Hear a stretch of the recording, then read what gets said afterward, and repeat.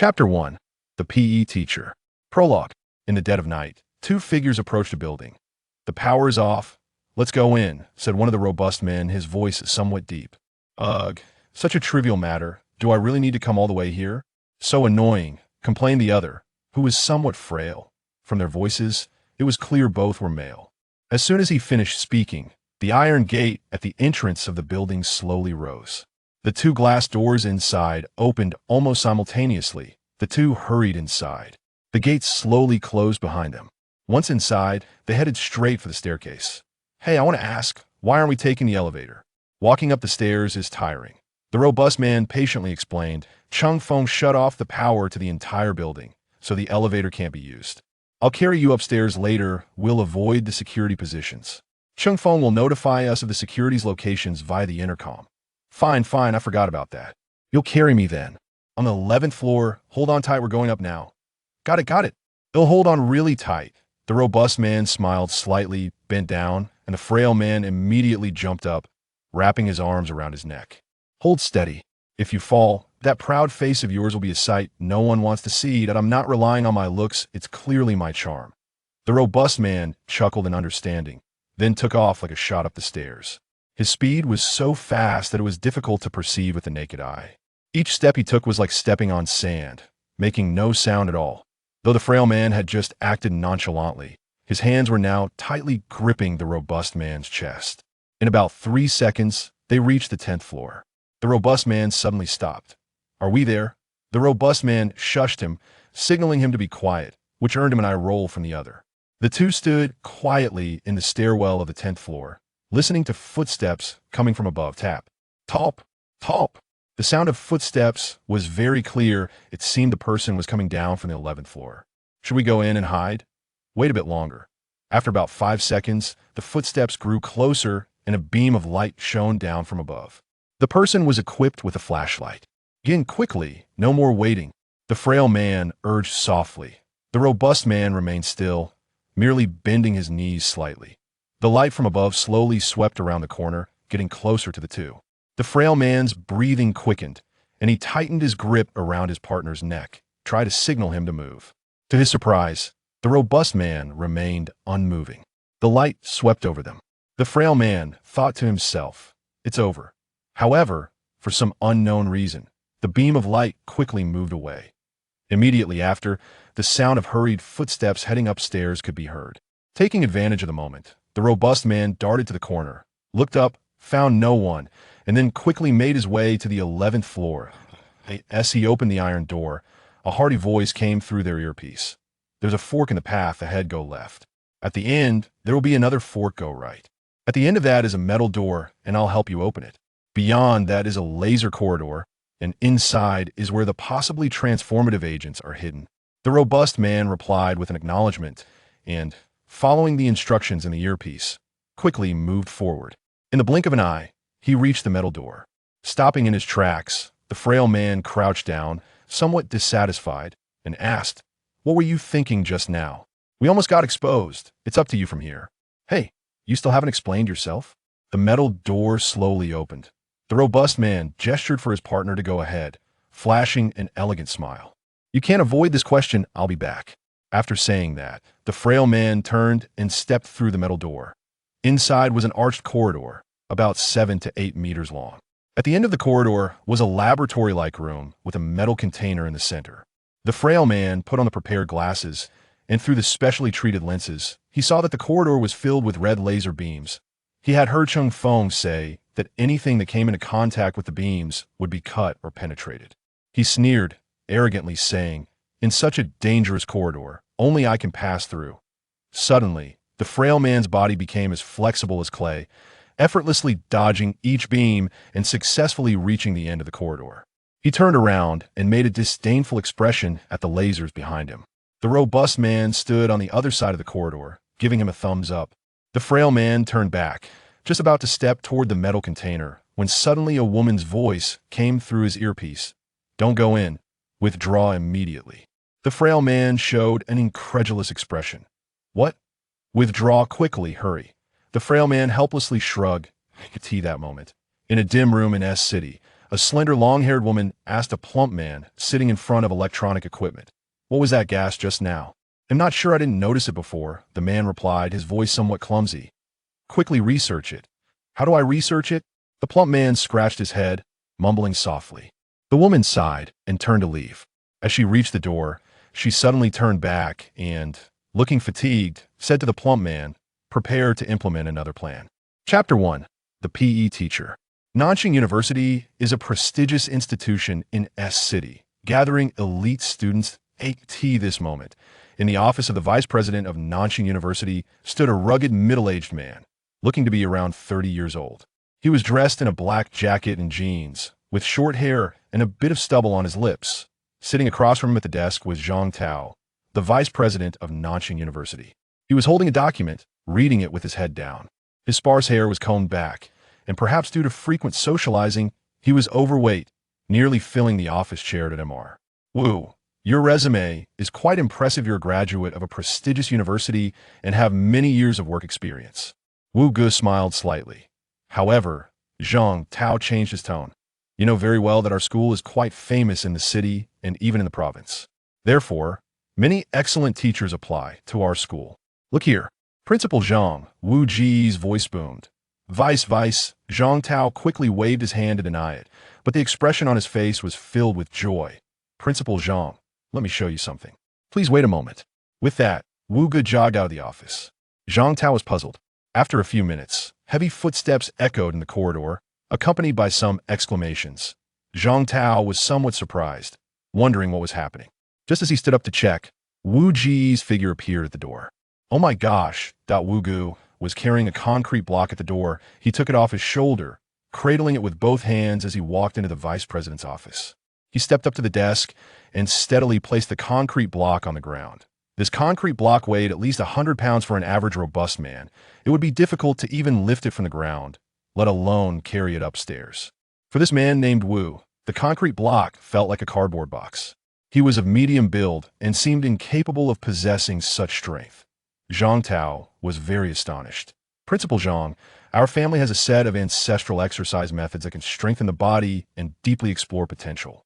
You just saw my performance. As long as you entrust the students to me, after a year, I will make them as strong as oxen. Participating in city or provincial sport competitions and winning first place will be an easy task. In fact, they might even participate in the Olympics to bring glory to our country. By then, our school's fame will not only be provincial, but will be world-renowned. Zhang Tao couldn't help but cough a couple of times. This person was too boastful. He straightened his expression, cleared his throat, and said seriously, well, Mr. Wu, while being strong and healthy is important, our school still needs to prioritize academics. The idea of being world-renowned is a bit exaggerated. Wu Ge, with a serious expression, bowed and said, the principal's teachings are correct. Zhang Tao nodded and smiled. I am very satisfied with your performance, but whether you can be hired still needs to be approved by our principal. You can go home and wait for news. Also, this big guy here needs to be returned to its original place, and I will trouble Mr. Wu with that. After hearing this, Wu Ge bowed deeply again. Thank you, principal, for the promotion. Zhang Tao hurriedly waved his hand, pretending to be angry. It's just a vice. Wu Ge grabbed the concrete block and tossed it up, holding it in his hands as he strode out of the vice principal's office. A few days later, as expected, Wu Ge received the admission notice from Nanjing University that on the first day of class, he arrived early at the playground. In front of him were the students of Class 1 of International Trade that he would be teaching. A female student whispered to her friend, this new teacher is quite handsome. I think so too. He looks a bit like Zhong Hanliang. A male student next to them teased, what does he look like? I think he's just average. Humph, you're just jealous that he's better looking than you. The male student's face immediately turned red, and he spat in annoyance. The discussions among the students continued, and Wu Ge cleared his throat to quiet them down. After a brief greeting, he unfolded the roster in his hand and started calling names. Each time he called a name, someone would respond. Until he called out Chen Ziming's name, the group fell silent. Wu Ge raised his voice and called out, Chen Ziming. Still, no one spoke. Is Chen Ziming not here? Someone shouted, he never comes to class. Is Chen Ziming in our class? I didn't know that. Laughter erupted among the group. Does anyone know where Chen Ziming is?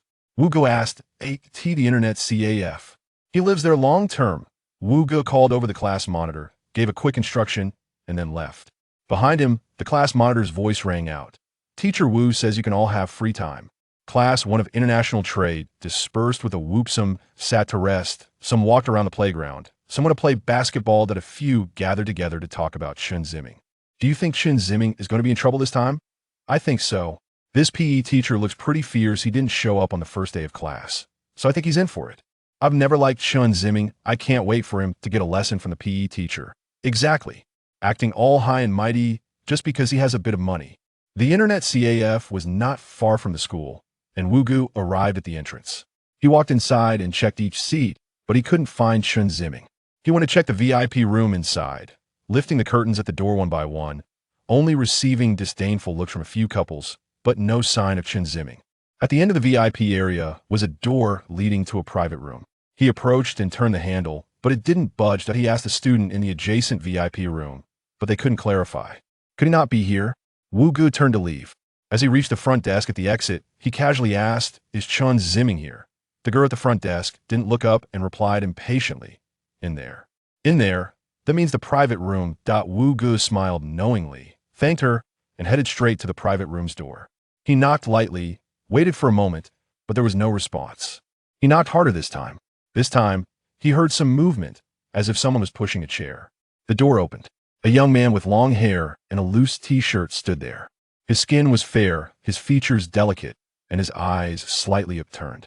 Perhaps due to long hours playing on the computer, he had a tired look on his face. Just like in the photo, it was indeed him.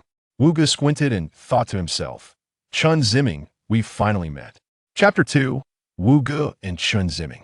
In recent months, a new trend has emerged in Z country, revolving around a mobile application. Notably, people can experience brief moments of superpowers through this app.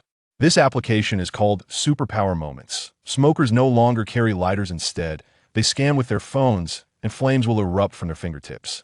When thirsty during a trip, they scan their phones again, and fresh water flows from their fingers. The company that developed this app is called Superpower Company. It was originally an ordinary telecommunications equipment company, but the birth of this app led it to rapidly develop into a leading enterprise in telecommunications equipment, as only their devices could transmit superpower electromagnetic waves. Superpower Company is located in the most prosperous commercial area of S City, characterized by high-tech buildings. However, curiously, there stands an old, low building in the middle of this commercial area. IT is considered old because its outer walls are covered in plants, making it look dull and desolate. Some say the owner of the building has unique tastes and planted them intentionally to IT this moment. In a conference room inside this low building, 3 men and 1 woman were seated. "Captain Wu, what do you think of Chen Ziming?"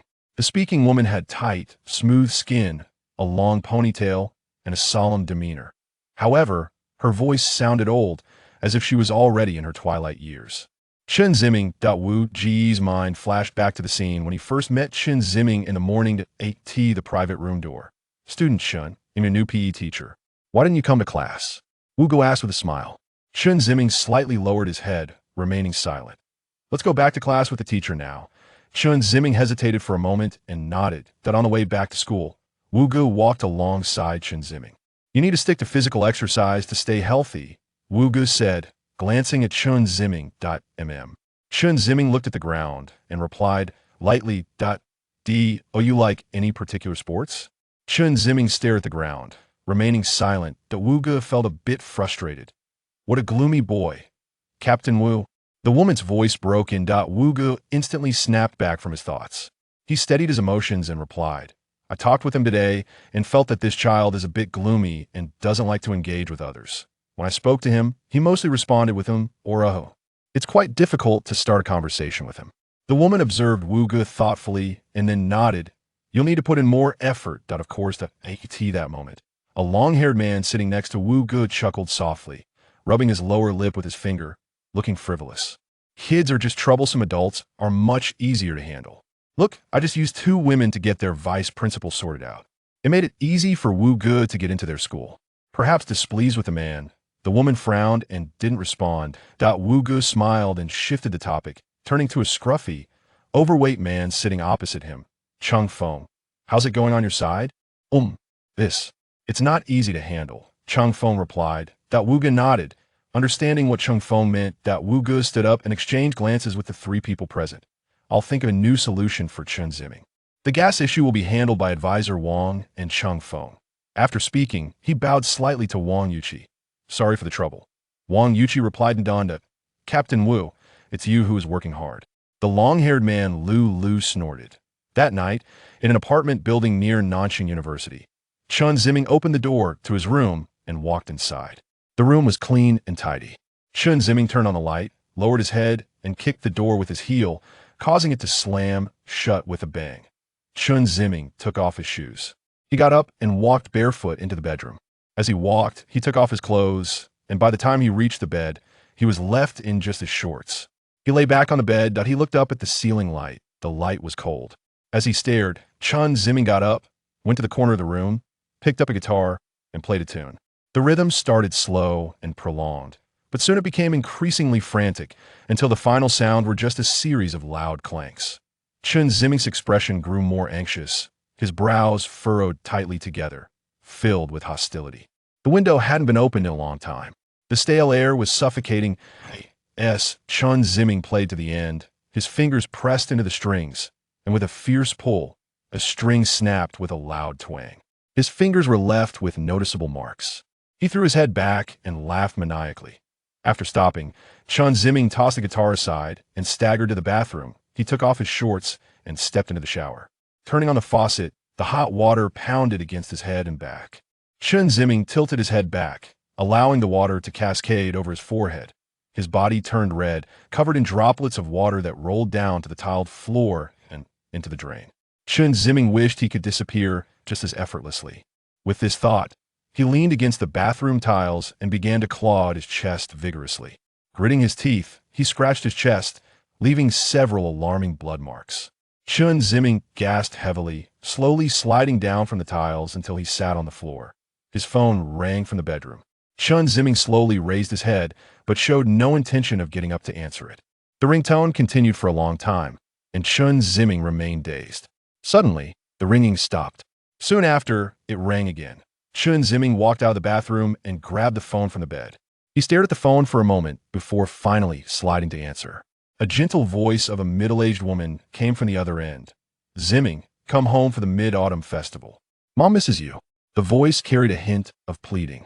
Chen Ziming slowly sat on the floor, leaning against the bed, and let out a low, hoarse voice.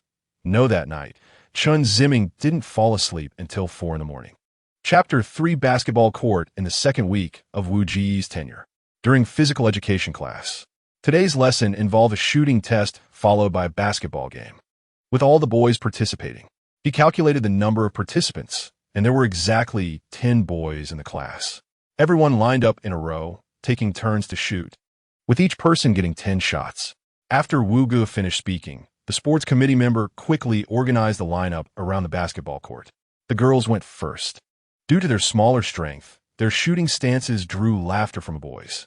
When it was the boys' turn, the first to shoot was the sports committee member Zhang Sheng, who was already on the campus basketball team, so his shooting skills were unquestionable.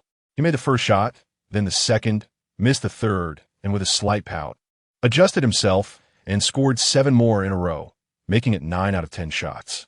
Zhang Sheng was tall, handsome, articulate, and well-liked, earning cheers from many girls and boys alike. Wow, amazing. Next up was a frail boy who also threw the ball, as the girls did, prompting laughter from the onlookers. Wow, this guy is something. The boy didn't get angry and smiled as he finished his 10 shots, then joined the spectators. One by one, the others took their turns, some making 6 shots, others making 3, until it was Chen Ziming's turn. He would never have come to physical education class normally. But before the class, Wu Ge had dragged him from an internet cafe. When Chen Ziming took the ball, the entire court fell silent. The atmosphere became somewhat awkward. Just moments before, other students had either cheered or gasped, but when Chen Ziming stepped up, no one made a sound. Wu Ge noted this. Chen Ziming focused intently on the hoop, slightly bent his knees, held the ball in front of him, and pressed down on his wrist. The basketball followed a beautiful arc and swished through the net. It was a perfect shot. Wow, Wu Ge heard a faint exclamation from a girl. But apart from that, there was no other sound. Wu Ge immediately applauded. cheering for Chen Ziming. Great shot. However, only Wu Ji's applause echoed on the court. Chen Ziming continued to shoot, making several more, and by the 8th shot, he was on the verge of a perfect score. A boy next to Zhang Sheng muttered, "That's the 8th one. 2 more and it's a grand slam." Zhang Sheng's mouth twitched, his expression darkening. After 2 more shots, all were successful. 10 shots, 10 goals. At this point, some began to whisper, "Is Chen Ziming really that good at shooting?" "Yeah, who would have thought? You don't know anything." "Yes, just lucky." Looking at Zhang Sheng, his face was as cold as ice, almost frozen. After finishing, Chen Ziming lowered his head and walked to the side of the court. "You're amazing, Chen. You have a real talent for basketball." Wu Ge gave Chen Ziming a thumbs up, causing Chen Ziming's face to flush red as he looked down at the ground. When it was the turn of the other students, the atmosphere became lively again, except for Zhang Sheng, who continued to glare at Chen Ziming. After the test, Wu Ge organized the game. With 10 players, they needed to split into 2 teams. Those who lived in the same dorm or were close friends quickly grouped into 1 team. 9 were sorted out, leaving only Chen Ziming alone. He hesitated, seemingly unwilling to participate. "Chen, everyone is waiting for you." Wu Ge smiled, pointing to the team that was 1 player short. Chen Ziming looked up, then walked toward the 4-person team. At that moment, Zhang Sheng shouted to the 5-person team, "Lu Ximing, come to our side." Lu Ximing looked around, a bit hesitant, but still followed Zhang Sheng's directive. Just as Chen Ziming was heading toward Zhang Sheng's team, he pursed his lips and turned to walk toward the other team. As the game began, Zhang Sheng showcased his skills, starting with a beautiful layup that drew excited screams from the girls. Following that was a block, and, after regaining possession, he dunked, leaving the girls in a frenzy. In just a few plays, Zhang Sheng scored 12 points, leading the game 12-4. On Chen Ziming's side, his teammates ignored him, treating him like a decoration while running back and forth on the court. Unexpectedly, Zhang Sheng made a mistake and the ball slipped from his hands, landing right by Chen Ziming's feet. He picked up the ball, took 2 steps to his half of the court, and made a jump shot, scoring. The other students were silent, with only Wu Ge clapping. Immediately after, Chen Ziming scored again. This time, his teammates started passing him the ball, and Chen Ziming became the team shooter, making 80% of his shots. In the blink of an eye, the score changed to 16-18, with them leading by 2 points. Zhang Sheng glared at Chen Ziming. The ball was passed to Chen Ziming again. He rose to shoot, but Zhang Sheng charged at him, crashing into Chen Ziming and snatching the ball away. Chen Ziming fell heavily to the ground. A girl screamed. Wu Ge quickly blew the whistle, signaling to stop the game. He rushed to Chen Ziming's side and noticed blood flowing from his calf. Zhang Sheng also approached, wearing a concerned expression. "Are you okay, Ziming? I didn't mean to." Chen Ziming clutched his calf, gasping in pain. "Get him to the infirmary." Wu Yi voted, but no one moved. Looking at the crowd, Wu Ge simply picked up Chen Ziming and headed toward the infirmary. The perpetrator, Zhang Sheng, let out a cold laugh. Superpower building. In a lavishly decorated office, a middle-aged man wearing gold-rimmed glasses and a light-colored suit sat erect at his desk. Before him stood a man dressed in a white lab coat, resembling a researcher. "Chairman, the solvent we developed has shown severe adverse reactions in experiments on gorillas. If used on humans, it might significantly shorten their lifespan. What do you think?" The suited man spoke in a hoarse voice, his face serious. "No matter what happens, nothing can obstruct the global plan of Superpower Company. Do you understand?" "But—" The suited man suddenly stood up, extending his index finger to scold. "Sun Ming, you'd better understand who provided you with your current good days." Sun Ming was frightened and immediately lowered his head, resembling a child who had made a mistake. He stammered, yes, Chairman." The suited man's chest heaved, and after a moment, he slowly lowered his hand and sat back down in his office chair. He glanced at the desk, picked up his phone, tapped on it, then held the camera up to his finger, and with a puff, a flame ignited at the fingertip.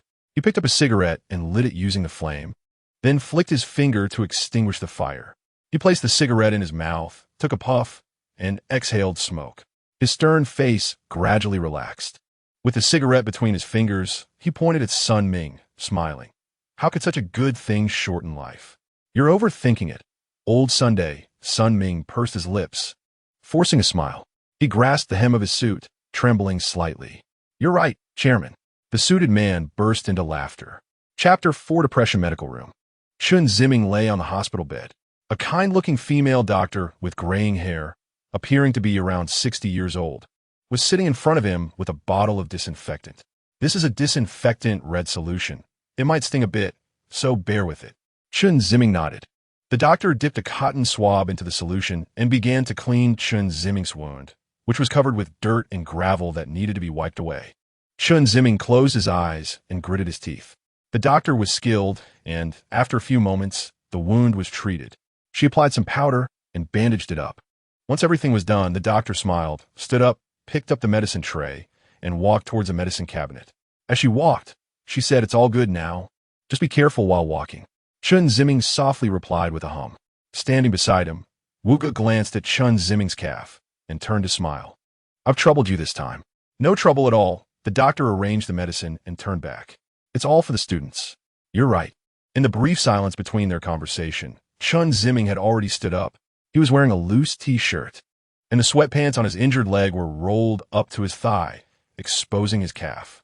The doctor looked at him and exclaimed, "Oh, this little friend is too thin. Is it because of poor digestion? Do you not like to eat?" Chen Ziming softly replied with a hum. "Are you having insomnia? You need to exercise more, gain some weight, and stay healthy."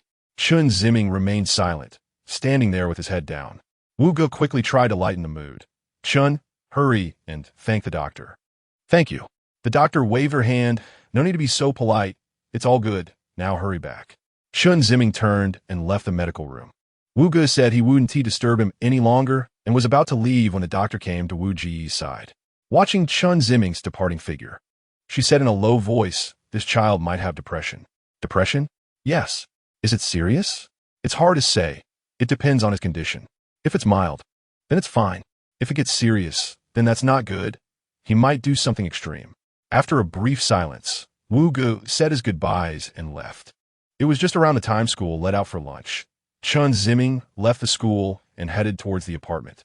Wu Ge hurried to catch up. Coming to Chen Ziming's side. "Teacher Wu, where's Chen going to eat?" I'm going back to the apartment." "Oh, the teacher is just going that way for lunch. Let's walk together for a bit." Chen Ziming did not respond, and the two walked on together. Along the way, Wu Ge tried several topics of conversation, but Chen Ziming mostly just replied with or ah, or remained silent, which made Wu Ge feel frustrated. As they walked, they passed by a park. Wu Ge casually remarked, "This park has a nice view." I often come here for a walk in the morning." Hearing this, Wu Ge felt delighted, as it was the first complete sentence Chen Ziming had said. He wanted to expand on the topic of the park to deepen their relationship, but Chen Ziming fell back into his mode, making Wu Ji's headache worsen. Soon, they arrived at the apartment, and Chen Ziming bid farewell to Wu Ge and left without looking back. In the meeting room, Wu Ge sat across from Wang Yuqi. "Wang, take a look at this." Wu Ge handed over his phone, which displayed a page of text. Wang Yuqi took it, read through it, and said, "Depression?" "Yes, Chen Ziming has depression. Social anxiety. Pessimism. Severe cases may lead to suicidal behavior." Wang Yuqi became increasingly shocked as she read. This explained why Chen Ziming found it difficult to communicate. Wang Yuqi leaned back in her chair, pondering for a moment. "So, Captain Wu, what are you planning to do?" "My previous plan was to become friends with Chen Ziming and then gather the information we need through him. But now this method may not work. Based on my recent interactions with Chen Ziming, plus the psychology of someone with depression, it's very difficult to become friends with him in his current state. However, I understand that depression can be cured. I found a method that might take about a month to bring Chen Ziming out of his depressive state. Doing this first, it will deepen our relationship during the healing process and enhance his fondness for me. Secondly, it will allow him to open up and accept others, providing a possibility for us to become friends. To gather information, we have to treat someone first. As the group's advisor, Wang Yuqi found Wu Ji's plan unbelievable. "Captain Wu, if this route with Chen Ziming doesn't work, we can try another. There's no need for this. If the gas issue isn't resolved, we have no other choice. We can find someone else. Chen Ziming is the only suitable candidate. We've analyzed this before." Wu Ge rarely raised his voice at Wang Yuqi, standing up for his chair. For a moment, The atmosphere grew tense. Just then, the door creaked open, and a long-haired man staggered in. As soon as he entered, the smell of alcohol filled the room. "You two held a secret meeting while I was gone? Do you even have time for a meeting?" Wang Yuqi said coldly, looking at Lulu, who was swaying. "Isn't it just a small child? Can't you even solve this small matter? Look at me." No man can resist a woman. As he spoke, Lulu drunkenly pulled out a chair and sat down, bleary-eyed as he looked at the two. "How much have you drunk?"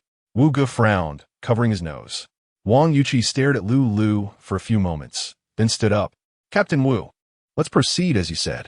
After saying that, she pushed back her chair and left the meeting room. Wu Ge nodded in agreement. He glanced at Lulu's side and got up to leave as well.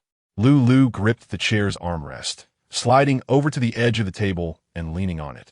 He tilted his head, squinting as if he were looking at something. All he could hear was him mumbling, "Chen Ziming." Chapter 5. The old man on the overpass. Early in the morning, Wu Ge arrived at the park near Nanxing University for a walk. He held a book in his hand, the cover a warm light green. He walked around the artificial lake and sat down on a bench by the water. He opened the book on his lap, the title in vermilion. Letters read how to interact with patients suffering from depression. Having only recently started to learn the characters of Z Country, he found it somewhat difficult to understand the book. The morning sunlight filtered through the ginkgo leaves, casting a warm and peaceful glow on the sidewalk by the lake, filled with hope. A figure walked by, with bandages wrapped around their feet. Wu Ge closed the book, knowing that the person he was waiting for had arrived. Chen Ziming. The other person stopped, slowly turning around. Chen Ziming had his hood pulled over his head, his hands shoved deep into his pockets, with a vacant and melancholic look in his eyes. "Teacher Wu." Wu Ge approached. "It really is you. Up early today, huh?" Chen Ziming tugged at the corners of his mouth, which was a response to Wu Ge. "Isn't the morning air very fresh?" Chen Ziming nodded slightly. "I'm here to jog a bit and exercise. What about you, Ziming? Any plans?" Wu Ge placed his hands behind his back, still holding the book. "I just came for a walk. Want to join me for a morning jog?" Chen Ziming's face showed hesitation. Wu Ge quickly tried to ease the situation. "It's okay. I come here every morning. It doesn't have to be today." After hearing this, Chen Ziming repeatedly said no. Wu Ge nodded slightly, and, for a moment, the atmosphere became awkward. Chen Ziming suddenly said he had to leave for something. Wu Ge could only nod in agreement. Watching Chen Ziming's figure depart, Wu Ge felt a sense of loss.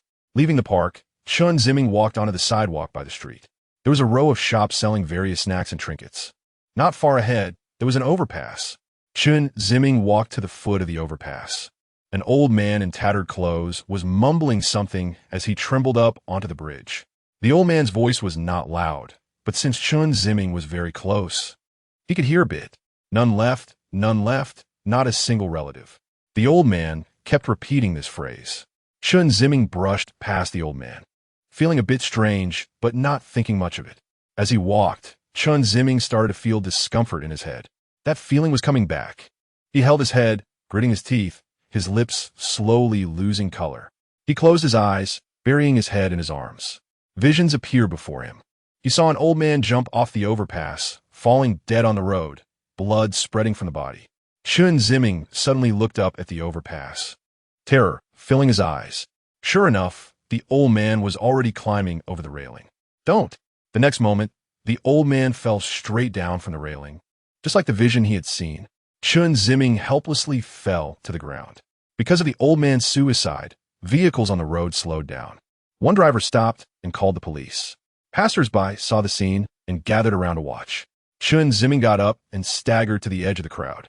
Having seen the old man's fate beforehand, he felt deep remorse for not being able to prevent this from happening. Among the onlookers, a woman recognized the old man and sighed, saying, "This old man was very reclusive and had a bad temper. He fell out with his children and wife long ago and lived alone. Every day, he just played the eru. He never talked to the neighbors. Perhaps life just lost its meaning for him. So he just died." The people around her expressed their sympathy for the old man. One person gasped, "A person cannot be too reclusive. It's easy to go to extremes. This old man might have had depression, right? What depression? It's all just being overly sentimental. I have my unhappy times too. I just sleep it off. You don't understand. It's not as simple as you say." These two argued back and forth. Chen Ziming felt as if something was gripping his heart, making it hard to breathe. He hurriedly turned to leave.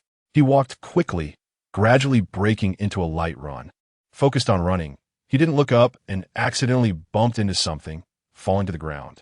He propped himself up and realized he had knocked into someone. The person was also propping themselves up to get up.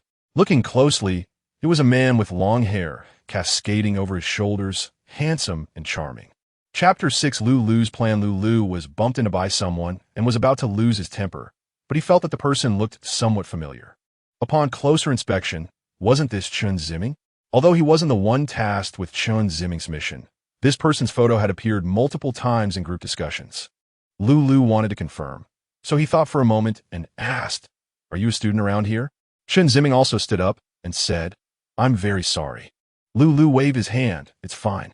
I'm asking you, are you a student around here?" Chen Ziming nodded. Lulu figured it was probably right, so he confirmed, "It wouldn't be from Nanxing University, would it?" Chen Ziming slightly raised his head, a hint of surprise flashing in his eyes, and he slowly replied, "Yes, that's right." Lulu was secretly pleased. It was definitely this kid. He thought that the reason Wu Ge had been unsuccessful for so long was due to the wrong methods. And today, he was going to use an effective approach to deal with Chen Ziming. Lulu's eyes twinkled as a plan formed in his mind. He smiled and asked, "Little brother, it seems we have a fate today. I always respect knowledgeable people, especially those from prestigious schools like yours. No matter what, I insist on treating you to a meal today. What do you think of that dumpling place over there?" Chen Ziming shook his head, looking troubled. "No, thank you." Lulu stroked his chin. "You have something urgent, right? How about this? Since it's so hot today, let me treat you to a cold drink. If you refuse me again, that would really be unreasonable." Chen Ziming bit his lip and nodded. Seeing that Chen Ziming agreed, Lulu's face lit up, and he told him to wait. He rushed to a nearby store and bought 2 bottles of cola, opened the cap for Chen Ziming, and flicked something into it. Then he returned to Chen Ziming and handed it over here. Chen Ziming took the cola and took a sip. "Thank you." Lulu tilted his head, revealing a sly smile. "No need to be polite. Drink more. Don't waste it." Saying that, he opened his own bottle of cola and took a big gulp. Chen Ziming followed Lulu's example and took a large sip. Lulu laughed. "That's more like it." Chen Ziming sincerely thanked Lulu again and expressed that he had something to do and wanted to leave first. "Feel free." Chen Ziming walked around Lulu and moved forward. Not far along, he felt his head becoming a bit hazy, as if something sticky was coating it. His legs felt weak, and in a daze, he saw a tree nearby. He stumbled over to it and leaned against the trunk. Lulu was laughing inwardly. Sure enough, he was just a kid and was so easily handled. Wu Ge was really a fool. Lulu quickly walked over to Chen Ziming and propped him up on his shoulder. "What are you doing?" "Of course, I'm taking you to have some fun. Just wait to thank me later." Chen Ziming felt as if he was flying, floating as if in a dream. He saw himself soaring through the clouds, going up and down like a bird. He dove down and landed in a villa. He saw a middle-aged man holding a boy, the boy's head buried in the man's chest, and the man had a sad expression. A woman stood nearby, already in tears. Suddenly, the boy lifted his head, and upon closer inspection, he looked exactly like Chen Ziming. The scene flashed, and it switched to an elderly man struggling to climb over a bridge railing. His hand gripping the railing trembled slightly. One foot was on the railing, but the other had not yet made it over.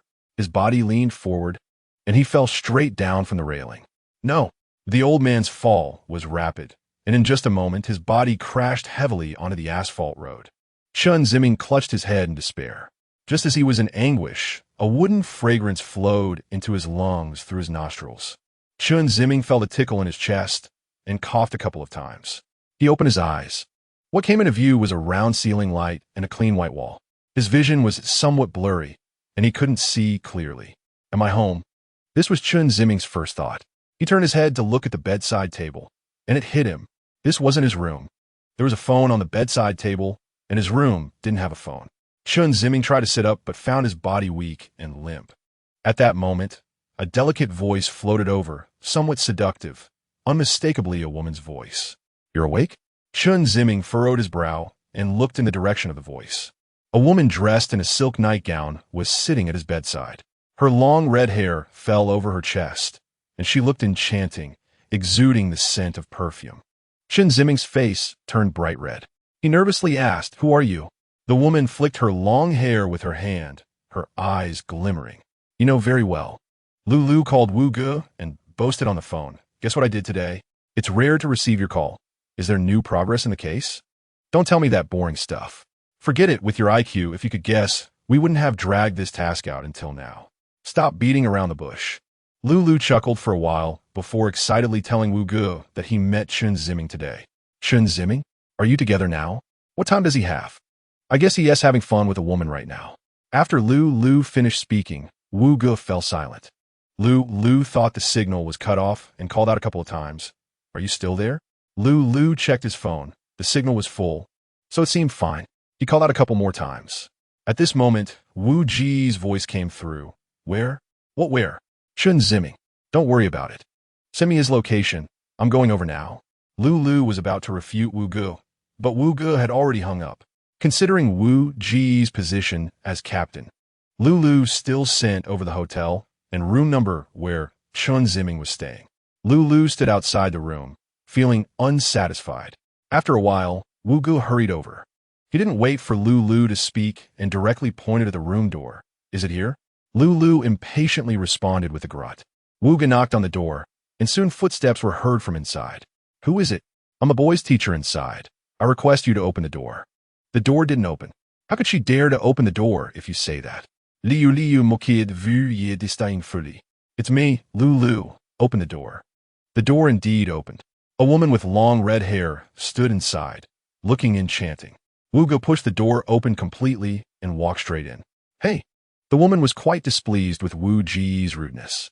Lulu wrapped his arm around the woman's shoulders and softly said to her, "You don't need to be here anymore. You can go first. What about the money? I won't forget you, darling." The woman lightly scolded, "You rascal," and turned to grab her bag from the coat rack by the entrance, calling out inside, "You're really not a man." She swayed her hips and left. Lulu found it quite amusing and walked into the room to see what was going on. Upon entering, he saw Chen Ziming curled up in the corner, looking terrified. Wu Ge was bent over in front of Chen Ziming, extending his right hand toward him. "That woman has already left. Teacher is here to take you home now." Chen Ziming's teeth were chattering, and a tear rolled down his cheek. "Do you want the teacher to help you up?" Chen Ziming slightly raised his head and peered through the gaps in his long hair, examining Wu Ge. "Let's go home with the teacher." Chen Ziming pressed his lips together and slowly raised his arms. Wu Ge smiled and helped Chen Ziming to his feet, supporting him as they walked outside the room. As they passed Lulu, she mocked, "Mating is an animal instinct. Don't suppress your wild nature." Wu Ge rarely countered Lulu, saying, "Not everyone wants to be like you, lost in carnal desires." Lulu was furious upon hearing this. "Wu Ge, what did you just say to me?" Wu Ge ignored her and took Chen Ziming back to the apartment. When they reached the apartment door, Chen Ziming turned around, paused for a moment, and softly said, "Thank you to Wu Ge." Wu Ge responded with a smile. Chen Ziming entered the building, went to the elevator, and typed a message, "I will be back for the Mid-Autumn Festival." As Wu Ge walked home, an image appeared in his mind, a well-dressed woman, lewdly stroking a boy's thigh. Chapter 7. Chen Ziming's family with the economic development of S City. 6 ring roads have expanded outward. Between the 4th and 5th ring roads lies a villa area. It is said that each villa here is worth as much as the total income of a middle-level white-collar worker over 30 years. Naturally, those who live here are either rich or noble. At this moment, in the hall of a villa, Chen Ziming sits on one side of a genuine leather sofa, his feet resting on a hand-woven silk carpet. Sitting firmly in the middle of the sofa is a middle-aged man wearing gold-rimmed glasses, who bears a striking resemblance to Chen Ziming. He is dressed in formal attire but without a tie, the collar of his shirt undone. The well-tailored suit highlights his dignified stature, but through his sunken cheeks, one can tell that the man is slender. He has noticeable dark circles under his eyes, seemingly due to prolonged insomnia. "How's school lately?" The man, fingers pinching a lit cigarette, looks coldly at a painting hanging on the opposite wall, his voice hoarse and abrupt. Chen Ziming clenches his teeth, remains silent for 2 seconds, and then responds gloomily, just the same as before. Hearing this, the man brings the cigarette to his lips, takes a puff, and exhales, the smoke curling up and obscuring his eyes, making it impossible to read his expression. He extinguishes the cigarette in the ashtray on the coffee table, stands up, and without glancing at Chen Ziming, leaves the living room. As he passes by Chen Ziming, he coldly utters, "Useless." The man walks through the corridor and enters the dining room. On the dining table, mooncakes and some cold dishes are laid out. The kitchen is separated from the dining room by a sliding door, from which the sound of frying can be heard. The man sits at the table, takes a piece of exquisitely sized mooncake, and puts it in his mouth. After just one bite, he immediately spits it out, angrily flipping the entire plate of mooncakes onto the floor, the plate shattering with a crisp sound. The sliding door to the kitchen opens, and a haggard-looking woman walks out. She trembles as she asks, "What happened?" The man, red-faced, points at the mooncakes scattered on the floor and shouts, "Don't you know I don't eat egg yolk? Are you trying to poison me?" The woman quickly bends down, her face full of apology as she explains, "I'm really sorry, Xiong. I prepared these for Ziming. He only eats mooncakes with egg yolk. I placed them all together and forgot to separate them. I'm really sorry." Upon hearing this, Chen Xiong stands up and kicks the woman in the stomach. "I work so hard to earn money outside, and I can't even get this little respect." The woman is knocked to the ground, but quickly gets up, crying and repeatedly apologizing. "I'm really sorry. Please don't hit me today. Ziming is still here." Chen Xiong grabs the woman by the neck and slaps her twice. At this moment, a voice comes from behind. "Why are you hitting Mom?" Chen Ziming stands at the dining room door, not knowing when he had arrived. Chen Xiong, panting, turns his head to glare at his son, then turns back to the woman, growling, "Look at the child you raised. He dares to question me." With that, Chen Xiong slaps the woman's head again and storms off. The woman, with disheveled hair, sits on the floor sobbing. Chen Ziming stands at the dining room door, trembling all over. Bang! The sound of a door slamming in the living room shakes Chen Ziming's heart. At this moment, Chen's mother comes over to Chen Ziming, hugging him and crying uncontrollably. "Ziming, don't blame your dad. He wasn't like this before." Chen Ziming cannot bear to listen to his mother's words. He just wants to escape from here. The mid-autumn dinner at the Chen family ends amidst Chen Xiong's domestic violence. That night, regardless of his mother's obstruction, Chen Ziming leaves home, citing a return to school as the reason. He wanders the streets in a daze, eventually turning into a nearby park, finding a corner to sit down. The park is pitch black, and the corner is even darker. Chen Ziming cries softly, his shoulders shaking. Meow. It's the sound of a cat. Chen Ziming slowly raises his head. Meow. Again. Following the sound, he sees a stray cat. The stray cat strolls up to him, jumps onto his lap, and meows a couple of times before lying down on his leg, rubbing against him. Chen Ziming is taken aback. Is this cat treating his thigh as a little nest? He cautiously reaches out his hand, wanting to pet the stray cat's head, perhaps sensing his intention. The cat leans its head forward. Chen Ziming bursts into a smile and rubs it. The stray cat meows, nudging his hand with its head. Chen Ziming pulls out a bag of beef jerky, tears it apart, and places it on his lap, patting the stray cat's little head. The stray cat immediately rolls over and starts eating on his lap.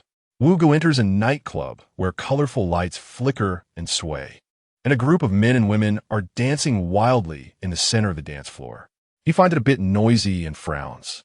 Through the hall, Wugo walks straight inside until he sees someone sitting at a booth and stops. Lulu. He approaches the booth. Sitting in the middle is a handsome young man with a ponytail, Lulu, who has a seductive woman in his lap, leaning against his chest flirtatiously. "Oh, it's you." Lulu glances casually and then goes back to kissing the beauty in his arms. "I heard Qingfeng say you were here, so I came over." "Oh, make yourself comfortable. You do your thing, and I'll do mine. But don't expect me to treat you." Wugo laughs. "Our world's #1 handsome guy. Is that petty?" "Petty?" Lulu pushes the woman off him, stands up to scold Wugo, but unexpectedly, Wugo takes the opportunity to sit beside him, grinning. Don't hit a smiling face. Looking at Wugo's carefree smile, Lulu's tongue gets tied, and he doesn't know how to start with the greetings he has in mind. He points at Wugo, but can't get the words out. Damn. Lulu sits down in displeasure. The nearby beauty tries to lean on him again, but is pushed aside. "This has nothing to do with you. Go play by yourself." The beauty curses and reluctantly leaves. Here, Wugo pulls out a small object from his pocket and hands it to Lulu. It's a finely carved wooden tree. Lulu initially doesn't want to take it, but Wugo insists on shoving it into his hand. Lulu lifts his eyelids to glance at it, disdainfully saying, "TCH, worthless junk." Though he doesn't want to accept it, he still puts it into his pocket. "Don't think this little favor will make me forgive you. Arluda, Mainan has a broad mind. How could he hold a grudge like a country bumpkin like me? Right?" Wugo says with a smile. "TCH. By the way," Lulu Wugo suddenly stops smiling and becomes serious. "Regarding Chen Ziming's matter, I still hope that before he can finish." Lulu suddenly gets excited and points towards the bar. Hey, Wugo, look quickly." "What?" "A beauty." Wugo looks over and sees a short-haired girl in a t-shirt and jeans. From the side, she has fair skin, a small and well-defined nose, and a hint of nervousness in her eyes. She looks very young, around 20. Very nice. TCH, that's the only word you know. Look at her eyes. So clear and pure. It's as if she is pleading with me to hold her in my arms. As he says this, Lulu, enchanted, stretches out his arms as if to embrace her. Wugo rolls his eyes, non-committal. "Oh, forget it. Chatting with you is like playing the lute to a cow. I don't have time for you right now. I need to go soothe that beauty's lonely soul." Lulu stands up looking all spring-like and jogs towards the bar. Wugo smiles, pours himself a glass of beer, and drinks in one go. At that moment, Wugo felt someone touching his hand. He turned to look, and it was the woman who had just been in Lulu's arms, smiling.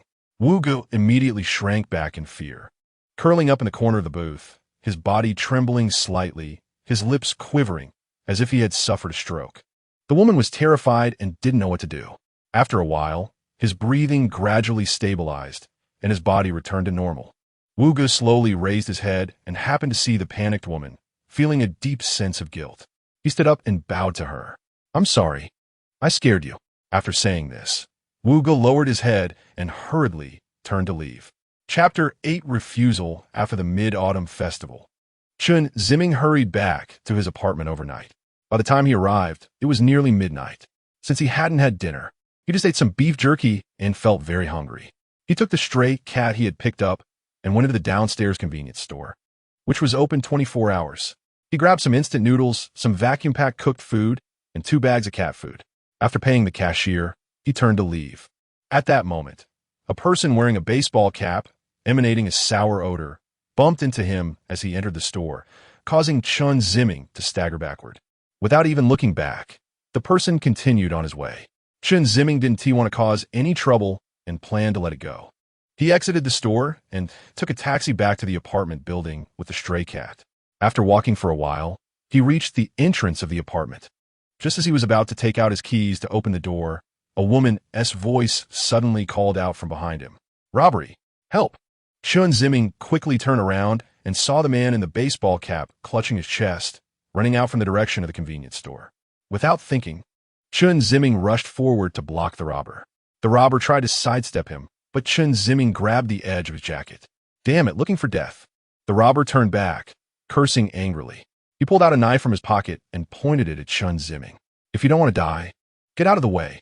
Chen Ziming swallowed hard, feeling very nervous. The robber realized he wasn't scaring Chen Ziming and lunged at him with a knife, which glinted coldly in the moonlight. At that moment, a cat's yowl echoed, and the stray cat leaped at the robber's knife-wielding hand, biting down on the back of his hand. The robber let out a pained scream, and the knife clattered to the ground.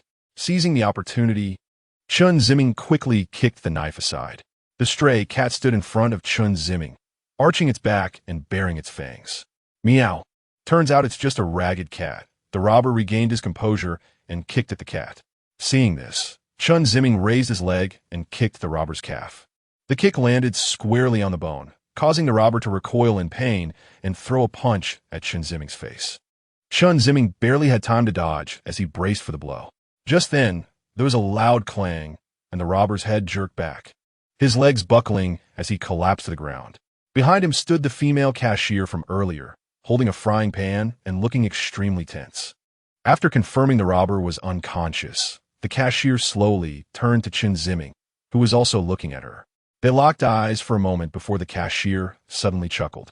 Her long eyes sparkled like starlight, and 2 dimples appeared on her cheeks, making her look sweet and charming. She seemed to be about the same age as Chen Ziming. Chen Ziming's face flushed bright red. "Who would have thought you had such courage?" she said. Chen Ziming lowered his head and stammered, "No, it's not what you mean, not. My hero. Thanks for your help this time. As a reward, next time you come to the store, I'll treat you to a meal." "Thank you," the cashier smiled and took out her phone to call the police. Soon, a police car arrived and took the robber away.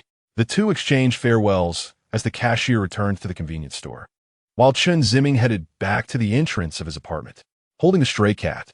He turned his head and stared at the convenience store for a while before entering the building. Back in his cozy little place, Chen Ziming took a shower with the stray cat. After lying down on the bed, he held the cat up and laughed happily. "Do you have a name?" The cat meowed. "Since you're so fierce, I'll call you General."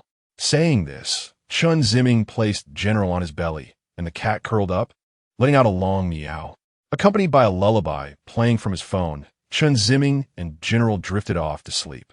In his dream, Chen Ziming saw himself as a child in a small room, where Chen Xiong was lifting him into the air repeatedly, laughing joyfully each time. Beside them stood his mother, looking slightly annoyed as she urged Chen Xiong to be careful. With every lift, he let out a bright, cheerful laugh. The next morning, Wu Ge was waiting early in front of Chen Ziming's apartment. Leaning against the glass wall outside the convenience store, he was enjoying a box of Odin. After a while, Chen Ziming came out with a brown-striped cat. Wu Ge hurriedly swallowed the egg in his mouth, discarded the remaining half box into the trash, wiped his mouth, and walked over. "Classmate Chen." Wu Ge called out to Chen Ziming's back. Chen Ziming turned around. "Teacher Wu, what a coincidence. Are you out for a stroll with the cat?" Wu Ge waved his hand and walked towards Chen Ziming, glancing at the brown kitten following him. "Yeah, you like cats?" With that, Wu Ge reached Chen Ziming's side. "Mind if I hold it?" Chen Ziming looked at General. "Sure. Great." Wu Ge bent down, cradling General's belly and lifting him into his arms. He gently petted General's head, and the cat, feeling comfortable, closed its eyes and enjoyed the attention. Seeing General so content made Chen Ziming genuinely happy. "By the way, classmate Chen, how is your foot?" "It's fine now. Thank you, Teacher Wu." "Good to hear. Are you heading to the park?"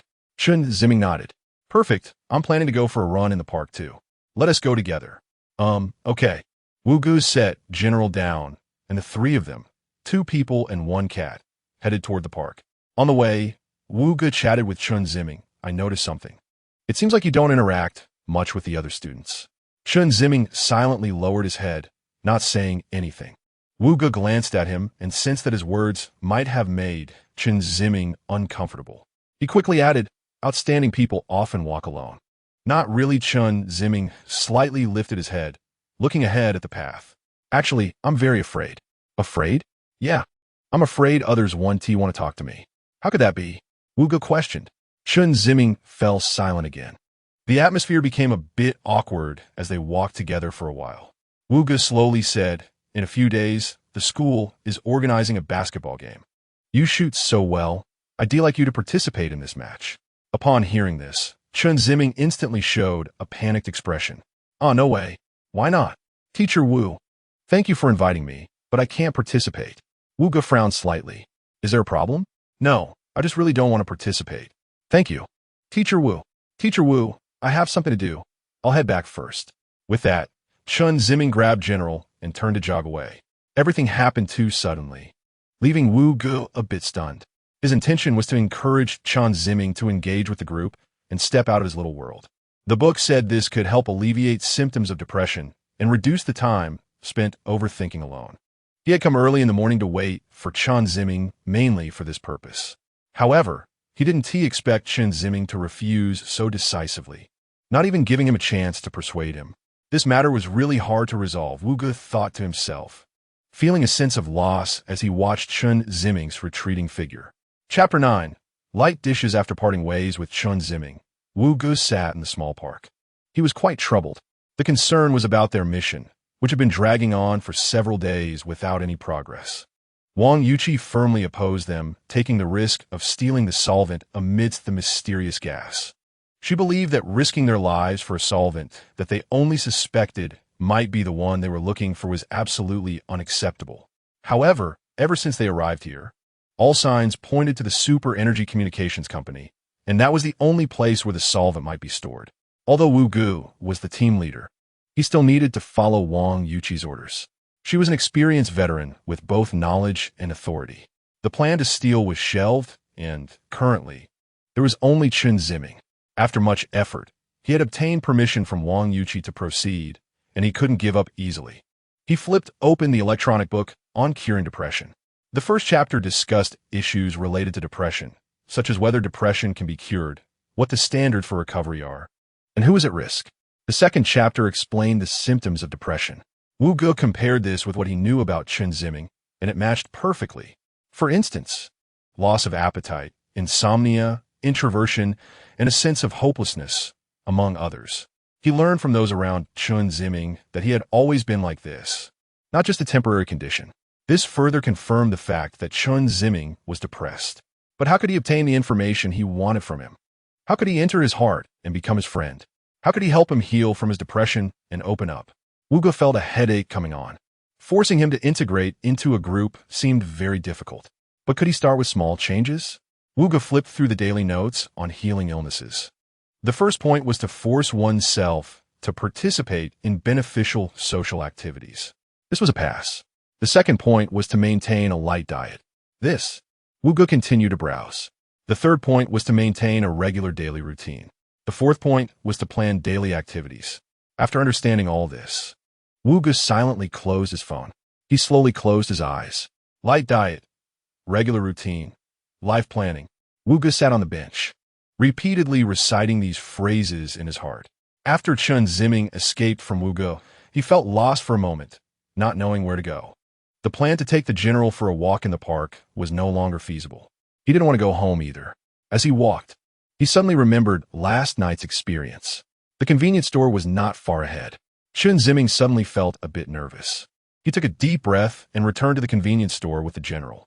Upon entering, he found that the staff had changed. It was now a young man. Chen Ziming felt a bit disappointed. The young clerk saw him and smiled. "Can I help you with anything?" "No, thank you." Chen Ziming lowered his head and went to the shelves, randomly picking some breakfast items before hurriedly checking out.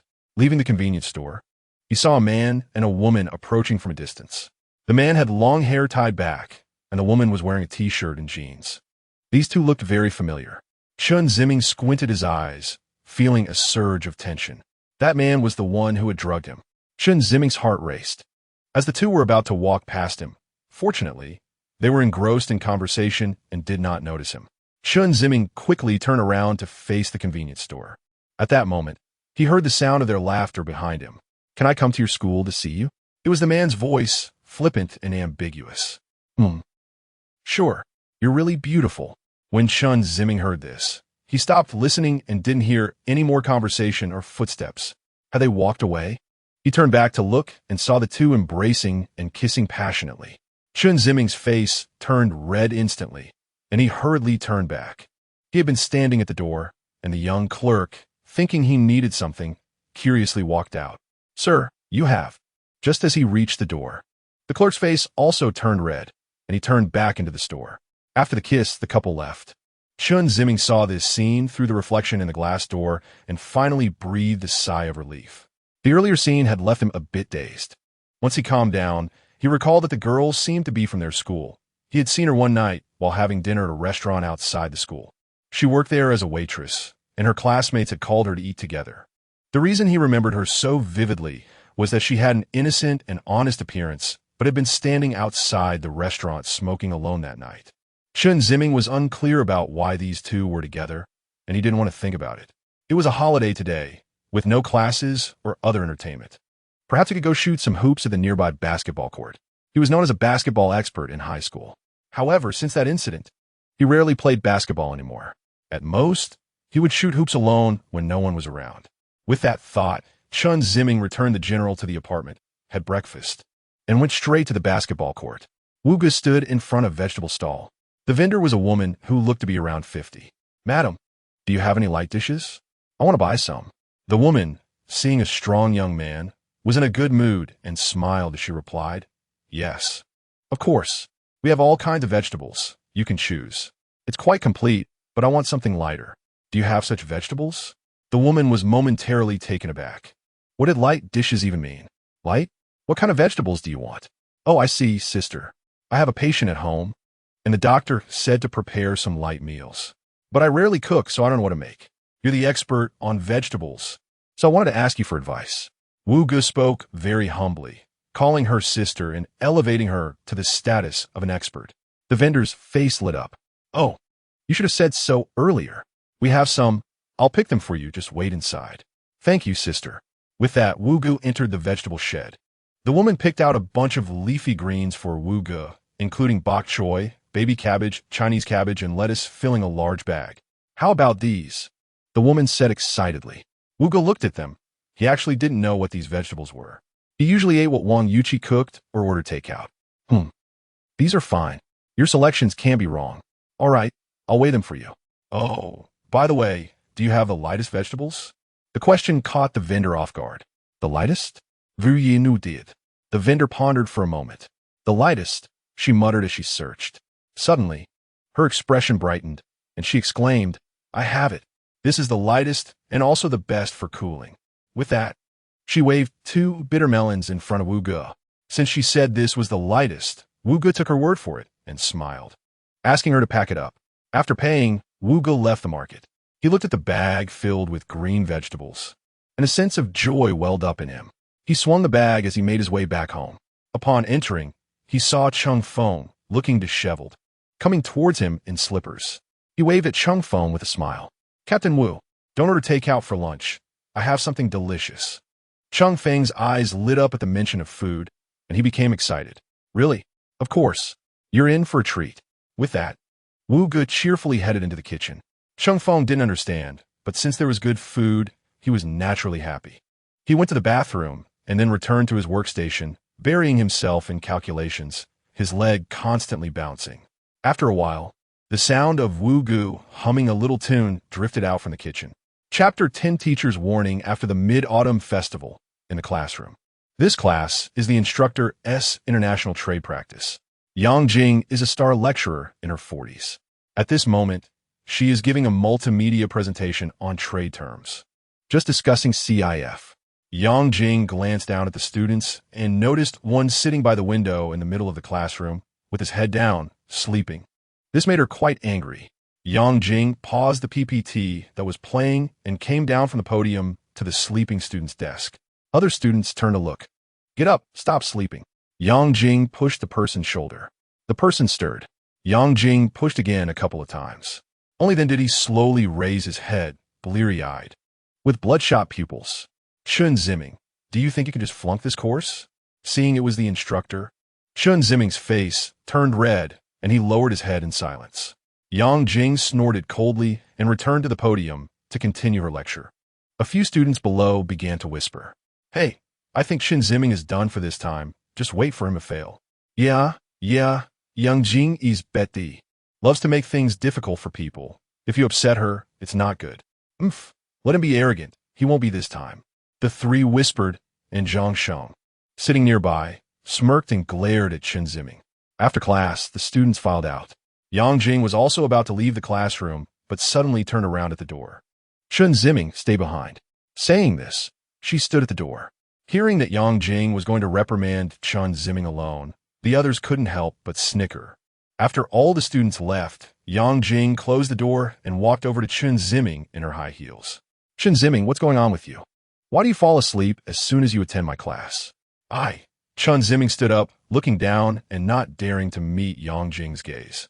When you enrolled, your college entrance examination score was the highest in our class. Now look at you, you failed 3 subjects last year. I think your graduation is in jeopardy. Chen Ziming remained silent with his head down, seeing that she couldn't get a word out of Chen Ziming. Yang Jing was also frustrated, and all the motivational words she wanted to say went unspoken. You should take care of yourself. Saying this, she slapped the table and stormed out. Chen Ziming let out a sigh of relief, grabbed his textbook, glanced at the scenery outside the window, and also left the classroom. That afternoon, during physical education class, Class 1 of International Trade stood neatly on the playground. Wu Ge had Zhang Sheng lead the students to run a few laps before allowing them to have free activities. He gathered 10 boys, who made up 1/3 of the class. In a few days, the school would organize a basketball competition for the sophomore year based on class units. Who in our class wants to participate? Zhang Sheng raised his hand first, followed by several other students who raised their hands as well, including Zhang Sheng. There were 4 people, still needing 1 official player and 1 substitute. Wu Ge glanced at Chen Ziming. Chen Ziming was looking down at the ground. Previously, he had approached Chen Ziming about this, but he had declined. However, Wu Ge planned to try again. Perhaps he wanted to join, but just had a moment of hesitation. After all, he was quite skilled at basketball. Chen Ziming? Chen Ziming immediately looked up. We still need 1 more. Do you want to join? No. Thank you. Teacher Wu. He declined again, and Wu Ge felt a bit disappointed, though he didn't show it on his face. It's okay. Anyone who wants to participate can sign up with me anytime. At this moment, Zhang Sheng scoffed quietly, complaining he's so arrogant. He looks down on our group of clumsy hands. Yeah, he's a rich second generation. Why would he want to hang out with us poor people? What rich second generation? I see he's just got a bit of money at home. There are plenty of people richer than him, and he doesn't even live in the dorms. What is he showing off for? Once Zhang Sheng started, other students who were dissatisfied with Chen Ziming also began to mock him. Wu Ge noticed the situation was going awry and quickly scolded a few of them. He then looked at Chen Ziming, who had his head down, his face flushed. Originally, he intended for Chen Ziming to integrate into the group quickly, but now it seemed even less likely. The atmosphere became awkward, and no one spoke further. All looking at Wu Ge. Wu Ge shifted the topic back to the basketball game, choosing 2 more people to join Zhang Sheng for practice. At this point, only Chen Ziming and Wu Ge were left. What should he say? Wu Ge was troubled. Teacher Wu. To his surprise, Chen Ziming spoke first. I'm going to stay over there for a while. Chen Ziming pointed to the bleachers on the side of the playground. Okay, go ahead. Chen Ziming lifted his leg to leave. Wu Ge suddenly thought of something. Oh, right, Chen Ziming. It was the teacher's fault earlier that made you misunderstood by your classmates. It's okay. The teacher has decided to make a big meal for you as compensation. Tonight, I'll bring it to your dorm. No need, really. You've already declined the teacher once. You can't refuse a second time. You have to trust the teacher's cooking skills. It's settled then, tonight at 7. Wu Ji's tone was firm, leaving Chen Ziming stunned. In the rundown low building, Wu Ge pushed the door open, carrying a bag of groceries, shouting that everyone would have a treat tonight. Who would have thought that Cheng Feng and Lu Lu rushed over and dashed out the door? Wu Ge was left bewildered. Just then, Wang Yuqi also walked over. Wang, what's going on with them? Oh, well, they might have something to do. I have a date tonight, so I won't be home for dinner. Saying this, Wang Yuqi also walked out the door. Wu Ge scratched his head. I didn't hear that she was dating. Chapter 11. The bitterness of bitter melon with no one to support him. Wu Ge could only prepare a meal for himself and Chen Ziming.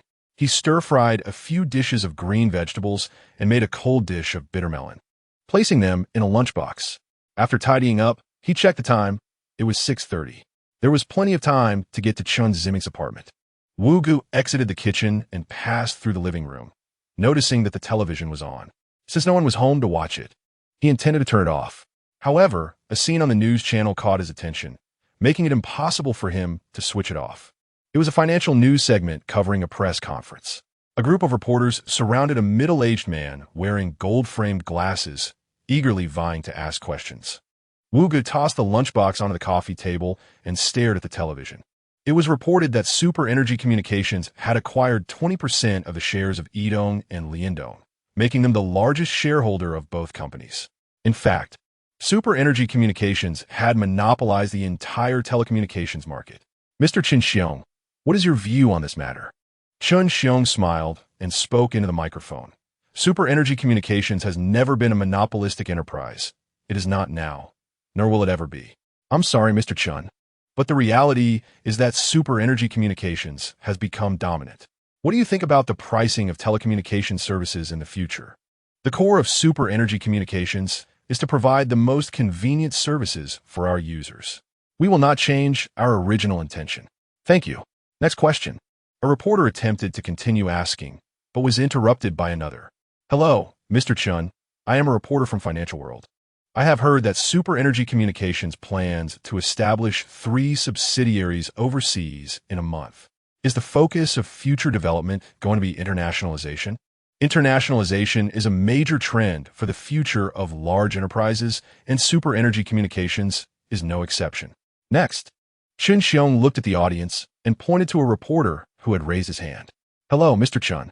I would like to ask about the photos circulating online a few days ago showing you allegedly assaulting your wife at home.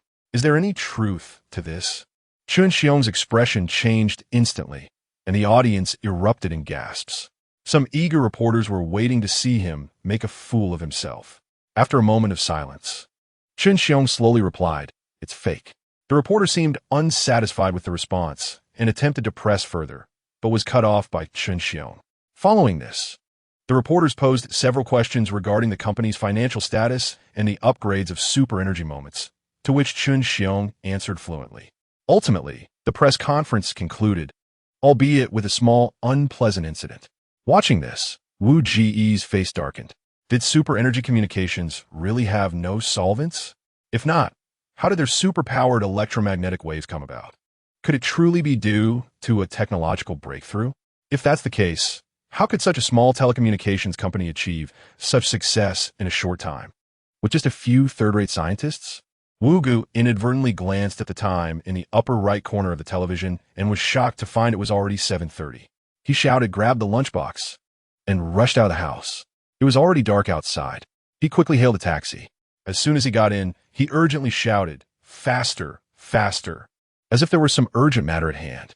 The driver lazily replied, "Safety first," and slowly started driving.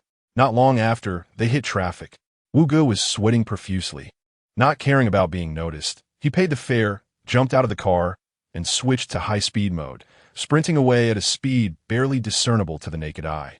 The driver was about to remind Wu Gu to be careful on the road, but looked up only to find he had already vanished. Chen Ziming had repeatedly declined Wu Ji's invitations, but this time it felt too rude to turn down the offer to eat together. He waited with his dog at the apartment building until 7 o'clock, but Wu Gu did not show up.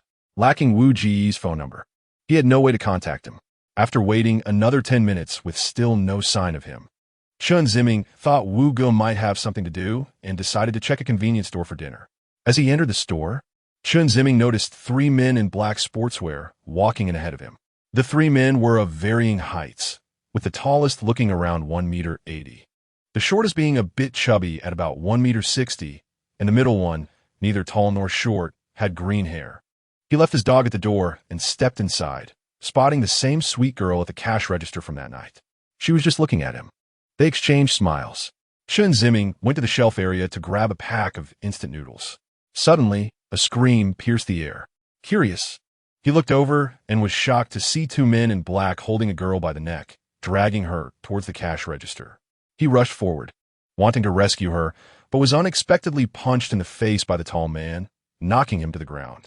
"Close the door," the short one said, signaling to the green-haired man. The green-haired man hurriedly went to the entrance and pulled down the rolling shutter, then closed the window shutter. The entire room was now isolated from the outside world. Seeing the situation was secure, the short man pressed both hands on the girl's shoulders and said viciously, "You've got some guts, daring to send my big brother, Yin into jail. You should know better than to mess with me in this area. Fatty, don't waste time with him. Just take care of her and avenge your brother." Upon hearing this, the chubby man grinned wickedly. "All right, I'm ready to make my move." The girl spat at the fatty and grabbed the cash register, smashing it onto him. He cried out in surprise, and, getting even more excited, he leaned in to kiss the girl, who desperately dodged. "Stop it!" Chen Ziming shouted angrily, trying to get up to save her. However, he was kicked by the tall man, who pinned his hands onto the cash register. The green-haired man also approached, standing beside the fatty and leering at the girl. Wu Gu was worried about being discovered, so he stopped in an alley next to the apartment.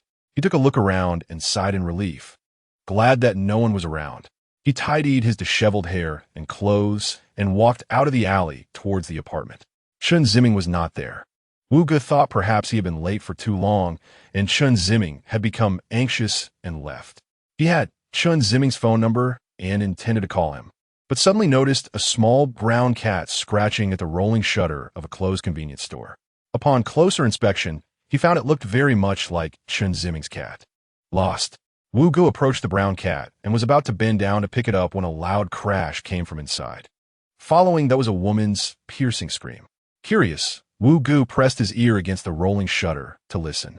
Just in time, he heard Chen Ziming shout, "Stop it!" Something had happened. Wu Gu crouched down and pulled hard, lifting the locked rolling shutter. The dog seized the opportunity to dart inside. Once inside, Wu Gu witnessed the unfolding scene. Seeing Wu Gu, Chen Ziming urgently called out, "Mr. Wu, save that girl."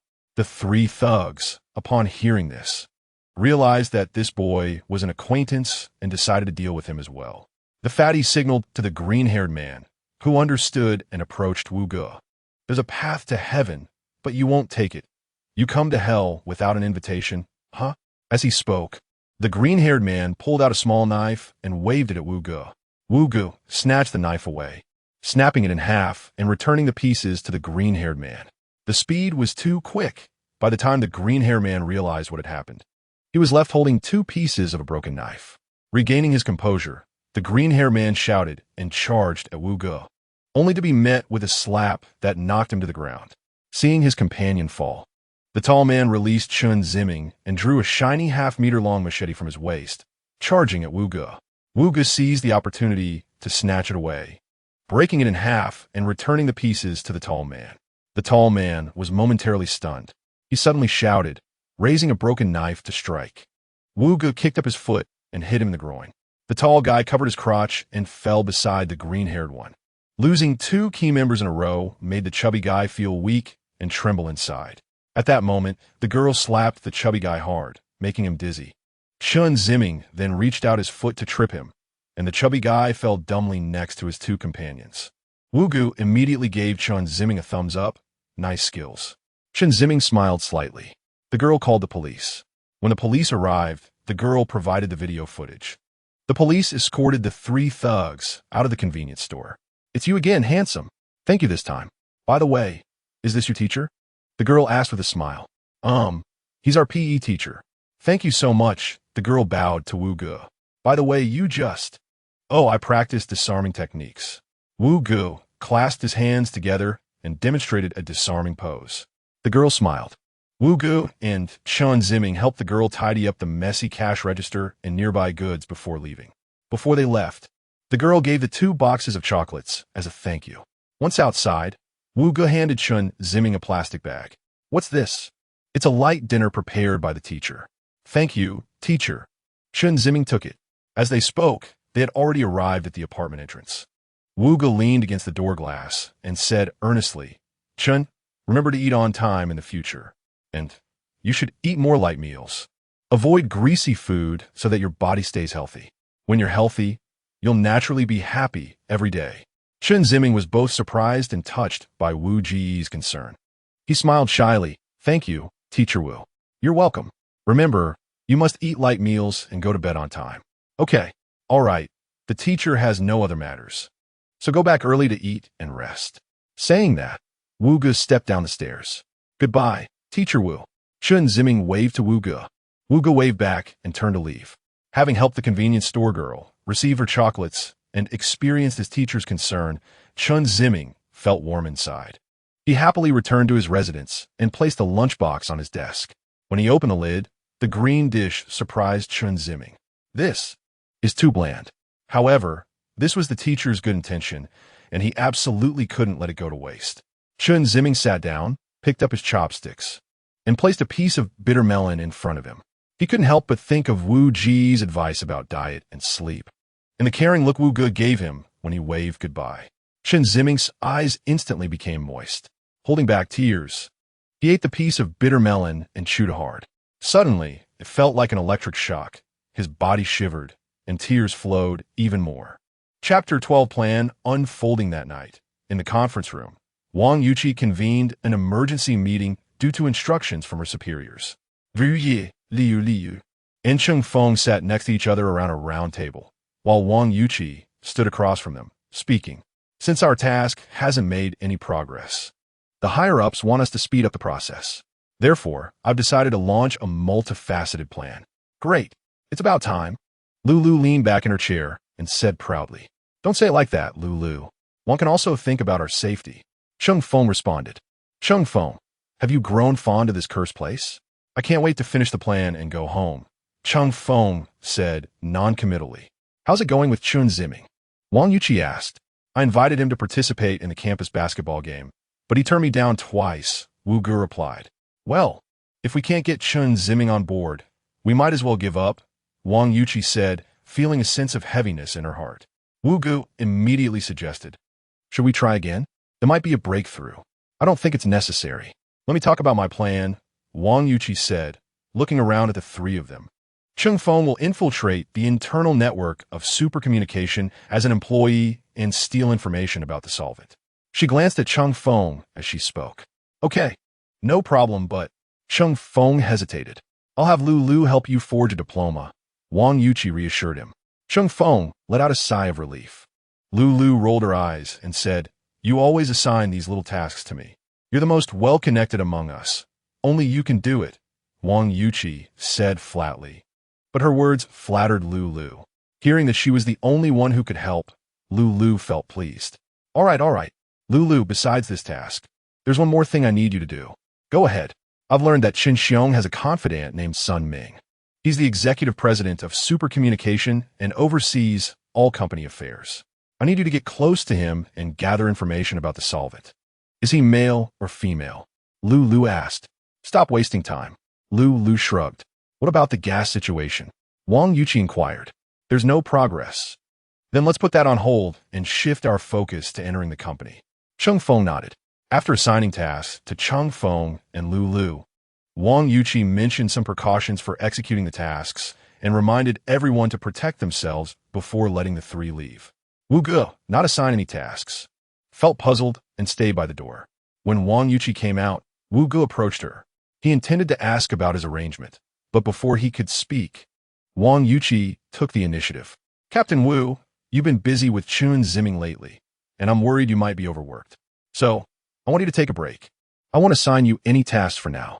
With no new tasks and no chance to recover the current one, Wu Gu felt distressed. However, due to his position, he couldn't say much. Thank you for your hard work, Captain Wang. It's you who's working hard, Captain Wang, she replied before leaving. Wang Yuqi had said the same thing before, but the tone was completely different this time. Previously, it was literal. This time, Wu Gu sighed and returned to his room.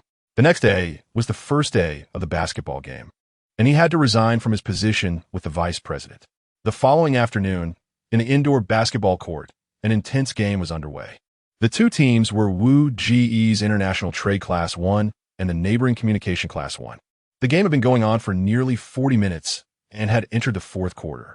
Currently, Communication Class 1 led International Trade by 16 points.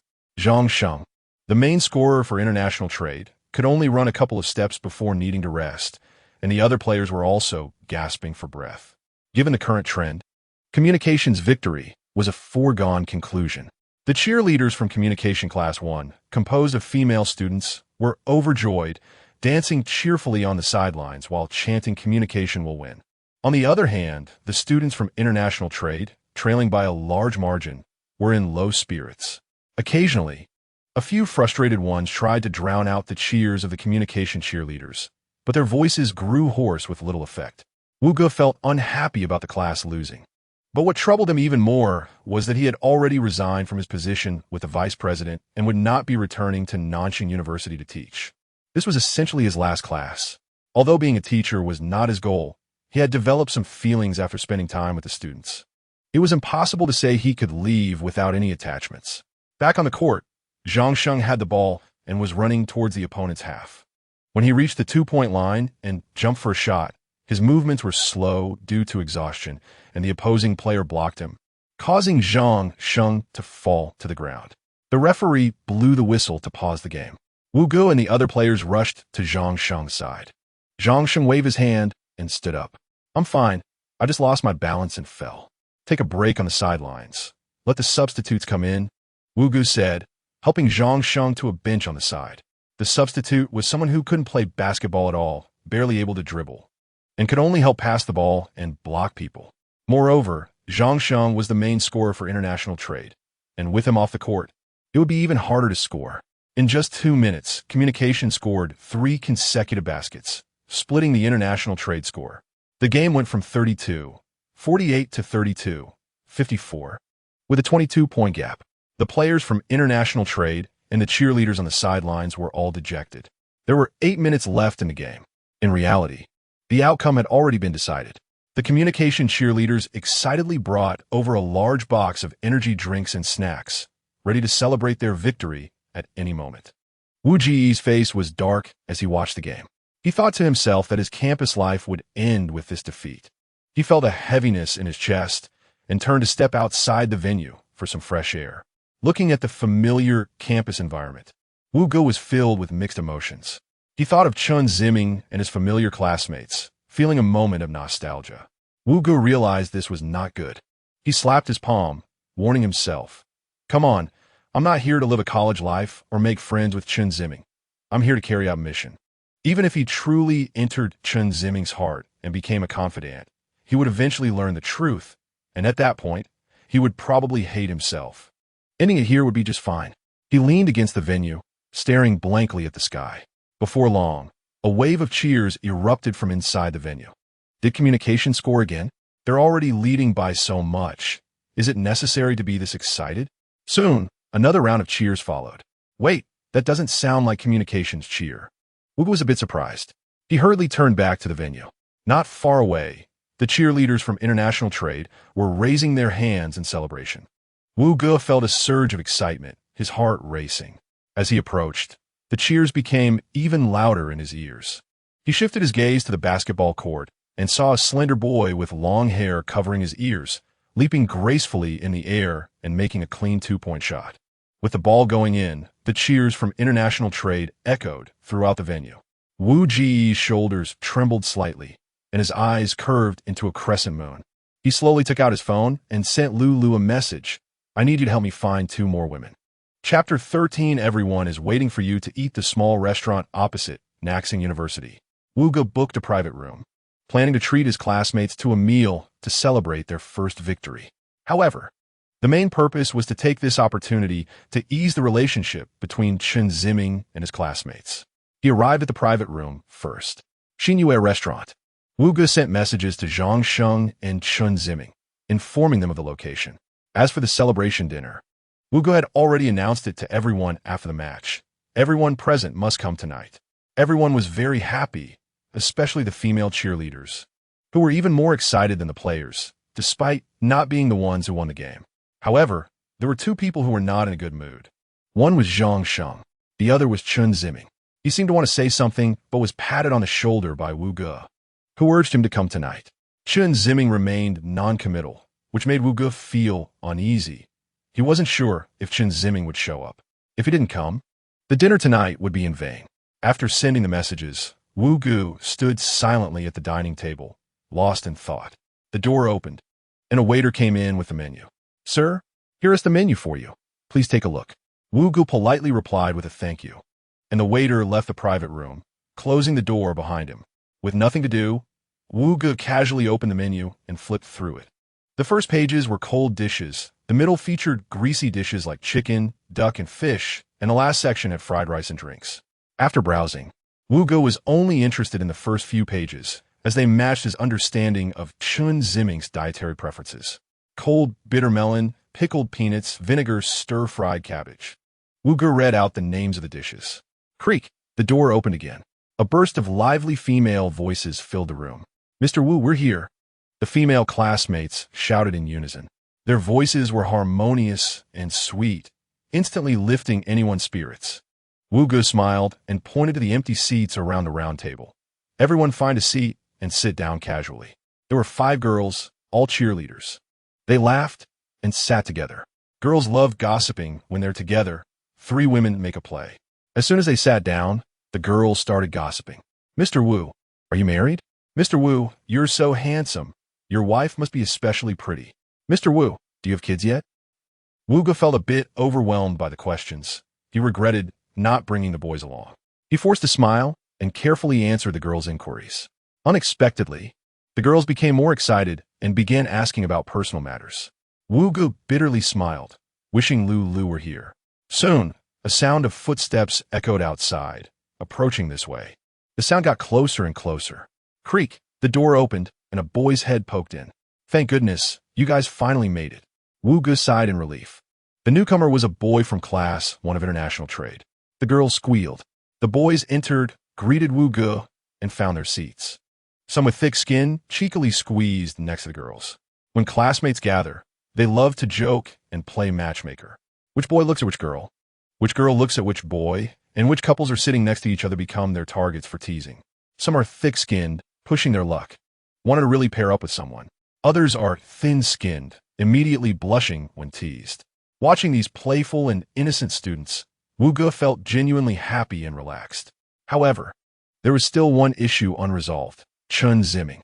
Wu Ge had already guessed that he wouldn't tea-come with the boys, but now everyone was chatting, and Chen Ziming still hadn't tea-arrived, which was unusual. It was already 7:15, 15 minutes late. At this moment, someone called out to Wu Ge. Turning around, it was Zhang Sheng. Mr. Wu, are we waiting for someone? Before Wu Ge could respond, a girl spoke up. Chen Ziming hasn't tea-come yet. Yeah, Chen Ziming hasn't tea-come. Who has his number? Let's call him. Everyone looked at each other, shaking their heads. How about we order first? I see everyone is hungry, Zhang Sheng suggested. Wu Ge hesitated. No rush, Zhang Sheng, I'm not hungry. Right, let us wait for Chen Ziming. If you're anxious, why not grab a quick snack to tide you over? One girl said. Zhang Sheng awkwardly smiled and leaned back in his chair, displeased. I'll call Chen Ziming. He might be held up by something. Wu Ge told his classmates and stood up to go out. Everyone began chatting lively again. Wu Ge walked straight out of the restaurant. Standing by the glass door, he took out his phone and opened his contacts, where Chen Ziming's name was displayed. Taking a deep breath, Wu Ge pressed Chen Ziming's number. The phone rang.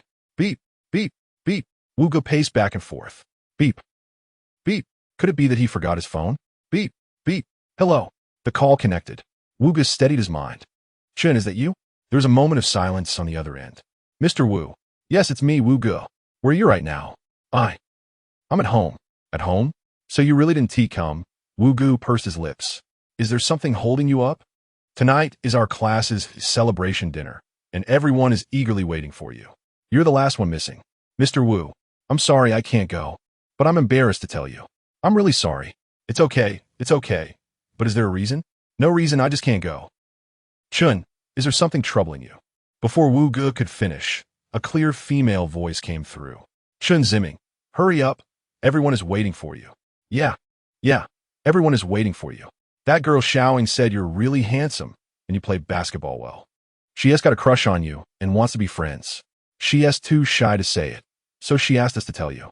After saying this, the girl grinned mischievously. Don't listen to her nonsense. She is the one who wants to be friends with you, but is too scared to say it. Using me as a shield.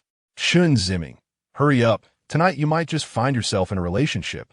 Two teasing girls laughed as they chased each other playfully. The previously tense and serious atmosphere suddenly became relaxed.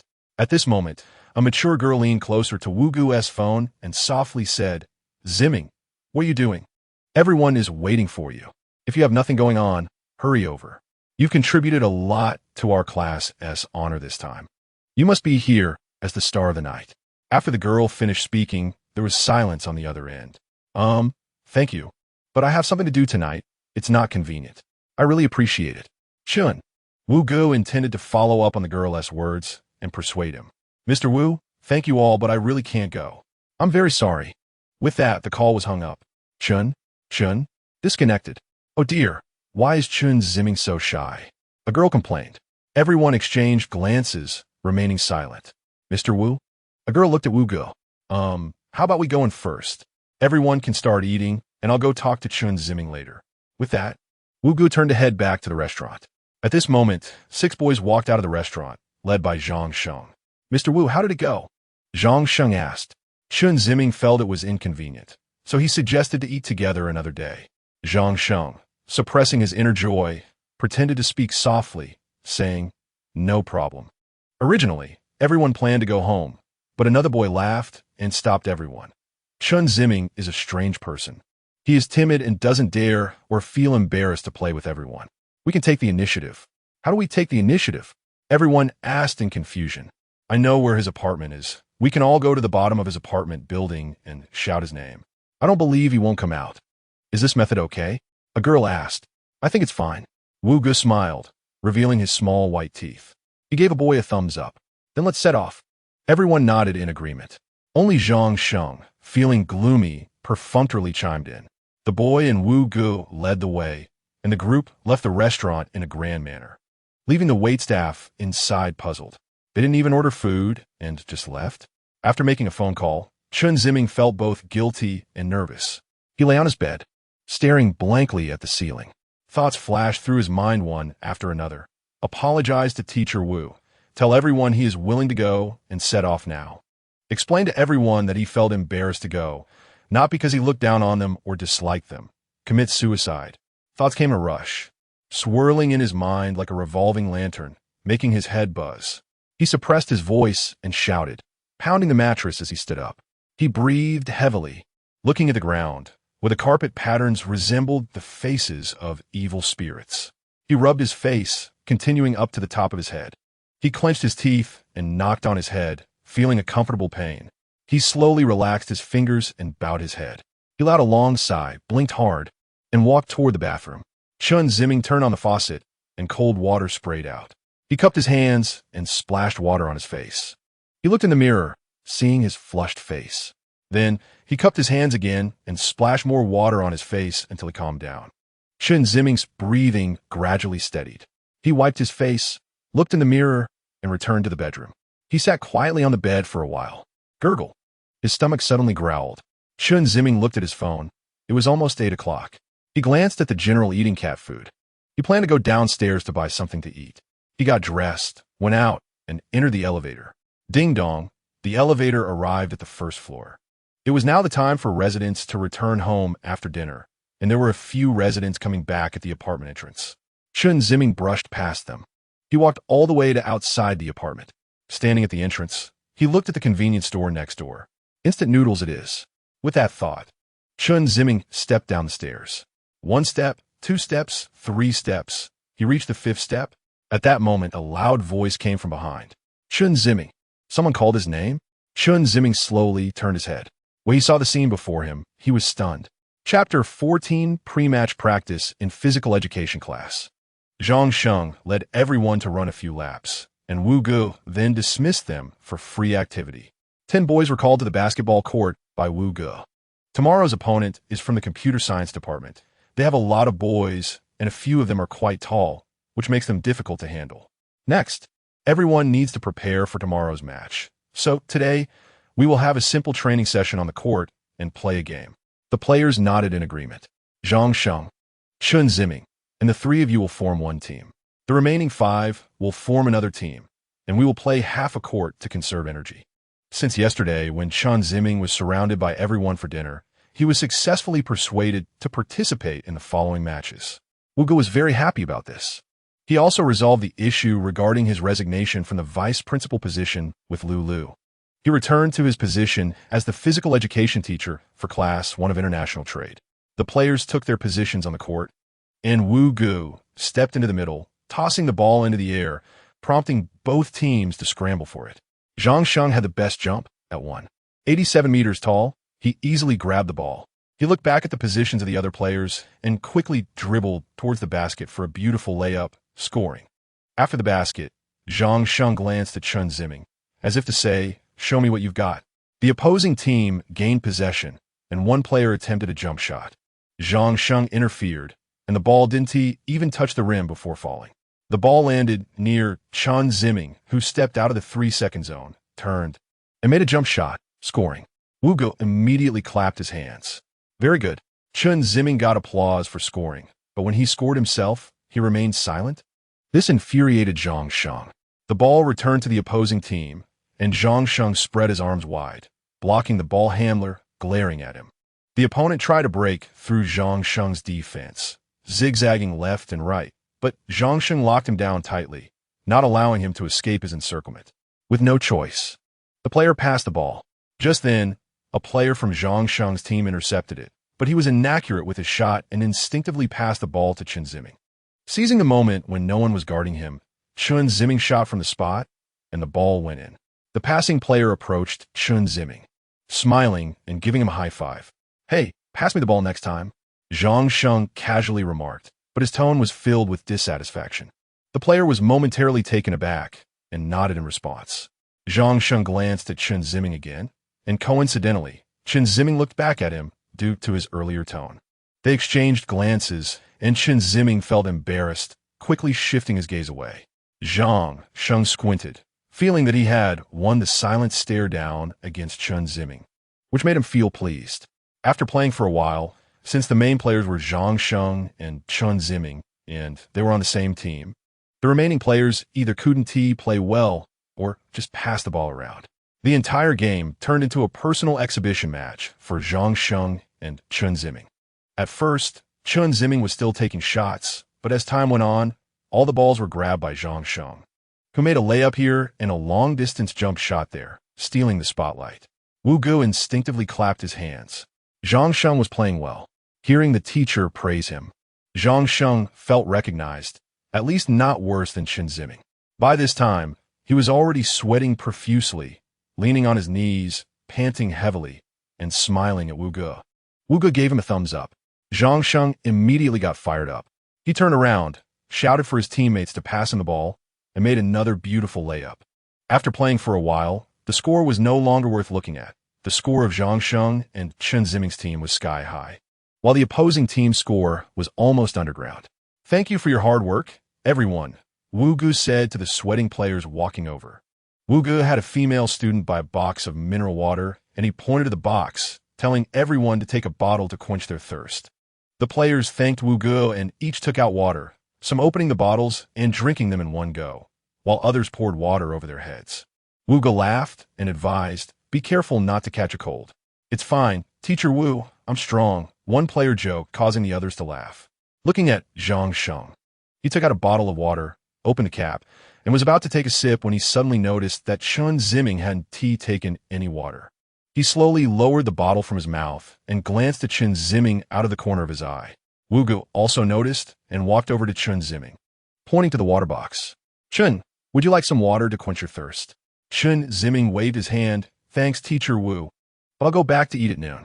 "That's fine," Wu Gu smiled. Seeing that Chen Ziming wasn't drinking water, Zhang Sheng immediately lost his desire to drink. He held the water bottle in his hand and found a place to sit down. The physical education class ended like this. At lunchtime, several boys planned to go to the cafeteria together, as they usually did. However, today was different.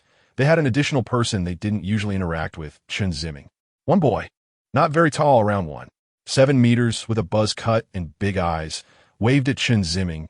"Ziming, let's go to the cafeteria together?" Chen Ziming turned around, smiled, and waved his hand. "I'll go back to eat at noon." "Thanks. Come on, Wang Ming. He's eating in the dormitory. How can he eat with you?" Zhang Sheng teased. Wang Ming felt uncomfortable with the remark and waved at Chen Ziming. "All right, maybe next time." After speaking, Wang Ming and his group left the playground, heading towards the cafeteria. At this moment, Chen Ziming stood up to leave, only to find Wu Gu standing in front of him. "Teacher Wu, Chen, are you tired today?" "Not really, not particularly tired." "Well, that's good. Eat something good to replenish your energy. Let us aim to win the match tomorrow." Chen Ziming softly responded with a hum. Wu Gu suddenly remembered something and advised, "But don't eat too well. Try to keep it healthy. Remember to keep it light." Mentioning light food reminded Chen Ziming of Wu Gu's plate of vegetables, and the taste of the bitter melon still haunted him. "Teacher, if you have time tonight, I'll make some light dishes for you to try." "Was the last time good?" Wu Gu asked Chen Ziming a question he had to lie about. Chen Ziming paused for a moment, pursed his lips, and forced a smile. "It was quite good, but it's fine, Teacher Wu. I can buy something myself for dinner." "It's nothing. I'm quite free and have plenty of time." Chen Ziming found it hard to speak and remained silent. "Let us say it's settled then, at 7 o'clock. I'll be at the bottom of your apartment building on time." "Teacher Wu, Chen, I want to talk to you about something." Chen Ziming looked puzzled, slightly furrowing his brows. "Just now, I saw the students inviting you to join them for a meal, and you declined. Can you tell me honestly, do you not want to be with them? But do you feel embarrassed?" Wu Gu's expression was serious, and his tone was calm, unintentionally putting pressure on Chen Ziming. Chen Ziming hesitated, not knowing how to respond. Chen, the teacher knows you're used to being alone. I also know that sometimes you hope to chat and laugh with everyone. However, you prefer to keep some time for yourself. But people are reciprocal when they invite you. It's out of concern for you. You certainly have the right to refuse. However, it's best to consider the other person's feelings. Even if you refuse, don't let them feel that you don't appreciate their kindness at all. The teacher has no right to lecture you, nor to teach you how to be a person. The teacher has noticed the changes in you since you enrolled, seeing a slight improvement in your relationship with your classmates. The teacher hopes this change can develop in a positive direction and wishes Chun to live happily with a large group of friends. Wu Ji's tone is very gentle. After Wu Ge finished speaking, Chen Ziming's head buzzed. He didn't know how to respond. Suddenly feeling so serious made him very nervous. Teacher Wu, He hesitated, unsure of what to say. Seeing this, Wu Ge also realized that his words carried a didactic tone, making the atmosphere awkward, and he felt a bit guilty. It's okay, Chen classmate, I just said it casually. People don't have to be a certain way. Just do what makes you feel relaxed and happy. That's fine. The teacher has spoken too much. After saying that, Wu Ge felt anxious inside. He secretly watched Chen Ziming's facial expression. Another silence ensued, and after a moment, Chen Ziming slowly spoke. Teacher Wu, thank you. Actually, I know I haven't done well. I shouldn't be so indifferent. I might have gotten used to it, but I will pay attention in the future. Chen Ziming's words moved Wu Ge a bit. He patted Chen Ziming's shoulder and softly said, You're so understanding, Chen classmate. The teacher must use all his energy tonight to prepare a special dish for you to taste. Chen Ziming's heart sank. It seemed he couldn't avoid this hurdle tonight. Xijing nightclub, the most luxurious entertainment venue in S City. At this moment, at the entrance of Xijing nightclub, an Audi A8 slowly parked to the platform outside the revolving door. Just by looking at the few spots available here, one could tell that those who could park here were either rich or noble, not ordinary people. After the car stopped, the driver got out, opened the back door, and helped a casually dressed, middle-aged man out of the car while shielding him from the roof. Once out of the car, the man adjusted his glasses. A gust of wind blew, causing the few strands of hair on his head to fall in front of his eyes. He pushed his hair back onto his head. Xiao Lu, the man called arrogantly. Mr. Sun, the driver smiled and approached Sun Ming. Just like last time. Got it. After saying that, the driver turned around and courteously led Sun Ming. At that moment, inside the revolving door, a handsome, long-haired man stood, smiling as he watched Sun Ming, with a seductive woman in his arms. Chapter 15 Provocation After Class. It was already 4:30 in the afternoon. The students of Class 1 in International Trade were leaving the classroom one after another. Some returned to the dormitory, some went out to shop or play games, and others headed to the library to read. Chen Ziming usually left the classroom immediately after class and went straight back to his apartment. Today was no different. He packed his textbooks into his backpack and stood up to leave the classroom. There was a corridor between the classroom and the main teaching building. Chen Ziming needed to enter the main teaching building first and then exit through the front door. Around him, he could see pairs or groups of students walking together. Some were chatting about games, some were discussing clothes, and others were recommending books they had recently read. Chen Ziming didn't hear any of this noise. He wore headphones and walked alone. Upon leaving the teaching building, the library was on his right side, and after turning a corner, the cafeteria was further ahead. The school gate was on his left. Students dispersed, with most walking to the right. Chen Ziming was leaving the school, heading to the left. To others, he appeared to be a quiet student listening to light music. But in reality, the heavy metal music in his ears was almost shattering his eardrums. Chen Ziming liked listening to this stimulating music. He didn't know why and didn't think about it either. However, his ears endured the damage for him. Chen Ziming couldn't go to KTV because his ears would buzz at loud sounds. When he wore headphones, everything was fine. As he approached the school gate, Chen Ziming suddenly felt someone tapping his shoulder. He slowly turned his head and saw Wang Ming along with two other boys from their class. Wang Ming was smiling and saying something to him. Chen Ziming hurriedly took off his headphones. Sorry, I didn't hear what you said just now because I was wearing headphones. Wang Ming was taken aback for a moment, then suddenly realized, I was wondering why you weren't responding when I called you. Chen Ziming smiled subtly. Hey, Ziming, do you play PUBG? This was a very popular game. More than half of the college students were playing it. Chen Ziming had played it before, but his skills were average and the screen always made him dizzy. He had played a few times, but hadn't done well. That's great. We're all at the same level. Wang Ming and the two boys behind him laughed. We're planning to go to the internet CAF, and we just need one more person to make a team. How about it? Do you have time to play with us? Chen Ziming instinctively rejected. No, I'm not good at it. It's fine. We're all not good at it. Just play for fun. It's a casual game. Yeah, come on, Ziming. Exactly. We're just missing you. The three of them enthusiastically invited him, making Chen Ziming feel a bit embarrassed. He felt awkward. He had hardly talked to his classmates before, and although they were warm, he didn't really know them. He didn't know what to talk about with them, and didn't really want to play games together. Tonight, Teacher Wu is organizing a basketball practice for us. After playing games, we can go eat together and then head to the gym. Sounds great. Wang Ming persuaded. Teacher Wu is organizing a basketball practice? Chen Ziming wondered. He hurriedly opened his phone, checked WeChat, and indeed found a message from Wu Ge. Upon clicking it, he saw it was about the basketball practice tonight. Seeing Chen Ziming's confused expression, Wang Ming thought Chen Ziming didn't have Wu Ge's WeChat and asked tentatively, Didn't Teacher Wu add us on WeChat last time we had dinner? He should have added you too, right? Chen Ziming looked up and nodded, seeing the message. Chen Ziming suddenly recalled what Wu Ge had said to him in the morning. People are mutual. Even playing a game together for a while isn't a big deal. Thinking of this, just as Wang Ming invited Chen Ziming to the internet CAF again, Chen Ziming softly replied Immediately, the joy of Wang Ming and the other three was evident. Wang Ming took the lead, and the four of them walked towards the internet CAF together. Along the way, the three of them chatted and laughed, sometimes talking about which girl looked good, sometimes discussing which streamer played games well, and occasionally asking Chen Ziming for his opinion. Chen Ziming just smiled subtly and didn't respond. When they arrived at the internet CAF, the four of them sat in a row and logged into the game together.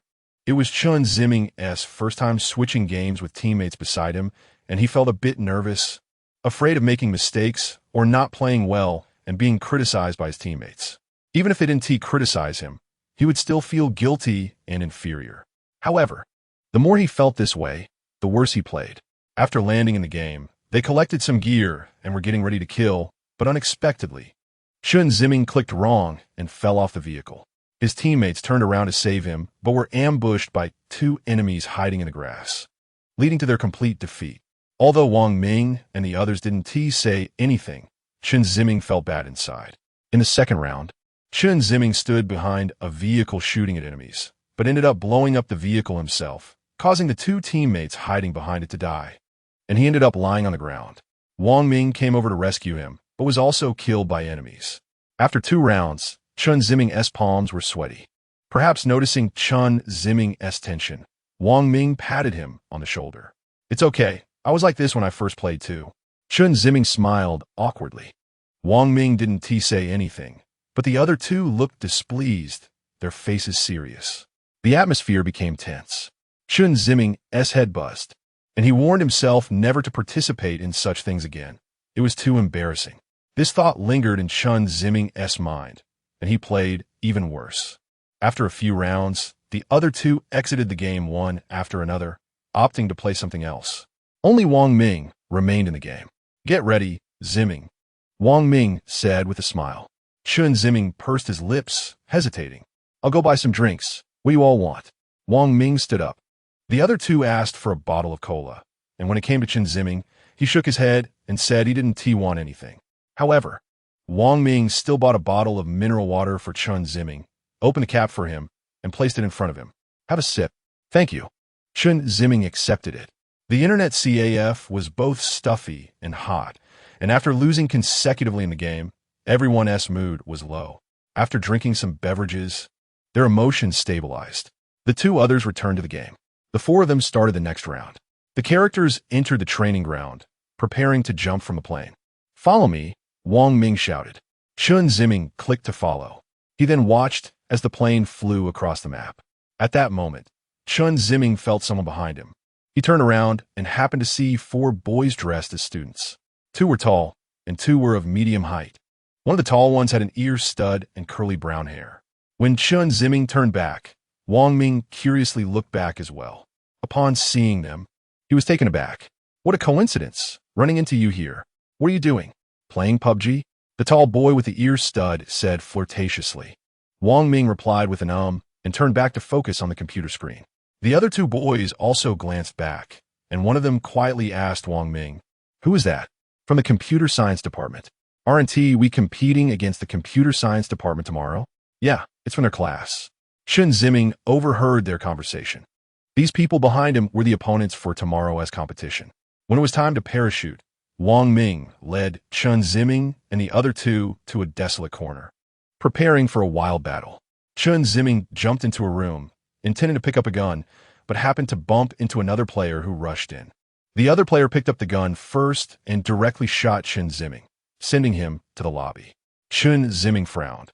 He had played well in the previous rounds, but this time he was worse, landing and getting eliminated immediately. At that moment, a harsh voice came from behind. This is so pathetic.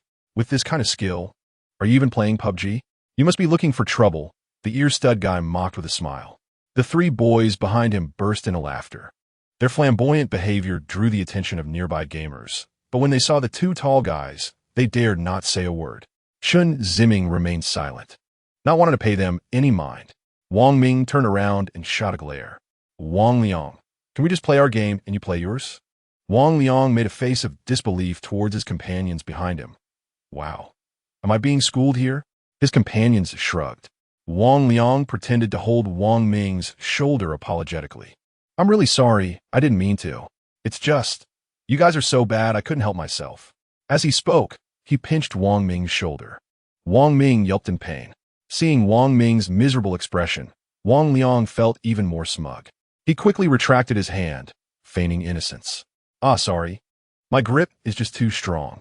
I didn't mean to hurt you. If it helps, I'll let you guys score a few points in tomorrow's match as compensation." Wang Ming covered his shoulder, glaring at Wang Liang. The other two classmates from the international trade class also glared at Wang Liang in anger. Although Chen Ziming was focused on the screen, he was also listening to the commotion. He felt a surge of anger. Even though his relationship with Wang Ming was just average, seeing him humiliated like this made him uncomfortable. However, Wang Liang leaned closer to Wang Ming and whispered, "You still can't win." Wang Ming, fuming, tried to stand up. Wang Liang forcefully pushed him back down into the chair. "Bro, save yourself some face. If you get up now, it'll just be more embarrassing, you understand?" Wang Liang squinted at Wang Ming, shaking his fist in front of him. Wang Ming gritted his teeth and glared back. The two stared at each other for a moment before Wang Liang burst out laughing and patted Wang Ming on the back of the head. "Good boy." With that, the four of them laughed and left the internet CAF. Wang Ming's face turned red, panting heavily. The other two were also fuming, no longer in the mood to continue playing. Chen Ziming clasped his hands under his chin and stared at the retreating figures of Wang Liang and his friends, his expression dark as water. Chapter 16 Night Basketball Court. That night, in the gym, the members of the basketball team from International Trade Class 1 had all arrived. Everyone was engaged in shooting practice. Wu Ge was surprised to find that everyone was particularly motivated and energetic tonight, especially Wang Ming. The practice started at 7, and several people had been shooting almost nonstop until nearly 9. "All right, it's getting late. Let's call a night. Everyone should head back to rest. If you return too late, the dormitory door will be closed." Wu Ge clapped his hands to remind everyone. Wang Ming, Zhang Sheng, and 4 others wiped their sweat and came over to Wu Ge. After Wu Ge gave them a few words of advice, they all left the gym. Chen Ziming also came to the sidelines, sitting on the basketball rack, drinking water. Before leaving, Zhang Sheng glanced at Chen Ziming and, seeing that he was no longer shooting, felt relieved and left. The dormitory building's closing time was at 9:30, and it was now past 9, so most students would be heading back. And the gym was no exception. As the crowd thinned, Wu Ge initially intended to leave. But noticing that Chen Ziming was still sitting there and had no intention of leaving, he walked over to him. "Are you tired today?" Seeing it was Wu Ge, Chen Ziming shook his head. "What did you have for dinner?"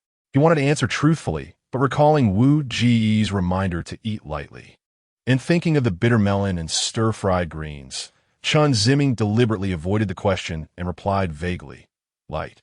Wu Ge smiled. That's good, keep it light. It's getting late. Head back to the apartment early. It's not safe on the road too late. Chen Ziming nodded. Wu Ge turned to pack his things, intending to leave with Chen Ziming, but saw that Chen Ziming was still sitting on the basketball rack, showing no signs of wanting to leave. Chen Ziming stood up, grabbed his backpack, and followed Wu Ge out of the gym. Once outside the school gate, they walked together on the way back. The streets were sparsely populated, the street lights dim, and everything was quiet and peaceful, making one feel calm and relaxed. Chen, I heard you went online with Wang Ming and the others today. That's good. Maybe you can become friends. Chen Ziming remained silent. If it were Wu Ge's first encounter with Chen Ziming, he might have found it strange, thinking the person was rather rude. However, as Wu Ge's understanding of depression deepened and his interactions with Chen Ziming increased, he had come to accept Chen Ziming's reactions. Since Chen Ziming was not interested in that topic, Wu Ge shifted to another subject, discussing the daily antics of Chen Ziming's pet cat, General. When it came to General, Chen Ziming spoke noticeably more, at least giving Wu Ge several long sentences. As they chatted, they happened upon the topic of Chen Ziming having had pets at home before, but his pet had been discarded by his father without his knowledge before the college entrance examination. At this point, Chen Ziming's mood suddenly dropped, and he stopped communicating. Hearing Chen Ziming mention Chen Xiong, Wu Ge felt a stir in his heart. He tentatively asked, wasn't he like that before? Who? Your father. Chen Ziming fell silent again. It seemed it wasn't the right time, so Wu Ge once again changed the subject, glossing over the matter of Chen Xiong. However, Wu Ge noticed that after mentioning Chen Xiong's discarding of the pet, Chen Ziming had remained sullen and unwilling to speak. When they reached the apartment entrance, the two waved goodbye. After watching Chen Ziming enter the apartment, Wu Ge left. He intended to head straight back to his residence, but feeling thirsty as he passed by a convenience store, he went in to buy a bottle of water. When he came out, he happened to see Chen Ziming walking out of the apartment with a large bag. Curious about what Chen Ziming was up to, and noticing that Chen Ziming hadn't seen him, he didn't approach him, but quietly followed him from behind. After following for a while, Chen Ziming turned and entered a park by the roadside. A park? What is he doing here at this hour? Veuillez vendre. He secretly followed him in. After winding around, Wu Ge followed Chen Ziming to a square in the park. In the center of the square was a basketball court, with ping pong and badminton courts on either side, all outdoors. A basketball court? What could he possibly want here at night in the dark, where even the hoops were hard to see? Wu Ge was puzzled, hiding behind a tree to observe Chen Ziming. He saw Chen Ziming stop in front of a basketball rack, pulling something out of his backpack.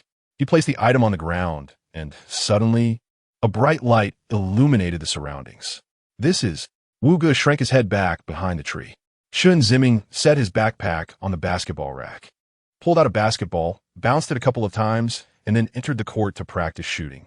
First, he shot from a stationary position, alternating different spots, then moved on to jump shots, followed by layups. So that's how it is. Veuillez marveler. It's just a basketball practice. Is it really necessary to work so hard?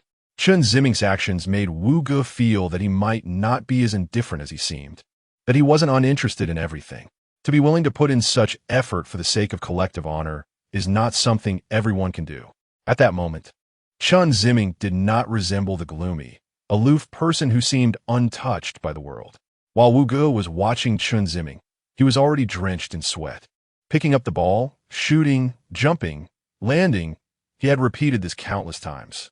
The reason he could shoot so accurately was inseparable from his efforts back in the day. He focused on the hoop, his vision gradually blurring.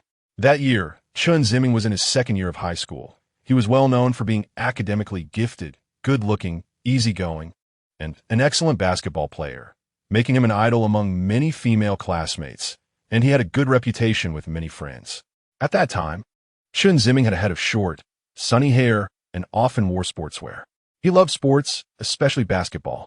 During his most fervent days, when other students were taking a nap, he practiced dribbling and shooting on the outdoor basketball court under the scorching summer afternoon sun. The school basketball team had participated in a city competition, and at that time, Chen Ziming was the only non-PE student. He played the role of a guard and scored over 20 points in the entire game, with half the shots being made by him. Chen Ziming became well known. Even the neighbors around their home praised Chen Ziming's parents when they saw them. But later, just before Chen Ziming's college entrance examination, he gradually became dull and irritable, and within 2 months, it became difficult for classmates and teachers to interact with him.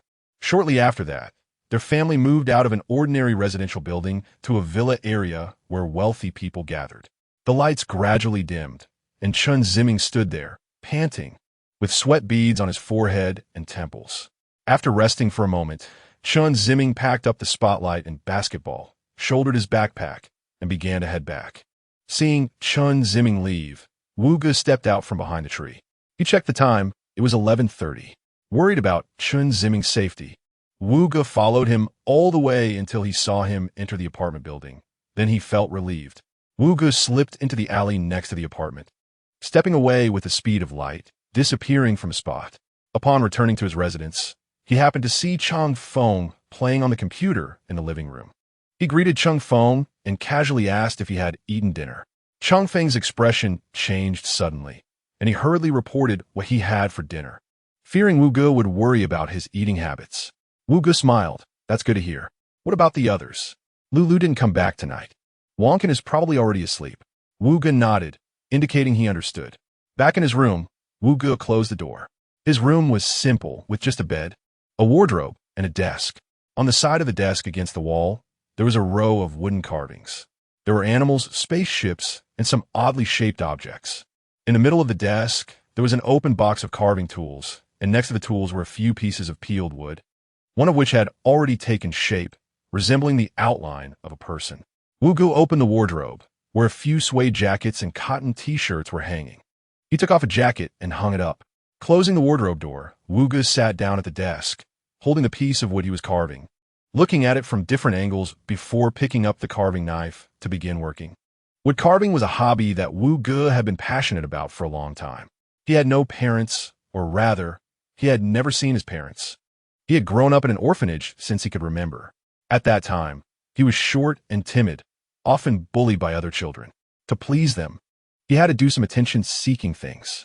He once crawled on all fours, pretending to be a mount, carrying other children around the playground just to fit into their circle and avoid isolation. From that time on, Wu Ge learned how to please others and quickly establish good relationships with people. He was known for his good temper, always polite to everyone, even when they humiliated him or called him a wild child. But for Wu Ge, what did it matter? The taste of loneliness was truly unbearable. Back then, he had a close friend who had heard that his ancestors were carpenters, and he had learned quite a bit about woodworking, especially carving small trinkets from wood. After showing them to Wu Ge, he became fond of this art and asked his friend to teach him. After that, he practiced every day.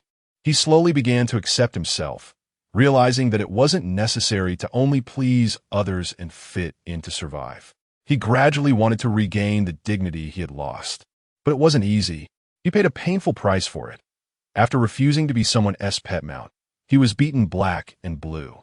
Yet even then, he still treated others politely. After that incident, Wu Ge fell into a gloomy state, feeling as if his life had come to an end. Chapter 17. To confront Wu Ge, 8 a.m., classroom.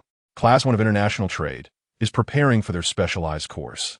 The teacher has already taken the podium and, as usual, started calling the roll. The students below are seated tightly. Soon, it reached Wang Ming. The teacher called out loudly, "Wang Ming, here." Wang Ming raised his hand.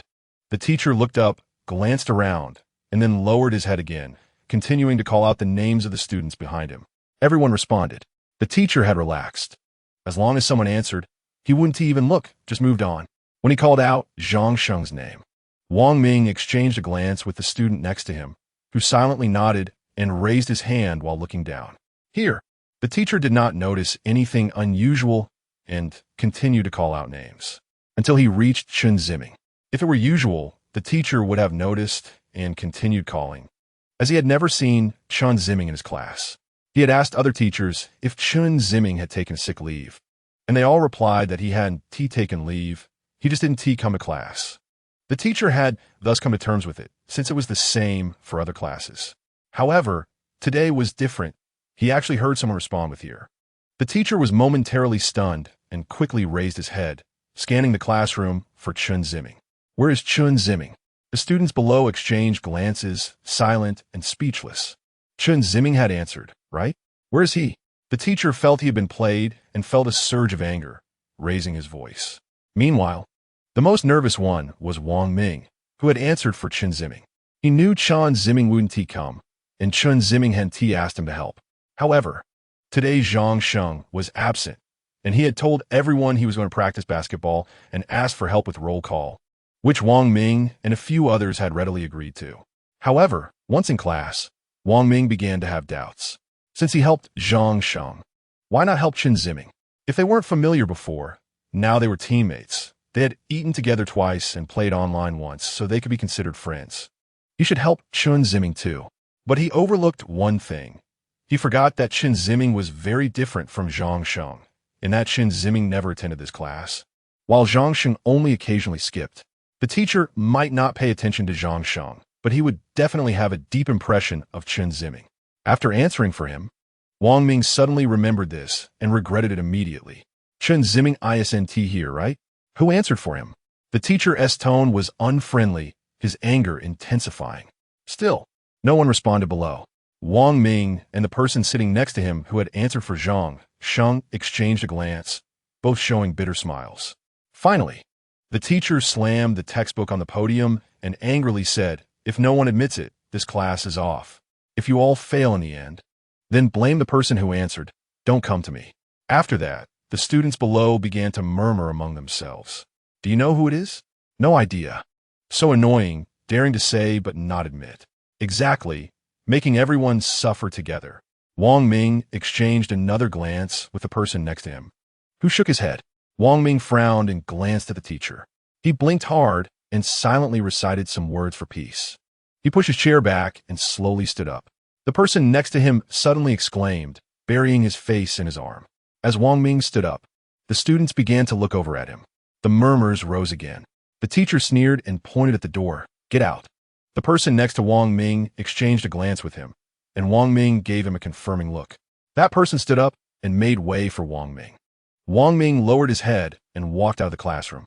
At the school south basketball court, Chen Ziming was practicing shooting in front of the basketball hoop.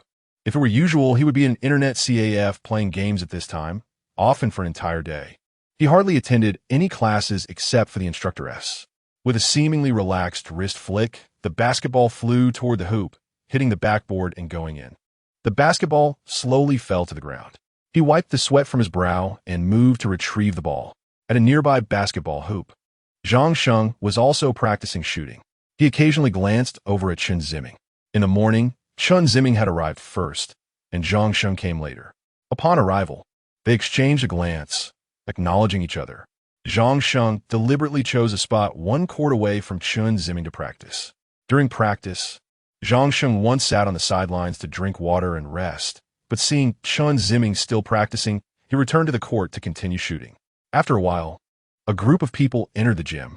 Leading them was Wang Liang, followed by 4 male students. As soon as he entered, Wang Liang spotted Chen Ziming and Zhang Sheng. He chuckled lightly and walked straight over to Chen Ziming, who was closest to him.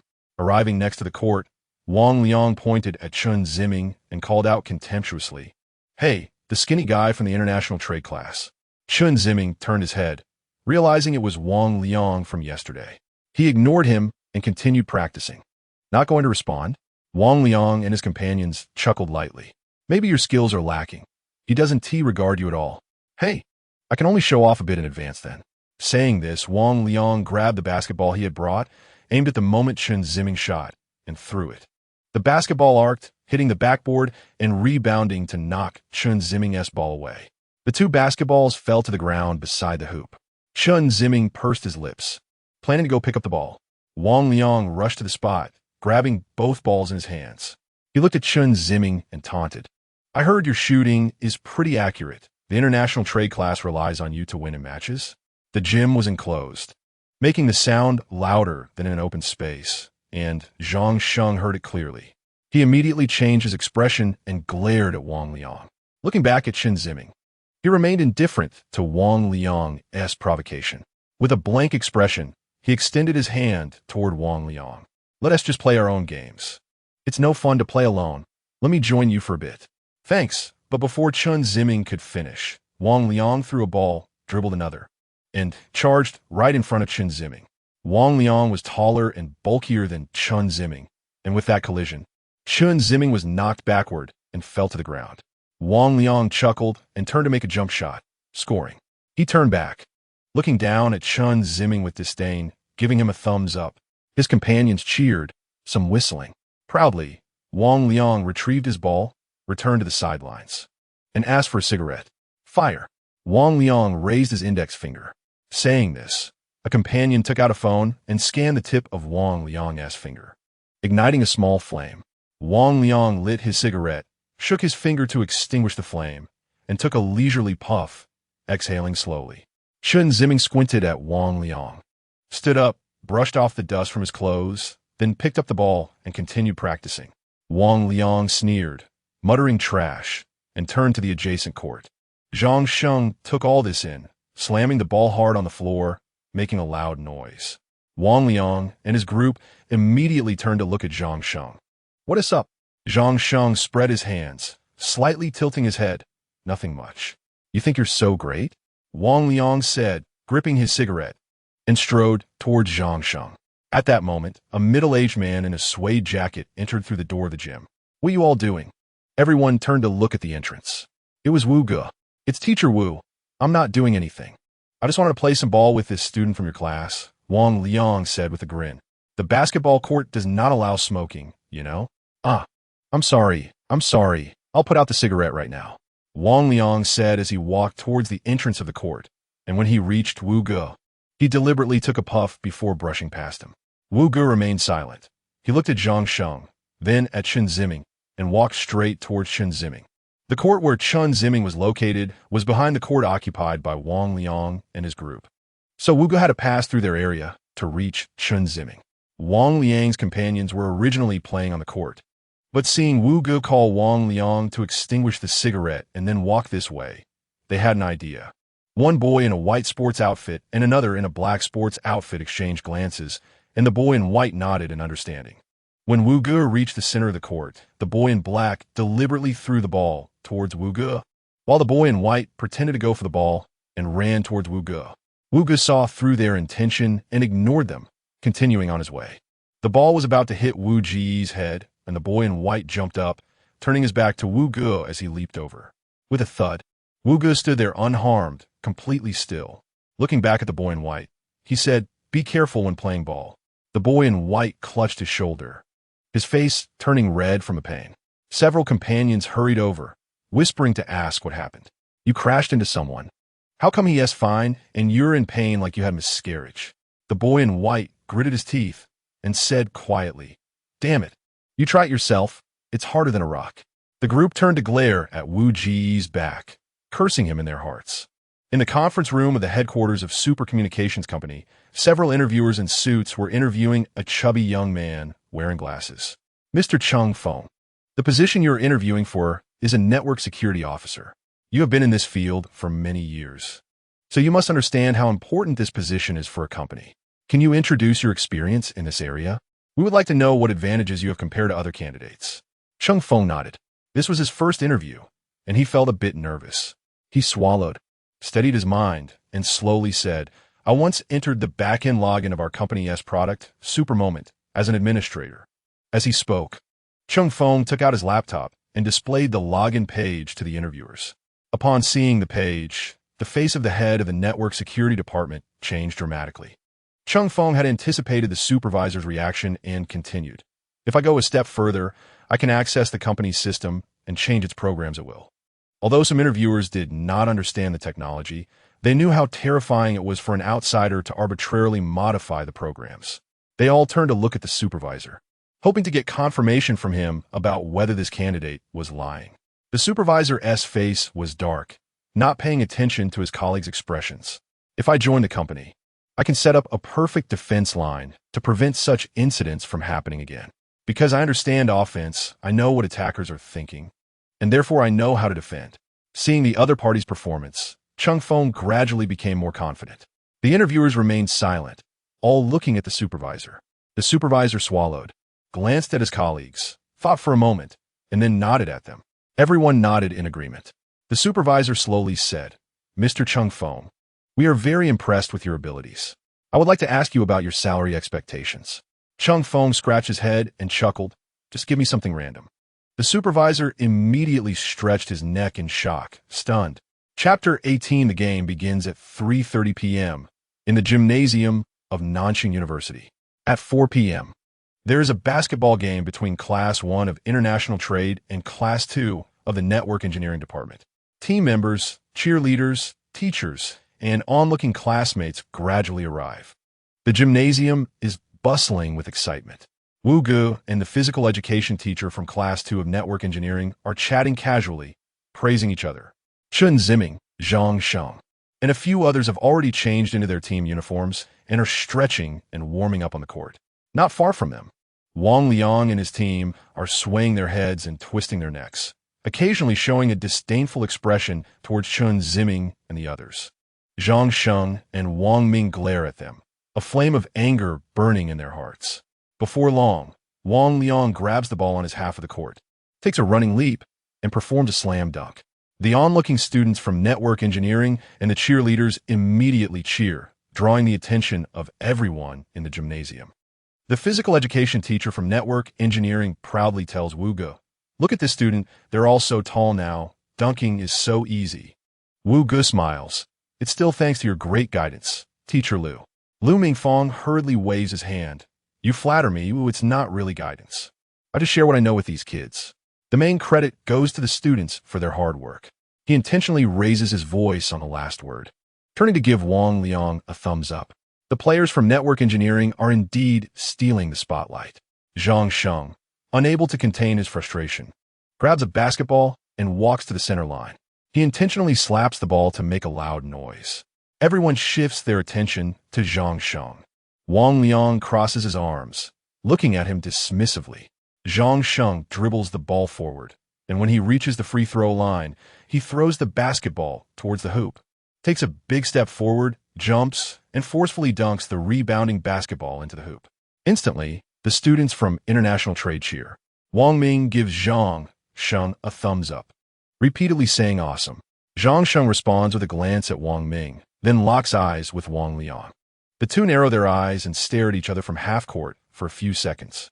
Zhang Sheng glances over at Chen Ziming, noticing that Chen is facing away from him, practicing his shots. His expression darkens immediately.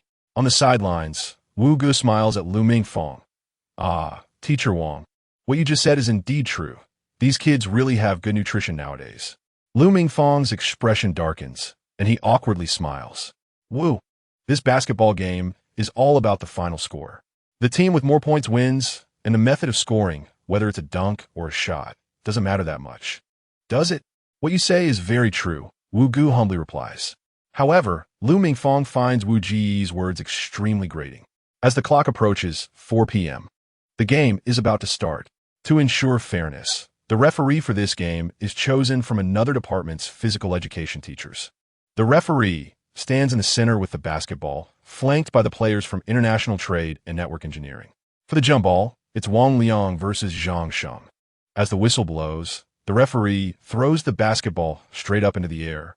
Wang Liang and Zhang Sheng jump almost simultaneously, but Wang Liang's technique proves superior, tipping the ball back to his half of the court. As soon as his teammate receives the ball, he passes it to Wang Liang, who swiftly dribbles past Zhang Sheng and makes a layup. The cheerleaders from Network Engineering erupt in cheers, and Lu Mingfong's applause echoes loudly. Wang Liang spreads his arms towards Zhang Sheng, making a punchable expression, and jogs back to his half of the court. Zhang Sheng maintains a serious face, signaling his teammates to pass him the ball. He dribbles into the opposing half. Immediately, a defender from the other team blocks Zhang Sheng's path. Zhang Sheng feints left, then right, getting around the defender to the restricted area, turns, and makes a layup. The international trade class erupts in cheers. Wu Gu smiles slightly. The ball is back in Wang Liang's hands as he dribbles into the international trade half, facing the defenders, and jumps for a shot. With his height advantage, the defenders have no way to block him. The basketball follows a beautiful parabolic arc and hits the backboard before going in. Zhang Sheng approaches the defender, guarding Wang Liang. I'll guard him. The defender agrees. Zhang Sheng brings the ball into the opposing half, planning to retaliate with a shot. He jumps to shoot in front of the opposing defender, but another hand suddenly appears, blocking his shot. The ball is knocked behind Zhang Sheng. It's Wang Liang. After they land, Wang Liang mocks, "You think you're me?" As he says this, Wang Liang sneers and runs past Zhang Sheng into the international trade half. Zhang Sheng, with a dark expression, turns back to defend his own half. On this offensive play, Wang Liang passes the ball to a teammate who attempts a long-range shot. The ball hits the backboard. Wang Liang jumps in the restricted area to rebound and puts the ball into the basket. Another point scored. The score changes to 6-2. On the sidelines, Lu Mingfang is very pleased. "Wu, look at our tall player Wang Liang. How is his skill?" Wu Gu smiles. "Students of teacher Lu are bound to be outstanding. I think he could even make the provincial team." Seeing Wu Ji's calm demeanor, Lu Mingfang, while maintaining a composed smile, is very displeased inside. He thinks to himself, "Let us see how long you can keep this up." With a 2-point deficit, Zhang Sheng is a bit anxious. He shouts for his teammates to pass him the ball. He then drives the ball into the opposing half. Zhang Sheng plays very individually, never willing to pass the ball to others. He thinks his teammates are not skilled enough, and that passing to them is a waste. As for Chen Ziming, he would never pass to him. Zhang Sheng advances with the ball, but the opposing players seem to have noticed this, and two defenders immediately surround him.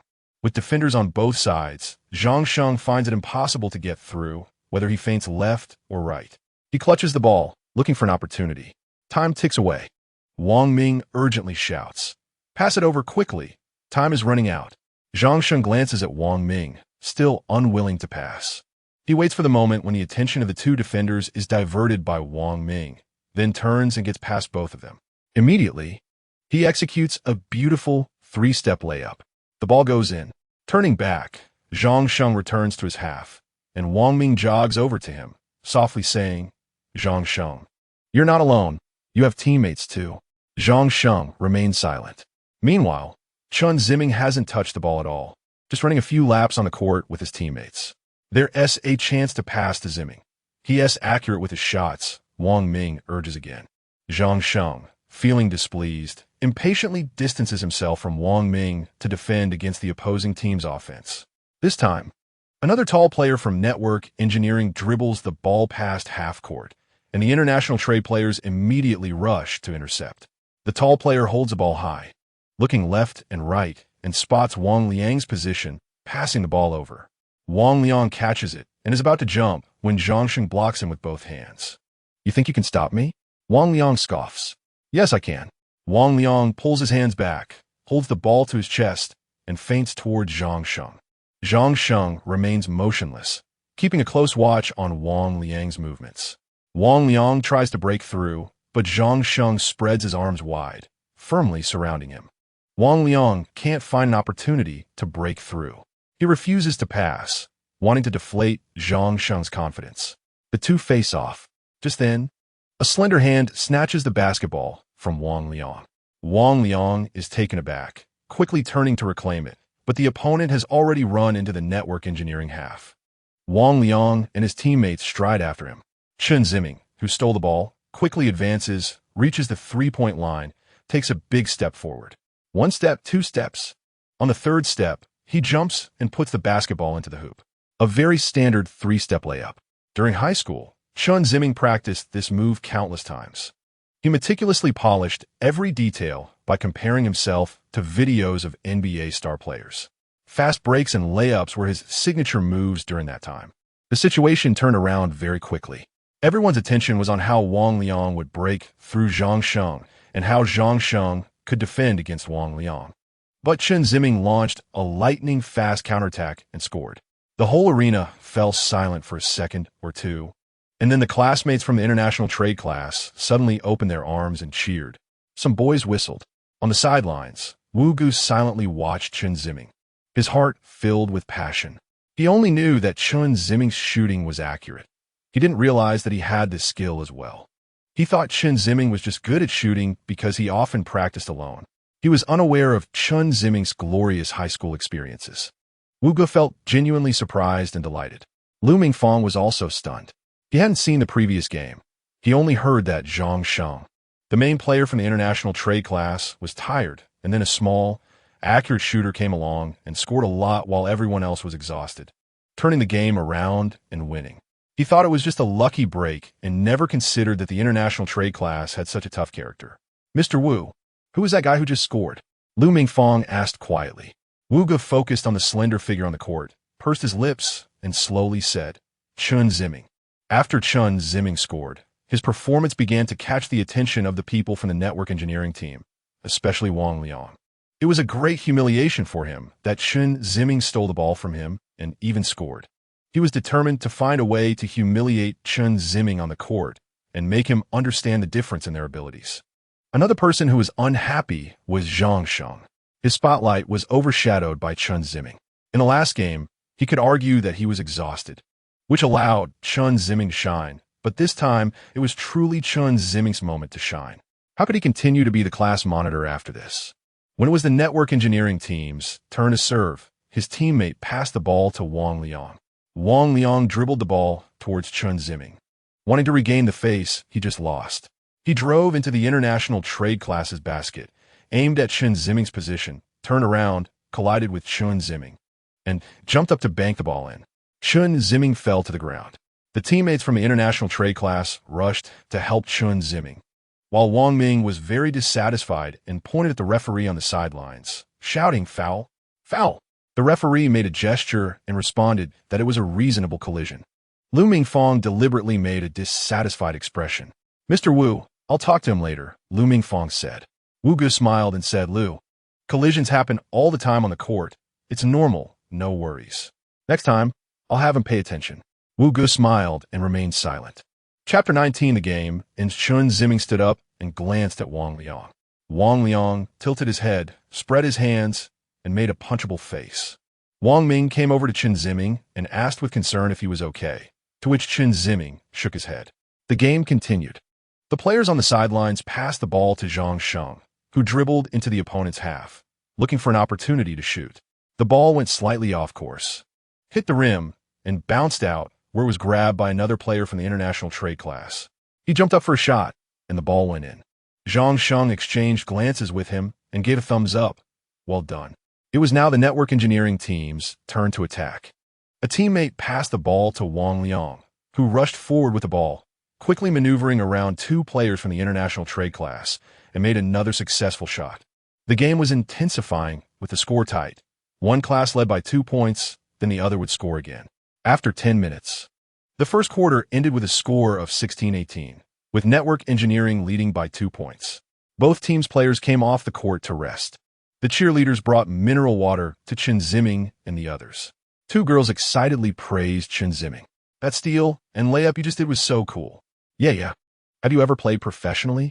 The two girls, taking turns speaking, felt that Chen Ziming's skills were far from those of an ordinary amateur. Chen Ziming didn't know how to respond to their compliments. He awkwardly smiled and said nothing. The two girls seemed to understand Chen Ziming's personality, and since he had brought honor to the class, they didn't show any discomfort at his silence and continued to excitedly discuss the recent game. Zhang Sheng glanced at the two girls and took a big gulp of water. After the intense exercise, he drank too quickly and began to choke, tears streaming from his eyes. Wang Ming quickly patted Zhang Sheng's back. Are you okay? Did you drink too fast? Zhang Sheng raised his head, with a water stain on his mouth and his eyes red from choking. He waved his hand to indicate he was fine. Good to hear. Rest well. And give that Wang Liang a lesson in the next game. Show him who's boss. Just wait and see. I'm going to target him specifically next round. Yeah, that guy is not nice. He deliberately knocked Chen Ziming down, pretending to be innocent. Teach him a good lesson. Mentioning Chen Ziming made Zhang Sheng feel a lump in his heart, and he couldn't muster any bold words, merely responding with a perfunctory mm. 2 minutes passed quickly, and Wu Ge reminded Chen Ziming and Zhang Sheng to keep safety in mind, emphasizing that it was just a game and that winning or losing wasn't important. The group nodded. The players returned to the court for the second quarter, which was initiated by the international trade class. Wang Ming passed the ball to Zhang Sheng. Zhang Sheng moved forward with the ball. Two players from the opposing team came to defend, having recognized Zhang Sheng's weakness. They blocked him thoroughly, and Zhang Sheng found it impossible to break through. After having been outmaneuvered by him previously, these two defenders had learned from the experience and were determined not to give Zhang Sheng any openings. As time ticked away, Wang Ming shouted, "Zhang Sheng, pass the ball to Ziming." Chen Ziming was standing not far from Zhang Sheng, the closest player to him. Zhang Sheng glanced at Chen Ziming and then at Wang Ming behind him. He threw the ball high. The basketball went past Chen Ziming and flew toward Wang Ming. Wang Ming hesitated for a moment, but quickly jumped to catch the ball. Taking advantage of the defenders rushing toward Chen Ziming, he took a shot. His skills weren't great, making only 2 or 3 out of 10 shots. He had intended a pass to Chen Ziming, but seeing someone defending Chen Ziming, he instinctively shot instead. As expected, the shot reflected his basketball level, missing the hoop entirely and falling down. The cheerleaders from the international trade class sighed in disappointment. The network engineering players seized the ball and rushed toward the international trade class. Wang Ming scratched the back of his head, smiled awkwardly, and jogged back to defend his half. As he passed Zhang Sheng, he specifically reminded him, "Pass to Ziming. I can't shoot, and that would be a waste." Zhang Sheng remained silent. In the meantime, the network engineering players had reached the international trade class S side, and a teammate passed the ball to Wang Liang. Wang Liang dribbled, ready to shoot. At that moment, Zhang Sheng moved in, bending down and extending his arms to block Wang Liang. "It's you again. You can't get past me. Is that so?" Wang Liang jumped to make a shot, but faked him out. Zhang Sheng didn't fall for it. Wang Liang then faked to the sides again, but still couldn't trick Zhang Sheng. Suddenly, Wang Liang caught sight of Chen Ziming approaching from the side. He taunted, "Trying that trick again, huh? Deliberately blocking me so your teammate can sneak in and steal the ball. Not gonna work." After saying that, Wang Liang threw the ball high to a teammate, taking the opportunity to slip past Zhang Sheng and rush toward the basket. The teammate received the ball and immediately passed it down low. Wang Liang jumped up, caught the ball, and with a thud, dumped it into the hoop. The network engineering girls screamed in excitement. Zhang Sheng felt his pride was humiliated because of Chen Ziming. If it weren't for Chen Ziming, he would have definitely been able to snatch the ball away from Wang Liang. It was Chen Ziming's interference that led Wang Liang to pass the ball, causing him to miss the chance for a steal and layup. As he walked past Chen Ziming, he coldly said, "I don't need your help." Chen Ziming looked at Zhang Sheng and replied with a simple okay, then walked away from him. The international trade team passed the ball, giving it to Chen Ziming. Chen Ziming dribbled forward into the opponent's half. Most of the time, it was Zhang Sheng who had the ball, so the main focus of the opponent's defense was on Zhang Sheng. Even though Chen Ziming had indeed performed outstandingly in the first quarter, he had few opportunities to take shots and only managed to score a few points, so everyone thought it was just a fleeting moment, not taking it seriously. The network engineering team sent a player with slightly better height but average skills to defend Chen Ziming. Chen Ziming faked to one side, and the defender was tricked into lunging that way. Seizing the opportunity, Chen Ziming took a jump shot. His shooting touch was excellent, making a clean shot. The basketball went straight through the hoop without touching the rim, and the net swayed with the ball's friction. Wang Ming couldn't help but exclaim beside Zhang Sheng, "Ziming's shooting is really accurate." Zhang Sheng said nothing. As the game progressed, the score was gradually rewritten. From 16-18, it had changed to 24-22. The second quarter ended with that score. As the third quarter began, players from both sides started to show signs of fatigue, unable to keep going, and substitutes were brought in. Wang Ming was taken off the court. Seeing the international trade team making substitutions, network engineering also replaced their players. However, the main players from both sides remained. Due to Chen Ziming's outstanding performance in the first 2 quarters, network engineering began to target him defensively. Whenever Chen Ziming got the ball, 2 players would rush at him, giving him the same treatment as Zhang Sheng. With his targeted defense, it became difficult for Chen Ziming to take shots. He had to pass the ball to his teammates instead of shooting himself. As Chen Ziming was being targeted, Zhang Sheng faced similar attention, and under the solid defense of network engineering, the score began to widen. By the end of the third quarter, the score had changed to 29-36. The players from both teams rested on the sidelines, preparing for the final quarter of the game. Chen Ziming and Zhang Sheng sat on the sidelines, panting, while the other teammates were also sweating profusely. Meanwhile, Wang Liang from network engineering poured mineral water over his head. his chest heaving heavily, looking equally exhausted. Wu Gu approached Chen Ziming and Zhang Sheng, patting both of their shoulders. It's all about participation. Don't get too caught up in winning or losing. Zhang Sheng was competitive and placed great importance on the outcome of the game. Losing felt like a personal defeat, and he wouldn't be able to hold his head high when facing network engineering in the future. He had to win this game. So, Wu Ji's words only made Zhang Sheng more confident. He wanted Wu Gu to recognize him and give him praise, not just comfort. Teacher Wu, I will win, Zhang Sheng said firmly. Chen Ziming turned to look at Zhang Sheng, then turned away again. Wu Gu smiled and said a few encouraging words to Zhang Sheng. On the other hand, in the network engineering team, Lu Mingfang sat among the players with a smile. Save some energy. After we win against Guomao, there are tougher opponents ahead. Guomao's team is already out of it. We will definitely win. We don't need to push too hard now. Just drag out the time. Several players laughed in response. Wang Liang glanced at Zhang Sheng and Chen Ziming with disdain. As the whistle blew, the fourth quarter of the game began.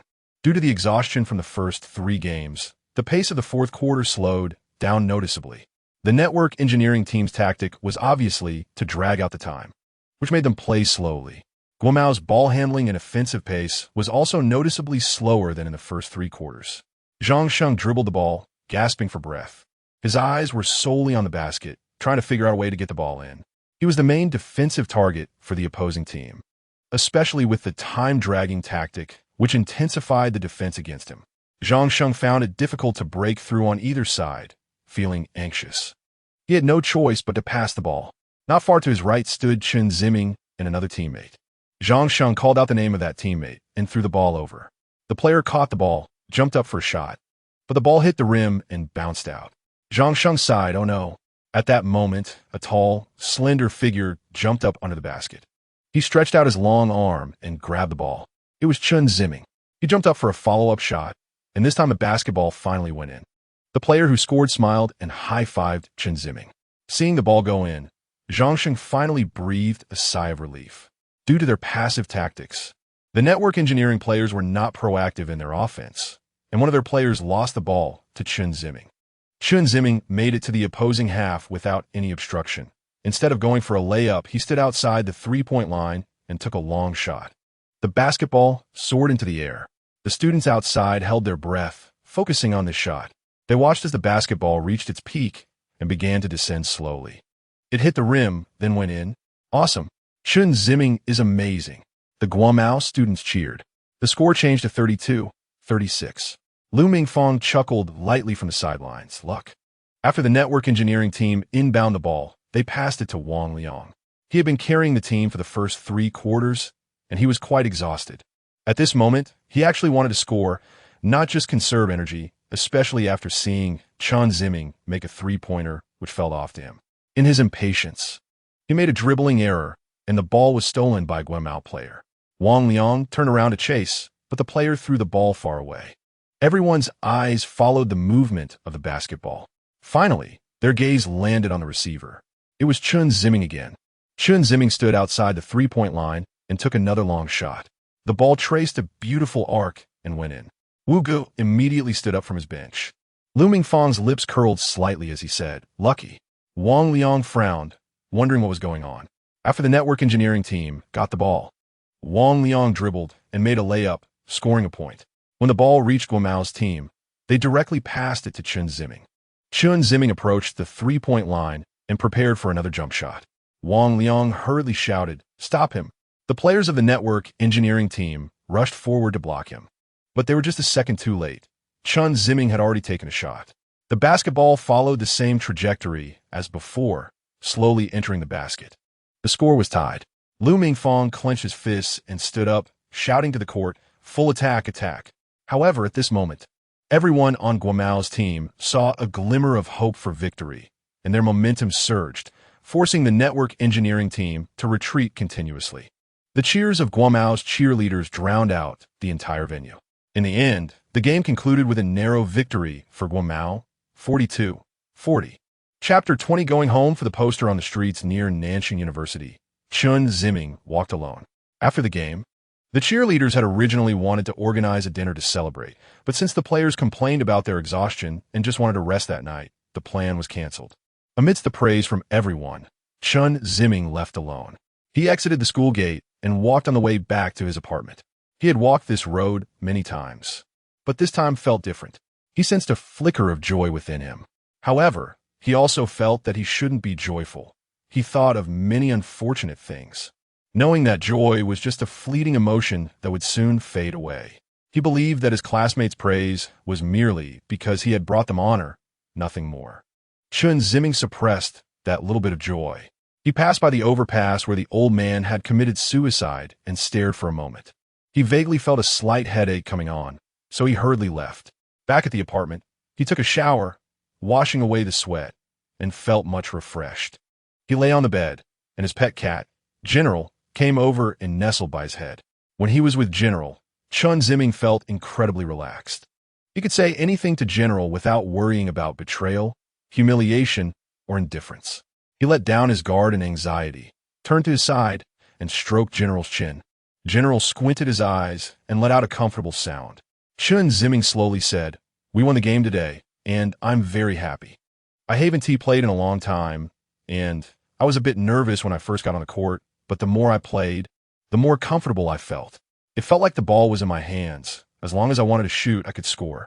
He continued, "Teacher Wu told me to interact more with my classmates, but when I'm with them, I never know what to say, and I worry that they won't want to talk to me." As he spoke, Chen Ziming placed a finger in front of General's mouth. General opened his little cherry-like mouth and nibbled at his fingertip. Chen Ziming pretended to be in pain and gave General a playful poke on the head. General meowed and looked up. Chen Ziming chuckled. "You're pretending to be hurt too." Just as Chen Ziming was joking with General, he inadvertently glanced at the empty wall in front of his desk. He thought of the NBA star posters and some magazines and figurines he had at home. After hesitating for a while, he decided to go home and get them. On the taxi ride, Chen Ziming gazed out the window at the passing scenery, contemplating how to face his unfortunate mother and how to avoid his detestable father. As he looked, he suddenly noticed a girl in a body-hugging dress. He recognized her as an alumnus he had seen kissing someone in front of the convenience store. The driver drove quickly, and soon Chen Ziming lost sight of the girl. Arriving in front of his neighborhood, Chen Ziming paid the fare and got out. The driver looked at the row of villas outside and exclaimed, "Rich people." After a roundabout, Chen Ziming arrived at his front door. He looked at the fingerprint lock by the door, hesitated for a moment, and finally opened the door and walked in. As soon as he entered, he heard his mother's voice. "Xiong." Zhang Yinping, wearing a wool sweater, walked out from the end of the hallway. Seeing his mother, Chen Ziming felt conflicted. He rarely returned home, and he often refused when his mother called. After witnessing his father's domestic violence during his last visit, he grew to detest this home even more. Returning without prior notice this time made him anxious. Zhang Yinping was taken aback when she saw her son, but her expression quickly turned to joy, and she hurried toward the entrance. "Ziming, why are you back? Why didn't you tell your mom?" Chen Ziming forced a smile, changed his shoes, and entered the house. "Ziming, aren't you going to school tomorrow?" As she spoke, Zhang Yinping had already reached Chen Ziming's side. "I'm just here to get some things. What do you need? Mom can help you." "No need, I can get it myself." With that, Chen Ziming headed straight upstairs to his room. Perhaps accustomed to her son's attitude, Zhang Yinping did not show any displeasure at his indifference. She shouted up the stairs to ask him to tidy up his things and come down for dinner before heading into the kitchen. Chen Ziming closed the door tightly and looked around his room. The bed was covered with clean, neat sheets, and a pillow was placed in the center of the headboard. On either side were a wardrobe and a bookshelf. Directly opposite the bed was a desk. Posters of cartoon characters and NBA stars adorned the walls. Chen Ziming rummaged through the desk drawer and searched the bookshelf, pulling out several figurines and basketball magazines to place on the bed. The figurines were of popular basketball stars from his high school days. On closer inspection, one could see that some of the figurines matched the players on the magazine covers. Chen Ziming stuffed all these items into the backpack he had brought. He also took down a few posters of the stars from the wall, rolled them up, and held them in his hands. After packing his things, Chen Ziming lay on the bed, staring at the ceiling. Memories of when he first moved in here flooded his mind. He saw his father smiling and talking to him in this room. "Ziming, look at the big house I prepared for you. Do you like it?" Chun Xiong said, full of enthusiasm. Chen Ziming sat on the bed in a daze, smiling slightly. Zhang Yinping frowned. Ziming, why don't you thank your dad? Thank you, Dad. This child still needs to be taught. Zhang Yinping said with dissatisfaction. Ziming just got over his illness. How can he recover so quickly? Don't always blame the child. You just know how to pamper him. My son. Who else should I pamper? Chen Xiong said proudly. The scene gradually blurred, and Chen Ziming coldly stared at the empty ceiling, a tear rolling down his cheek. Knock, knock. Knock. Ziming, come out for dinner. Chen Ziming wiped away his tears and sat up. Got it. Footsteps were heard descending the stairs. Chen Ziming got out of bed, grabbed his backpack, opened the door, and walked out. In the commercial district of City S, at a skewer restaurant, Wu Gu and Lu Lu sat at a four-person table. Wu Gu poured himself a glass of beer and then poured one for Lu Lu.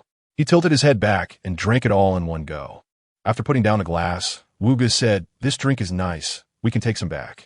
Lu Lu leaned back his chair, his hands dangling, tilting his head as he smiled at Wu Gu. Look at your aspirations. What do you think of this place? Isn't it both quiet and romantic? Wu Gu looked around. The restaurant was dimly lit, with some oil paintings and wooden decorations hanging on the walls. In the corner, there was a bookshelf with a few scattered books. Wu Gu chuckled. This is quite different from the places you usually go to. I thought you would take me to a bar or a nightclub. TCH, Lu Lu shot Wu Gu a disdainful glance. Those are all outdated places. Who with taste would go there? Wu Gu did not respond. Hey, Wu Gu. Lu Lu suddenly leaned forward, getting closer to Wu Gu. What? Do you know why I invited you this time? Wu Gu shook his head. Huh, I knew you would guess. Is it about Sun Ming? Lu Lu rolled his eyes instantly. Don't mention that boring guy. I've said so many flattering words for him that I almost want to vomit. Weren't you going to use women to deal with him? Yeah, but that doesn't mean I'm doing nothing. The vice principal, I see you will soon. Stop. Lu Lu interrupted Wu Gu. Those two are completely on different levels. Sun Ming is cunning. Looks like Lu Lu also finds some things challenging. Shut up. When did I say it was difficult? I wouldn't say it's too easy, but for me, it's still a piece of cake, just requires a bit more effort. Wu Gu gave Lu Lu 2 thumbs up. Lu Lu waved his hand. Stop mocking me. Oh, you led me down the wrong path. I'm not here to talk about that, but something else. Something else? Yes, I want to share my joy with you. Share joy? Wu Gu showed a puzzled expression.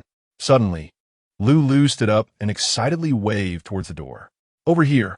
Wu Gu turned his head and saw a sexy girl walking towards them. The girl was heavily made up, but still looked a bit innocent in demeanor. Lu Lu went to greet her, wrapping his arms around her waist and bringing her to a seat. They chose a corner position, with Lu Lu letting the girl sit inside while he sat across from Wu Gu. Lu Lu clapped his hands. Let me introduce, this is my girlfriend, Sun Fei Fei. Sun Fei Fei hung her bag on the back of the chair, turned around, and smiled at Wu Gu. However, as soon as she saw Wu Gu, her smile froze, and her expression became a bit stiff. Wu Gu noticed this and smiled, asking, Miss Sun, do you know me?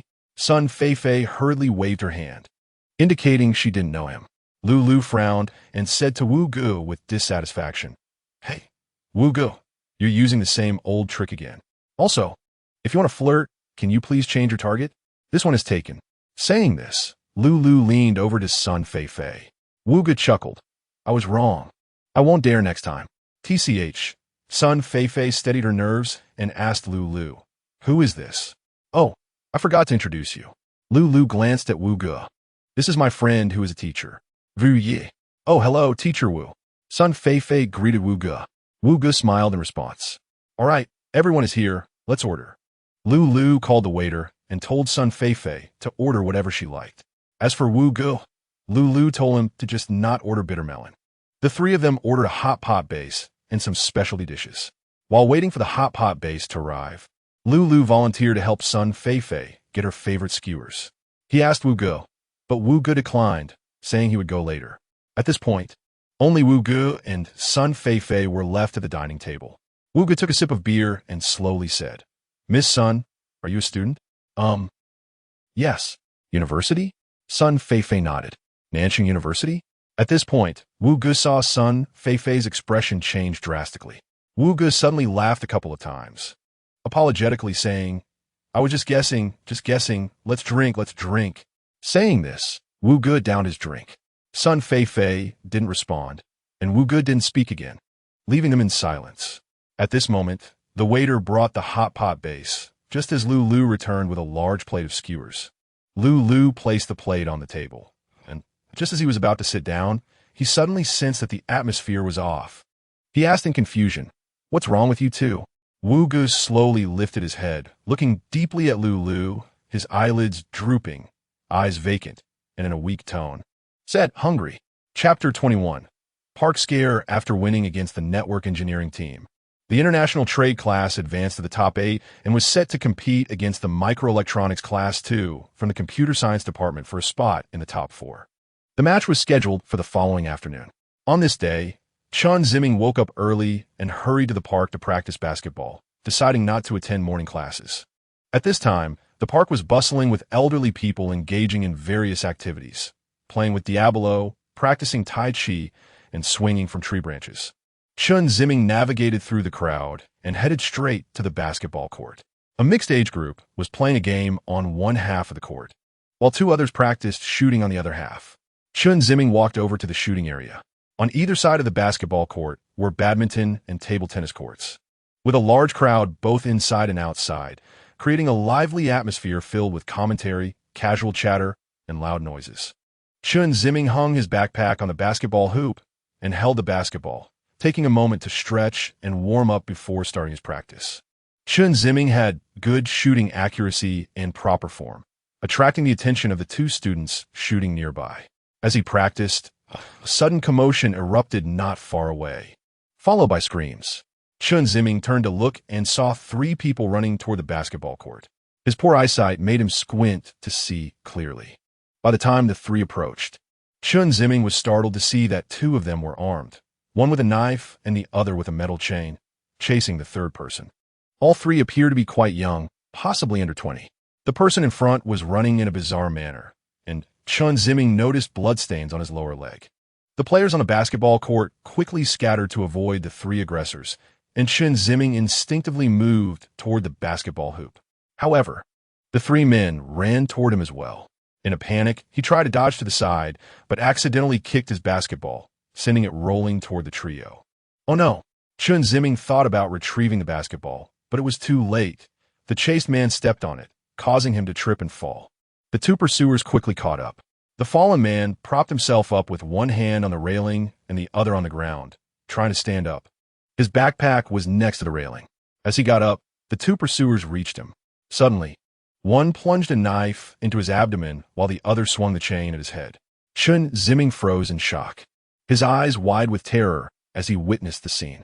After the stabbing and the blow, the man staggered and collapsed to the ground, blood oozing from his stomach and head. The morning exercisers fell silent, with some trembling and fear.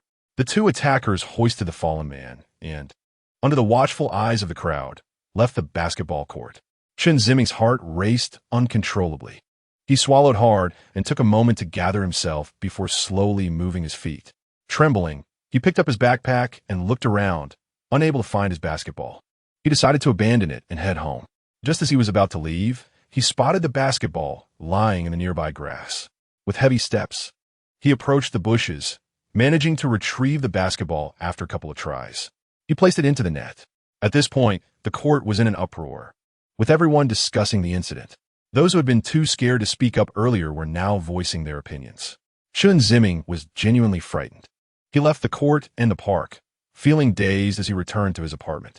He skipped breakfast, his mind filled with images of the stabbing and the bloodied victim. Jiang Jun, his pet cat, meowed nearby, but Chen Ziming had no mood to play with him. He lay on his bed, staring blankly at the ceiling, feeling it spin, and his vision gradually blurred. In a dimly lit room, a series of anguished cries echoed. The door creaked open, and a person entered. With a click, they turned on the lights, revealing a young man sitting in the center of the room, his face smeared with blood and hair disheveled. Beside him stood 2 youths holding wooden sticks, looking like thugs. The newcomer, dressed in casual clothing with a bulging belly that suggested he was about 40 and completely bald, asked sharply what's going on. One of the youths shook his head. "Dragon, we couldn't find him." "Couldn't find him? You useless idiots." The bald man, known as Dragon, shouted angrily. "I see you don't want to live anymore." The young man immediately cowered, grinning sheepishly. Dragon, it's not my fault. I didn't know he was nearby. That doesn't matter now. If you can't find him, we're all finished. If I go down, I won't let you off easy, you know? The young man looked miserable. I know. Then hurry up and figure it out. Dragon, we really have no choice.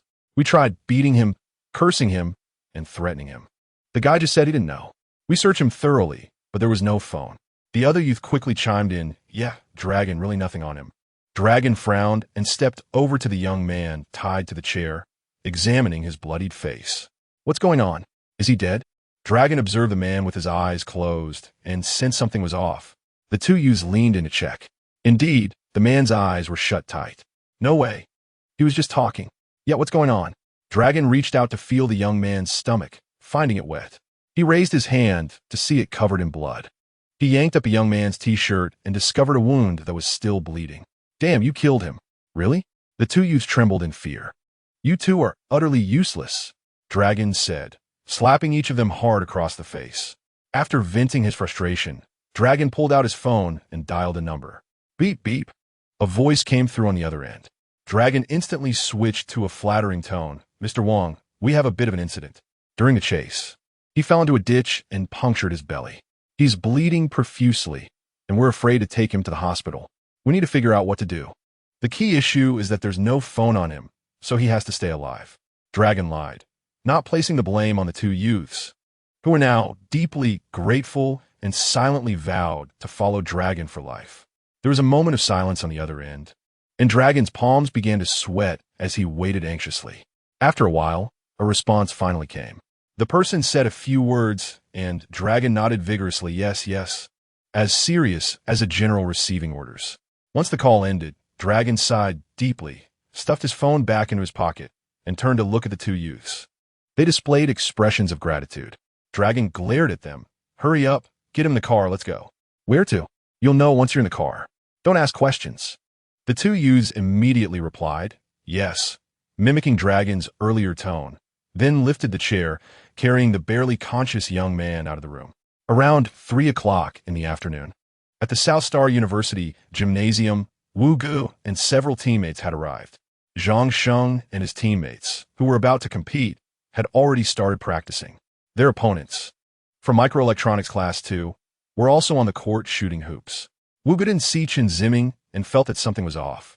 Chen Ziming didn't attend class and hasn't shown up at the gym, which is unusual, based on his observations of Chen Ziming these past few days. He should have already been practicing on the court by now. Could he be practicing somewhere else? That doesn't make sense. The game starts in just a few minutes. So why would he choose to practice elsewhere at this time? Perhaps something has delayed him. Wu Gu wanted to send Chen Ziming a WeChat message to ask, but he was afraid it might annoy him, so he decided not to urge him hastily. The players from the international trade class on the court were also puzzled, especially Zhang Sheng, who was surprised that Chen Ziming still hadn't arrived at this time. He had skipped his afternoon classes to practice alone, thinking that Chen Ziming would be more diligent and arrive earlier than him. He didn't expect that with the game approaching, he still hadn't seen Chen Ziming's figure. While he was lost in thought, a ball suddenly hit his hand. Zhang Sheng yelped in surprise. Sorry. The culprit, Wang Ming, came over with a smile.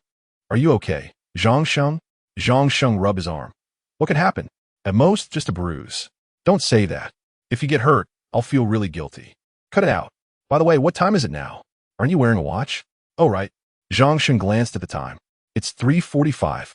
We have 15 minutes left. Zhang Sheng frowned. What's wrong? What are you thinking about? Zhang Sheng casually replied that it was nothing, brushing it off. Hey, it's strange. Why hasn't Ziming come yet? Wang Ming suddenly exclaimed. Zhang Sheng ignored him and picked up a basketball to shoot. The group practiced for a while longer, and by 3:50, Chen Ziming still had not appeared. Wang Ming couldn't help but go find Wu Gu to ask, Teacher Wu, is Ziming not coming today? Wu Gu was just thinking about this. He wanted to call Chen Ziming. When Wang Ming asked, Wu Gu casually replied, I'll ask him what's going on. Saying this, Wu Gu initiated a voice message to Chen Ziming on WeChat. Wang Ming listened nearby. 1 ring, 2 rings, 3 rings. It rang for a long time until it automatically hung up, and Chen Ziming still hadn't answered. Wu Gu frowned and dialed Chen Ziming's phone, but still no one picked up. Strange. Wu Gu looked at the clock. It was now 3:55.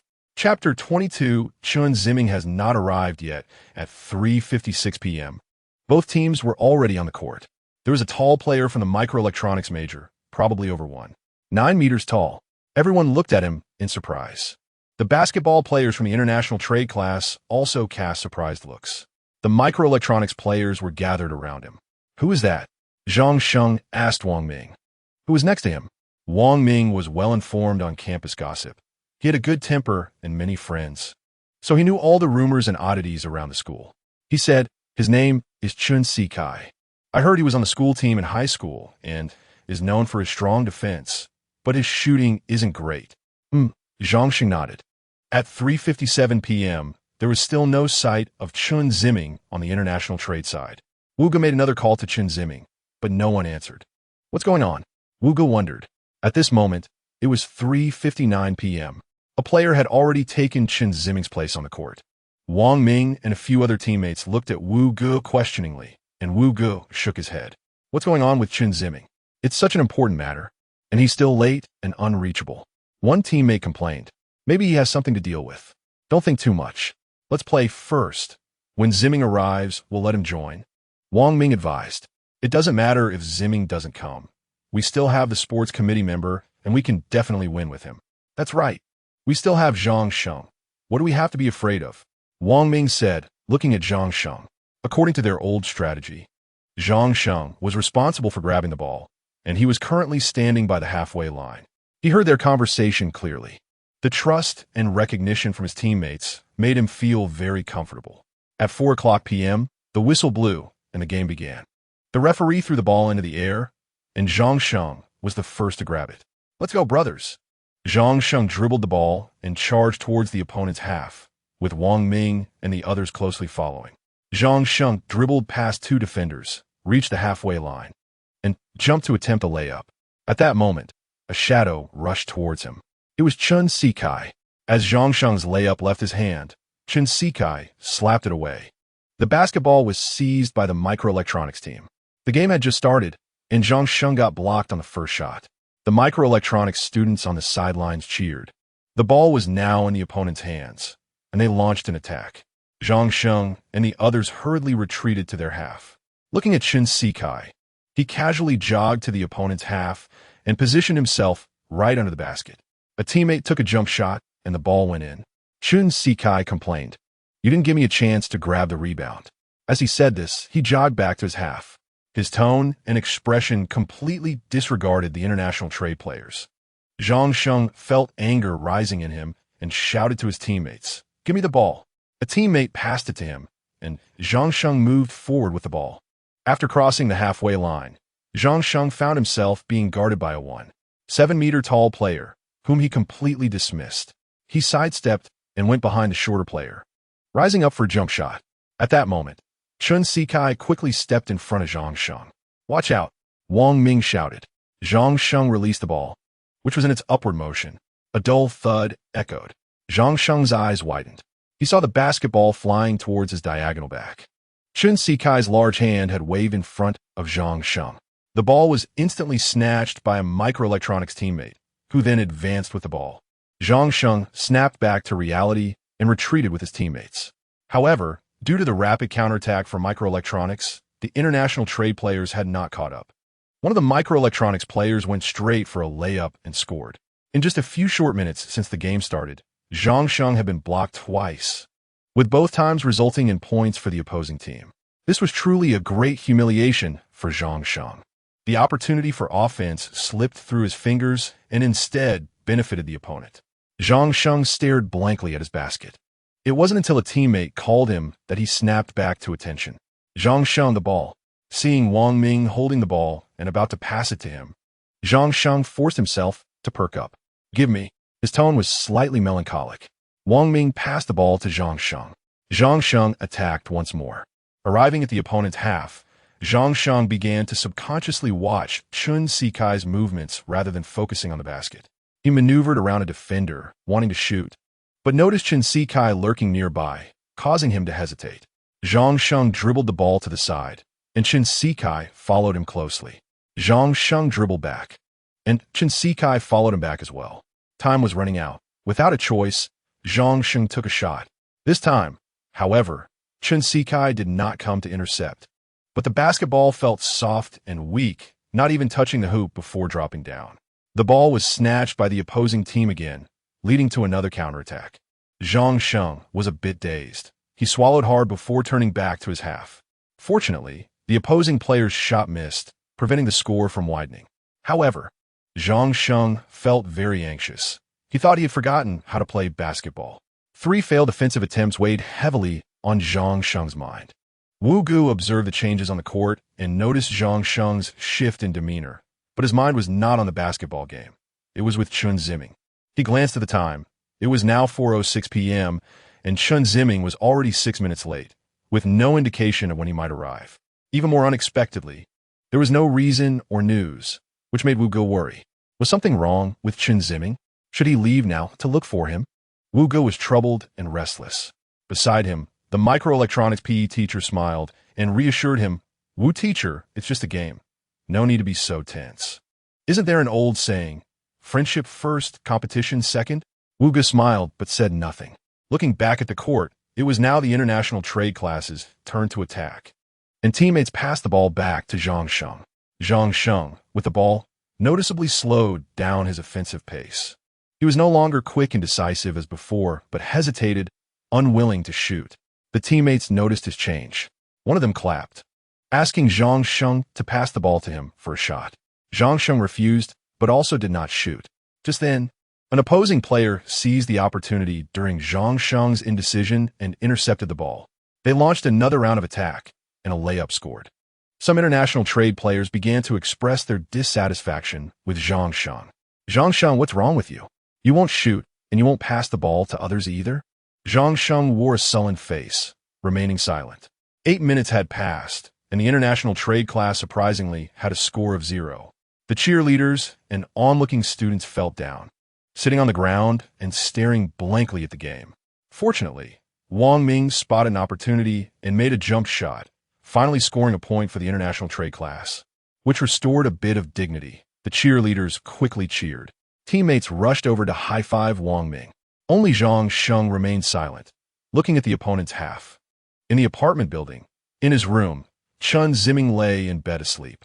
He had not woken up since morning. Cold sweat trickled down his forehead, and his brows were tightly furrowed, appearing to be having a nightmare. His phone rang repeatedly. The cat was startled by the ringing, meowing loudly.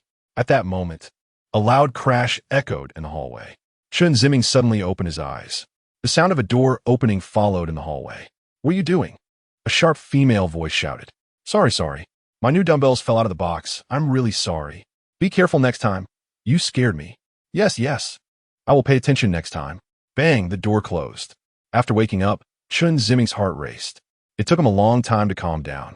Chen Ziming looked at the ceiling, his chaotic mind gradually becoming clearer.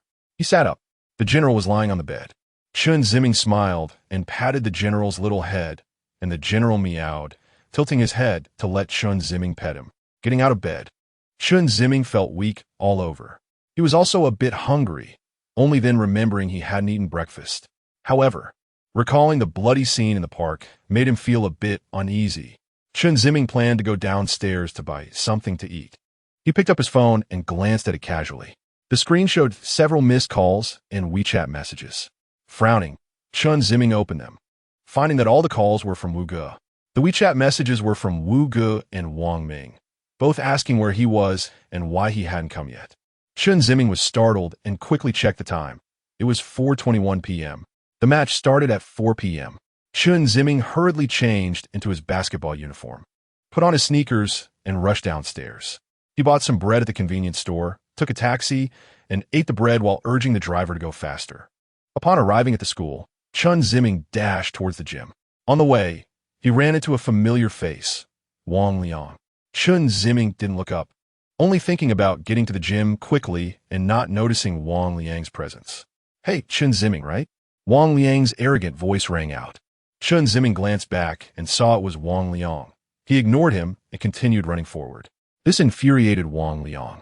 "Damn, so full of yourself." Wang Liang stepped in front of Chen Ziming, blocking his way. "I'm talking to you. Are you deaf?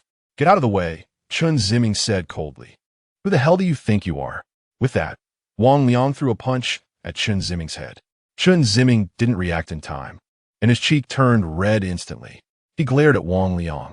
Wang Liang found Chen Ziming annoying and threw another punch at him. Chen Ziming protected his head, and the punch hit his elbow. Immediately after, Wang Liang kicked him, sending Chen Ziming crashing to the ground. At that moment, a teacher happened to pass by and quickly stepped in to stop Wang Liang. Wang Liang spat at Chen Ziming on the ground and warned him to stay away from him in the future before leaving. Chen Ziming bit his lip, stood up, looked at his phone, and saw it was 4:42 p.m. The match hadn't ended yet. He didn't bother to brush off the dirt on him and hurriedly ran towards the gym. Chapter 23, the key shot inside the gym. The game has reached the third quarter, and the score gap between the two teams is widening. It is now 12-28. The players from the international trade class are all downcast, playing without any spirit. This makes it even easier for the microelectronics team to score. The atmosphere on the sidelines is completely different. On one side are the international trade players with hollow eyes, and on the other is the vibrant scene of cheering and laughter from the microelectronics team. Wugo watches the game, lost in thought. The microelectronics teacher has a slight smile on his face, unconsciously showing a sense of pride. It is now 4:44 p.m., with 17 minutes left in the game. The score difference is 16 points, trailing by 8 two-pointers. Zhang Sheng is completely out of sorts, looking dazed, his attention solely on Chen Ziming. Whenever he sees Chen Ziming, he wants to avoid him and doesn't want to shoot. This mindset causes him to play more timidly. In 5 minutes, he has only scored 2 points. Wang Ming and the others are also feeling hopeless as they watch the score increase. Some players have even become too lazy to run, just walking around the court following the ball. The more they fall behind, the worse the mood of the international trade players gets. Zhang Sheng's situation is at its worst, and many of his actions show a tendency to commit fouls intentionally. Wang Ming starts to complain internally. Chen Ziming is too irresponsible. As a key player, how can he just go missing in such an important game? The atmosphere of the entire game has become oppressive and dull. But the microelectronics team is entirely different. They are getting more and more adept at playing. And even Chen Ziming, whose shooting form is terrible, has started to shoot, with teammates saying he should practice for the next game. Chen Ziming is having a great time shooting. Although he hasn't made a single basket, his good mood remains undiminished. The game is one-sided. The microelectronics team passes the ball to Chen Ziming again. Chen Ziming grins, takes a couple of steps with the ball, but doesn't dare to go further. He can't dribble. Shoot it. Right, practice your shot. Shoot again. His teammates encourage him. Chen Ziming pushes the ball towards the hoop with considerable force. But the angle and power are poorly coordinated, and the basketball bounces off the backboard, coming back at least half a meter, showing no intention of going through the hoop. Oh no, missed again. A microelectronics player grabs the ball, takes a jump shot, and scores another point. The score changes to 12-30. Chen Ziming high-fives and cheers with his teammate who scored. Wang Ming feels dissatisfied. They're treating us like practice dummies. Yeah, they really don't take us seriously. What is up with Chen Ziming, acting like a big shot and not showing up at such an important time? The teammates start to complain. Yeah, if he were here, we'd still have a chance to win. But he just disappears without a word. What does he think we are? A few words from his teammates deeply hurt Zhang Sheng's heart. He grits his teeth and turns to his teammates, shouting, "Enough. Stop talking about Chen Ziming." Unlike the quiet complaints from his teammates, his voice is loud enough for almost everyone in the gym to hear. The players freeze. Students outside the court are also stunned. Everyone's attention has been drawn to Zhang Sheng, including the microelectronics players. Who? Who is Chen Ziming?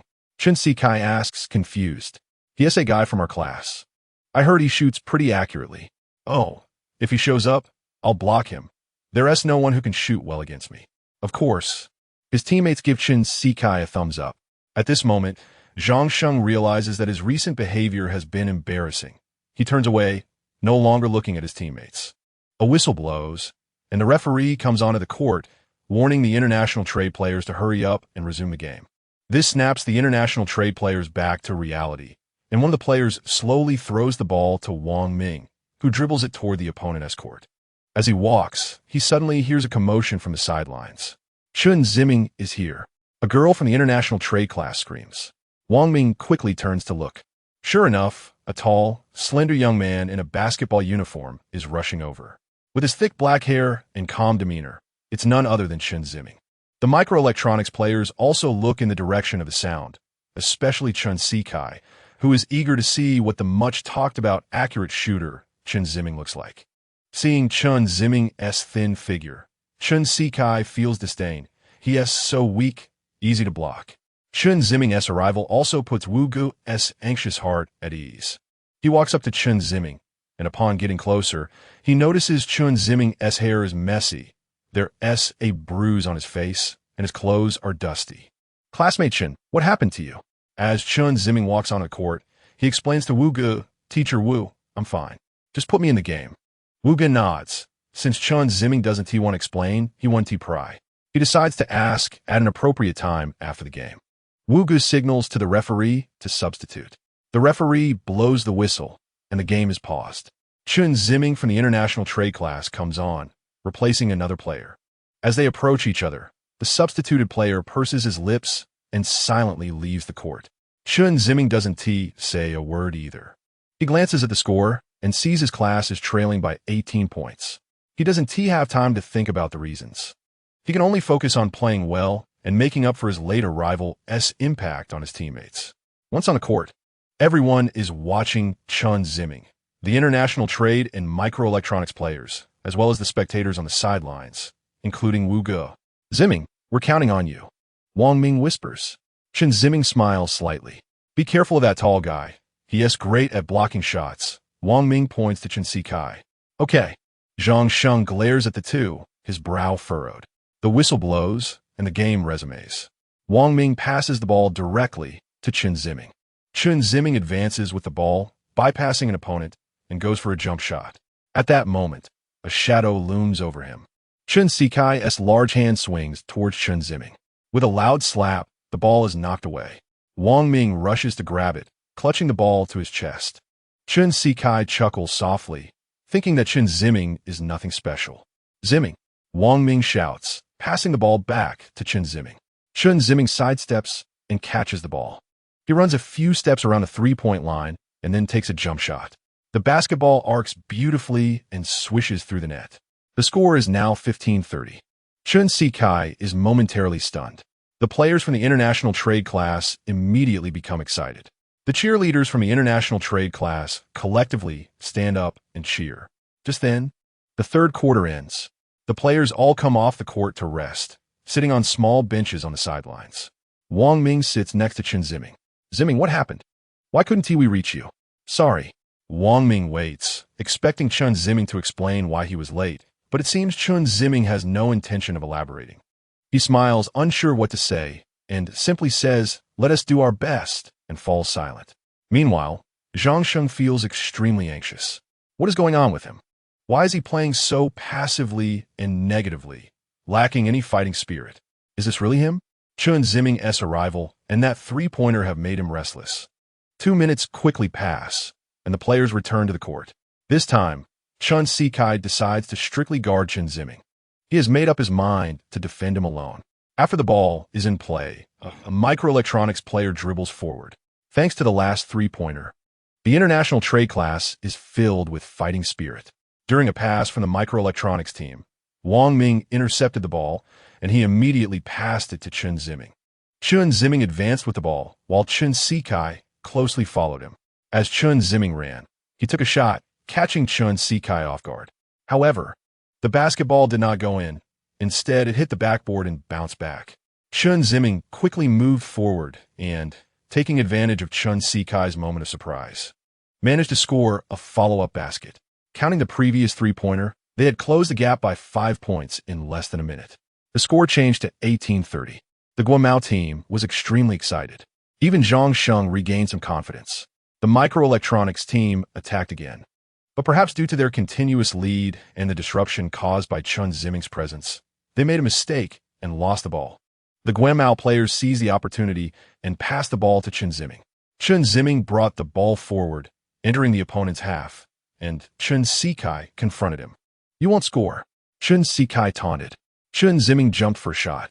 You're done. Chen Ziming shouted, leaping up with his hand high, seemingly ready to swat Chen Ziming's shot away. Unexpectedly, Chen Ziming leaned back in midair, and Chen Ziming missed. The backward shot was released, flying through the air and landing perfectly in the basket. Another point scored. 20-30, just 10 points behind. Chen Ziming's actions ignited the spirit of the Guomao team, who all became energized. Shortly after, both teams engaged in repeated offensive and defensive confrontations. Zhang Sheng also began to take shots, scoring 2 consecutive baskets. With the momentum on the rise for the Guomao team, the score was reduced to a 2-point difference, 32-34. The microelectronics team's formation was disrupted, but they still had the advantage of leading and a chance for victory.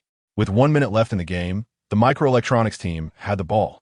If they could score again, even if the opponent scored, as long as they could stall, their chances of winning were still high. Chen Ziming threw the ball forcefully to a teammate, who initiated the attack. Zhang Sheng hurriedly directed his teammates to strengthen their defense.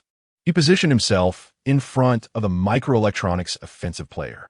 That player feinted left and right, but was read and intercepted by Zhang Sheng. With no other option, the player passed the ball to a teammate.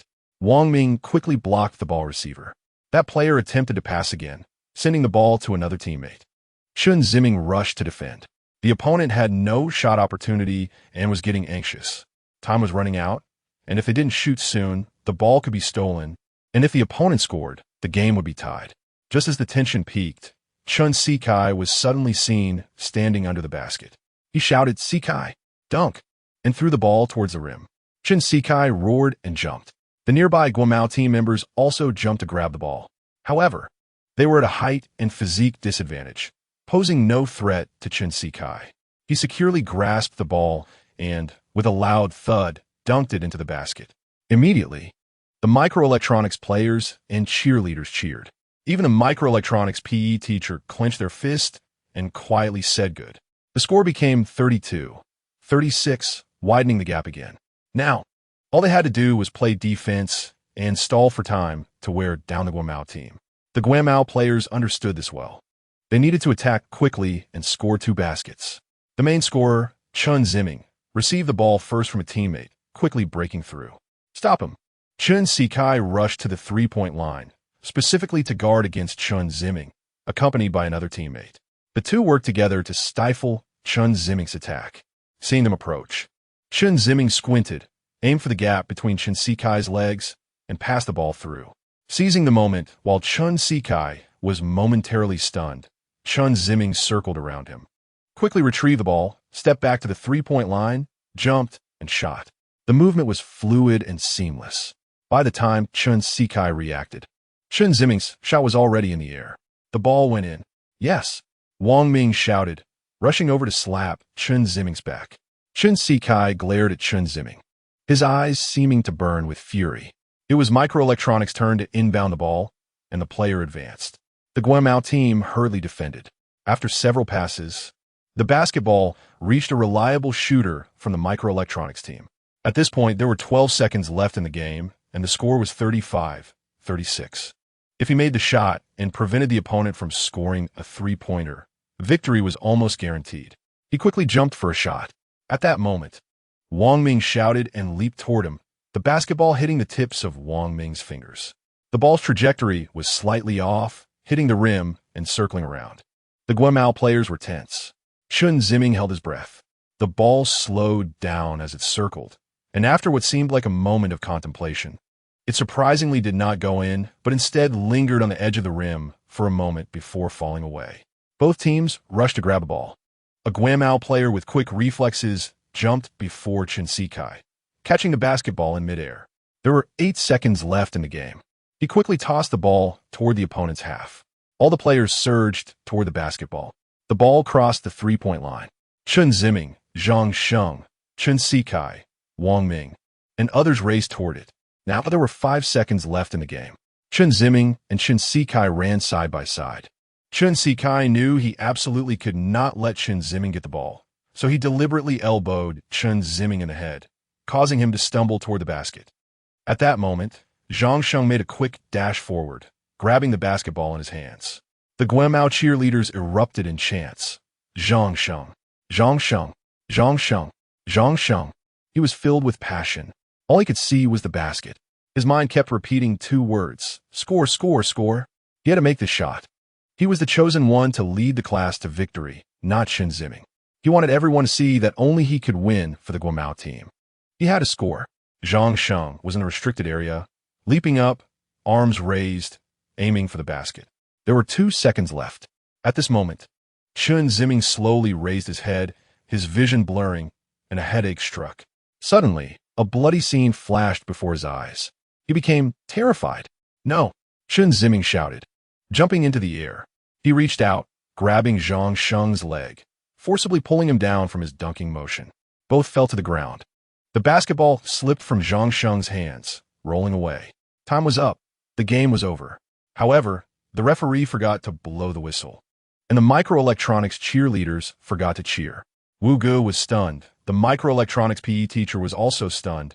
Wang Ming was stunned. The Guomao cheerleaders were stunned. Chun Si-kai was stunned, and all the players from both the microelectronics and Guomao teams were completely frozen. In an instant, the entire venue was silent. Chapter 24. Lu Lu enters school. Chen Ziming and Zhang Sheng were lying on the ground. Zhang Sheng had fallen and hit the floor, and he stood up while holding his arm. Everyone around was watching him. He felt a bit dazed from the fall. What just happened? Chen Ziming also got up, wanting to explain to Zhang Sheng, but he noticed the atmosphere was unusually tense and oppressive. Everyone was staring at him. Zhang Sheng turned around, and Chen Ziming was on his left, while the scoreboard on the right showed a score of 35-36. Lost. Zhang Sheng silently repeated in his mind. Lost. He swallowed hard. Weren't they supposed to help the class win the game? Zhang Sheng closed his eyes, recalling the moment earlier. Just as he was about to dunk, someone had yanked him down. In that instant of falling, he realized it was Chen Ziming. He had wanted to surpass Chen Ziming, to outshine him, to elevate his position in the eyes of their classmates. Now, his plans were disrupted, and he didn't want to draw attention to himself. He was afraid of being better than him. Zhang Sheng's brows gradually furrowed as he stared at Chen Ziming. Chen Ziming looked back at him. At that moment, Wang Ming slowly approached. Zhang Sheng, Ziming, what happened? His voice was weak, as if he was deliberately lowering it. This question exploded in Zhang Sheng's mind. Damn! Zhang Sheng swung his fist toward Chen Ziming's face. Bang! Chen Ziming's head tilted slightly, and half of his face immediately turned red. What are you doing? Zhang Sheng. Wang Ming was stunned. You just can't stand to see me do well, can you? Zhang Sheng kicked Chen Ziming in the stomach, causing him to fall to the ground. Instantly, the crowd erupted. Classmates and nearby team members rushed over. Wu Gu also ran over. Zhang Sheng was on top of Chen Ziming, swinging his fist to strike. Wang Ming hurriedly pulled Zhang Sheng away from Chen Ziming. You just try to go against me on purpose. Zhang Sheng yelled at Chen Ziming. Chen Ziming steadied himself as he stood up, breathing heavily to calm his nerves. He glanced at Zhang Sheng and Wang Ming, then looked back at Zhang Sheng, opening his mouth as if to speak, but ultimately remained silent. He turned and staggered toward the gym's entrance. A crowd and Wu Gu were coming in his direction. Wu Gu wanted to say something to Chen Ziming, but Chen Ziming kept his head down, completely ignoring him, and walked straight out of the gym. Wu Gu watched Chen Ziming's back, wanting to catch up. He jogged a few steps to the door, then stopped. He hurried toward Chen Ziming again, but stopped once more. Wu Gu turned around and returned to the gym. At this point, some spectators had started to leave. There were players and cheerleaders from the microelectronics team, as well as a few students from the international trade class. Wu Gu smiled and responded to his classmates' greetings, quickly walking over to Zhang Sheng. On the way, he encountered the PE teacher from the microelectronics team, who awkwardly exchanged a few pleasantries with Wu Gu before hurrying away. After Wang Ming pulled Zhang Sheng away, Zhang Sheng was still furious and wanted to chase after Chen Ziming, but Wang Ming and the international trade team members held him tightly. At this moment, Chen Ziming had already left the gym and was nowhere to be seen. Zhang Sheng's momentary anger gradually subsided. A few people let go of him, and he sat alone on the basketball rack, lowering his head in silence. Wu Gu came to the sidelines. Wu teacher, Wang Ming said. Wu Gu nodded slightly. He went around a few people and walked straight to Zhang Sheng's side. Zhang Sheng still had his head down. Wu Gu asked, how are you? Did you hurt yourself? Zhang Sheng remained silent. Winning or losing isn't important. At this moment, Zhang Sheng suddenly stood up, shouting, "I can win. I could have one. If it weren't for Chen Ziming messing me up, we would definitely have one." Wu Ge pursed his lips and then smiled. "Zhang Sheng, you're great. You did your best in this match. You're the backbone of the team." After Wu Ge finished speaking, Zhang Sheng's excited emotions calmed down a bit. "Wu teacher, I really could win. I know that last shot was supposed to be a perfect dunk. We all saw it. We all know you have that ability." Tears of grievance streamed down Zhang Sheng's face. "You, Chen Ziming, and all of you." Wu Ge pointed to the team members beside him. "You are all part of a collective, and the honor of winning the game belongs to all of you. So, the teacher believes that none of you wanted to lose the game. Zhang Sheng, you wouldn't want to. Wang Ming, you wouldn't either. Nobody would. So I believe Chen Ziming wouldn't either. He clearly messed me up." Wu Ge interrupted Zhang Sheng. "Zhang Sheng, don't jump to conclusions yet. I don't want any misunderstandings between you two to cause conflict. But I'll communicate with Chen Ziming, and the teacher will definitely give you a satisfactory answer." After saying that, Wu Ge looked at Wang Ming. "Wang Ming, take Zhang Sheng to the infirmary to see if his arm is injured." "Okay, Wu teacher," Wang Ming said, walking over to Zhang Sheng. "Zhang Sheng, let's go." "I'm fine," Zhang Sheng said with a serious face. "Come on, it won't take much time to check." "Yeah, let's go." "Zhang Sheng, we'll all go with you," the other teammates urged. Zhang Sheng felt embarrassed, his anger subsiding as he looked at everyone, who were smiling back at him. "Then, I guess I'll go take a look. That's the spirit." Wang Ming patted Zhang Sheng's shoulder. Zhang Sheng winced. Saw the, I forgot you fell on this side." Zhang Sheng shot a glance at Wang Ming. "You pay for the medical expenses this time. If it's over 100, just forget it." After saying that, he and the other teammates laughed together. Zhang Sheng's anger dissipated, and his teammates surrounded him as they left the gym, saying goodbye to Wu Ge before they departed. As the players left, the spectators had also mostly cleared out, leaving only a few new students who came to play, unaware of what had just happened. Wu Ge observed the area near the basketball rack where Zhang Sheng had intended to dunk, glancing at the ground and then looking up at the hoop. He didn't notice anything unusual. Why did Chen Ziming act that way earlier? Wu Ge began to ponder. However, no matter how he thought about it, he couldn't figure out. Wu Ge took out his phone, opened WeChat, and wanted to send Chen Ziming a message. He clicked on Chen Ziming's profile and entered a message. "Chen, where are you now?" Just as he was about to send it, Wu Ge felt it was inappropriate. He deleted the message. After thinking for a moment, he typed another message. "What happened just now? Why did you pull Zhang Sheng down?" "No," Wu Ge muttered to himself. He deleted that message too. After pondering for a while, he felt that nothing he wrote seemed appropriate, so he decided not to ask anything at all. Instead, he typed a few words and sent it. The content read, "Have a light dinner." After sending it, as he expected, Chen Ziming did not reply. After waiting a few minutes, Wu Ge put his phone away. He sighed, just when he was trying to bring Chen Ziming back into the collective. Such a serious fighting incident occurred so quickly. The warmth of the collective had yet to be felt, and the cold had already arrived. Wu Ge blinked hard to regain his focus. Looking around, everyone had left, and he no longer had a reason to stay. Wu Ge turned and left the gym as well. On the street, Chen Ziming walked quickly with a serious expression. He just wanted to get back to the apartment as soon as possible. He didn't want to see anyone or talk to anyone, just wanted to be alone.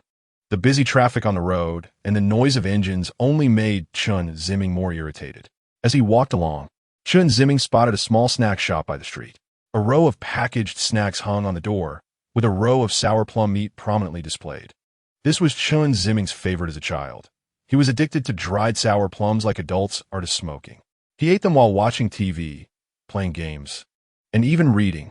Over time, his teeth were eroded by the sour plums, leading to cavities. In high school, he had to get 4 fillings due to this issue.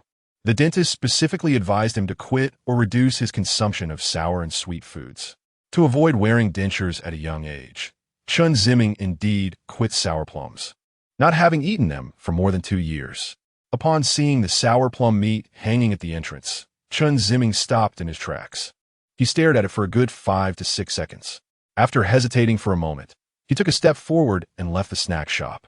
Less than half a minute later, he stopped again, lingering for a moment before suddenly turning around and returning to the shop to buy 3 bags of sour plum meat. Chen Ziming tore open the packaging, grabbed a handful, and stuffed it into his mouth. The familiar sweet and sour taste flooded back to him. He chewed as he walked, reminiscing about how every weekend his father would buy him a big bag of sweet and sour snacks, plum candies, dried plums, and sour plum meat. His mother would advise his father against it, saying it was bad for his teeth, but his father would completely ignore her. Whatever my son likes to eat, I'll buy him. It wasn't until cavities appeared that his father, under his mother's reproach, sheepishly stopped indulging him. Thinking of this, Chen Ziming felt his eyes welling up. He grinned, and bits of chewed plum meat fell from the corner of his mouth. Wiping away his tears, he grabbed another handful and put it in his mouth. That evening, outside Nanjing University, Wu Ge and Lu Lu walked side by side onto the campus. Hey, we agreed that if I come to the gym with you, you have to accompany me for drinks, Lu Lu said impatiently. When have I ever gone back on my word to you, handsome? Wu Ge replied with a smile. Don't kid me. Do you think I'm a child? Wu Ge smiled and said nothing. The two wandered through the campus, eventually arriving outside the gym. Is this it? Wu Ge said non-committally as he walked straight in. Lu Lu followed him slowly from behind. At this point, the venue was already empty. Arriving at the basketball hoop where Zhang Sheng was supposed to dunk, Wu Ge silently stared at the hoop. Hey, what are you looking at? Lu Lu came over and followed Wu Ji's gaze. Is this the basketball you were talking about? That's the basketball hoop. Hey, same thing. Saying this, Lu Lu approached the hoop, looking left and right, and then gave it a few taps. The hoop let out a series of thuds. Lu Lu found it boring and glanced back at Wu Ge, noticing he was still looking up, seemingly lost in thought. Lu Lu frowned and walked under the hoop. Hey, how do you play this? Wu Ge ignored him. Lu Lu rolled his eyes. Is it like this? With that, Lu Lu jumped up and grabbed the rim. You. Wu Ge was about to scold Lu Lu for blocking his view when suddenly, there was a loud crash, and the entire basketball hoop shook and fell toward the center of the court. With a crash, the hoop fell to the ground, pinning Lu Lu underneath, with the backboard and rim pressing against his waist and thigh. Oh damn! Lu Lu's body suddenly became very flexible, sliding out from under the hoop. Did I break it? Lu Lu got up curious. Wu Ji's eyes widened in shock. After a moment of silence, he slowly said, so that's how it is. Lu Lu looked confused. What do you mean by how it is? Wu Ge turned to Lu Lu, excitedly saying, not only are you a handsome guy, but you're also a genius. Huh, all right. I'm taking you out for drinks right now. The best drinks, Wu Ge said, grabbing Lu Lu's hand and eagerly heading out. Lu Lu quickly shook off his hand, saying, don't touch me, man. The two walked straight out of the gym. When they reached the school gate, they encountered Wang Liang. Wu Ge recognized him as the guy who was smoking in the gym a few days ago. Wang Liang recognized Wu Ge as well, the one who scolded him for smoking in the gym, and who was also the sports teacher that had beaten their class. Wow, isn't this teacher Wu? Wu Ge smiled and intended to walk past. However, Wang Liang sarcastically said, I heard 2 students from your class couldn't handle losing and got into a fight on the court today. Is that true, Teacher Wu? Wu Ge immediately stopped.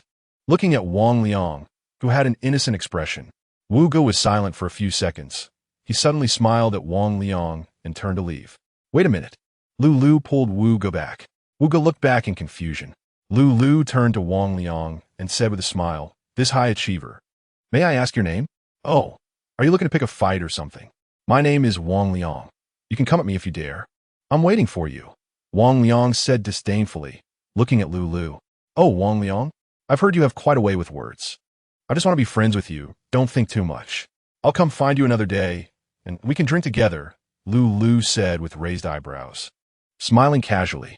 Oh sure, come on then, let's drink together, Wang Liang said, looking at Lu Lu with a smirk. Wu Ge frowned and pulled Lu Lu out of the school. Wang Liang spat at the retreating figures of the two. Chapter 25. Loneliness is fine after the fight in the basketball gym. Chen Ziming never appeared on campus again and did not attend the instructor's classes. Zhang Sheng and his classmates from the international trade class continued with their routines of attending classes, eating, and surfing the internet.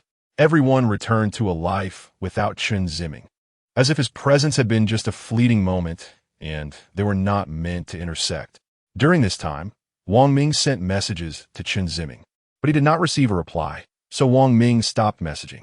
In their usual conversations, they occasionally mentioned the basketball game, but they began to avoid discussing Chen Ziming. Wu Ge continued to be his teacher. However, without Chen Ziming in physical education class, Wu Ge lacked much interest. His goal was not to genuinely be a teacher. Recently, Wu Ge had sent many messages to Chen Ziming, some advising a light dinner, some reminding him to sleep early and wake up early, and others inquiring about the general. He did not mention basketball, Zhang Sheng, or the incident with the basketball hoop falling down. Wu Ge had thought about revealing the truth he knew to Chen Ziming, expressing that he understood why he acted that way, but he realized it would be meaningless. Wu Ge wanted to tell Zhang Sheng about the incident to ease the relationship between him and Chen Ziming, helping Zhang Sheng understand Chen Ziming's good intentions. But he felt that it was not the right time. He waited for Chen Ziming downstairs at the apartment. In the morning and evening, he waited but never saw Chen Ziming. It was as if Chen Ziming had evaporated from the world. At this time, in the conference room, Wu Ge and 3 others were having a meeting. Wang Yuqi asked everyone to report on their task progress. Wu Ge informed everyone of the situation that Chen Ziming had a conflict with his classmates, leading to a temporary halt in the task. Wang Yuqi frowned but did not comment. Lu took the opportunity to mock Wu Ge, saying he couldn't handle a little brat. When it was Lu's turn to report, he leaned back in his chair proudly. I've almost dealt with that old pervert Sun Ming. Specifically? Wang Yuqi asked. Specifically? Do you want to hear? Be serious, you know what I'm asking. Wang Yuqi's tone was displeased. Lu pouted. All right, specifically I haven't asked yet. We've just hung out a few times, namely. All right, don't go on. Wang Yuqi interrupted Lu sternly. Lu rolled his eyes. Cheng Feng. Consultant Wang, here's the situation on my end. After joining the superpower company, I accessed their internal network. However, my permissions are insufficient, and I need some time to crack it. But it's not completed yet. Understood. Wang Yuqi changed the subject. Everyone while executing tasks. Remember one thing. Safety first. If something feels off, withdraw immediately. Especially you. Cheng Feng, you understand what I mean. I understand. I'm not as capable as Captain Wang, and Lu, I'll be careful. Cheng Feng scratched the back of his head. Wang Yuqi nodded. In the park, Long Ge was walking with his 2 little thug buddies, talking. Long Ge, do you think this is reliable?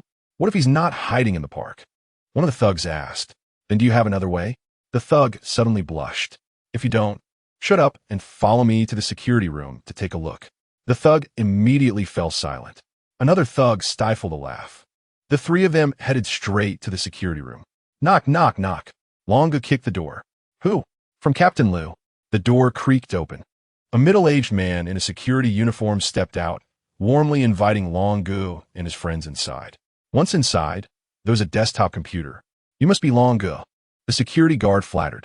Yes, I've spoken to your Captain Lu. I came to check the surveillance. A brother lost something in the park a few days ago. We're all brothers, all family. There's no need for formalities. Just take a look. Saying this, the security guard pulled out the chair in front of the computer for Long Ge. Long Ge took a seat without hesitation. The security guard opened a folder containing video files from various dates. Hey, dog, which date was that? The thug named Dog curiously asked. Long Ge, which one are you talking about? Long Ge immediately frowned and replied impatiently. Are you a pig brain? While Dog was still thinking of how to prove he wasn't a pig brain, another thug hurriedly reported the date to Long Ge. Long Ge looked through the dates, selected the surveillance video for that day, and clicked to open it. The video began to play, showing the surveillance footage from that day. Long Ge adjusted the time to the morning. Is this where he was taken from the park? Long Ge asked. Yes, right by the basketball court. That's where we took him, they replied. Good. Long Ge asked both of them for an approximate time, and, after knowing the time, rewound the video slightly, until it showed 2 little thugs chasing a young man on the court. Yes, that's what Dog said. The video started playing at normal speed. Long Ge and the 2 thugs carefully watched the changes on the screen. When the video showed the 2 thugs chasing the young man, the security guard saw them holding knives and was so scared that his legs trembled. The footage slowly progressed. The young man tripped over a basketball and fell to the ground, his hand brushing against the backpack next to the basketball hoop. The video then progressed to the scene of the thugs stabbing the young man.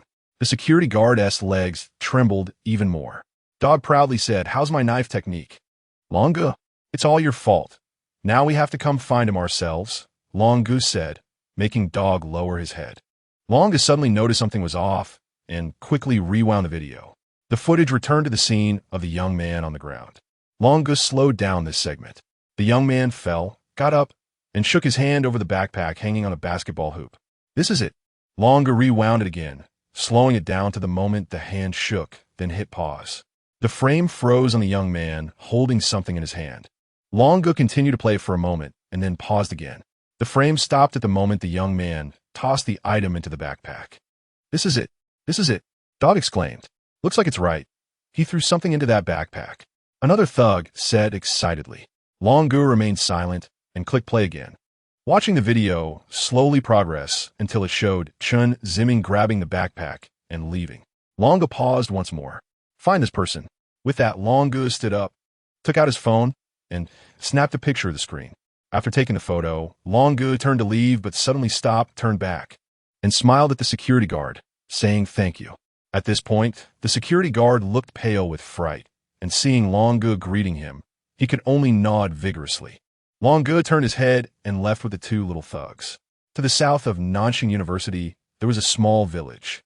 The village was not large, with only a few dozen households. Each household had two large crimson iron gates at the entrance. There were stacks of firewood at the door. Chen Ziming walked through the village, with the general following behind him. He used to come here sometimes when he felt bored and lonely. It was very quiet here, and very few villagers went out. Occasionally, there would be old farmers returning from working in the fields, carrying hoes. Chen Ziming arrived at a stack of firewood, where a small dirty dog lay, watching him intently. Chen Ziming picked up the general, who locked eyes with the little dog. The general meows, and a local dog barks. It's just barking. No one is making a move. Chen Ziming smiled and stepped forward to pet the little local dog's head. The little dog barked twice, seemingly worried that the cat's owner would come after it, and hurriedly jumped down from the firewood pile, running deep into the village. Seeing the little dog scared, the general became even more spirited, meowing nonstop. Are you bullying the small, General? Chen Ziming chased after the little dog in the direction it ran away. After a few steps, he saw the little dog hiding behind a gate, looking at him. Upon noticing Chen Ziming and the general approaching, the little dog quickly turned and ran again. Chen Ziming carried the general and chased after it. The chase took them to the fields. By now, the crops had been harvested, leaving dry soil all around.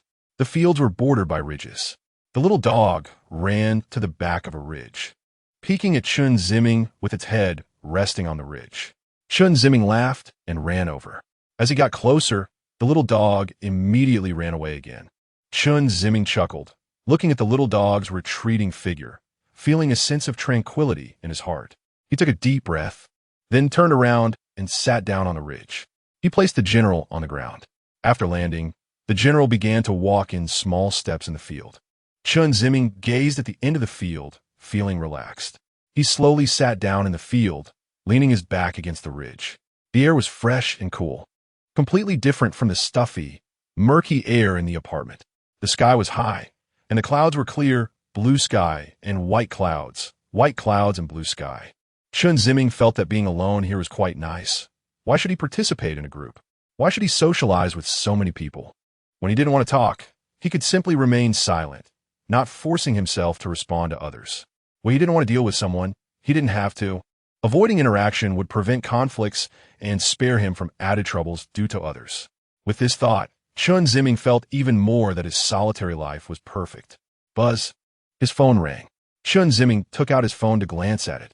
It was a WeChat message. Pay attention to a light diet. It was sent by Wu Ge. Recently, he had received many similar caring messages, all from Wu Ge. After reading it, Chen Ziming put his phone back in his pocket. He couldn't understand why someone would persistently want to contact another person. He didn't know how to respond and didn't want to reply. He slowly closed his eyes, leaning against the ridge to rest. Chapter 26, Running at Night. Chen Ziming lay in bed, holding his guitar in his arms. He closed his eyes, his fingers casually strumming the strings, producing hollow sounds. The curtains were drawn, the windows tightly shut, and the lights in the room were off. Chen Ziming lay in the darkness. His mind was restless, thoughts constantly racing. He missed the beautiful moments and times of the past. yet felt despair and resistance towards everything in the future. He wished he could live forever in the past, but the future would never come. He was afraid of going back to school, and didn't he want to see anyone there? Didn't he know what he wanted, nor did he want to put in any effort for anything. His head often felt heavy, and his memory was getting worse. Low, fast-paced music filled the room, the beats pounding against Chen Ziming's heart. The music was like a ghost in the dark, leading him towards an endless abyss. Chen Ziming opened his eyes, staring blankly at the pale ceiling. Tears slowly filled his eyes. He blinked, and tears slid down to his eyelids. At that moment, the music switched. The tempo changed from fast to slow.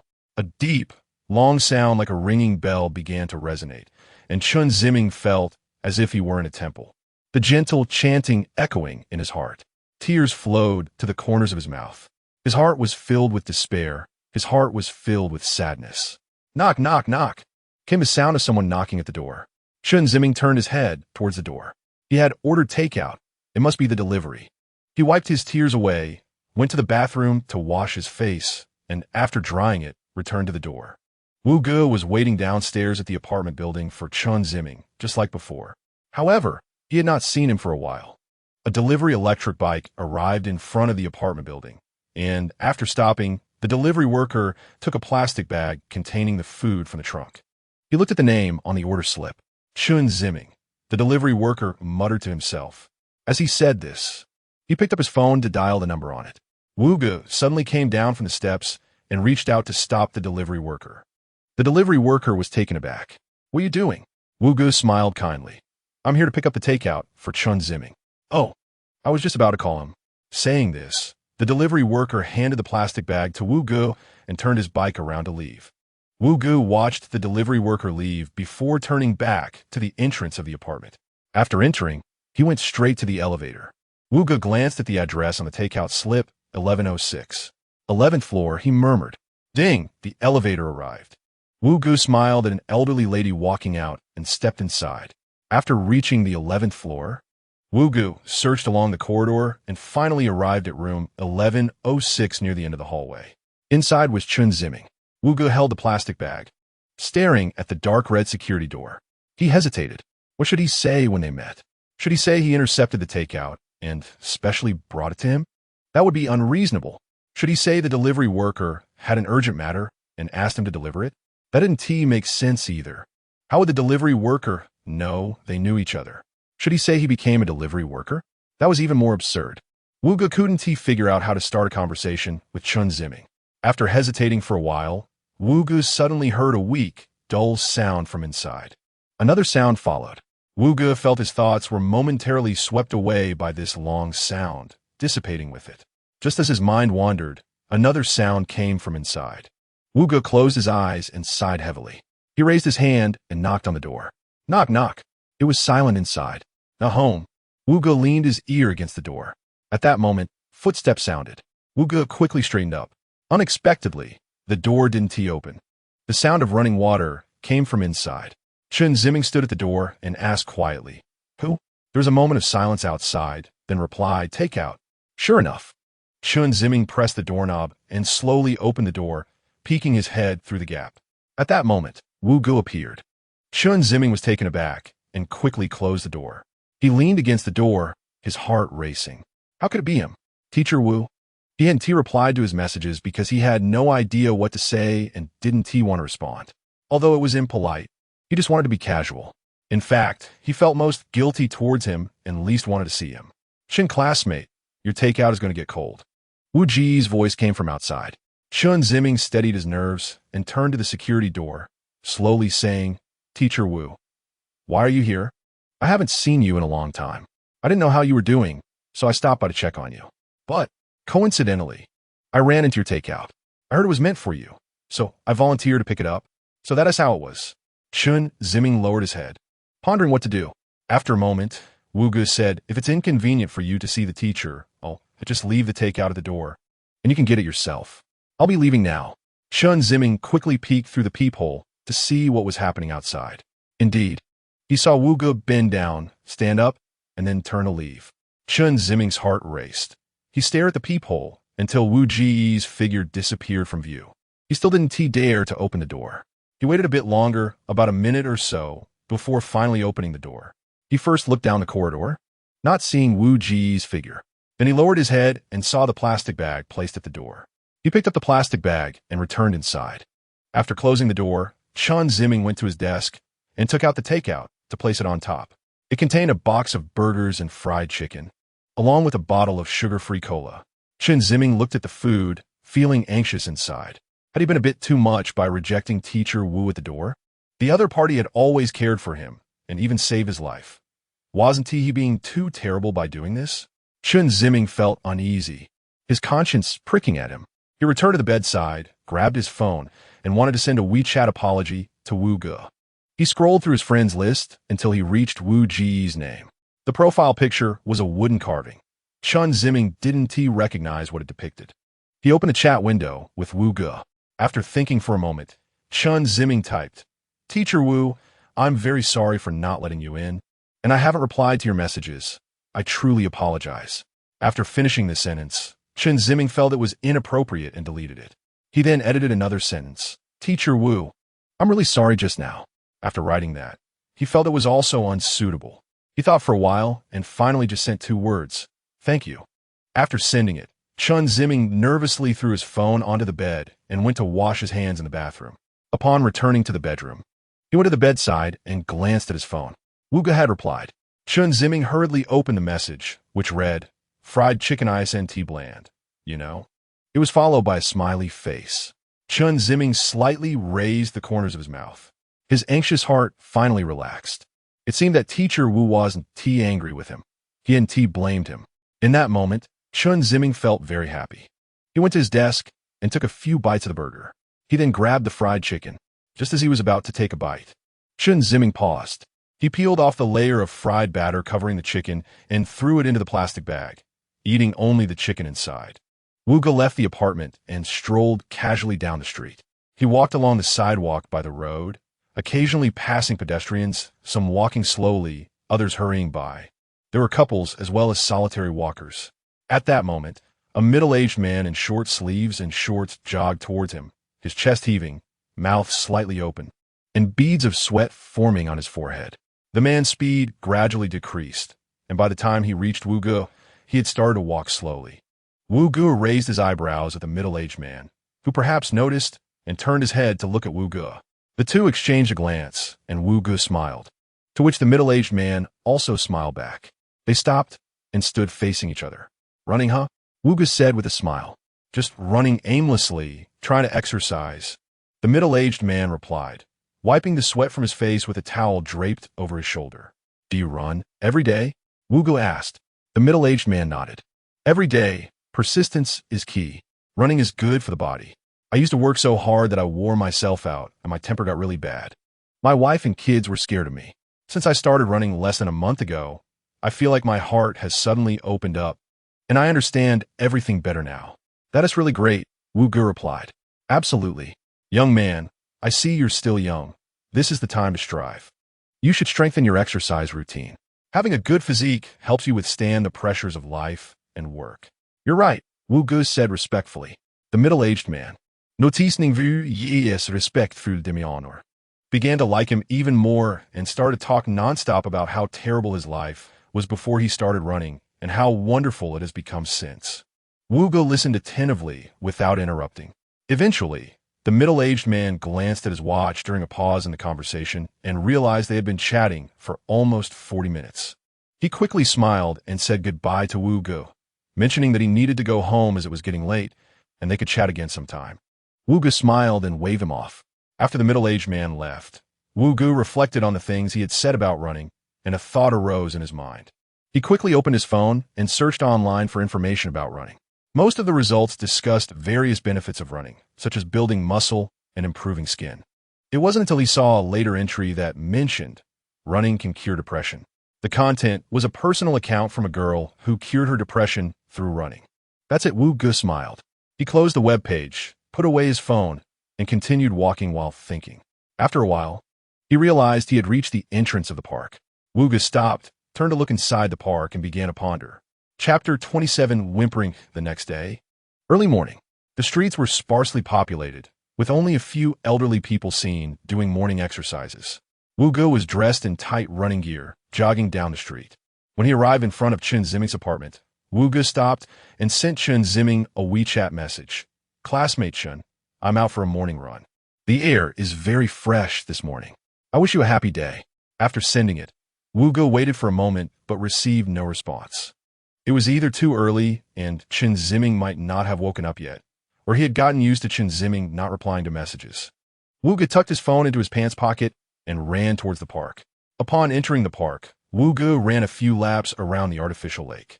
After stopping, he sat on a bench by the lake to rest. The park had a nice view, with the ground covered in golden leaves reflecting the dazzling sunlight, resembling a fairyland. Wu Ge took a picture of this scene and sent it to Chen Ziming. After spending some more time in the park, Wu Ge began his return journey. 3 hours later, in the school's office, Wu Ge received a message from Chen Ziming. Pretty good. Wu Ge smiled and put his phone back in his pocket. Lu Mingfang, sitting next to him, noticed and thought something good had happened, casually asking, "Teacher Wu, what's making you so happy?" "Yeah," smiling so brightly, echoed Zhao Lei, the physical education teacher from the microelectronics department. Wu Ge looked at the two with a smile and said, "Little secret. Teacher Wu, that's not fair." Lu Mingfang pretended to be angry. Wu Ge clasped his hands in a salute. "Teacher Lu Mingfang, please don't make it hard for this junior." Lu Mingfang waved his hand. "Oh," pretending to be young again. "But, Teacher Wu, the autumn sports meeting is coming up soon. What event are you planning to sign up for?" "The sports meeting?" Wu Ge asked in confusion. "Yes, Teacher Wu. Why do you look like you don't even know what a sports meeting is?" Lu Mingfang looked Wu Ge up and down with a look of disdain. "Our Lu Mingfang is the champion of high jump in all the previous years at our school. Back in the day, he was a professional high jumper for the provincial team." Zhao Lei gave Lu Mingfang a thumbs up. Lu Mingfang shook his head slightly, waving his hand. "That's all old news, just jumping around. And our teacher Sun Lei here has been the short distance running champion at our school for several years, often finishing several seconds ahead of the second place. His speed is really impressive. Teacher Sun is known as the Flying Man of Nanxing University." "Oh, Lu teacher, you're flattering me too much." "Flying Man? More like a useless person," Sun Lei said humbly. The two exchanged flattery back and forth, while Wu Ge listened quietly with a smile. He wondered to himself, what is a sports meeting? At this moment, the two teachers, feeling tired from their flattery, shifted their focus back to Wu Ge. Lu Mingfang asked with a smile, "Teacher Wu, I wonder what your special talent is?" "Yes, Teacher Wu, tell us." Sun Lei chimed in. Wu Ge was taken aback for a moment, looking at the two before laughing and saying, "I don't have any special talents, just an ordinary person. Not like Teacher Sun and Teacher Lu who are so impressive." "Come on, Wu Ge, don't be so modest. What are you pretending for? Just say whatever you have." Lu Mingfang shot Wu Ge a sideways glance. "Exactly, saying it won't cost you anything," Sun Lei added. Wu Ge scratched his head, showing a troubled expression. "Well, hurry up, don't dawdle," Lu Mingfang urged. Wu Ge pursed his lips and sighed. "I might just run a little faster and have a bit of strength." After Wu Ge said that, Sun Lei's expression changed slightly, and he quickly asked, "Teacher Wu, what's your 100-meter sprint record?" I don't think I've officially competed before." Upon hearing that Wu Ge had never participated in a competition, Sun Lei immediately relaxed, and his tone became arrogant again. "Oh, that's fine. It's all about participation. You're still young. There's plenty of room for development." Lu Mingfang, feeling displeased at Sun Lei's seniority act, thought to himself that he was more qualified than him, having been at the school for a full 5 months longer. "Teacher Wu," Lu Mingfang said. "Yes." Wu Ge looked towards Lu Mingfang. "This competitive sport relies on talent. It's not just about effort leading to good results. For example, high jump, how simple is it? Just jumping up. But why do so many people want to join the provincial team and can't? Yet I could." Lu Mingfang said. "Teacher, please enlighten us." Wu Ge said humbly. "Exactly. Teacher Lu, share some insights with us," Sun Lei added. Although Sun Lei was not happy with Lu Mingfang's seniority display, he still had to maintain some face. Lu Mingfang picked up the thermos cup on the table, drank from the health water infused with goji berries and dates, then slowly said, "That's talent. Back then, when my teacher saw me, he was so excited. He said I had a natural aptitude for high jumping. My long legs were born for it. As he spoke, Lu Mingfang placed his legs, which had been tucked under the table, in front of the two. Wu Ge smiled and gave a thumbs up. Sun Lei then praised him again. Lu Mingfang felt proud and began to recount his athletic career and achievements in detail. With Sun Lei nodding in astonishment beside him, Wu Ge felt like there was a swarm of flies buzzing in his head. It wasn't until Lu Mingfang's class time approached that he stopped. Before leaving, Lu Mingfang smiled and reminded Wu Ge to sign up for the high jump, as he would personally guide him. Wu Ge thanked him with a smile. After Lu Mingfang left, Sun Lei chatted with Wu Ge for a while. But Wu Ge only smiled and listened without engaging much. Sun Lei soon lost interest and returned to his desk to play on his phone. After getting rid of the two, Wu Ge typed 5 words on the web page: campus sports meeting. In the following days, Wu Ge would jog to the park every morning along the street. When he reached near Chen Ziming's apartment, he would stop to send Chen Ziming a WeChat message, praising the benefits of morning runs, such as, "After running for 2 days, I've noticed my mental state has improved and I feel energetic." Or "Running makes my mood very good every day. Depression and anger no longer exist." Or even, "After a few days of morning runs, I feel more and more confident." After finishing his run, he would take a scenic photo in the park and send it to Chen Ziming. Initially, he only sent scenic photos, but gradually he added some interesting anecdotes. For example, in the photo, 2 old men practicing swordplay argued about whose swordsmanship was better. A young couple was secretly dating, with a man promising he would marry no one but her and that they would be each other's angels. A young guy was dancing charmingly among a group of heavily made-up aunties. Wu Ge even recorded a video of the young man dancing and sent it to Chen Ziming. At first, Chen Ziming didn't reply much, and when he did, it was just a few words. Gradually, Chen Ziming started to reply with more words. Especially after seeing that video, Chen Ziming responded with a combination of text and smiley faces, which was unprecedented. Until one day, when Wu Ge jogged to the apartment, he stood on the opposite sidewalk. Just as he was about to take out his phone to message Chen Ziming, he caught a glimpse of Chen Ziming's figure out of the corner of his eye. He turned to see Chen Ziming standing at the entrance of the apartment, looking at him, with General by his side. Wu Ge smiled and waved as he crossed the street, coming to Chen Ziming's side. "Classmate Chen, why are you up so early today?" Chen Ziming lowered his head, scratched the back of his head, and mumbled, "I'm taking General for a walk." "Oh, isn't the morning air especially fresh?" It is." "So, classmate Chen, would you like to run a lap in the park with me?" No. Chen Ziming hurriedly waved his hands. "Veuillez me lit." He looked at the general, bent down, and patted the general's little head. The general tilted his head back in enjoyment.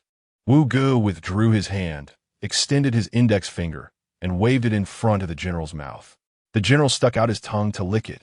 Wu Ge moved his finger forward, and the general followed by stepping forward. Wu Ge continued to move forward, and the general continued to follow. Gradually, Wu Ge bent down and started to jog, and the general also began to run quickly behind him. Chen Ziming hurriedly caught up from behind. After running for a while, Wu Ge slowly straightened up, leading the way, with the general following behind, and Chen Ziming further back. The two of them, along with the general, arrived at the park entrance. When Wu Ge invited Chen Ziming to run another lap in the park, Chen Ziming breathlessly declined. Thus, over the next few days, Wu Ge would send a WeChat message to Chen Ziming at 6 o'clock, inviting him to come down for a jog together. Chen Ziming went from being resistant at first to being willing to jog together later. Sometimes the two of them would bring the general, and sometimes they wouldn't. First running to the park along the street, then running 2 laps around the artificial lake. On this day, after they had just finished a lap, they sat on a bench to rest. Wu Ge took out a bottle of mineral water, opened the cap, and first handed it to Chen Ziming. "Thank you, Teacher Wu. I brought water too." Saying this, Chen Ziming took out a small bottle, about the size of a palm, from his waist pouch, which was filled with water. Wu Ge nodded and started drinking alone. Chen Ziming also opened his bottle cap and took a few sips of water. "Classmate Chen." Wu Ge placed the water bottle between his legs, his gaze fixed ahead. Chen Ziming turned to look at Wu Ge. Wu Ge paused for a moment, then slowly said, "That basketball hoop is broken." Chen Ziming was taken aback. Wu Ge then looked at Chen Ziming. "You knew in advance. You wanted to save Zhang Sheng, right?" Chen Ziming fell silent, lowering his head and staring blankly at the ground. But Zhang Sheng misunderstood you and even hit you. Others misunderstood you too. Wu Ji's voice was low and gentle, like the narration of a sorrowful piece of music. Chen Ziming's shoulders began to tremble slightly. He buried his head deeply in his legs, hugging his head. Teacher knows you're feeling very upset, and teacher also knows you're feeling very wronged. As he spoke, Veuillez partir Chen Ziming's hulder. At that moment, a gust of autumn wind blew by, the desolate morning breeze ruffling Chen Ziming's fine hair, turning his thick hair over and over.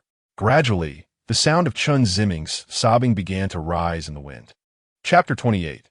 The sports meet begins. Due to Wu Ji's encouragement and comfort, Chen Ziming returned to campus.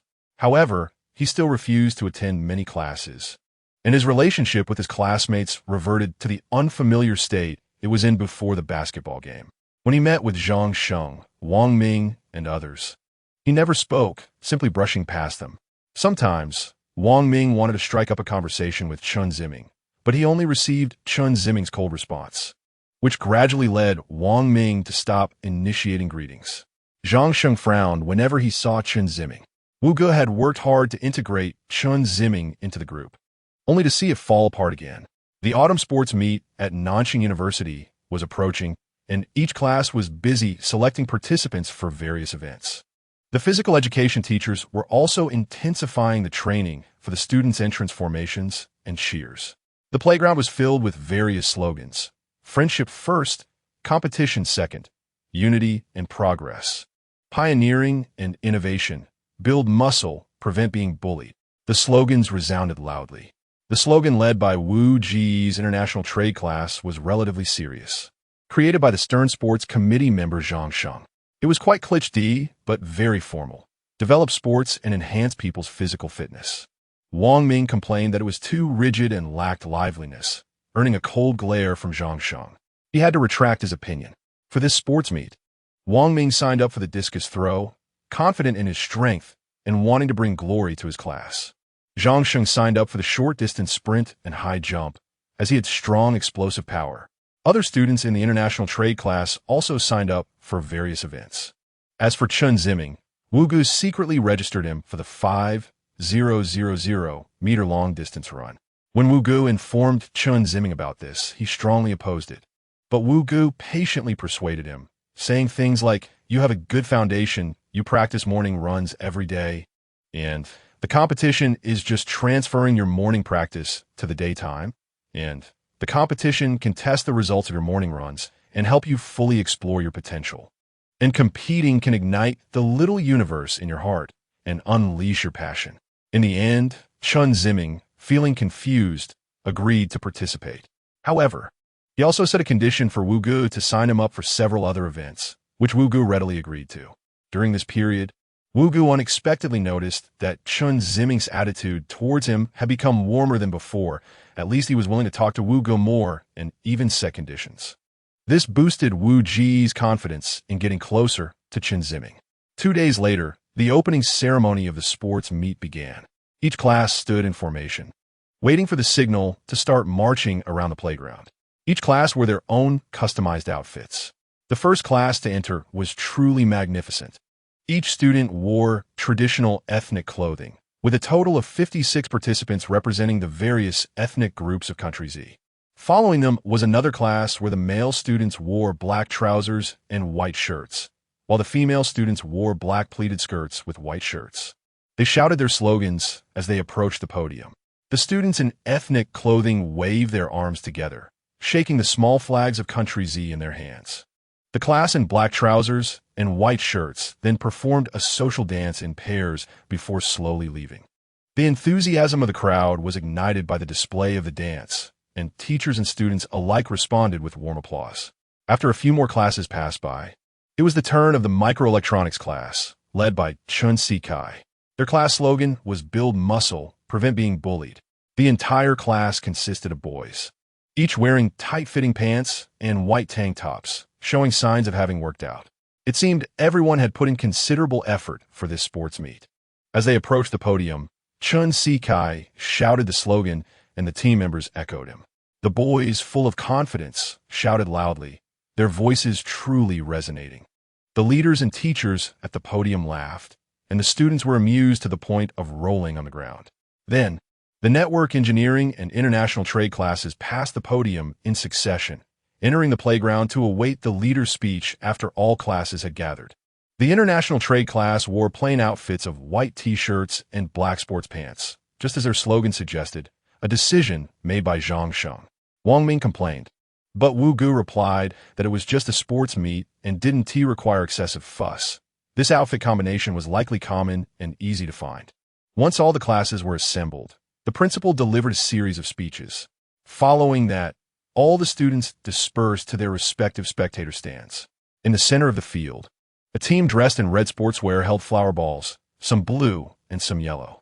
At a signal, they all squatted down, and then the team members began to rise and squat in a coordinated manner. With each rise and squat, they formed the countdown numbers with their flower balls. The entire student body began to shout along with the countdown, 10, 9, 1, 0. At that moment, 5 fireworks cannons were set up in front of the podium, and as the last number of the countdown was called out, the fireworks erupted, colorful rainbows shooting up into the sky. The atmosphere reached a climax, and the students stood up cheering.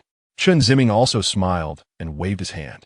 As the fireworks were cleared away, the competition officially began. The broadcast announced the upcoming events, instructing the registered participants from each class to hurry to the registration area. The first event was the short sprint, men's 100 meters, women's 100 meters, and the high jump in the center. Zhang Sheng participated in the 100-meter race, and Wang Ming, along with a few classmates, went to the sidelines to cheer him on. A familiar face competing alongside Zhang Sheng was Wang Liang. Wang Liang was tall, with long legs and well-developed thigh and glute muscles.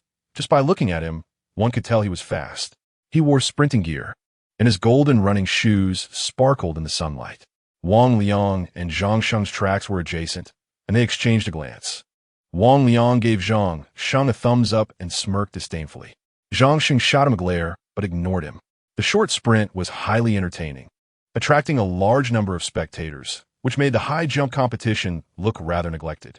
At the referee's command, Zhang Sheng, Wang Liang, and the surrounding competitors squatted down, getting ready for the start. On your marks, set, go. With the sound of the gun, the competitors shot off like arrows. The students gasped in surprise. The short distance of the sprint tested the athlete's explosive power. Whoever had the strongest burst of speed would win. As expected, Wang Liang surged ahead in first place, with his admirers cheering loudly beside him. Zhang Sheng was in second place, his speed impressive, though still slightly behind Wang Liang.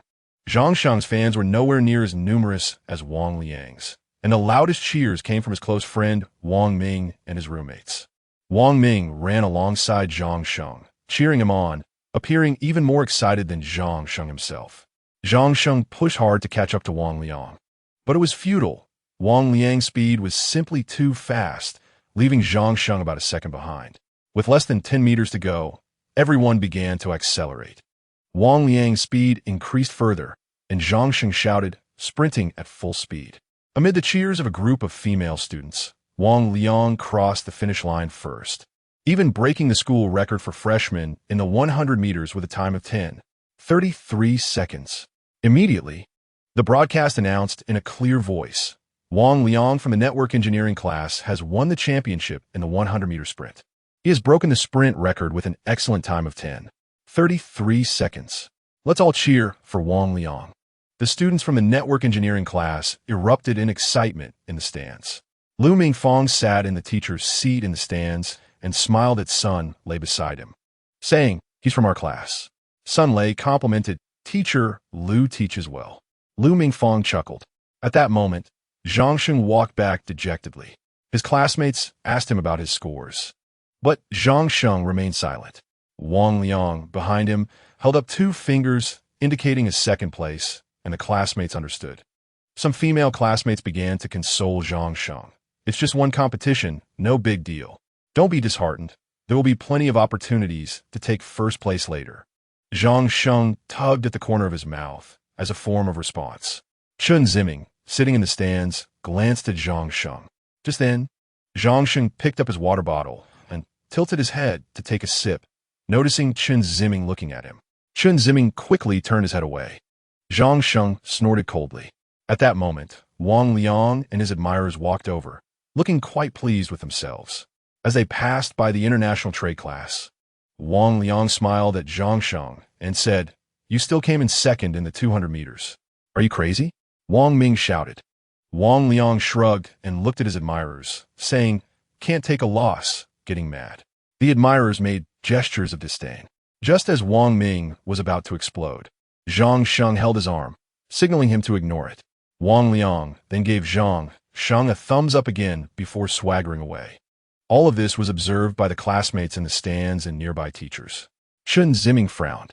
Meanwhile, on Wu Ji's side, Lu Mingfang patted Wu Ji's shoulder. "Wu Ge, turn around." Lu Mingfang smiled and said, "Teacher Wu, that Zhang Sheng from your class is pretty good, coming in second." Sun Lei quickly chimed in, "Yeah, second place is really impressive. Our class only got fourth. But still, the students from Teacher Lu's class are amazing. Not only did they come in first, but they also broke the school record." Lu Mingfang hurriedly defended, "Oh, Teacher Sun, it's all luck, just luck." Before Wu Ge could speak, the two continued to flatter each other. Wu Ge smiled. "Teacher Lu teaches well." "Oh, come on." Lu Mingfang waved his hand. Wu Ge didn't continue the small talk with the two teachers, but looked down at Zhang Sheng. He got up from the stands and walked over to Zhang Sheng. "Coming in second in the 200 meters is quite impressive." Zhang Sheng slowly lifted his head, and seeing it was Wu Ge, he felt somewhat guilty and said, "Teacher Wu, I didn't beat Wang Liang. It doesn't matter if you beat others. What is important is that you don't lose to yourself and don't lose confidence. Teacher Wu, you still have the 200 meters coming up, right?"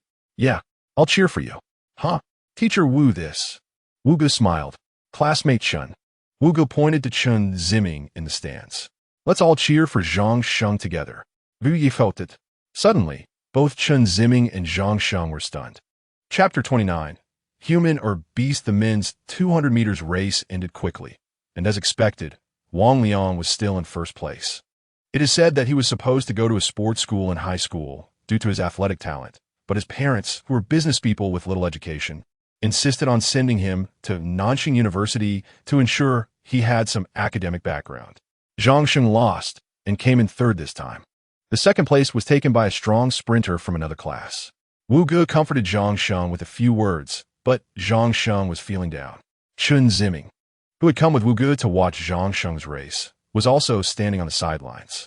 Seeing Zhang Sheng looking dejected after losing, he felt a pang of sympathy and wanted to comfort him, but he found himself at a loss for words, fearing that Zhang Sheng might ignore him. Wang Liang, having won the race again, came over to gloat for a while. Lu Mingfang was also praising his students alongside Wu Ge, who smiled silently. Chen Ziming felt a bit awkward standing on the sidelines, so he wandered over to where the men's shot put competition was taking place. Wang Ming was competing. As Chen Ziming passed by, he happened to see Wang Ming lining up to throw the shot put. They exchanged glances. Chen Ziming was unsure whether to speak to Wang Ming. He wondered if Wang Ming still blamed him for the basketball game. Even if he didn't tee, Chen Ziming really didn't know what to say. Unexpectedly, Wang Ming smiled and greeted Chen Ziming, warming his heart, and he smiled back. "Ziming, come over and cheer for me," Wang Ming called out loudly. Chen Ziming hesitated for a moment, but then walked over to Wang Ming's side. The shot put throwing position was in the center in front of the soccer goal on one side of the playground. There was a contestant preparing to throw the shot put. Wang Ming was in the queue. "Ziming, I'm so nervous. Look at how tall and big they are. I'm afraid I'll lose terribly," Wang Ming said, pointing to a few contestants ahead. Chen Ziming looked over and indeed, they were all around 8-1. 9 meters tall. He was surprised to spot a tall guy he had played basketball against, Chun Sikai. Chen Ziming reassured him, "Maybe you can win." Wang Ming scratched his head and smiled sheepishly. "Ziming, what are you talking about? I'm just hoping not to lose too badly and not embarrass our class." Just then, the referee blew the whistle, and the contestants in the field pushed the shot put forward. The shot put made a short arc and landed with a thud. The referee placed a small flag. The distance was close, just over 2 meters, and the spectators nearby burst into laughter. The throwing contestant left the throwing area with an embarrassed smile. Next, the contestants began to throw one after another. Some achieved 4 meters, some 6 meters, and Chen Ziming even through 15 meters, causing the spectators to exclaim in surprise. Chen Ziming walked away proudly. It was Wang Ming's turn. Chen Ziming gave him a thumbs up for encouragement. Wang Ming nervously stepped into the field, grabbed the ball, mimicking the other contestants' actions, wedging the ball between his head and shoulder, twisting his waist, and pushed the ball out. With a thud, it seemed to go farther than the previous throw. Wang Ming made a face and returned to Chen Ziming. Not the closest, thank goodness. Otherwise, that would be embarrassing. Chen Ziming smiled slightly. Wang Ming, aware that he had little chance of advancing, wanted to go watch the other competitions and invited Chen Ziming to join him, but Chen Ziming declined, saying he wanted to rest in the stands. Wang Ming then went off alone to watch. There was a plastic running track separating the stands from the playground, and as Chen Ziming planned to cross the track, he happened to catch the start of the women's 100-meter race. The contestants were already lined up at the starting line. Chen Ziming intended to go around the contestants, but he recognized one girl who looked familiar. Upon closer inspection, he realized it was the girl he had seen smoking in front of the restaurant, the same one who had kissed a tall guy at the convenience store that day. Chen Ziming found himself standing still. The race was about to start, and the referee instructed the contestants to get ready. Sun Feifei crouched down, her feet on the track. With the sound of gunshot, she shot forward, taking the lead right from the start. Her speed increased, leaving the other contestants far behind. Finally, the red finish line fell, and Sun Feifei secured first place. Immediately afterward, the announcement came over the loudspeaker that Sun Feifei from the English department had won the women's 100-meter sprint. As Sun Feifei walked off the track, a handsome man in a well-fitted blue and white sports outfit with a bun hairstyle handed her a bottle of water. The surrounding female classmates stole glances at him, all showing infatuated expressions. Upon seeing this man, Chen Ziming frowned. He actually came to school? Sun Feifei took a drink, and Lu glanced toward the playground, catching sight of Chen Ziming looking over. She remembered Chen Ziming's face vividly. With a light chuckle, Lu told Sun Feifei she had to handle something and walked straight towards Chen Ziming. When Chen Ziming saw Lu approaching, he quickly turned his face away, wanting to return to the stands. Lu saw through Chen Ziming's intention and quickly walked up to him, grabbing his shoulder. Long time no see. Chen Ziming slowly turned his head. Looking at Lu, he felt a bit scared. Lu tilted her head and smiled. Don't look at me like that. I didn't know you were afraid of women. Chen Ziming's face turned red. Hey, I'm good friends with your PE teacher Wu Ge. What? Chen Ziming was taken aback. They know each other? Then he realized no wonder Wu Ge arrived in time that day. He had always found it strange, but Wu Ge's enthusiasm and concern had kept him from questioning it. Noticing Chen Ziming's expression change, Lu rolled her eyes and said slowly, Oh, I found out later. I tend to hold grudges. You think you could just bump into me and leave? Not that easy. I want to mess with you. I initially wanted to show off to Wu Ge, but he suspected it was you based on my description, and you know the rest. Lu's casual remarks sounded plausible, and her expression was natural. Chen Ziming felt half convinced. I won't say much more, believe it or not. But since you're Wu Ge's student, I want to hold it against you. Just watch where you're going next time. After saying that, Lu turned and left. The more imposing the words, the easier they are to accept, especially for a college student like Chen Ziming who hadn't entered society yet. Chen Ziming watched Lu's back, his heart racing. Lu returned to Sun Feifei and chatted with her for a bit before saying she was going to find Wu Ge and then left. Wu Ge was currently watching the shot put competition on the playground when Lu approached and patted Wu Ge's shoulder. Wu Ge turned around, surprised. You? Yeah, surprised, right? Wu Ge frowned. What are you doing here? Lu whispered. That's Sun Feifei. She's actually a student at your school. Today she said she was going to compete and asked me to come cheer for her. I had some free time, so I came to take a look. As she spoke, Lu looked around the field and the stands, scanning the girls as if surveying her harem. You should leave quickly. Be careful not to be seen by Chen Ziming. Lu smiled. Sorry, but I've already been seen. Wu Ge fell silent for a moment and pulled Lu aside. Did Chen Ziming see you? Yeah. What did you two talk about? I told him your true intentions. He asked me why I had to find him a woman last time, and I said it was for the mission. What? Wu Ge was about to explode. Lu quickly explained, I was just joking, I'm not stupid. Lulu recounted the conversation with Chen Ziming to Wu Ge. After hearing this, Wu Ji's expression turned serious. Seeing that Wu Ge seemed angry, Lulu didn't dare to joke anymore. Oh, it's nothing. Well, I won't chat with you anymore. I'm going to find Sun Fei. Just as Lulu was about to leave, Wu Ge said in a deep voice, Lulu, don't forget why we're here. I see your attitude towards that girl seems off. Do you understand what I mean? Lulu turned her head, smiled slightly, and replied, Wu Ge, it seems you're also too concerned about Chen Ziming. Don't forget what your mission is.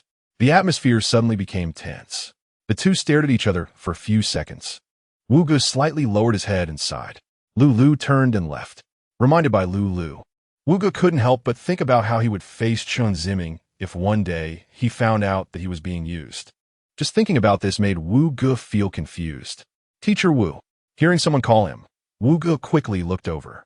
It was Wang Ming. Wang Ming? I just strolled over to watch the 400-meter race and saw you, so I called you. Oh, I see. Thank you, Wang. It's nothing. Teacher Wu, are you going too? Wu Ge waved his hand. I still have some matters to attend to. You go ahead.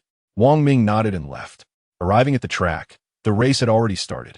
Wang Ming saw that Wang Liang was leading again. He rolled his eyes. Wang Liang was indeed very fast, with a gap of about 20 to 30 meters from his second place. He was even looking back at the people behind him while running, full of confidence. As expected, Wang Liang came in first again. He strolled to the starting line, bragging about himself while chatting with the female classmates. Too easy, just running casually, and I'm first. Not interesting at all, Wang Liang said, tilting his head. You're so handsome, being so far ahead of the second place, a girl excitedly said. Hey, it's a piece of cake. I'm the only one who has the title of running champion in our school. Saying this, Wang Liang put his arm around the girl's shoulders. The girl shyly pushed his hand away. Wang Liang tried to put his arm around her again, but she dodged and ran away. TCH, Wang Liang scoffed disdainfully. At this moment, a lazy voice rang out. Hey, are you human or livestock? Running so fast. Chapter 30. The challenge at the gate. Wang Liang was furious after being openly humiliated. Who dared to embarrass him in front of everyone? Turning around, he saw Lulu. Wang Liang was taken aback. Wasn't this the guy who had walked with the gym teacher from the international trade class that day, acting all high and mighty? Was he a teacher at the school today? Although Wang Liang was arrogant, he still knew how to distinguish people. Which class do you teach? What class? Lulu didn't even know what class meant. He scratched his head and said, Wow, your question is so complicated. Can you ask something simpler? Is this question complicated? But he didn't dare to offend a teacher. So Wang Liang, with a sullen face, continued, This teacher is taking the joke a bit too far. How can you describe students as livestock? The students nearby almost burst out laughing. Wang Ming, who was also nearby, was holding back his laughter. Lulu wiped his lips and slowly said, Oh, I was just complimenting you on how fast you run. It's not a big deal. I'll treat you to a drink another day. A teacher treating a student to a drink? How inappropriate. Wang Liang said seriously, This teacher, we are students, and drinking is something for adults. We don't do that. Seeing Wang Liang lying through his teeth, many students were blushing from suppressing their laughter. At that moment, Sun Fei walked over and wrapped her arm around Lulu's. What are you doing here? Didn't you say you were going to find your friend Wu Ge? Lulu turned to look at Sun Fei's captivating face with affection. I was worried you wouldn't see me and get anxious. Go away, you're so annoying. The two began flirting in front of a crowd of classmates and a few observing teachers. A teacher-student romance? Wang Liang immediately found a good reason to attack. He cleared his throat and teased. Hey, I say, this teacher, luring young girls and flirting in front of so many people, isn't that a bit lacking in teacher ethics? As he spoke, Wang Liang turned his head to the onlookers and asked, Am I right? Before Sun Fei arrived, everyone had felt satisfied that Lulu had countered Wang Liang's arrogant demeanor. However, the flirting between Sun Fei and Lulu made them feel uncomfortable and disgusted. Moreover, from what Wang Liang implied, this guy was still a teacher. A teacher dating a student was taboo, and everyone scoffed at it. However, they were also quite fed up with Wang Liang, so they didn't respond to his provocation. For a moment, there was complete silence. No one replied to Wang Liang. Feeling a bit embarrassed, he was about to say something when Sun Fei spoke up. Who do you think you are? We're not in a teacher-student relationship. Don't say random things. He is my boyfriend, here to cheer for me. Upon hearing this, everyone realized he was her boyfriend, so it wasn't a problem. It was perfectly normal for a boyfriend to come and support his girlfriend. Wang Liang became awkward again. No, he's not a teacher. At this point, he suddenly thought, since he's not a teacher, what am I afraid of? His attitude immediately turned hostile. Damn it. If you're not a teacher, why are you pretending? You must be tired of living. I'm never like you anyway. If you have guts, don't run. After I finish my match, let's have a good chat. Do you dare? Lu frowned slightly after hearing this. Sun Feifei hurriedly scolded. Who do you think you are? Why should I wait for you? Lu stopped Sun Feifei. Hey, this little friend just wants to communicate with me amicably. Why are you stopping him? I was the one who invited him for a drink before. Isn't this a good opportunity? But it's fine. Lu winked at Sun Feifei and made a cute expression. Okay, then I'll go with you.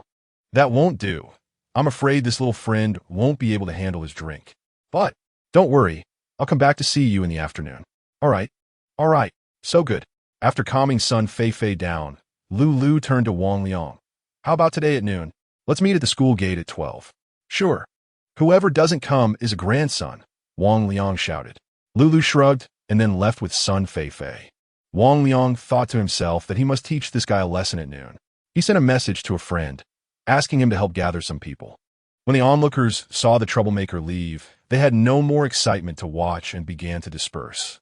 Wang Ming rushed back to the international trade classes bleachers, brimming with excitement, and recounted what had just happened in vivid detail with a few male classmates. He said something about Wang Liang challenging someone outside the school to a fight at noon at the school gate. Everyone was eager to go and watch the spectacle. The male students were particularly interested in such matters, bombarding him with questions about the details, and a few gossiping girls joined in the inquiry. Chen Ziming was playing a mobile game at that moment. He had no events today and had come only because he was part of the square team. He planned to stay until noon and then leave, as the long-distance running was scheduled for the next day. He inadvertently overheard some of Wang Ming's conversation.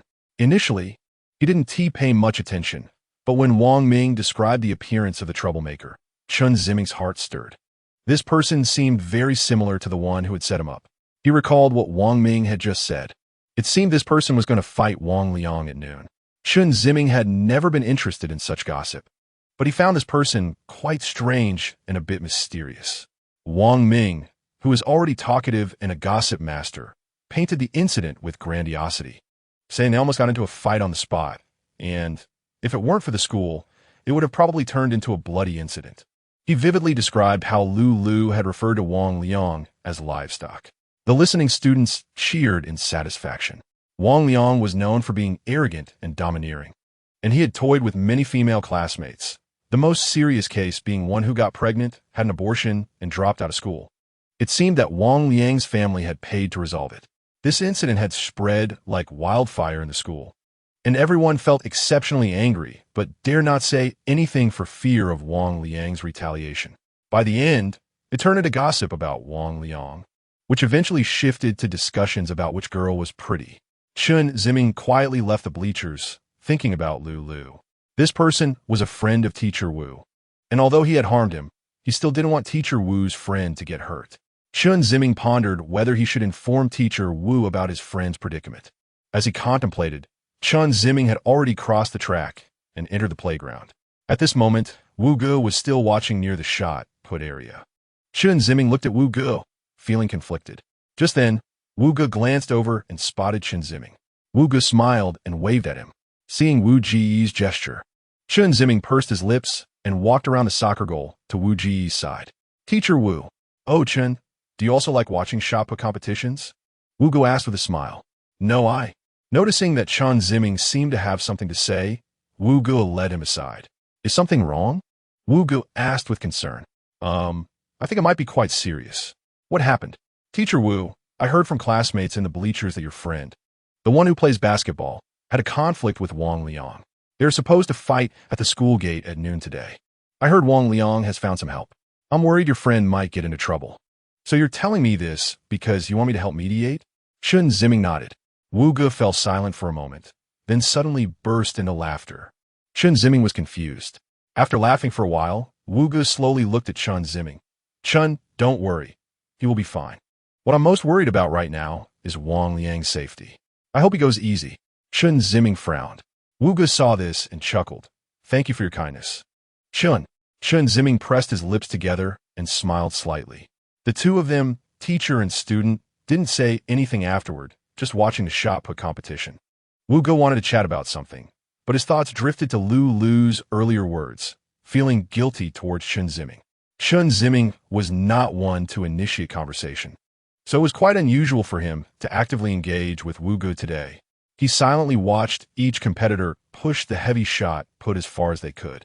Since Long Gu obtained the footage of Chen Ziming in the park surveillance room, he had taken screenshots of the video and was looking for this person everywhere. Upon learning that this wasn't Chen Ziming's first time playing here, they narrowed their search to Nanxing University. They unanimously believed this person was either a college student or a high school student nearby, but there was only one university around, no high school. Therefore, today Long Gu brought two younger brothers to stake out after school to see if they could spot the young man. They arrived early, worried about missing the school rush. The three of them sat in a black sedan, watching the school gate. After a while, Long Gu got tired of watching and lay down in the car to sleep, leaving the two younger brothers on lookout. Not long after, the two younger brothers suddenly woke Long Gu up. What's wrong? Long Gu asked impatiently. Long Gu, you need to look outside, Dogsy said excitedly. Outside? Long Gu frowned and leaned out to take a look. He saw 7 or 8 burly men in black sportswear outside. None of them looked like good people. Hey, something's going to happen. Yeah, Long Gu, I don't think those guys look like good people.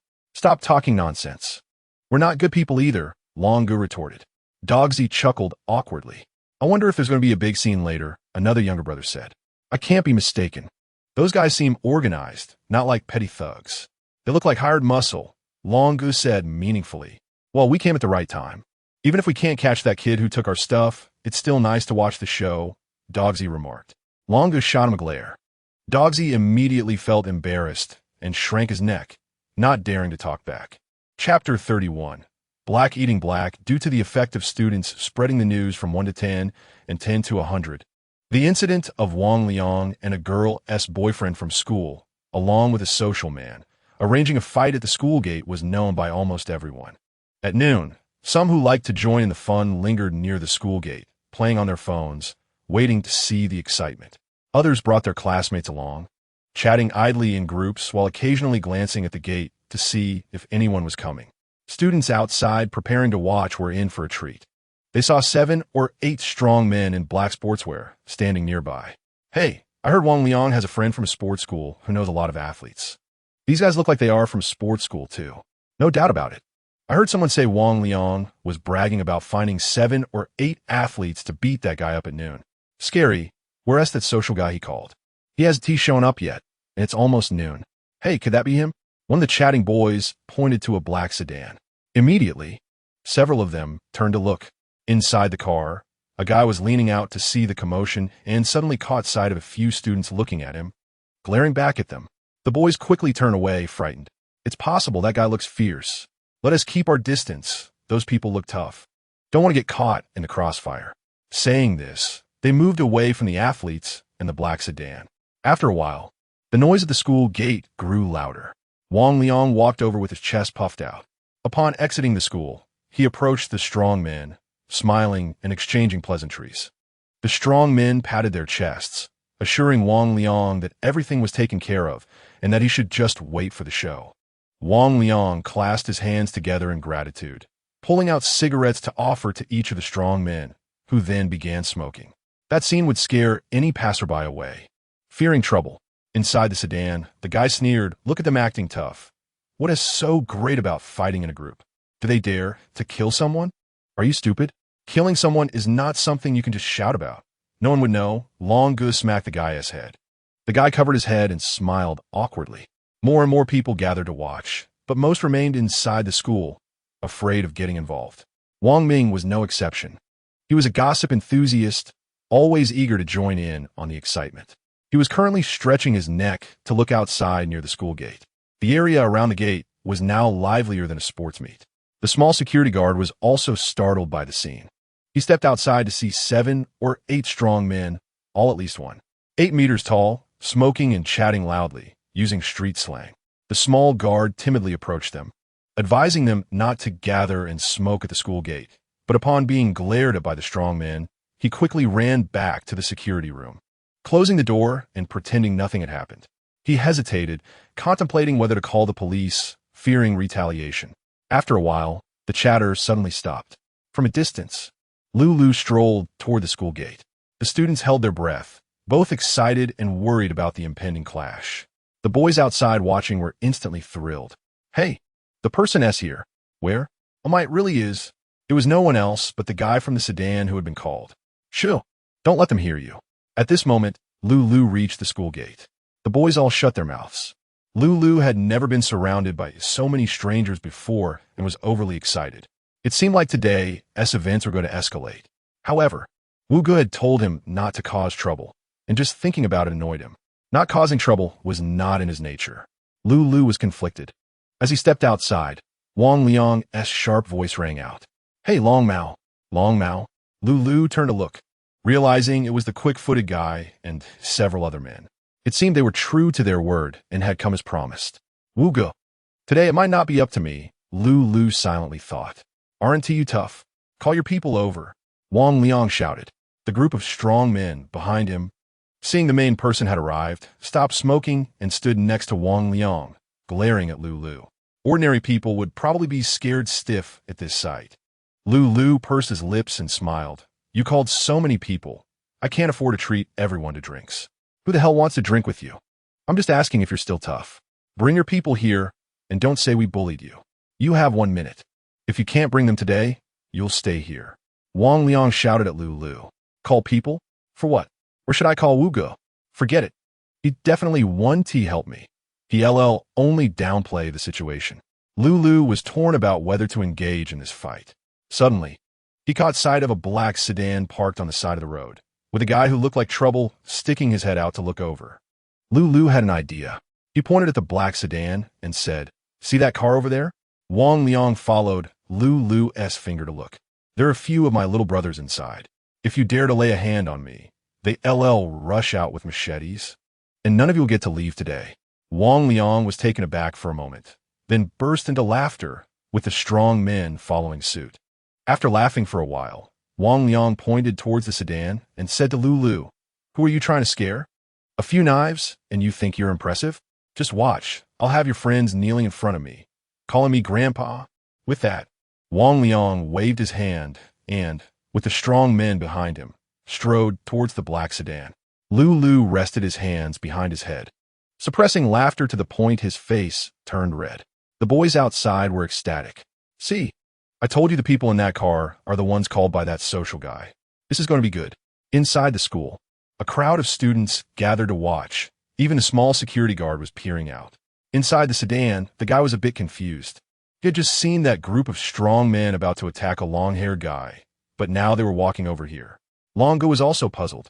He glanced at the other side of the car and saw no one there. It wasn't until they reached the front of the car that the three of them realized they were coming for them. Wang Liang leaned against the car window, tapping his head, arrogantly saying, Get out of the car. The guy was taken aback. What? One of the strong men behind Wang Liang slammed his hand on the window, growling, Get out of the car, are you deaf? The guy instantly got angry, turned back to the car, and reached for a knife. Longo hurriedly held his hand down and shot him a look, signaling him not to act rashly.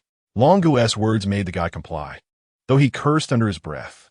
Just then, Longo got out of the passenger seat and walked up to Wang Liang and his group, smiling. What is up? Which gang are you from? What is the matter? Are you a gangster? Which gang are you from? A strong man mocked. Longo smiled. We're all out here in society. There's no black or white. Kid, today you kneel and call me Grandpa, and we'll let you go. Wang Liang said arrogantly. Upon hearing this, Longo's temper flared. Usually, everyone treated him with respect, except for that one person. How dare a young punk insult him like this? Just thinking about it made his hands tremble with anger. However, he quickly reminded himself that he wasn't here to fight. He could endure. There's an old saying in the gang world. A small sacrifice leads to a great plan. Today he would endure a little. Today you're lucky. If it were before, you'd be kneeling by now. After saying this, Brother Long turned to go back to the passenger seat. At that moment, A strong man stepped forward and grabbed Brother Long. "Let's see who kneels today." Saying this, he kicked Brother Long to the ground. The other 3 or 4 strong men rushed up and started punching and kicking Brother Long inside the car. Dogsy and another small thug were stunned by the scene. After a few seconds of shock, they both roared and drew their machetes, rushing out of the car. The remaining strong men each pulled out an iron rod from their waists and started fighting with Dogsy and the other thug. The sounds of shouting and fighting around the car were deafening. Lulu stood outside the school gate, laughing so hard she bent over. Several male classmates were shocked by the explosive scene of the fight, wondering why the men in society didn't go help. The students inside the school were also holding their breath, watching the intense scene outside. A young security guard, fearing something would go wrong, quickly called the police. Just as everyone was nervously watching the spectacle, Chen Ziming slowly arrived at the school gate. He also knew something was going to happen at noon, but he didn't expect it to be so serious. He watched the bloody scene of iron rods and machetes swinging. Just as Chen Ziming was worried about whether Teacher Wu's friend would get hurt, he suddenly caught sight of Lu standing not far outside the school gate. Watching the commotion, Chen Ziming didn't know what was happening, but since Teacher Wu's friend was fine, that was good enough. He lowered his head and exited the school gate, planning to return to the apartment. Just then, bang, a gunshot rang out. The air seemed to freeze in an instant. The fighting group immediately stopped. The onlooking classmates were also stunned. Lulu's smile froze. Chen Ziming stopped and turned his head to look at the source of the gunshot. He saw a strong man scream and slowly fall to the ground, clutching his stomach. Brother Long shakily stood up from the ground, his face covered in blood. He held a handgun in his hand, with smoke still lingering at the muzzle. "Someone has been killed," Wang Liang said in a daze. A few strong men were also stunned. They had only come to teach someone a lesson. Who would have thought the other side would have a gun? Brother Long pointed the handgun at Wang Liang and his group, who were so scared their legs trembled, raising their hands and not daring to move. Brother Long spat out a mouthful of blood, wiped the blood from his face, and looked at his hand. He gasped and cursed. Then he looked at the 2 younger brothers lying on the ground. "Dogsy!" Brother Long kicked Dogsy. Dogsy trembled and slowly lifted his head. "Get in the car." Dogsy, shaking, stood up. His face was already bruised and battered. The other thug also stood up unsteadily and walked towards the car. "I've noted you down," Brother Long mumbled, but his voice carried a hint of authority. Wang Liang and the others were already scared out of their wits, and no one dared to say anything or make a move. In the moment he turned around, Brother Long suddenly caught sight of a familiar figure. He quickly focused his gaze and saw Chen Ziming looking over here. "It's him," Brother Long said, and was about to walk towards Chen Ziming. Seeing the blood-soaked thug looking at him, Chen Ziming quickly turned and walked away. "Don't run," Brother Long shouted, ready to chase. Lulu saw that the target seemed to be Chen Ziming, and hurriedly moved towards him as well. Just then, a siren sounded. A police car drove up from in front of Chen Ziming. Brother Long swallowed, cursed, quickly put the gun into his pocket, and turned to run towards the car. Chapter 32 Cooperation. Again, a shooting incident occurred at the entrance of Nanjing University, and the perpetrator has already been arrested. No students were injured. According to investigations, the incident was a result of a fight involving individuals from outside the school. This was the news reported in the afternoon. The news spread quickly among everyone at Nanjing University, from the principal and teachers to the students and cleaning staff. No one was unaware of it. Everyone knew in their hearts that it was Wang Liang who caused the trouble, yet he was still seen on the playground in the afternoon. Some said his parents paid someone to take the blame, which was highly likely true. However, after a terrifying shooting incident, Wang Liang seemed to have become much more subdued, looking dispirited as he sat on the bleachers playing with his phone. The other perpetrator, Lulu, was still at large, probably somewhere enjoying himself. Despite the external fight, the sports meet at Nanjing University continued with great enthusiasm. Chen Ziming originally planned to return to his apartment, but for some unknown reason, Wu Ge insisted he return to school immediately, saying he could not stay outside any longer or go back to the apartment. Chen Ziming asked Wu Ge for the reason, but Wu Ge said he would tell him later. So, after having dinner in the school cafeteria, Chen Ziming continued to play with his phone on the bleachers. At that moment, in a corner of the campus, Wu Ge was on the phone with Lulu. "Are you sure you want to attack Chen Ziming?" Lulu's frivolous voice came through the line. Are you trying to ask Chen Ziming for some water to wash his face? Wu Ge paused for a moment. Can you investigate the reason behind the attack on Chen Ziming? Oh, how can I investigate? I don't have any friends at the police station, and I don't know those little thugs. You're making it hard for me. Lulu, the first handsome man, a jack of all trades, there was nothing he couldn't do. Wu Ge began to flatter Lulu, lifting him from the ground to the sky, and then to the universe. Lulu loved this kind of praise. If you wanted to educate him or point things out, he could retort you back. But if you complimented him on his looks and abilities, he would act all dirty-mouthed but be secretly pleased inside. After a round of compliments, Wu Ge heard Lulu mock him a few times before he said, I'll think of a way, don't bother me, and then hung up. Wu Ge knew this matter was essentially resolved. Lulu would definitely find a way to uncover the reason for the attack on Chen Ziming. However, before that, Chen Ziming had to remain under his surveillance for Wu Ge to feel at ease.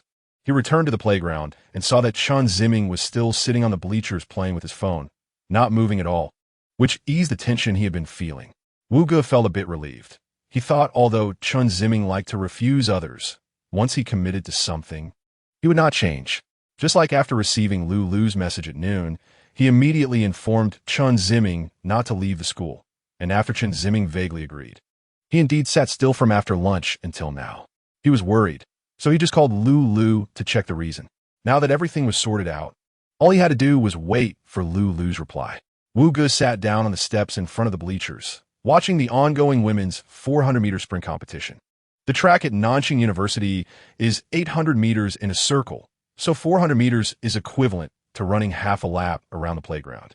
There were more female students watching the male sprint, while in the women's sprint, the number of male students watching was clearly in the majority. Wang Ming was one of them. He watched the graceful curves of the female classmates as they started running and the spirited figures as they sprinted. Deeply sighing in his heart, this is youth, this is true youth. He truly wished for youth to remain forever, to stay on this day. After watching for a while, the announcement suddenly called for students participating in the three-legged race to report to the registration area. Wang Ming thought, isn't that the event I signed up for? Besides himself, he also invited Zhang Sheng and another boy to participate. Wang Ming hurried to the registration area, and at that moment, Zhang Sheng was already there. They exchanged glances. Why are you only just arriving? Did you forget about the competition? Zhang Sheng asked seriously. Wang Ming chuckled. I want to watch the beautiful girls race and forgot about this. Where's the other person? Who did you invite? Wang Ming looked around, but found no sign of the classmate he had invited. Wait, did he forget too? Saying this, Wang Ming sent a WeChat message to that classmate. Soon, the other party replied, saying he drank expired milk at noon and was currently in the restroom with diarrhea, asking them to find someone else to take his place. What the hell? What's wrong? Diarrhea can't come. What kind of situation is this? You hurry back to our class's bleachers and find someone else to fill in. I'm on it. With that, Wang Ming rushed back towards his class's bleachers. Arriving at the front of the bleachers, he ran into Wu Ge, who was sitting on the first step. Wang Ming, what's wrong? Why are you panting? Wu teacher, we're short a person for the three-legged race. Oh, hurry and find someone. Yeah, that's why I'm looking for someone. As Wang Ming spoke, he glanced at the bleachers. There were quite a few girls present, but the only boy was Chen Ziming. Wang Ming suddenly felt troubled. Chen Ziming would surely not want to participate in such a silly game, and besides, he had a conflict with Zhang Sheng. Wouldn't it be awkward for them to cooperate together? Thinking of this, Wang Ming planned to send a group message in the class group chat to see who was available to come. At that moment, Wu Ge stood up, looked at the bleachers, and found that Chen Ziming was the only boy there. He smiled and waved at Chen Ziming. Chen Ziming. Wang Ming was taken aback. Chen Ziming, who was playing with his phone, raised his head upon hearing someone call him, and saw Wu Ge waving at him. Chen, come down. I have good news for you. Veuillez béconner. Chen Ziming put away his phone, stood up, and walked down the steps to join Wu Ge and Wang Ming. Wang Ming hurriedly greeted Chen Ziming, and Chen Ziming smiled back. Chen Ziming, Wang Ming wants to invite you to participate in the three-legged race, Wu Ge said with a smile. Huh, I can't. Wu teacher, I really can't. Chen Ziming quickly waved his hands to refuse. Wang Ming had already anticipated this reaction. Chen Ziming, the three-legged race is all about coordination. Your dribbling and shooting skills on the basketball court test your coordination as well, and you're outstanding at it. If you don't go, then who will? Wang Ming said, feeling pleased that Wu Ge knew how to persuade. Chen Ziming frowned. Wu teacher, I really think I might not be able to. I'm worried I might delay everyone's performance. Wang Ming, do you think Chen Ziming is capable? Wu Ge winked at Wang Ming. Wang Ming understood and quickly said, of course. If Ziming goes, that would be the best. If Ziming participates, we will definitely come in first. See, Chen Ziming, how can you still refuse? Yeah, Ziming, let's go. And bring back a first place to bring glory to our class. Wang Ming raised his fist in front of him, making a cheering gesture. Chen Ziming's frown deepened. Wu Ge turned his head towards Wang Ming and the registration area, and Wang Ming immediately understood Wu Ji's intention. He grabbed Chen Ziming's hand and enthusiastically pulled him toward the registration area. Ziming, let's go, otherwise, we won't make it in time. Chen Ziming was pulled along and started jogging. Wu Ge laughed and followed them. Upon reaching the registration area, Wang Ming, panting, reported their names to the registration staff. Chen Ziming lowered his head and looked at the list. Then he raised his head and casually glanced around. Suddenly, Chen Ziming spotted Zhang Sheng not far away. And Zhang Sheng happened to see Chen Ziming as well. The two locked eyes. Wang Ming, seeing his classmates sign in, wanted to explain the competition rules to Chen Ziming, but noticed that his gaze was not on him. Following Chen Ziming's line of sight, he discovered Zhang Sheng. I forgot about this. Wang Ming mourned inwardly. Wang Ming, is this the substitute you found? Before Wang Ming could answer Zhang Sheng, Chen Ziming turned to leave. After taking a couple of steps, he bumped into Wu Ge. Classmate Chen, why are you heading back? Wu Ge asked kindly. Chen Ziming didn't know how to respond and kept his head down in silence. Wu Ge found it strange. He wanted to ask Wang Ming what had happened, and just then he spotted Zhang Sheng looking this way. Wu Ge scanned the entire registration area and realized that only Chen Ziming, Wang Ming, and Zhang Sheng were from their class. Wu Ge instantly understood what had happened. It was clear that these three had competed against each other. No wonder Chen Ziming was acting this way. The conflict between him and Zhang Sheng had not been resolved yet. Sooner or later, they would need to find an opportunity to address this, to clear up Zhang Sheng's misunderstanding about Chen Ziming, but obviously, today was not a good time. The most important thing now was to get the two of them to participate in the competition together, which might improve their relationship. With that thought, Wu Ge smiled and waved to Zhang Sheng. Zhang Sheng, come here, come here. Even with Chen Ziming present, as the physical education committee member, Zhang Sheng reluctantly walked over to Wu Ge. I heard you three are going to compete in the three-legged race soon. I came over to cheer for you, so don't let me down. Oh, Wu teacher, Zhang Sheng stammered. What? No confidence? No, it's just, oh. Wu Ge thought to himself. Since Zhang Sheng hadn't openly confronted him, there seemed to be a chance for improvement. Since there was no problem, they should just compete well.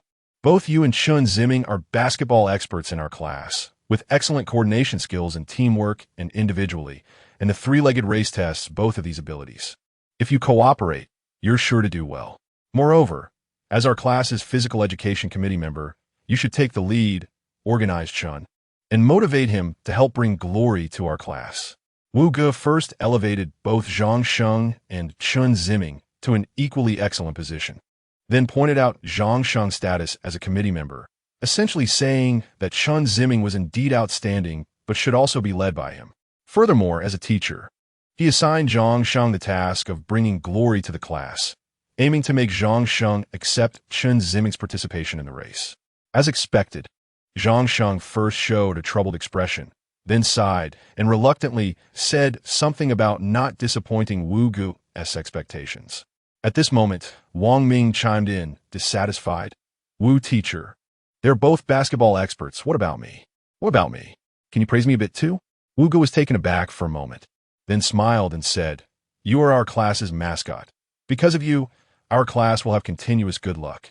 Upon hearing this, Wang Ming suddenly pointed to the sky with one arm, extended two fingers, and proudly shouted, Yay! Oh, don't embarrass our class, Zhang Sheng quickly said, awkwardly pulling Wang Ming's hand down.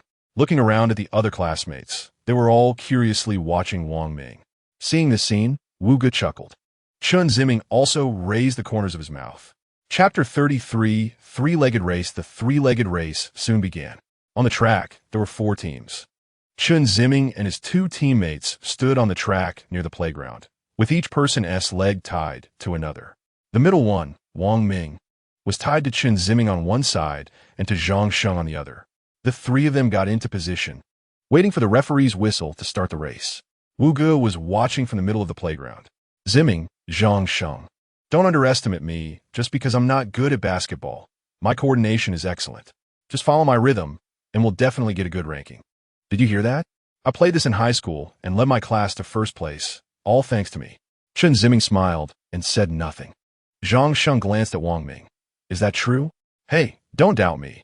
You'll see what a champion looks like in a three-legged race soon. Zhang Sheng remained silent. All right, everyone, take your positions. Go. With a bang of the gun, the 4 teams stepped in unison from the starting line. Chen Ziming followed Wang Ming's steps, moving forward. Wu Ge encouraged them as they ran.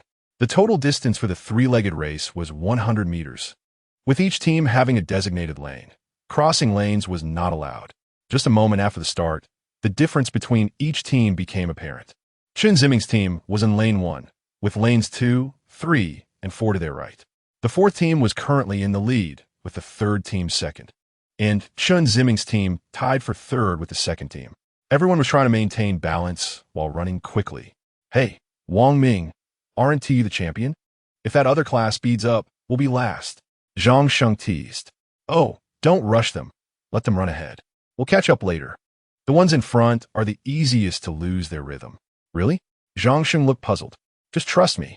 The 3 maintained a steady pace. After several seconds of effort, Chen Ziming's team was finally overtaken by the 2nd team, becoming the true last place. Zhang Sheng panicked. Champion, when are we going to catch up? Oh, don't worry. I'm about to kick into gear. First, we'll pass the 2nd team, then we'll take down the others one by one. Hurry up. Zhang Sheng gasped.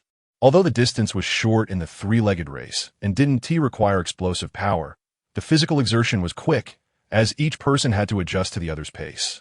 They couldn't go too fast or too slow. Chen Ziming, Zhang Sheng, and Wang Ming leaned on each other's shoulders, looking like 3 close friends from a distance. Wu Ge felt very proud. I'm going to speed up now. As he spoke, Wang Ming indeed quickened his pace, and Chen Ziming and Zhang Sheng followed suit. Wang Ming was just over 7 meters tall, while Chen Ziming was 8 meters, and Zhang Sheng was over 8 meters. Wang Ming had the shortest legs. He pushed forward with the 2 taller teammates running alongside him. In the blink of an eye, the 3 had caught up to the 2nd team. See, I told you. Stop talking, go faster, Zhang Sheng urged. All right. Wang Ming increased his speed again, and the 3 of them surpassed the 2nd team. The 2nd team, realizing they were being overtaken, also sped up. Go faster. They're catching up. Got it, Zhang Sheng, just watch. This was Chen Ziming's first time participating in such a highly coordinated competitive sport. He was focusing on controlling his steps, constantly worrying about being out of sync with Wang Ming and Zhang Sheng and dragging everyone down. Wang Ming increased his speed again. Chen Ziming noticed and also sped up. He kept his head down, watching the ground, running silently. After Wang Ming's 2nd acceleration, they gradually pulled away from the 2nd team. The 2nd team fell behind, becoming the last place. Next, they needed to overtake the 3rd team, and then finally the 4th team. As fatigue set in, the 3rd team's speed noticeably slowed. The 3 of them didn't have to speed up much, and their distance to the 3rd team began to shrink. They're slowing down. Now it's our turn, Wang Ming said excitedly. I didn't expect you to really be a champion. Of course. After Zhang Sheng praised him, Wang Ming became even more excited, eager to show off, and took a big step forward. Chen Ziming almost couldn't react. As he tried to pull back his foot due to inertia, Wang Ming pulled him forward again, nearly causing Chen Ziming to fall.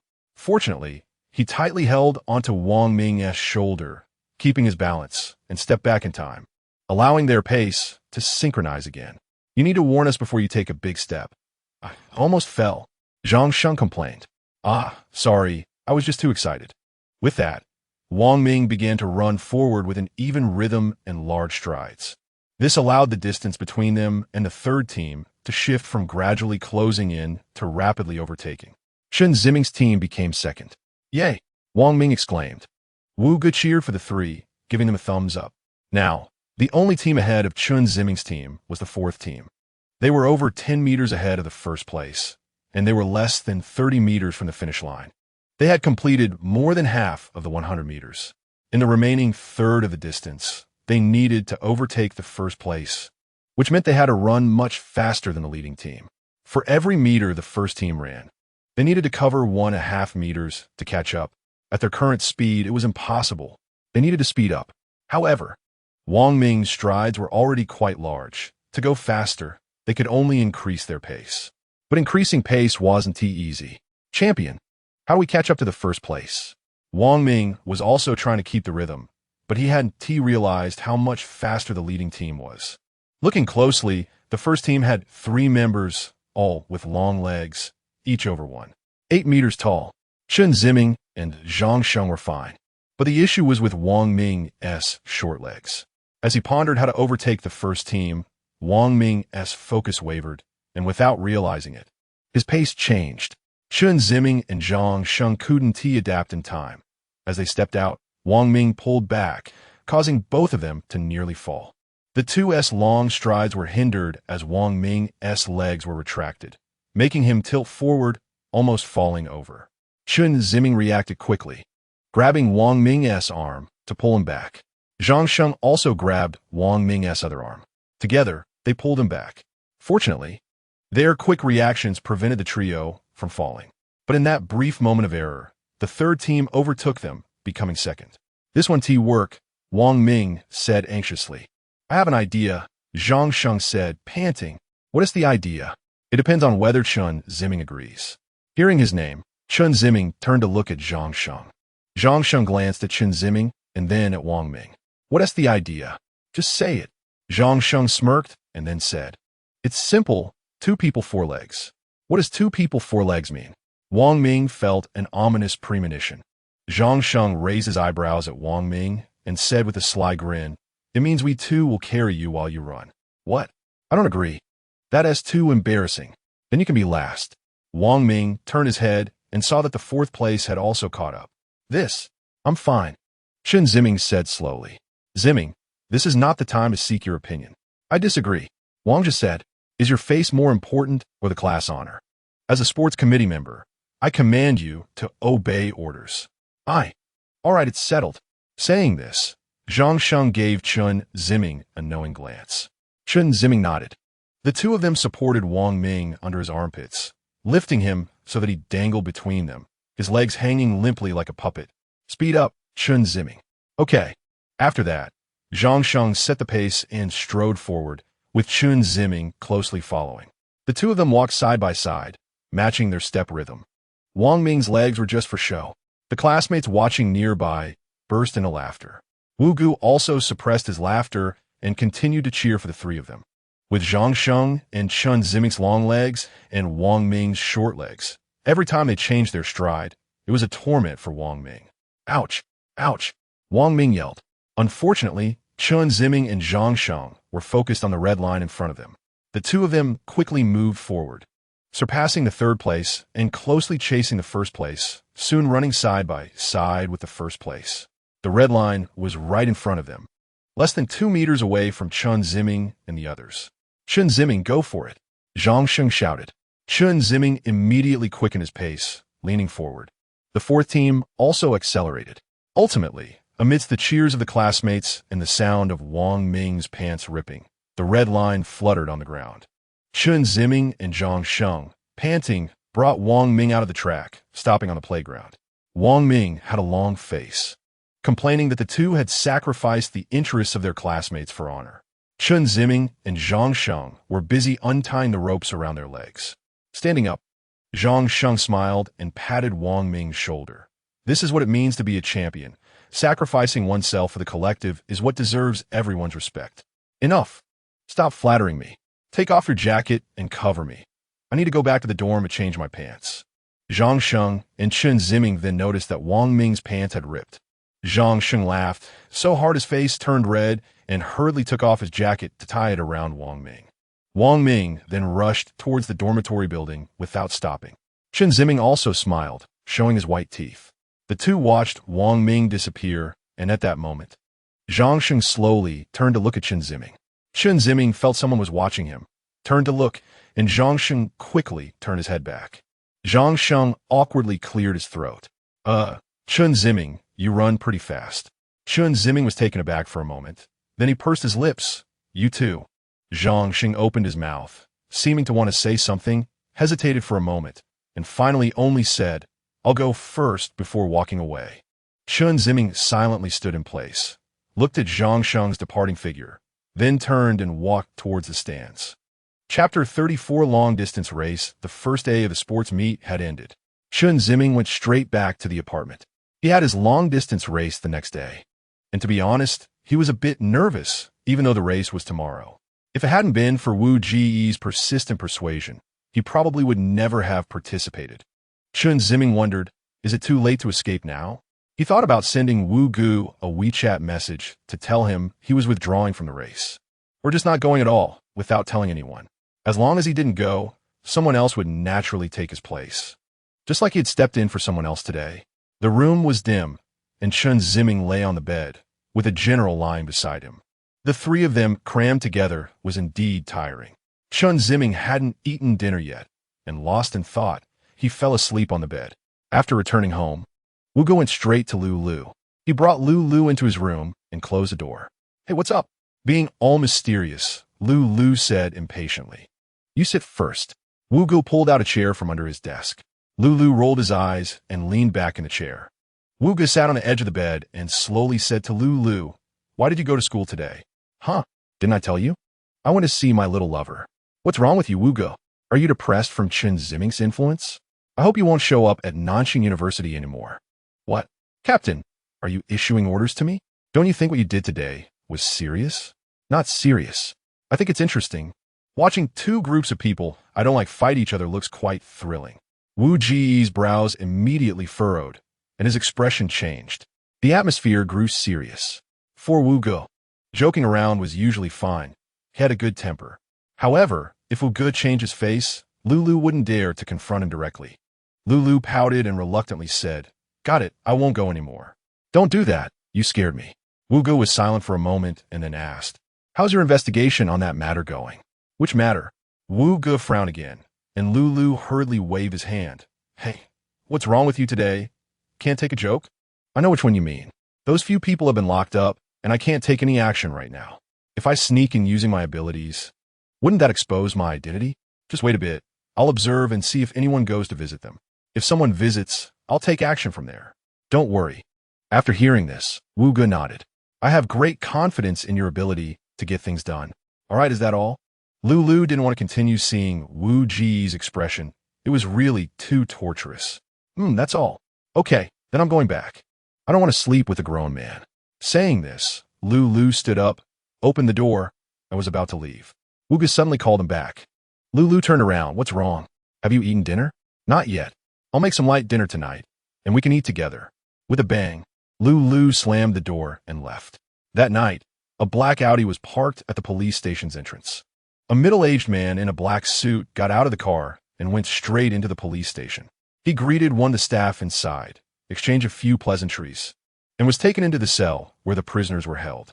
The staff pointed to a spot for the suited man and waited outside the cell door.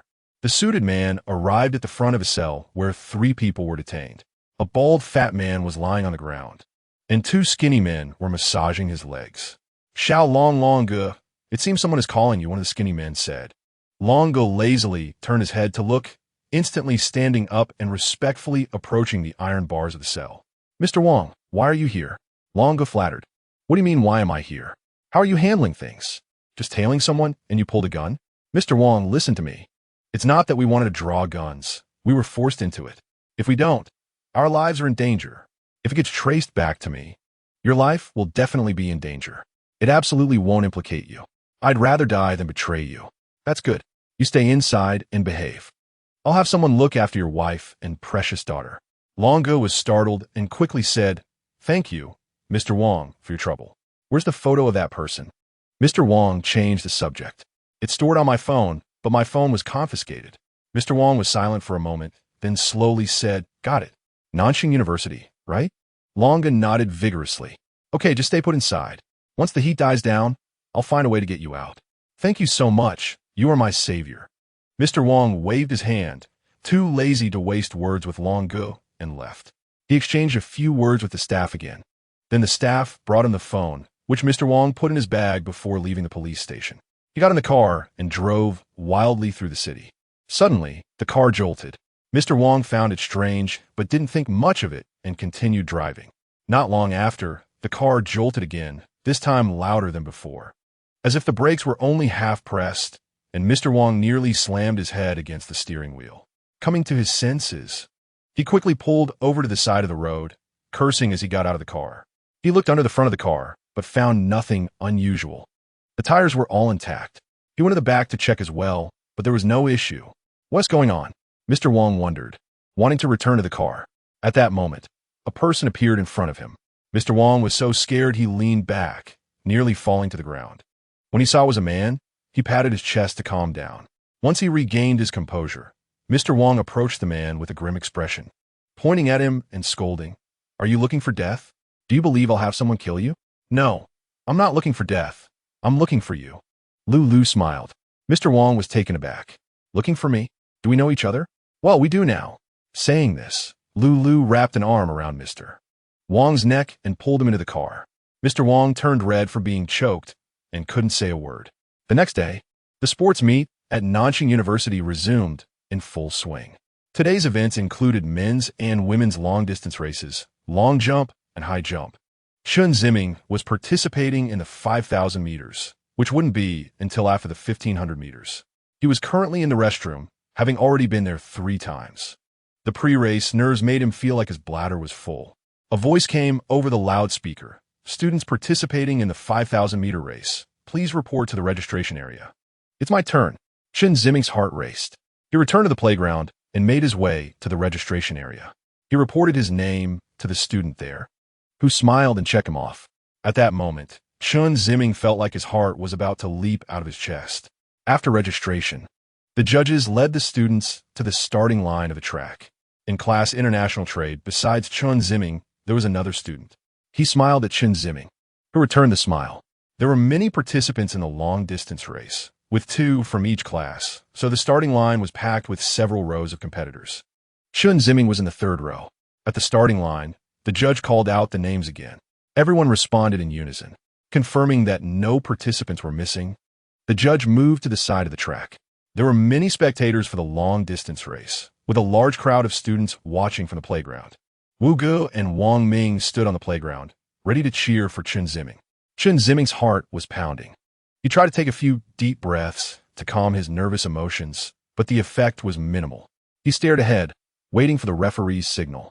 The cheers and noise from both sides rose and fell. Some were cheering for their roommates, some were encouraging their boyfriends, while others were commenting on the competitors, speculating on who looked like they could win and who seemed unlikely to succeed. The competitors were all in different states. Some were full of confidence. Some had their heads down, looking listless, and others were serious and stiff, nervously like Chen Ziming. Everyone took their positions. All the competitors immediately perked up, leaning slightly forward. Ready, set, go. A gunshot rang out. The competitors at the starting line burst out like a disturbed hornet's nest. Some sprinted ahead, some followed the crowd in the middle, and some at the back seemed unhurried, almost walking. After running half a lap, about 400 meters, the gap between the competitors widened. The leading few were running in a line on the inner track. These were the front runners. Although they appeared explosive at the start, their endurance would only be revealed after a few laps. Often, someone who sprinted to first place at the beginning would disappear after 2 laps, only be found trailing behind the main group.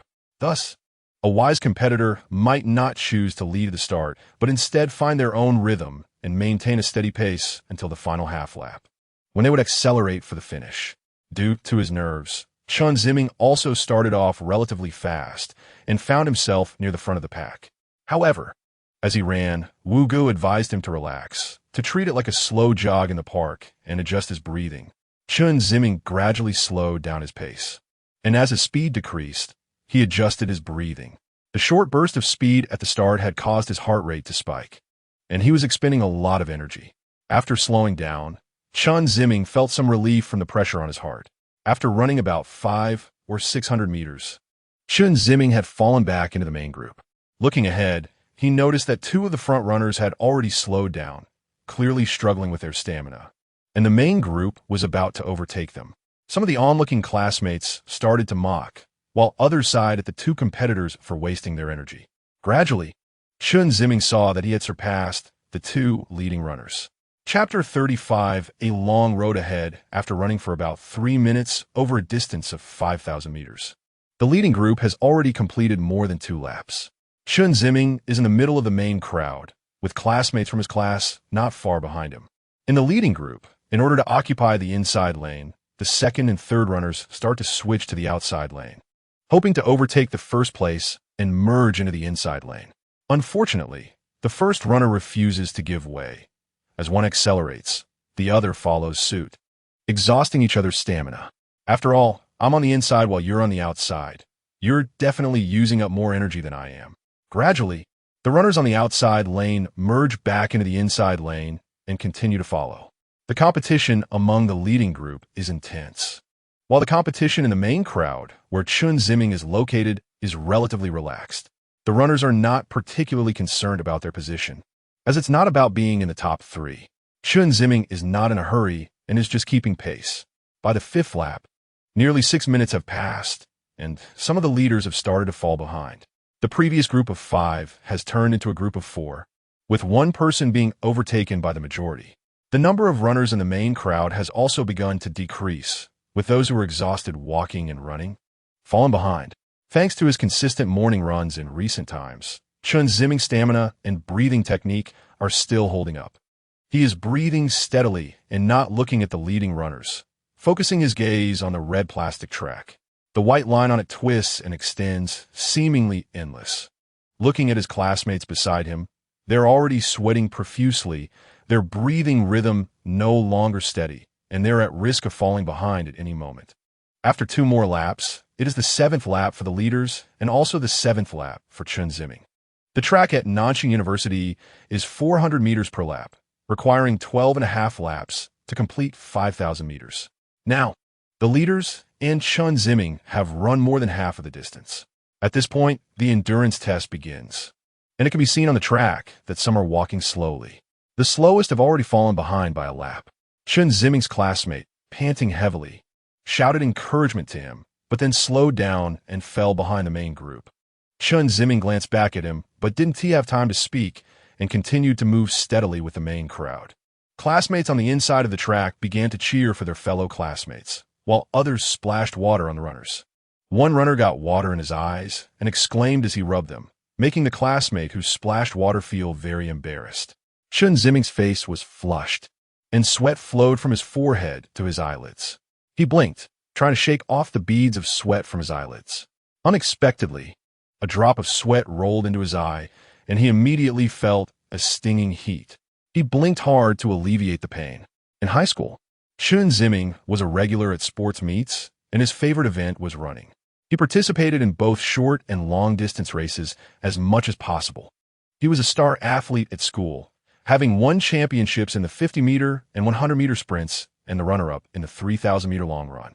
Clad in a black sports outfit and black running shoes, classmates referred to him as the Black Storm on the track. Once he picked up speed, it was impressive. His fair skin appeared even fresher and cleaner against the backdrop of his black sportswear, earning him the favor of many female classmates. Chen Ziming still remembers the first time he brought home the trophy for the sprint championship. His father, Chen Xiong, was overjoyed, ruffling his hair and praising him endlessly. One moment he would say, "My son will be an Olympic sprint champion one day," and the next, "My son is well-rounded. He would be the best candidate for the top scholar in ancient times." This made Chen Ziming's mother constantly interrupt him, arguing that he shouldn't spoil the child too much. Chen Ziming laughed, teasing his mother that she was jealous of his talent, which made Chen Xiong laugh heartily. After 12 minutes of competition, the leaders and Chen Ziming have entered the 10th lap, having run 4,000 meters with 1,000 meters remaining. At this point, there are only 3 runners left in the lead. The main group that Chen Ziming is in has nearly disbanded, leaving only a few individuals. The distance between Chen Ziming and the leaders has shrunk from 20 meters to 5 or 6 meters, with a few scattered runners still following him closely. Chen Ziming feels his heart racing, having exhausted more than half of his energy, and his breathing rhythm has become hurried. This is not a good sign. Wu Ge, who is on the track, seems to notice Chen Ziming's predicament. He comes up beside him and encourages him. Are you okay? Chen Ziming turns to look at Wu Ge, nodding while panting heavily. Imagine this as jogging by a lake in a park. You're not in a competition. Wu Ge can hear Chen Ziming's heavy and rapid breaths. Hearing Wu Ji's words, Chen Ziming casually replies, I'm good, his voice blending with his gasping. Winning or losing doesn't matter. Just treat it like jogging in the park. There are still 2.5 laps left, which is less than a lap around the artificial lake. Less than a lap? That doesn't sound like much. The finish line is in sight. Chen Ziming blinked hard and began to adjust his breathing rhythm for the second time. He slowed his speed a bit and calmed his hurried breaths, restoring them to a steady rhythm. Although he had slowed down, this would allow him to build endurance for the remaining 2.5 laps. Wu Ge ran alongside him for a while before gradually retreating to the sidelines, reminding Chen Ziming once more not to worry about his ranking. After finishing the 11th lap, with 1.5 laps remaining, there are still 2 leaders, and Chen Ziming is less than 2 meters behind them. The classmates from Class 1 of International Trade did not expect that Chen Ziming, who usually appears quiet and not very athletic, not only played basketball well, but was also doing so well in long-distance running. They viewed Chen Ziming's participation as more about taking part rather than considering the possibility of him placing. Now, as most runners are running and walking due to exhaustion, Chen Ziming is still keeping up with the leaders, remaining among the front runners without being left behind, which is indeed remarkable. The classmates watching began to hope for Chen Ziming to place. A few female classmates joined Chen Ziming, cheering him on. Wang Ming also ran over, jogging alongside Chen Ziming while giving him a thumbs up. Ziming, go for it. Chen Ziming caught a glimpse of Wang Ming from the corner of his eye and continued to run forward, his breathing becoming heavier. Encouraged by his classmates, Chen Ziming picked up his pace a little, and with 1 lap to go, he caught up with the leading group, closely following the second runner. Now he has become part of the leading group. The 3 leading runners are all occupying the inside lane. At this moment, the second runner begins to change lanes, moving into the adjacent lane to accelerate and overtake the first runner. The first runner catches a glimpse and also accelerates, refusing to give way. The 2 compete fiercely ahead. Chen Ziming remains steady in the inside lane, not engaging in a competition with the 2 ahead. He wants to maintain his breath and accelerate at the last moment. This is the experience he gained from long-distance running in the past. The competition between the first and second runners will consume a lot of stamina, and he has been through this before, which taught him a lesson. As they run, Chen Ziming sees his classmate not far ahead who seems to have fallen behind by a lap. That person looks quite disheveled, staggering a few steps before walking a few steps. With half a lap left, the top 2 are still in fierce competition. At this point, Chen Ziming decides to accelerate. His breathing becomes hurried, and he quickens his pace. He is now less than a meter away from the top 2. The 2 leaders might not realize that Chen Ziming is right behind them, as they continue to compete for the track. Chen Ziming slowly closed the distance to half a meter, 30 centimeters, 10 centimeters, and was now right behind the 2. Wang Ming, who was running alongside him, took big strides, waving his fists and feeling ecstatic. Chen Ziming squinted his eyes, planning to change lanes to overtake. At that moment, a figure fell to the ground ahead. It was a classmate from the international trade class. Chen Ziming frowned. The person was less than 3 meters in front of him. The first 2 competitors went around the fallen person and continued racing. At this moment, Chen Ziming reached his classmate's side. He glanced at him. His breathing was very heavy and sounded alarming. Don't mind him, keep going, Wang Ming shouted loudly. Chen Ziming was panting heavily, hesitating for a moment. The classmate also turned to look at him. Chen Ziming squinted his eyes and reached out his hand. The classmate was momentarily stunned, but then reached out his hand as well. Chen Ziming pulled him up. The classmate stood up, but didn't he have time to thank him before Chen Ziming continued to run forward? Because of this delay, he was now 3 meters behind the first 2 competitors. There were still 50 meters to go. It was time to sprint. Chen Ziming accelerated again, his breath deep and slow, like a devil in the dark. The first two were still competing, overtaking each other. Chen Ziming gradually caught up, reducing the distance to half a meter. The finish line was right in front of them. The red line was just ahead. Surrounding the red line were excited spectators. But no matter how noisy they were, in the eyes of the competitors, there was only that red line. 10 meters left. Go for it. Just like before. Chen Ziming finally caught up to the first two competitors. The three ran side by side. 5 meters, 3 meters, 1 meter. They crossed the line. Chen Ziming couldn't see who crossed first. He only felt that his legs seemed out of his control. Exhausted, he continued to move forward on the track, hearing his heavy breathing and his pounding heartbeat. Chen, you were amazing. It was Wu Ge. Chen Ziming's eyelids drooped as he smiled at Wu Ge. Wu Ge gave Chen Ziming a thumbs up. That day, Chen Ziming won second place in the men's 5,000-meter race at Nanjing University. Chapter 36. Eye gouging. Ever since Chen Ziming achieved a place in the long-distance race, the strained relationships among classmates due to the basketball competition have eased. Classmates began to take the initiative to greet him, especially the classmate he helped after a fall, who treated Chen Ziming to a bottle of ice-cold cola. Wang Ming, not wanting to miss out, shamelessly asked for a bottle too. The three of them sat together, with Wang Ming and the other classmate chatting and joking, while Chen Ziming sipped his cola and laughed along at their banter. As the sports meeting progressed, the champions of some events had already been decided. As expected, Wang Liang won the championships for the 100m and 200m sprints. Chen Zikai took the gold in shot put and discus.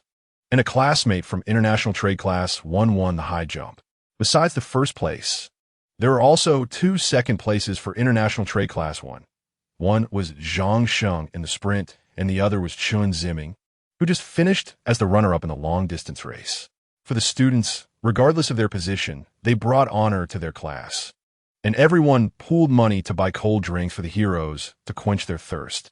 Chen Ziming, Wang Ming, Zhang Sheng, and several other classmates who participated in the competition received WeChat notifications to come to the stands, where the female class monitor was responsible for handing out drinks to the athletes. The female class monitor was sweet and cute, and every male athlete receiving a drink from her felt delighted. Wang Ming teased that with such beauty and virtue, he wondered which lucky man would benefit in the future. The female class monitor, blushing from the comments, playfully chased after him, holding the drink just handed to him by the class monitor. Chen Ziming sat with his classmates in the stands, gazing at the vibrant campus and the energetic competition, feeling a part of his heart illuminated for a moment. Wang Ming, returning from his playful banter with the class monitor, approached Zhang Sheng. "Let's clink bottles, sprinting hero," he said, as they clinked their bottles together and took a swig. The refreshing fizz of the Sprite made Wang Ming feel a cool breeze escaping his nostrils. So refreshing. "Wang Ming, are you participating in the relay race this afternoon?" Wang Ming paused. "Physical committee member, don't joke around. With my short stature, do you want me to hold everyone back? I think you're fine. You're not slow." Wang Ming quickly waved his hands. "Not slow, just a bit faster than a turtle. Come on, when did you become so humble?" Zhang Sheng urged again, but Wang Ming shook his head in refusal. Suddenly, Wang Ming had an idea and whispered to Zhang Sheng, "Why not let Ziming participate? Look at those long legs. I think he's reliable. Plus, he got second in the long-distance race."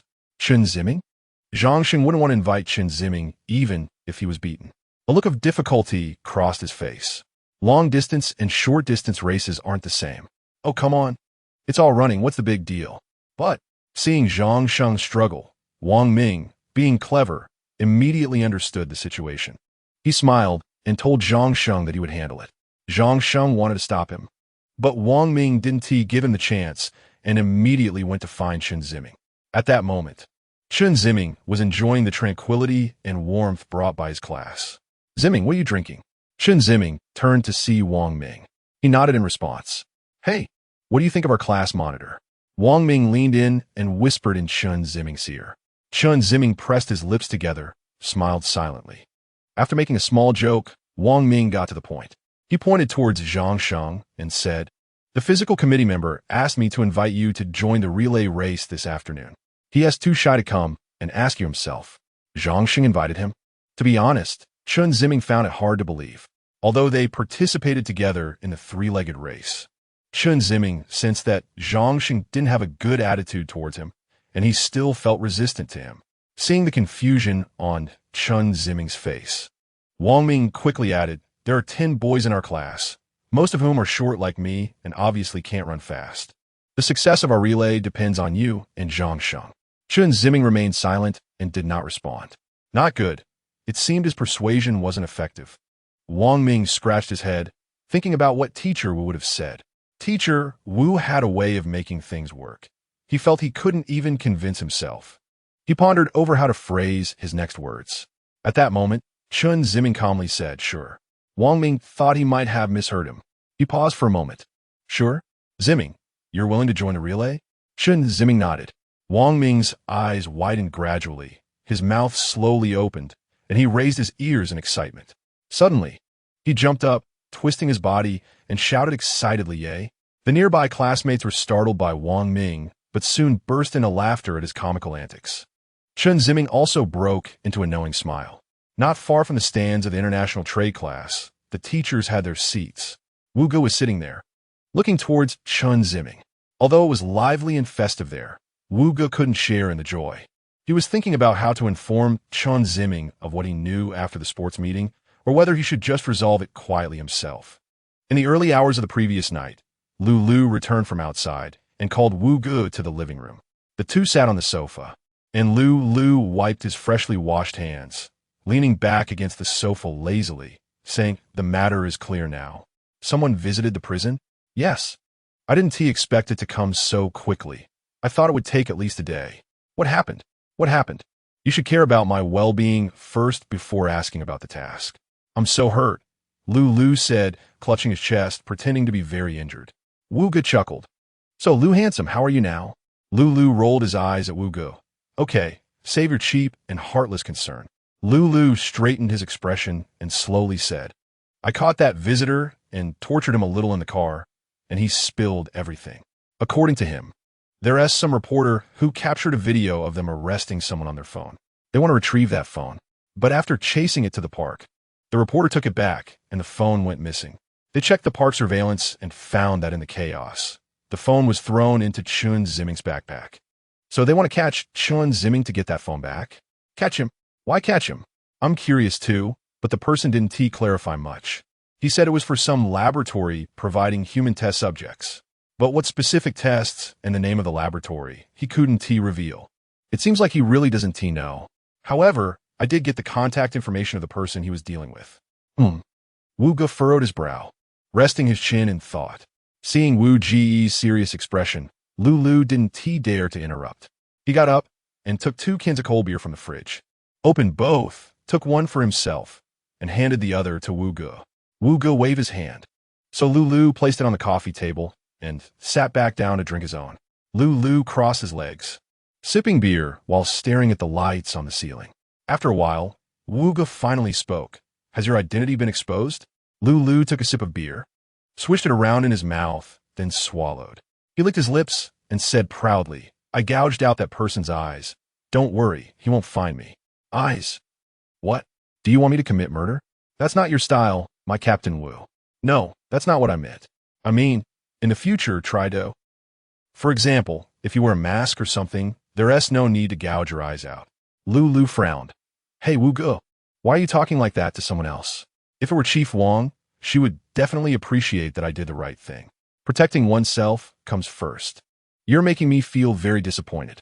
Wu Ge glanced at Lu and immediately wrapped an arm around her shoulder, grinning as he said, "Oh, handsome guy, I was wrong." Saying this, he reached out to cover Lu's chest. "I'll help you warm that cold heart of yours." Lu hurriedly broke free from Wu Ge's embrace and stood up. "You might as well kill me." Wu Ge threw a flirty glance at Lu, making her feel nauseous. The tense atmosphere that had just been there now became relaxed again. Wu Ge smiled and persuaded Lu to sit back on the sofa. Continuing, "This matter is very complicated, and the other party won't let it go easily. I must cut this off. What do you want to do?" "I need to contact that liaison." "Hey, Wu Ge, You're not planning to cause trouble here for your student, are you? Don't forget what your identity and mission are. I'm doing this for the mission as well. Lulu rolled her eyes. Handsome guy? Lulu pouted and casually threw her phone away. She stood up and said irritably, the first in the contact list, then left. Wuga grabbed the phone, held it in his hand, and fell into thought. In a single-person hospital room, a patient with their eyes covered in gauze lay on the bed, while a nurse was taking care of them. At this moment, a middle-aged man with a buzz cut and casual clothes walked in. The man spoke a few words to the nurse, who then left the room and closed the door behind her. The man sat next to the patient, examined their condition, and slowly said, "Do you see clearly who it is? Mr. Lee, is it you, Mr. Lee?" "Yes, it's me." The patient, excited, reached out to touch Mr. Lee's hand. Mr. Lee cooperatively extended his hand. "Who is it?" The patient said with a trembling voice. "I had originally planned to go home after visiting 3 little brothers. But on the way, I was taken hostage by a strange person. He had long hair and looked like a man and a woman. He forced me to reveal the purpose of my little brothers going to the school gate. But I vowed to resist. In a fit of rage, he gouged out my 2 eyeballs. After that, I don't know what happened. When I woke up, I was in the hospital. The police told me someone called the hospital and said someone was injured. When the hospital arrived at the scene, they found the situation was serious and called the police. The police asked me what happened, but I said nothing and just said I offended someone and was retaliated against." Saying this, the patient tearfully asked Mr. Lee to avenge him. Mr. Lee listened for a long time and roughly understood what was going on. There's no need for revenge. Losing a little brother is no big deal, but he must find out what this person's purpose was. With that in mind, Mr. Lee casually brushed off the patient with a few words and left. He planned to use his connections to find the street surveillance footage from that day to locate the strange person. Chapter 37.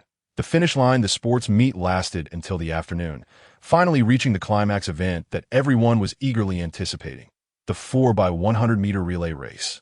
This was the most watched event of the day. Each class had to select 4 participants who would stand at their designated positions on the track. Each runner would cover 100 meters, passing the baton to the next runner, and so on. The class whose 4th runner crossed the finish line first would be declared the winner. The runners from International Trade Class 1 were chosen: Chen Ziming, Zhang Sheng, and another skinny classmate. Zhang Sheng was undoubtedly recognized by everyone as the fastest sprinter in the class. The others assessed Chen Ziming's running ability based on his physique, as he had the longest legs, leading them to believe he would also be the fastest. They decided to have the 2 skinny classmates run the 2nd and 3rd legs, while the crucial 1st and 4th legs were assigned to Chen Ziming and Zhang Sheng. However, a dispute arose over who would run first and who would run last. Everyone felt that the most important position should go to Zhang Sheng. Initially, they thought Zhang Sheng should run the last leg, as he could use his speed to make up for any distance lost, but then they considered that if Zhang Sheng started first and created a significant lead, the other runners might feel more motivated and perform better. The argument continued, and Zhang Sheng began to hesitate.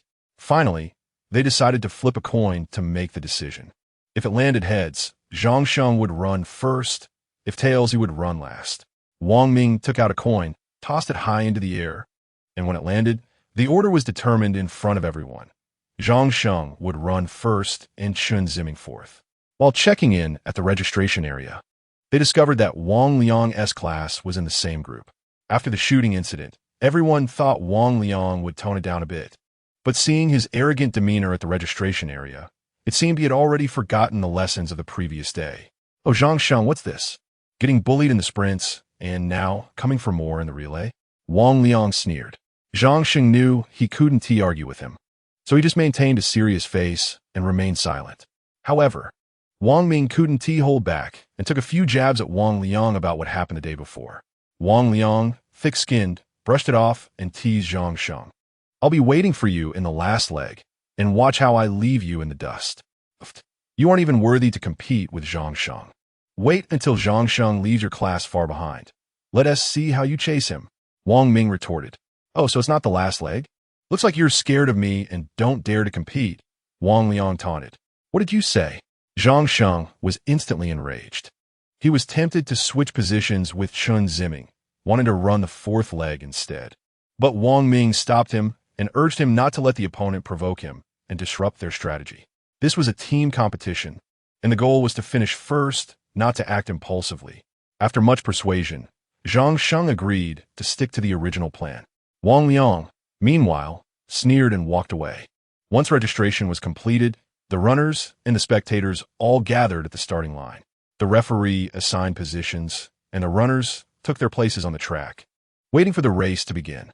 The cheering from the spectators and teachers filled the air. Amidst the noise, the referee's gun went off, and the race began. Zhang Sheng held the baton and sprinted out. His speed was indeed impressive. If it weren't for Wang Liang being faster, Zhang Sheng's performance would have stood out even more. As the first runner, he took the lead, almost sweeping past the other three competitors. He had a solid lead of 20 to 30 meters over the second-place runner. Awesome! Zhang Sheng is amazing, Wang Ming shouted, waving his arms in excitement on the playground. The other spectators also cheered for their classmates. Wu Ge came down from the stands to watch the race, standing next to Lu Mingfang and Sun Lei. Wow, your student runs really fast, Sun Lei said with a smile. You're overpraising him, Lu Mingfang replied, looking a bit displeased. Wu Ge's student couldn't he possibly be faster than Wang Liang? Sensing Lu Mingfang's discomfort, Sun Lei quickly added, he's fast. But he is still a bit behind our Lu teacher's top student, Wang Liang. Hearing this, Lu Mingfang was pleased and said with a smile, Oh, Sun teacher, you're too modest. In the realm of sprints, our school still needs to look up to you, Sun teacher. The two continued to flatter each other. The first runner completed his task and handed the baton to the second runner before stepping off the track. As Zhang Sheng left the field, he looked back and saw the second-place runner just starting to run. At that moment, Wang Ming jogged over. Great job, Zhang Sheng. I think our class is in the clear. Let us hope so, Zhang Sheng replied, wiping the sweat from his forehead. Although Zhang Sheng had given the international trade class a huge advantage, the second runner's speed was significantly slower compared to Zhang Sheng's. The lead of 20 to 30 meters was quickly diminished by the second runner. Zhang Sheng watched anxiously as the third runner from the international trade class took over the baton and started running. At this point, he was almost neck and neck with Wang Liang's classmate in the adjacent lane. Come on, give Ziming a chance to gain an advantage, Wang Ming urged anxiously. The classmates on the playground moved along with the runners, and the competition was intense and thrilling, with the audience fully engaged. At the starting line for the fourth leg, Chen Ziming was dressed in the black sportswear he had specially changed into at noon and wore a pair of black running shoes. He felt excited yet confused. After years, he was back in the relay race, once again running the last leg. Didn't he know if he could recreate his past glory, nor did he understand the significance of participating. Hey, you from international trade class. Was someone calling him? Chen Ziming turned his head. It was Wang Liang. Chen Ziming certainly recognized him. Yes, I'm talking to you. Chen Ziming didn't know what to say and remained silent. Do you want me to let you in a bit? Don't want to leave you too far behind? Wang Liang smiled. Chen Ziming bit his lip and turned away. Wang Liang laughed. Don't cry if you lose, little guy. The third runners were fiercely competing. By the time the third leg was underway, the advantage Zhang Sheng had provided to the international trade class was nearly erased by the second and third legs. The third runner from international trade class was overtaken by Wang Liang's classmate. Wang Ming and Zhang Sheng were both in a state of panic on the playground. Wang Ming especially ran alongside the track, encouraging the runner from international trade class, shouting for him to keep going. Wu Ge said goodbye to teachers Sun and Lu, and walked directly to Chen Ziming's side. Chen, how are you doing? Chen Ziming looked up and realized it was Wu Ge. Wu teacher? Wu Ge smiled. Are you nervous? Chen Ziming paused for a moment before nodding. Don't think too much. No matter what place you finish in, the teacher is proud of you. And so are your classmates. Wu teacher, I'm worried. Your classmates chose you for this position, not just for you to win honor for the class. You should see it as their acceptance of you. Acceptance. Look over there. Wu Ge pointed to the side. Chen Ziming looked and saw a group of excited classmates running toward him with flushed faces. He saw Wang Ming raising his fists, exuberantly running alongside, and he saw Zhang Sheng cheering for the third runner. He noticed a bunch of classmates from the international trade class excitedly running toward him on the playground. Now, the baton is about to be in his hands. He seems to see Wang Ming cheering for him, Zhang Sheng shouting for him, and his classmates cheering loudly for him.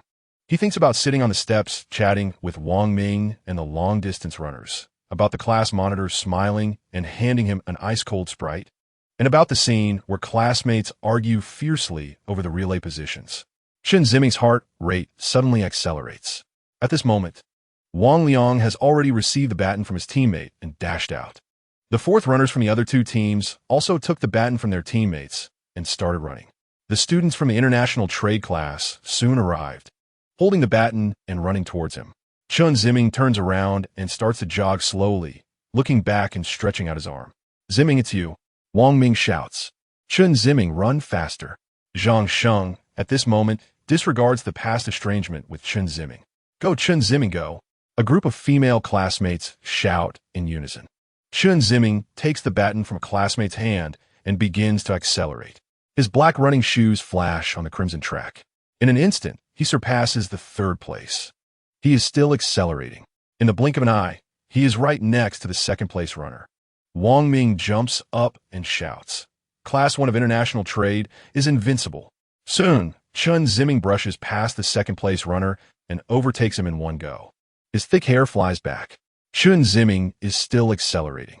At this point, Wang Liang is about 10 meters away from him, and the finish line is about 50 meters away. Chen Ziming needs to surpass the school's fastest sprinter within these 50 meters and has to pass him by at least 10 meters. To everyone, this seems absolutely impossible. Wang Liang's classmates do not pay attention to Chen Ziming. They are all preparing to cheer for Wang Liang's victory. Lu Mingfang confidently explains to Sun Lei the reasons why Wang Liang will win, as if his class has already secured the championship. Wu Ji's expression is serious. His gaze is fixed on Chen Ziming. He sees Chen Ziming's speed continuously increasing. He did not expect Chen Ziming to have such speed. He initially just wanted to encourage Chen Ziming, hoping to alleviate his psychological pressure. He knows Wang Liang's speed and has seen the positions of the fourth third runners. So he thought it would be good if Chen Ziming could finish in the top 3. However, at the current speed, Chen Ziming really might win against Wang Liang. He is still accelerating. Wu Ge smiles slightly. With 20 meters left, Chen Ziming is already closely following Wang Liang. At this moment, everyone's attention is drawn to this black lightning on the track. Wang Liang originally turned his head to see how far behind he was from the second place, but unexpectedly, when he turned around, he saw Chen Ziming's face. He is incredibly shocked and hurriedly sprints forward with all his might, not daring to slack off for a moment. "I didn't expect there to be such a character in Wu Ji's class," Sun Lei exclaims. Lu Mingfang's face has changed, his face flushed with embarrassment. Wang Liang's classmates also changed their cheers from Wang Liang first to faster, faster. Wang Ming is so excited he could almost take off, constantly waving his fist to cheer for Chen Ziming, more excited than the competitors themselves. Zhang Sheng is also shouting with a red face and a thick neck. The students from the international trade class are extremely excited. With 5 meters left, Chen Ziming is already sprinting alongside Wang Liang. 2 meters, 1 meter. Chen Ziming breaks through the finish line. After a moment of silence, the scene erupts with Wang Ming's hoarse cheers. Chapter 38. Record-breaking Wu Ge Class 1 of International Trade won first place in the relay race, and each of the 4 participants received a Bluetooth headset as a prize. Although the headsets weren't expensive, everyone was very happy, as it was a reward for their hard work. Chen Ziming received a thermos as a prize in the long-distance race. And the 3-legged race earned them a Xijing, a character from a popular anime, doll, which he put into a bag. The sports meet progressed smoothly, and all the events were completed ahead of schedule. The school planned to move tomorrow's events to today, which included the teachers' competition, set to start in the afternoon. The teachers' competition is the most entertaining and interesting event. Here, you would see serious and strict teachers running on the field, their faces flushed like students. Wu Ge was unsure what to sign up for, but under the encouragement of teachers Sun and Lu, he signed up for the sprint and high jump. The 2 teachers enthusiastically guided Wu Ge on the techniques for high jump and running, telling him that mastering these few techniques should easily earn him 3rd place. Wu Ge thanked the 2 teachers with a smile. At this time, the teachers participating in the high jump had completed their registration and were standing on the playground. Not far from them, The high jump apparatus and bar had been set up, and the foam mats were neatly arranged behind the apparatus. At the referee's command, the competition began. One by one, the teachers ran towards the high jump bar, leaping over it and landing on the foam mats. When it was Lu Mingfang's turn, he casually jumped over without paying much attention to the others, then returned to instruct Wu Ge to remember the techniques he had just mentioned. When it was Wu Ji's turn, he also successfully leaped over the bar. Chen Ziming, Wang Ming, and the classmates from Class 1 of International Trade came over to watch, with Wang Ming cheering loudly for Wu Ge. As the participants gradually completed one height, the bar was raised higher. At first, everyone cleared the heights easily, but as the height increased, some teachers began to struggle. Some even ran up to the bar, felt they couldn't jump over, and crawled under it, making the observing students and teachers laugh heartily. The teacher who crawled under made a funny face and awkwardly retreated to the sidelines. Looking at Lu Mingfang, he appeared confident as he ran up to the bar, jumped gracefully in a formal posture, and landed perfectly on the foam mat. After getting up, he proudly looked around, seeing the admiration on everyone's faces, making him even happier. Lu Mingfang had just jumped a height of 180 meters, which was already impressive for the Fosbury flop style, as ordinary people only reach this level at best. However, Lu Mingfang cleared it with ease. Wu Ge initially wanted to jump directly over but thought better of it, deciding not to be too exaggerated. He mimicked the posture Lu Mingfang had taught him and successfully cleared the bar without touching it. Wu Ji's successful jump drew applause and cheers from everyone. After all, aside from Lu Mingfang, only 3 people in the school had jumped over 180 meters, and Wu Ge was one of them, competing against 10 participants. Seeing this, Lu Mingfang also applauded. As Wu Ge prepared for his next jump and returned to the run-up line, Lu Mingfang gleefully told him that his method was indeed effective. Wu Ge nodded in agreement, thanking Lu Mingfang for his guidance. Teacher Wu, jumping this high is already impressive. I estimate that when it comes to 2 meters, you might find it challenging. But don't be discouraged. Only professional athletes can clear 2 meters. Ordinary people who clear 180 meters are already exceptional, said Teacher Lu. Lu Mingfang chuckled. It's my turn now. No more talking, I'm going. With that, Lu Mingfang ran and jumped over the 2-meter height.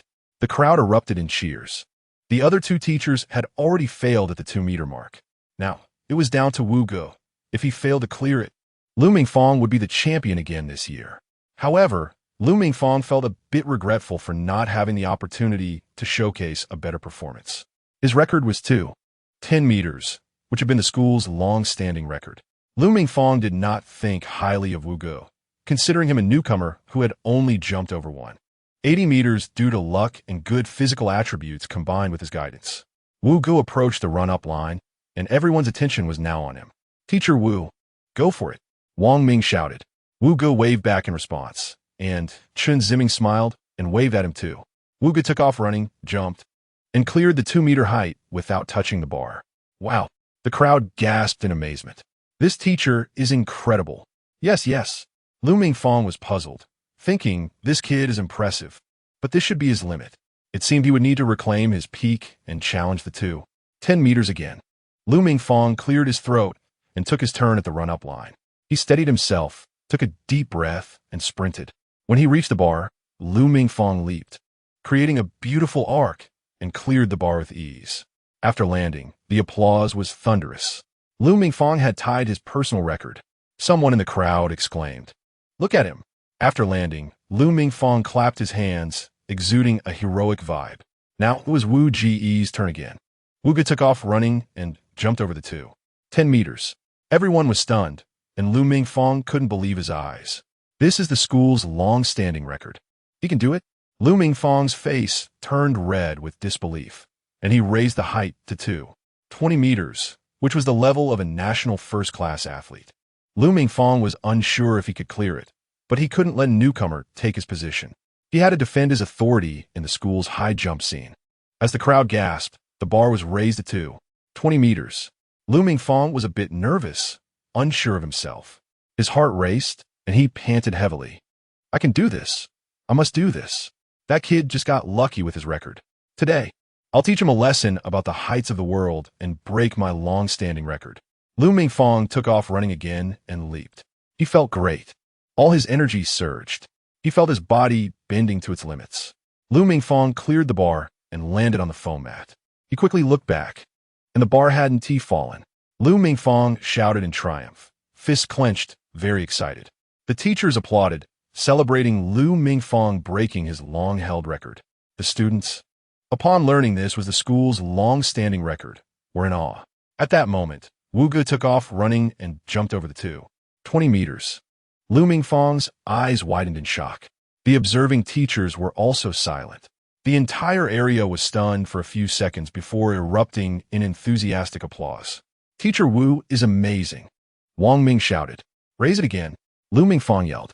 Raise it again? That would be 30 meters, which is the national team's high jump record. Lu Mingfang, ignoring everything else, felt his eyes redden as he thought about how to reclaim his position from Wu Ge. He returned to the run-up line, sprinted, and when he landed on the foam mat, he knew he had touched the bar. Sure enough, the sound of the bar falling echoed. Lu Mingfang scowled, gritting his teeth. As he stepped off the foam mat, he knew he had failed, but he firmly believed Wu Ge would also fail. He stared intently at Wu Ge while everyone else focused on him, especially the other teachers. Wu Ge ran, jumped, and gracefully arced over the bar, clearing it once again. Looking at the crowd, Lu Mingfang was instantly dumbfounded, staggering back a couple of steps in disbelief. The other teachers widened their eyes and opened their mouths. The students were also stunned. It wasn't until Wang Ming shouted out the slogan praising Teacher Wu that the atmosphere gradually became lively, culminating in thunderous applause. The referee excitedly asked Wu Ge if he could raise the height again. Wu Ge glanced at Lu Mingfang and saw his waxy yellow face, deciding against raising the height. He told the referee that he had already reached his limit and couldn't go any higher. The referee encouraged him to try again, but Wu Ge politely declined with a smile. In the subsequent 100-meter sprint, Wu Ge once again broke Sun Lei's long-standing record of 10.2 seconds, finishing with a time of 9.75 seconds, reportedly the same level as the world champion. In an instant, Wu Ge became the star of the school, his fame spreading among both students and teachers. Even the cafeteria Annie knew that a sports talent had emerged in the school, running as fast as a world champion. The sports meet at Nanjing University came to a lively end amid the commotion caused by this dark horse, Wu Ge. After the competition, the winners were happy, while the losers felt dejected.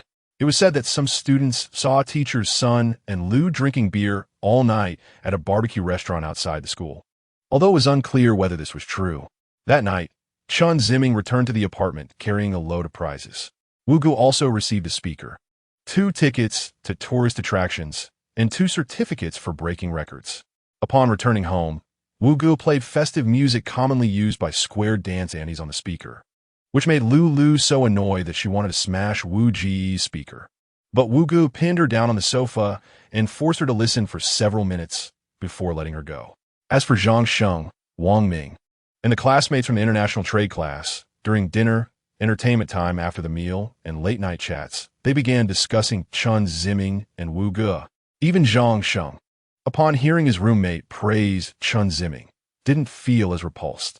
However, he still felt uncomfortable about Chen Ziming ultimately beating Wang Liang. Back home, Chen Ziming laid out his prizes on the desk, pointing them out to the cat, General, and telling him which prize he won in which event. General meowed, seemingly sharing in Chen Ziming's joy. In his excitement, Chen Ziming felt that he hadn't been this genuinely happy in a long time. He lay on his bed, reminiscing about what happened today. Suddenly, he decided to go home for a visit. Chapter 39, Aspiration for Success in the Living Room. Chen Ziming sat on the sofa, with his sport competition prizes displayed on the coffee table, Bluetooth headphones, a toy, and a thermos. His mother, Zhang Yinping, sat beside him. Ziming, even though your dad has had a bad temper in recent years, don't blame him. It's because of the heavy work pressure that he's been feeling irritable. This time, when you tell him that you participated in the sport competition and won so many prizes, he will definitely be very happy. Do you remember how proud and happy he was when you showed him the prizes from the sport competition in high school? Zhang Yinping's gentle attitude and soft tone were one of the reasons why Chen Ziming still felt attached to this home. Although Zhang Yinping said this, Chen Ziming still felt uncertain. He thought his father had changed a lot. He felt like a useless person in his father's eyes and didn't believe he had any ability left to make his father feel joy. His heart was anxious, but there was still a glimmer of hope. Chen Ziming lowered his head and softly muttered an acknowledgement. Zhang Yinping smiled and patted her son's head. "Are you thirsty? Would you like me to pour you some juice?" Chen Ziming nodded. Zhang Yinping then got up and went to the kitchen. A click was heard as the smart door lock activated, and the door opened. Chen Ziming nervously tugged at his shirt and slowly stood up, looking toward the door. Chen Xiong stepped in with a stern face. Upon seeing Chen Ziming, a hint of surprise appeared on his face. He did not greet his son, but changed his shoes and hung his suit jacket on the coat rack by the door. Chen Xiong slowly walked over to the sofa. Chen Ziming, understanding the situation, gave the middle seat to his father and sat in the corner instead. Chen Xiong sat in the spot Chen Ziming had just vacated, his expression blank. He took off his glasses, revealing sunken, tired eye sockets. Chen Ziming rarely saw his father without his glasses. This time, seeing his father's eyes looking like those of an elderly man, dull and lifeless, made him feel a pang of bitterness. He realized his father had indeed been overworked, as his mother had said, which contributed to his unstable emotions. Neither spoke, and father and son sat in silence, like two strangers. Chen Xiong wiped the lenses with a special tissue, inspected them, then threw the tissue into the trash can and put his glasses back on. He picked up a cigarette box from the table, took out a cigarette, lit it with a lighter, took a puff, and then rested it between his fingers. After smoking, Chen Xiong revealed a relaxed expression. He then slowly turned his head to look at Chen Ziming and asked in a low, hoarse voice, "What made you think of coming home?" Chen Ziming was taken aback for a moment before mumbling, "I wanted to come home and take a look." Chen Xiong did not respond and took another puff of smoke, slowly exhaling. "Are you short on money?" "No." Chen Ziming quickly shook his head. "Are you getting used to living in the apartment?" Chen Ziming did not expect his father to show concern for him. It had been a long time since he felt that way, and he was a bit surprised, even excited. "Yes, the environment there is great, and I'm quite comfortable living there." As he spoke, Chen Ziming nervously stole glances at his father's expression. Chen Xiong's face remained expressionless as he took a few more puffs of his cigarette, eventually extinguishing the half-burnt stub in the ashtray.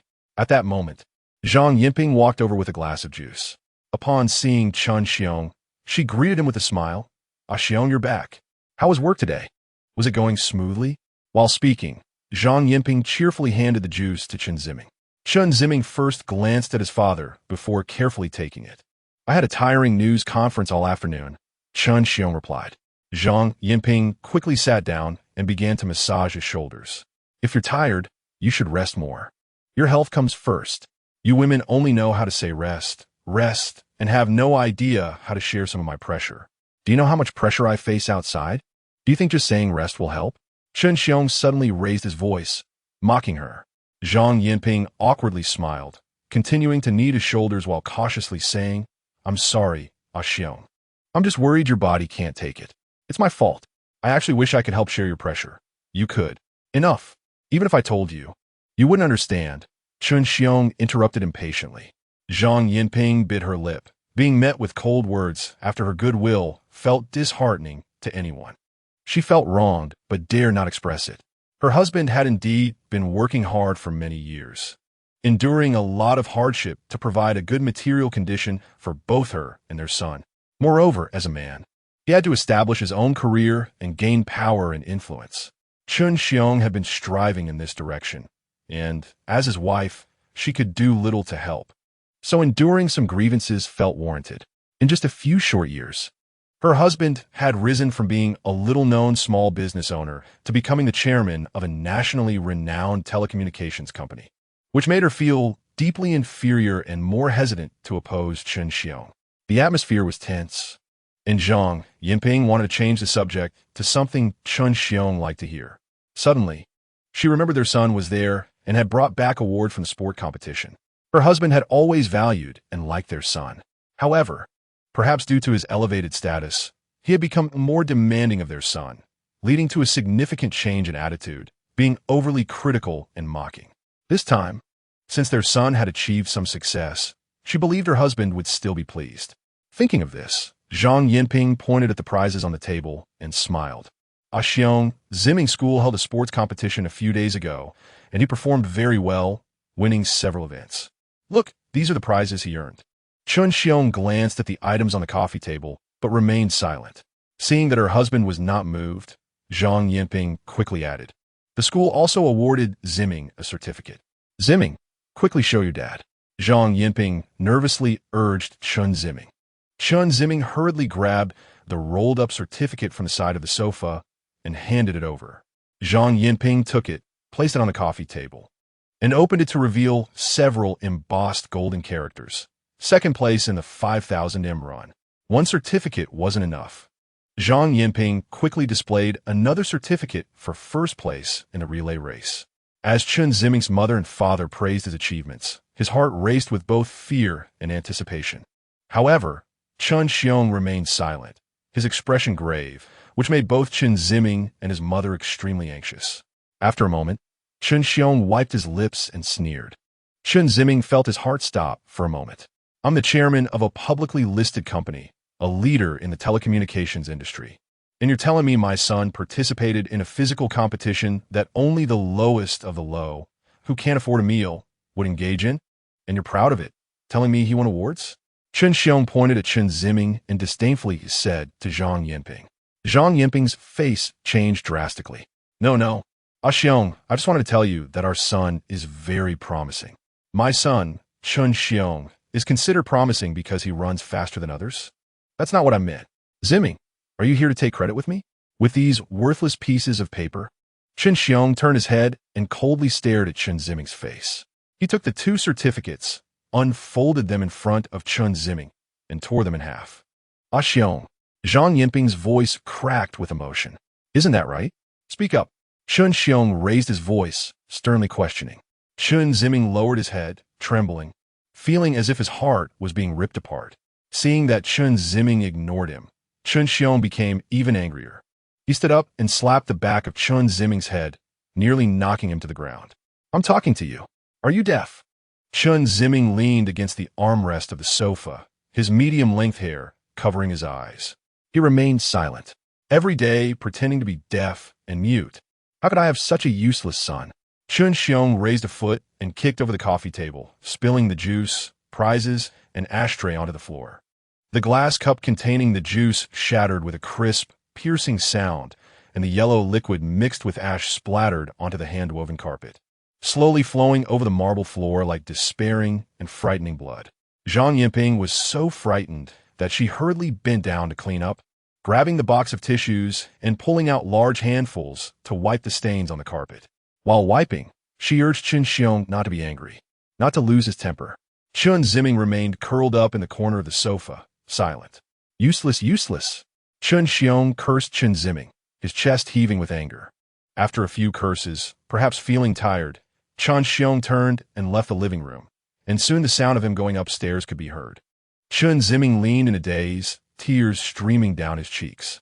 Seeing her husband leave after venting his anger, Zhang Yinping quickly got up to check on Chen Ziming. "Ziming, are you okay? Does it hurt? Let Mom rub it for you," she said anxiously. Chen Ziming waved away Zhang Yinping's hand, kneeling on the carpet, picking up the torn pieces of certificates. Zhang Yinping hurriedly helped her son gather them.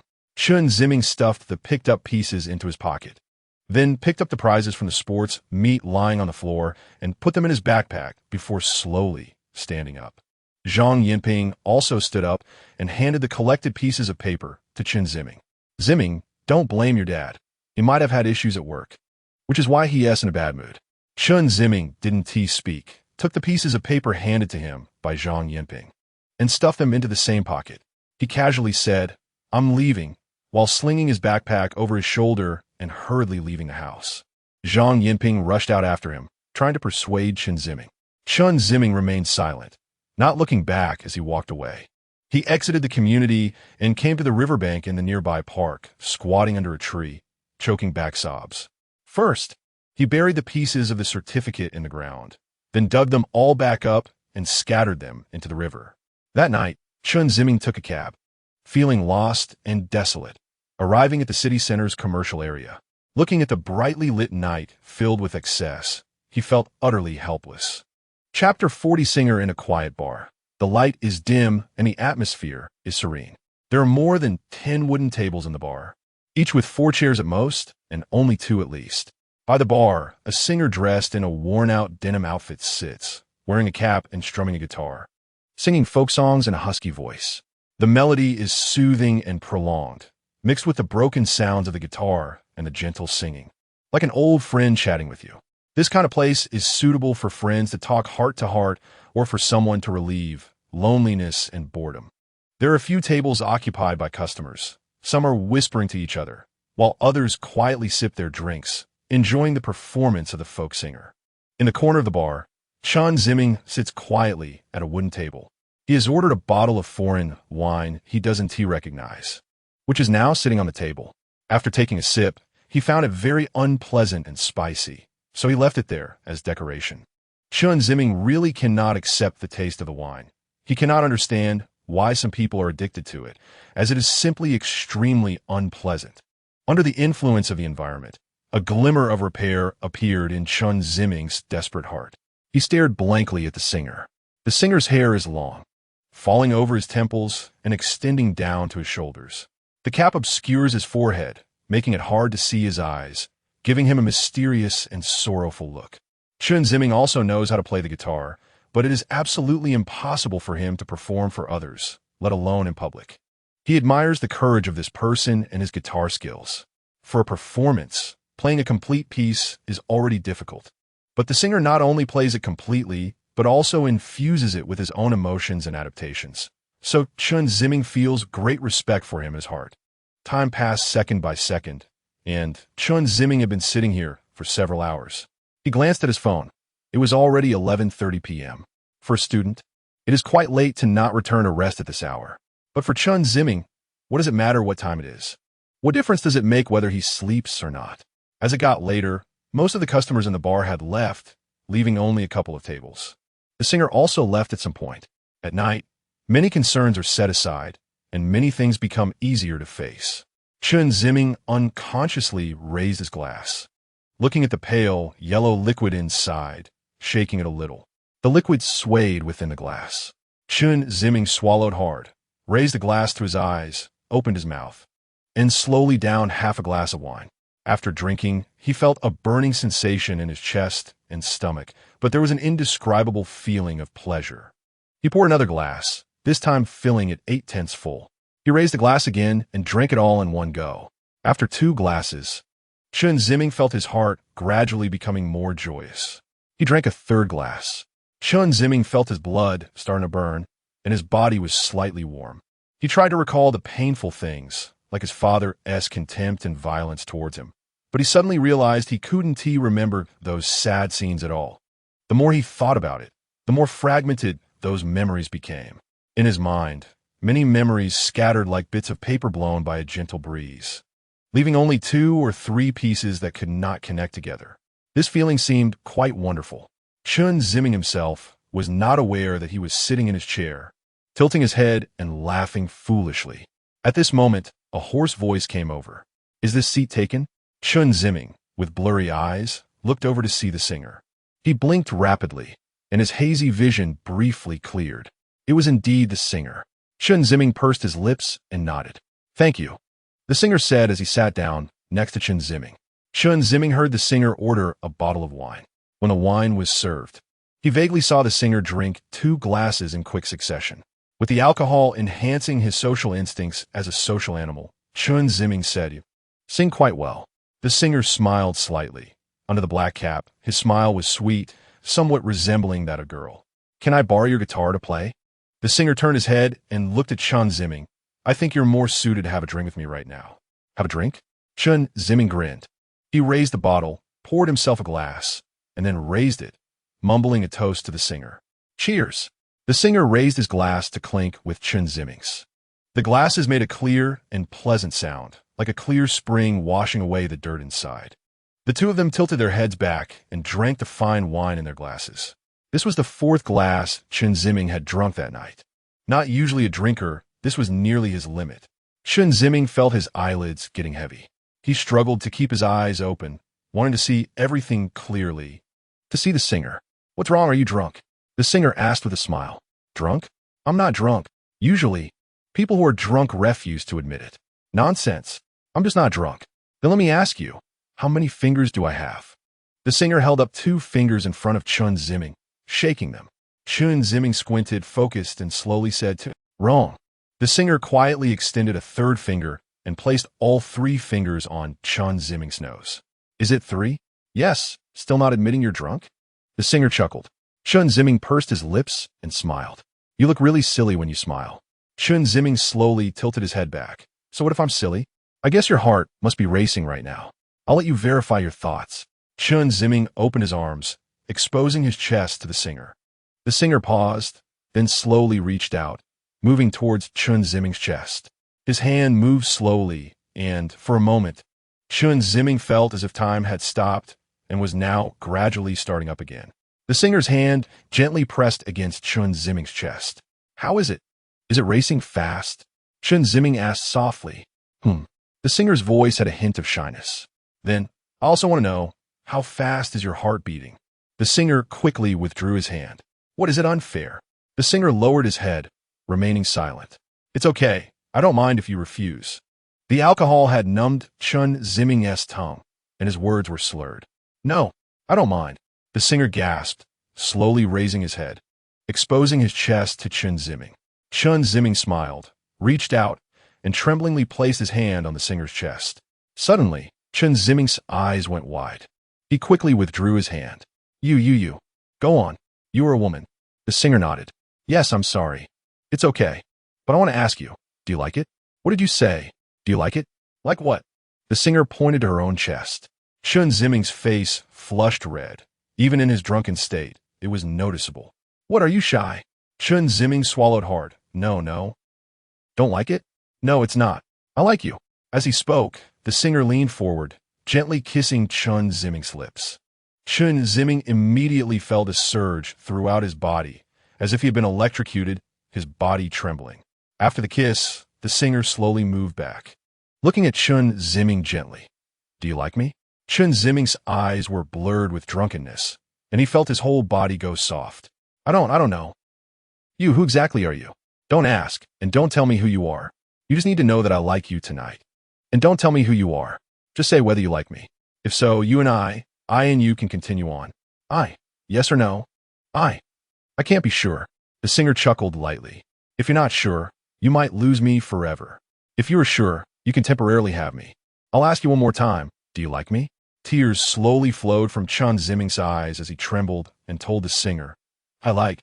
The singer smiled sweetly, moved her chair closer to Chen Ziming, and nestled against his leg. She looked up at Chen Ziming's face, reached out her hand, and gently pinched his cheek. "What do you like about me?" The singer's voice was soft, as if trying to melt Chen Ziming's heart.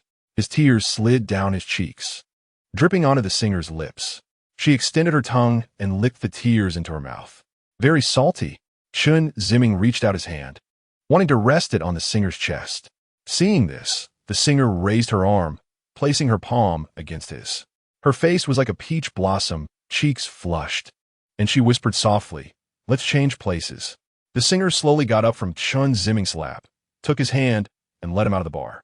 At this moment, it was already past midnight, and there were very few pedestrians on the street, only sporadic drunken youths or young girls, either walking alone or embracing each other. The streetlights cast a warm, yellow light, a glimmer of hope in the darkness. Chen Ziming stumbled as he walked along the street with the singer pulling him. The singer took large strides, swinging her arms, and they looked like a sweet couple. She would sometimes lean against Chen Ziming's shoulder, sometimes turn in front of him, taking both his hands and spinning around. The street was filled with the singer's laughter and joy.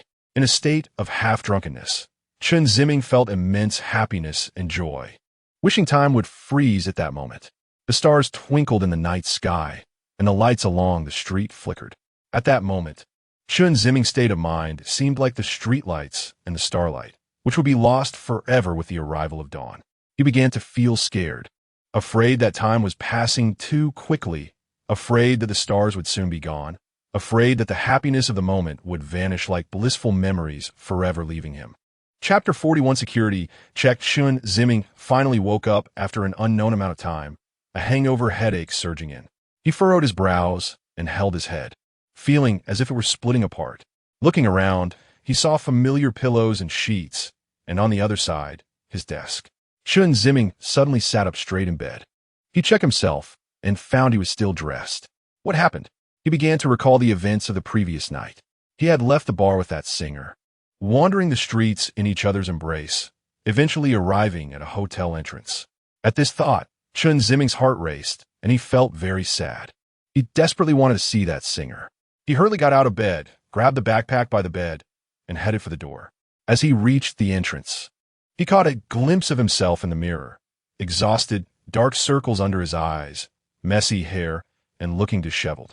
Although Chen Ziming was reluctant to interact with others, he cared a lot about his appearance, especially since he was about to meet that singer. He tossed aside the backpack, took off his outer clothing, and went to the bathroom to wash up and tidy himself. Chen Ziming leaned in front of the sink, looking at himself in the mirror. His eyes were bloodshot, and he had stubble on his face. He shaved, took a shower, and, after tidying up, changed into a new set of clothes before slinging the backpack over his shoulder and heading out. As he walked, Chen Ziming thought about that singer. He felt an emptiness inside him that he had never experienced before. Apart from his apartment, he took a taxi to the bar street in the city center. Based on his memory, Chen Ziming searched from bar to bar and finally found a quiet bar that matched his memories from the previous night. However, it was morning, and bars typically opened in the evening. Chen Ziming felt anxious. He tapped on the iron gate at the bar entrance, but the response was silence. It seemed no one was inside. Chen Ziming sat on the steps in front of the bar, staring blankly at the passers-by, his expression numb. He sat there from the sun high in the sky until sunset, not knowing how many people or couples he had seen. Finally, the bar owner arrived. He was a middle-aged man with a bald head and a long beard, portly and dressed in a coarse, cool-toned outfit. He looked like someone into the arts. The owner glanced at Chen Ziming. "Young man, I'm about to open." The owner's voice was friendly and gentle. Chen Ziming snapped back to reality and hurriedly stood up, awkwardly stepping back. The owner smiled slightly, pressed a button on the remote in his hand, and the rolling door creaked upward. Inside the rolling door was a glass door secured with a big lock. The owner unlocked it, pushed open the glass door, and walked inside. With a clatter, the lights inside turned on. Chen Ziming hesitated for a moment before stepping inside. The owner was rearranging tables and chairs, and upon seeing a customer enter, he greeted him with a smile. When he recognized Chen Ziming, the owner seemed surprised for a moment but quickly regained his composure. "Young man, you're here so early. Waiting for a friend?" Chen Ziming pressed his lips together and shook his head. "Feel free to sit. I'll tidy up first. Just order something and call me." The owner seemed used to customers like Chen Ziming and was unfazed. However, the owner's friendly demeanor and lack of small talk made Chen Ziming feel more at ease, alleviating some of his nervousness. Chen Ziming softly murmured a response, found a spot, pulled a chair from the table, set it up, and sat down. He took out his phone and fiddled with it, occasionally sneaking glances at the owner. After a while, the owner finished tidying up and came over with a big smile. "Have you made your choice, young man?" Chen Ziming lowered his head, his face reddening. He wasn't there to drink. He wanted to ask the owner about that singer, but felt embarrassed to speak up. Due to Chen Ziming's silence, the atmosphere became a bit awkward. Fortunately, the owner was skilled at dealing with people and likely encountered shy young men often. He chuckled and said, "What's the matter? Too many fine wines to choose from?" "No, it's not." The owner noticed Chen Ziming's awkwardness and didn't press further. He casually said there was no rush and that he could take his time, choosing before returning to the bar to tend to his tasks. Nervously, Chen Ziming's hands clenched together. He kept his head down, but occasionally looked up to sneak a glance at the owner. Minutes passed, and Chen Ziming swallowed hard before slowly walking towards the bar. That evening, on the high-speed train, Chen Ziming sat by the window wearing headphones, looking at the night scenery outside. His destination was Hangzhou. He recalled the look in the owner's eyes when he told him the singer had returned to Hangzhou. It seemed sympathetic or perhaps sorrowful. Leaning back, Chen Ziming gradually fell asleep. Meanwhile, in the apartment, two men in black suits burst in. They began searching the room. The entrance, drawers, wardrobe, bags. They left no corner unchecked, turning the entire room upside down. It seemed they found nothing they wanted, so the two suited men returned to the entrance. At that moment, A middle-aged man in a brown casual outfit with a crew cut walked in. The two suited men politely reported to him. "Mr. Lee, we didn't find that phone." "Right, not just that one. We didn't find any phones." Mr. Lee remained silent, walking inside while surveying the disheveled room, occasionally rummaging in a corner. The two suited men hurriedly followed, cautiously reminding Mr. Lee, "We've searched everywhere." Mr. Lee responded with a grunt and grabbed the blanket, shaking it out. "We've searched all our lives." One suited man tried to remind Mr. Lee again, but was quickly interrupted by his companion. The suited man felt he had overstepped and hurriedly fell silent, no longer daring to speak. Mr. Lee circled the room and, feeling his subordinates had indeed not been negligent, slowly left the room. The two suited men followed him out and closed the door. Outside the apartment building, a black sedan was parked. After Mr. Lee and the two suited men exited, a suited man stepped out of the car to welcome Mr. Lee inside. Mr. Lee got into the car, and the three suited men followed suit as the sedan slowly started up and drove away. At that moment, in the alley next to the apartment, a figure moved quickly, following the sedan. Inside the sedan, Mr. Lee received a phone call. The person on the other end said something to Mr. Lee, who nodded in response. After hanging up, Mr. Lee instructed the driver to the airport. "The airport? Mr. Lee, why are we going to the airport?" a suited man asked. Mr. Lee, sitting in the front passenger seat, replied slowly to catch someone. The suited man wanted to ask more, but was stopped by his companion. The car fell into silence. Half an hour later, the sedan stopped in the airport parking area, and Mr. Lee followed his two suited men into the terminal. At that moment, in a corner of the airport, Wu Gu stopped, watching the three figures of Mr. Lee. He circled around and approached the terminal entrance, walking inside.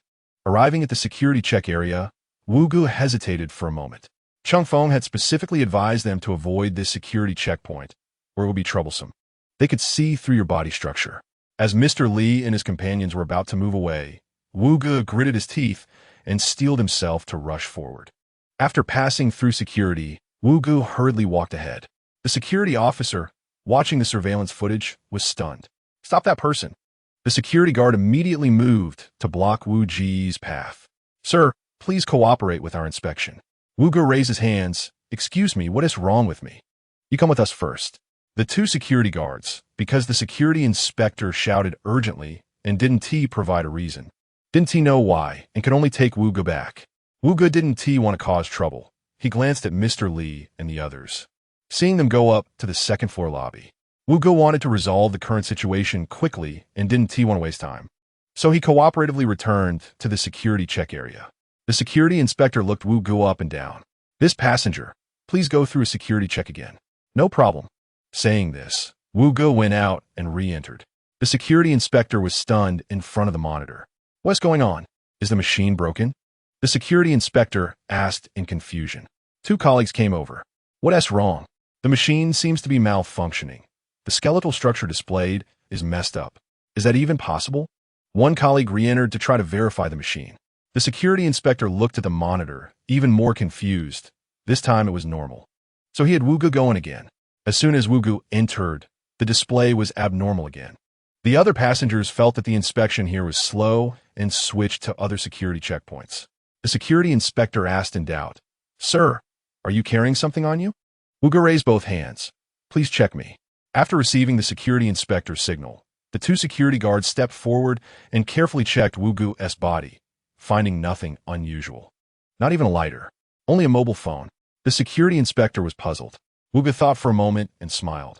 "I had a car accident before, and my bones got displaced, so it might show up strangely." The security inspector suddenly realized. "No wonder I was wondering. But that displacement seems a bit severe, doesn't it?" At this point, the security inspector seemed to feel that he had spoken inappropriately, as if he were discriminating against disabled people. He quickly apologized with a smile. Wu Gu waved his hand. "It's okay. Can I leave now?" "No problem. You can go." Wu Gu turned around and hurried towards the elevator leading to the second floor. The security inspector, left in place, scratched his head, still immersed in the astonishment of Wu Gu's body structure. The world is so vast and full of wonders. Today has truly opened my eyes, the security inspector marveled. "What's going on? Is the bone displacement really that severe? A colleague asked. The security inspector waved his hand. It's not about whether it's obvious or not. But is that still a person? The security guards and several other security inspectors were stunned. Forget it, with technology being so advanced now, anything is possible. Let's not be too ignorant. That's true, the security guard said. Oh, can we get through here or not? Complaints from passengers outside the security checkpoint were heard. Several security inspectors immediately apologized with smiles and reopened the security checkpoint. Chapter 42 Hangzhou at 4 o'clock in the morning. The high-speed train slowly arrived at the platform in Hangzhou. After Chen Ziming got off the train, he walked straight out of the station. Standing on the square in front of the train station, he looked around, surrounded by unfamiliar surroundings. It was his first time leaving his hometown and arriving in another city. Chen Ziming didn't dare to speak or ask anyone for directions. He kept his head down and walked forward in the station square. After finding a budget hotel, Chen Ziming hesitated at the entrance for a moment, made some mental preparations, and then stepped inside. He booked a single room at the front desk, and with the room card in hand, he took the elevator to his room door. After inserting the room card to enter, he hung his backpack and coat on the hanger. Chen Ziming reached into his backpack, intending to take out the toiletry bag he had brought. Unexpectedly, he felt a square object that was somewhat hard. Chen Ziming was puzzled and took the object out. It was a pure black mobile phone. What is this? Chen Ziming hurriedly rummaged through his bag again and found that everything else inside was his own belongings. He had picked up the wrong bag. However, this phone definitely wasn't his. Chen Ziming frowned. His first thought was that when he got off the train, amidst the crowd, someone must have dropped their phone, which ended up in his bag. His backpack had a snap closure with a gap between the flap and the opening, so it was possible for it to fall in. If someone had lost their phone, the owner must be very anxious. Chen Ziming thought about waiting to see if the owner would call, and then he could just ask for an address to send it back. With this thought, Chen Ziming silently placed the phone on the TV cabinet in the room. He then went to the bathroom to freshen up. After sitting on the train all night and not getting a good sleep, and with it still being early morning and dark outside, he decided to get some rest first, and he could look for the female singer tomorrow after waking up early. Chen Ziming took off his clothes and entered the bathroom, turning on the shower. The water gradually warmed up and poured over him. Under the warm water, Chen Ziming's chaotic mind, caused by the overnight train ride, began to clear up a bit. His fatigue also eased. His longing for the female singer surged to the forefront of his mind. Images of the female singer kissing him appeared in his thoughts, and he savored the warmth of her lips. His thoughts were consumed by her. Chen Ziming stared blankly at the glass door of the bathroom. Wu Gu secretly followed Mr. Li and his two companions all the way out of the airport. He then followed them to the hotel where they were staying. After figuring out their room number, he also booked a room across the hall. Lying on the bed, Wu Gu pondered how to resolve this matter. He had heard from Lulu that someone was keeping an eye on Chen Ziming, intending to retrieve the phone that was in Chen Ziming's possession. If it were just about taking the phone, it would be nothing, but he felt this matter was not that simple. According to Lulu, these people were not to be trifled with, and there was no telling what they might do to Chen Ziming. Therefore, he needed to figure out what was on that phone and why they wanted it in order to resolve the issue from the source. He secretly investigated and found out that they planned to take action against Chen Ziming's home, so he waited for them at the apartment. He initially wanted to enter the apartment and confront Chen Ziming about this, but he discovered that Chen Ziming was not there, so he had no choice but to let the group in. After they came out, Wu Gu intended to follow them to see their movements, but unexpectedly, they turned around and took a flight. With no other options, he had to muster the courage to board the plane as well, arriving in this city. What were they here for? Strange. Were they going to meet someone at a higher level? If that were the case, eliminating the higher-ups would resolve the matter once there was no one to command it. With this thought, Wu Gu planned to monitor their every move. If they met someone, he would secretly investigate that person, and if it turned out to be the commander, he could force that person to comply. Wu Gu went to the bathroom to wash his face. After a day of hustle and bustle, he was feeling a bit tired. He approached the bed, closed his eyes, and rested. Mr. Li and his two companions booked a triple room. It wasn't for saving money, but for convenience. Being together, they could respond quickly to any urgent matters. The two suited subordinates let Mr. Li wash up first while they sat on their respective beds, playing on their phones. Once Mr. Li finished and emerged wrapped in a towel, the two subordinates then took turns washing up. After everyone was ready, the three of them lay on the beds and turned off the bedside lamp, planning to rest for a few hours and set out again when dawn broke. Mr. Li closed his eyes but felt very restless. He couldn't understand who was blocking them from finding that phone. Who was the person that took out his subordinate's eye? Was it a reporter? Absolutely not. That method was so ruthless. It was definitely not someone from a respectable background. Could it be a competitor? But how could a competitor have discovered this? According to his subordinate, that reporter was caught right after filming the video. If it really was a competitor, their motive for wanting the video must be to take them down, and if that were the case, his job would be at risk. Since they didn't find the phone at the student's home, if they wanted to locate the phone, they could only go through that student. However, why would that student know they were looking for him? Who told him? Why was he hiding in Hangzhou? Mr. Li was baffled, his mind filled with big question marks. He glanced at the two subordinates who were already fast asleep and thought to himself that being the boss was really hard. Xijing nightclub. Lu was sitting in a private room, enjoying a massage from a beautiful woman. Next to him lay Sun Ming, who held an important position in the super energy company. Sun Ming was lying on the massage table, while a beautiful woman was kneading his shoulders, sweetly praising his strong physique. Sun Ming was no stranger to the social scene and understood the insincerity of such flattery. However, people are like that. Regardless of whether they know it's fake, they still enjoy hearing compliments. Sun Ming relished the praise, especially from beautiful women, as it gave him a sense of conquest and achievement. Moreover, Sun Ming detested hearing harsh words. He disregarded any so-called honest advice, and any unflattering remarks could just go away. He didn't need anyone's education or guidance. He knew everything and understood everything. The reason for this attitude also related to Chen Ziming. Chen Ziming was too domineering and never spared anyone's feelings when speaking. In front of Chen Ziming, Sun Ming often played the subordinate, losing all dignity. This made him eager to regain the respect he lost in other situations and with other people. Lu saw this trait in Sun Ming and was gradually pulling him into the web he had woven. Ever since they met in the nightclub, Lu had used his extensive knowledge of women and resources of different styles of beauties to conquer Sun Ming, making Sun Ming regard him as an indispensable friend. Since then, Sun Ming often invited Lu to enjoy a lavish lifestyle together. On this day, Sun Ming came to Xijing nightclub as usual. Meeting Lu in the private room he had long reserved for himself. Lu brought a newly acquainted mixed-race beauty to meet Sun Ming. The mixed-race beauty was currently giving Sun Ming a massage. "Hey, Xiaolu. What's up, Mr. Sun?" Lu reclined, holding the beauty's hand, signaling her to stop for a moment. "Why do you think we men can never escape the grasp of beautiful women?" Sun Ming slowly turned around, sitting up and embracing the mixed-race beauty.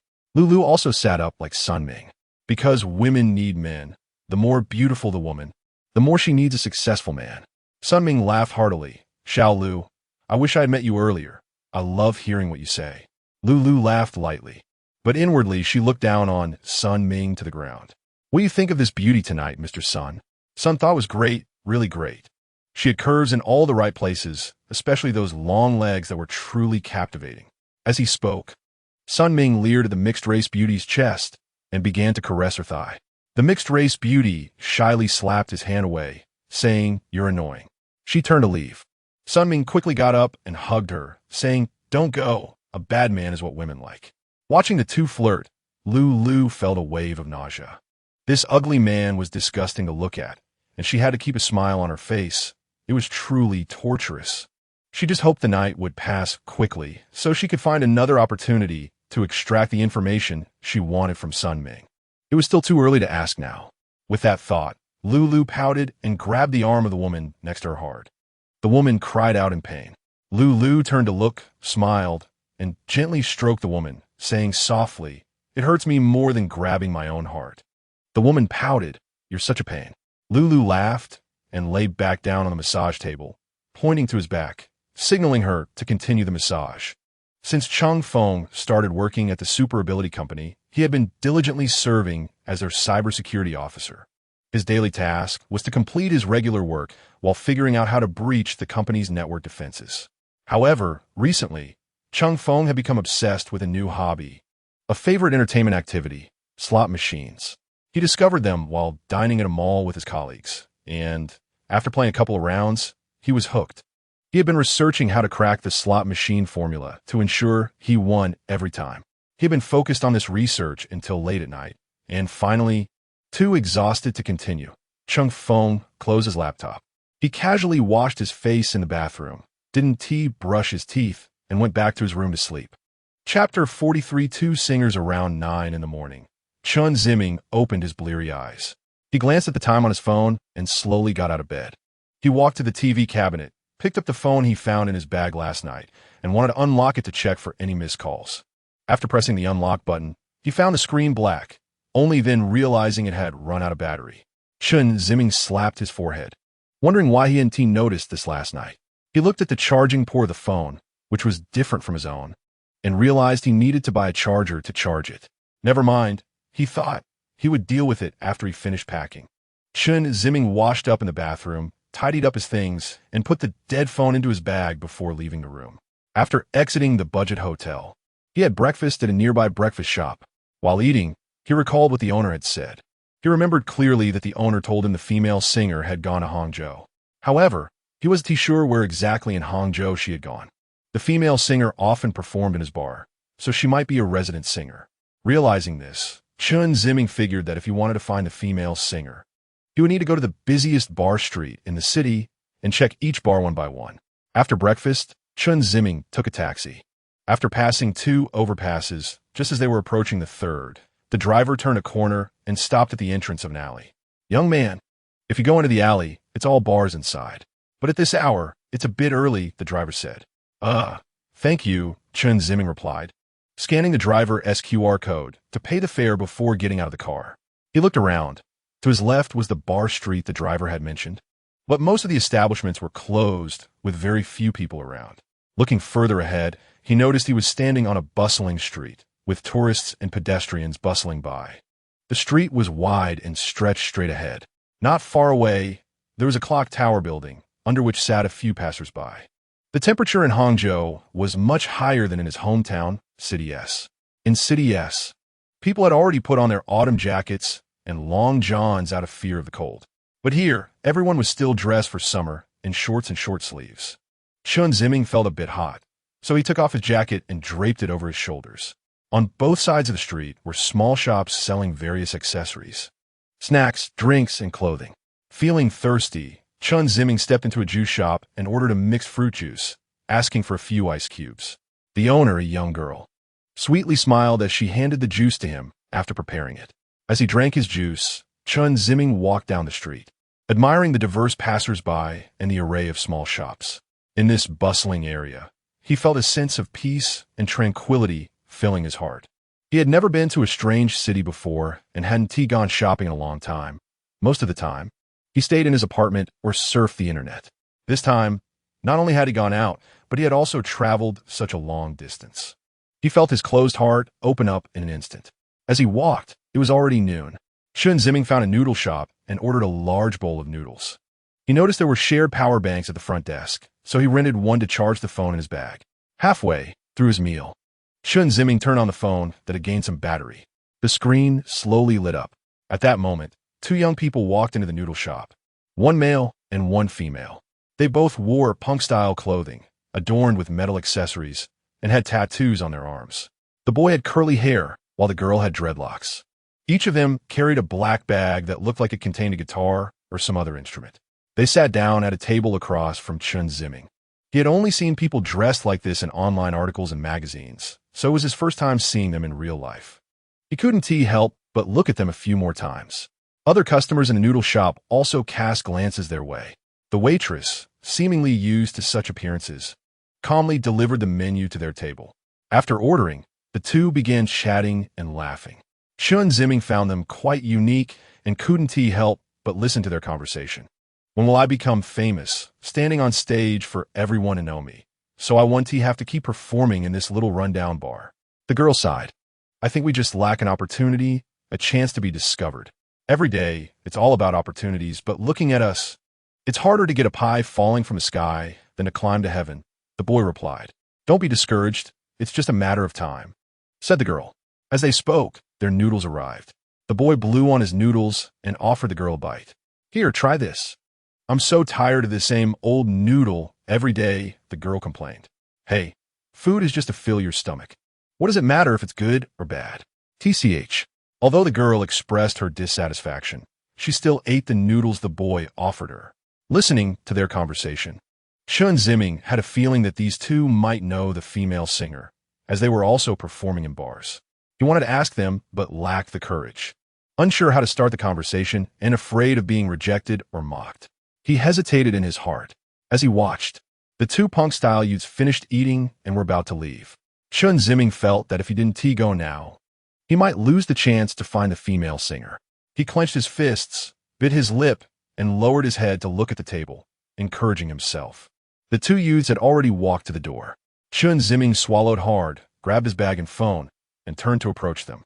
Excuse me. His voice was weak and barely audible. The two might not have heard him, as they stepped out of the noodle shop and onto the street. Chen Ziming looked up, feeling a bit scared, wondering if they didn't want to talk to him. He rubbed the sweat on his palms, mustered his courage, and approached the two youths again. The unfamiliar city and the trendy, well-dressed youths made Chen Ziming's already shy personality even more pronounced. The two seemed to notice Chen Ziming as well.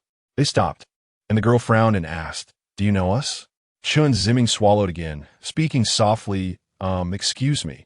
No, I have something to ask. The two exchanged confused glances. The girl continued, What exactly do you want to say? Chen Ziming pursed his lips and slowly said, I have a question I'd like to ask you too. The boy looked at Chen Ziming's awkward expression and couldn't help but laugh. You're not a new entrepreneur, are you? Let's scan a QR code. If you have something to say, just say it directly instead of stammering and wasting everyone's time. That's not it. Not it. Then what is it? I want to ask if you're singers performing in nearby bars? Yes, the boy replied readily. Then do you know a female singer who wears a baseball cap, has hair down her shoulders, and plays guitar? She should have just arrived here from City S yesterday. The boy paused for a moment about to speak, but was interrupted by the girl. Friend, among the singers I know, at least more than half dress like that. How would I know who you're talking about? Didn't she say she just came back from City S yesterday? The girl shot the boy a glare. Do I need you to remind me? The boy shrugged, not arguing further. The girl tapped her chin, thinking aloud, just came back yesterday. After a moment, the girl suddenly laughed and exclaimed, Got it. That girl. What's her name? Xiaosa. Didn't she just go to City S for a meetup a few days ago? I heard she came back yesterday. Oh, that's right. She wears a hat every day. There was a glimmer in Chen Ziming's dim eyes. Can you take me to see her? Chen Ziming appeared a bit excited. Sure. The girl replied with a smile. Wait a minute. The boy stopped the girl. Hey, do you know Xiaosa? Chen Ziming thought for a moment. If he said he knew her, he had only met her once, for no more than half a day. If he said he didn't know her, he indeed had done so many things. Chen Ziming nodded. Oh, what is your relationship? This left Chen Ziming in a dilemma. He didn't know what their relationship was. Are they a couple? No, because they had agreed to only have a brief possession. Are they friends? Would friends kiss? Obviously not. Strangers? Definitely not. Guitar friends. Chen Ziming answered. With that, there was no problem. They had indeed talked about guitars. Oh, you mean guitar? Chen Ziming nodded. Then why don't you have her contact information? Ah, if she had it, would she still be asking you? If you want to help, just help. If you don't want to help, don't ask this and that. That's her privacy, okay? The girl said impatiently. I'm just being cautious. What caution? I see you're just cold-blooded. The boy shrugged. Fine, I'm cold-blooded. The girl ignored him and looked at Chen Ziming. Friend, if you want to see Xiaosa, it'll probably be at night. She is likely still sleeping at this hour. I say, you should wait here. She will come here tonight to perform with us. Hearing that the female singer was coming, Chen Ziming felt a bit excited. Thank you. Can I stay with you too? Because I'm worried I won't be able to find her. If you don't mind. The boy was about to speak, but was interrupted by the girl. No problem, but we want to go to the arcade for a while first. Do you want to come with us? Sure. Okay, it's settled then. Hey. Who said you could decide that without my agreement? The girl shot the boy a glare. Oh? Then let me hear. Do you agree or not? The boy pouted and stammered. Well, if you kiss me, I'll agree. Puffed. The girl rolled her eyes and turned to walk toward them all. The boy hurried to catch up, watching the two leave in a hurry. Chen Ziming quickly followed.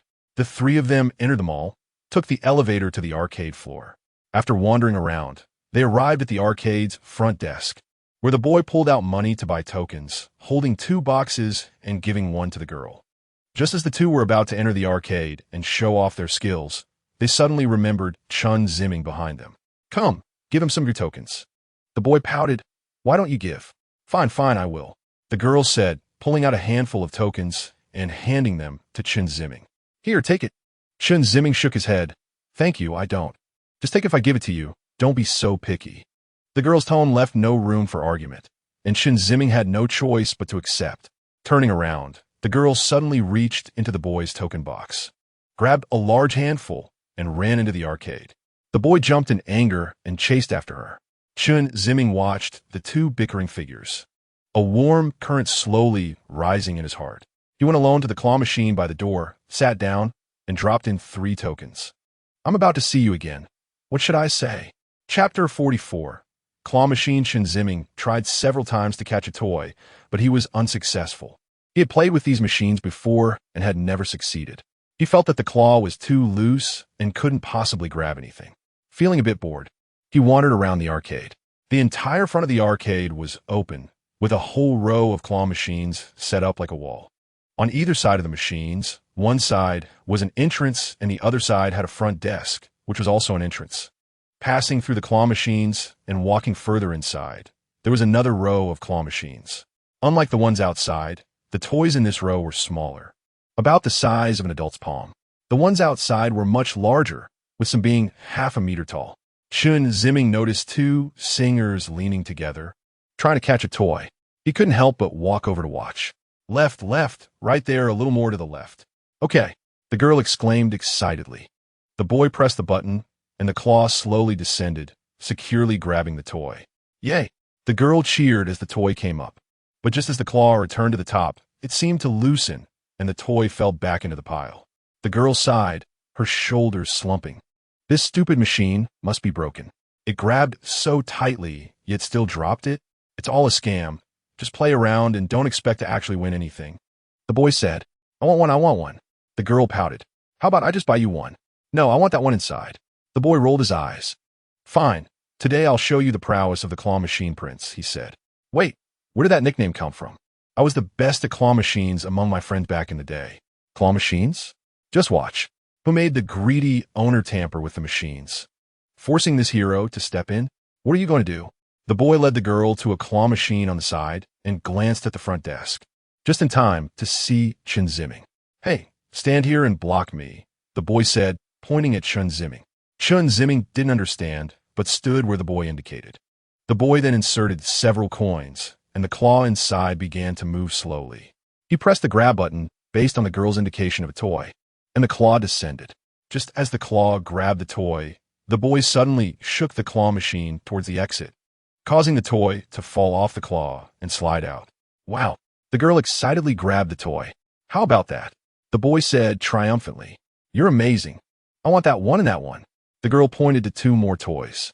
Easy peasy. The boy repeated the same method, shaking the machine after grabbing each toy. He successfully got both toys out. The girl happily stuffed all 3 toys in her backpack. Which one do you want next? The girl looked around and excitedly pointed at one. I want that blue chubby one. So easy. The boy grabbed the toy and began shaking the machine again. At that moment, a sharp voice rang out. You guys are pretty good, huh? The 3 of them turned to look at the speaker. The boy stopped his actions. A middle-aged woman in a black uniform stood beside them. What you're doing is cheating, you know that. Who are you to tell us what to do? The boy scoffed. I'm a manager of this arcade. So, do you think I can or cannot? The boy fell silent and exchanged glances with the girl. Chen Ziming's face turned red with embarrassment. So what if you're the manager? You tampered with the claw machine on purpose to make it impossible for us to win. You just want to make money without giving out any toys. There's no way it could be that easy, the boy said angrily. The manager felt guilty and was somewhat at a loss for words. Don't say random things. We haven't tampered with anything. What you're doing is stealing. Do you understand? Puffed. Shameless. I've never stolen anything. I just want to teach you scammers a lesson. The manager didn't want to argue with the boy, fearing he would continue to press the issue with the claw machine, which could lead to more trouble. Security. Two middle-aged men in uniforms approached them. Seeing the situation turn unfavorable, the boy signaled to the girl and then looked at Chen Ziming. Run. The boy grabbed the girl's hand, raised his leg, and ran out of the arcade. Chen Ziming hesitated for a moment, but hurriedly followed. The three of them ran to the elevator and took it down. The security guards chased closely behind. They dashed out of the mall and into an alley by a bar, turned a corner, and ran toward a footbridge. The boy led the way as they crossed the footbridge, heading towards the CBD on the other side of the street. Looking back at the two security guards, they were just putting on a show. If there was any conflict with players in the arcade, they would just come over to mediate and talk a bit. Both guards were out of shape, and by the time they reached the footbridge, they were already panting heavily.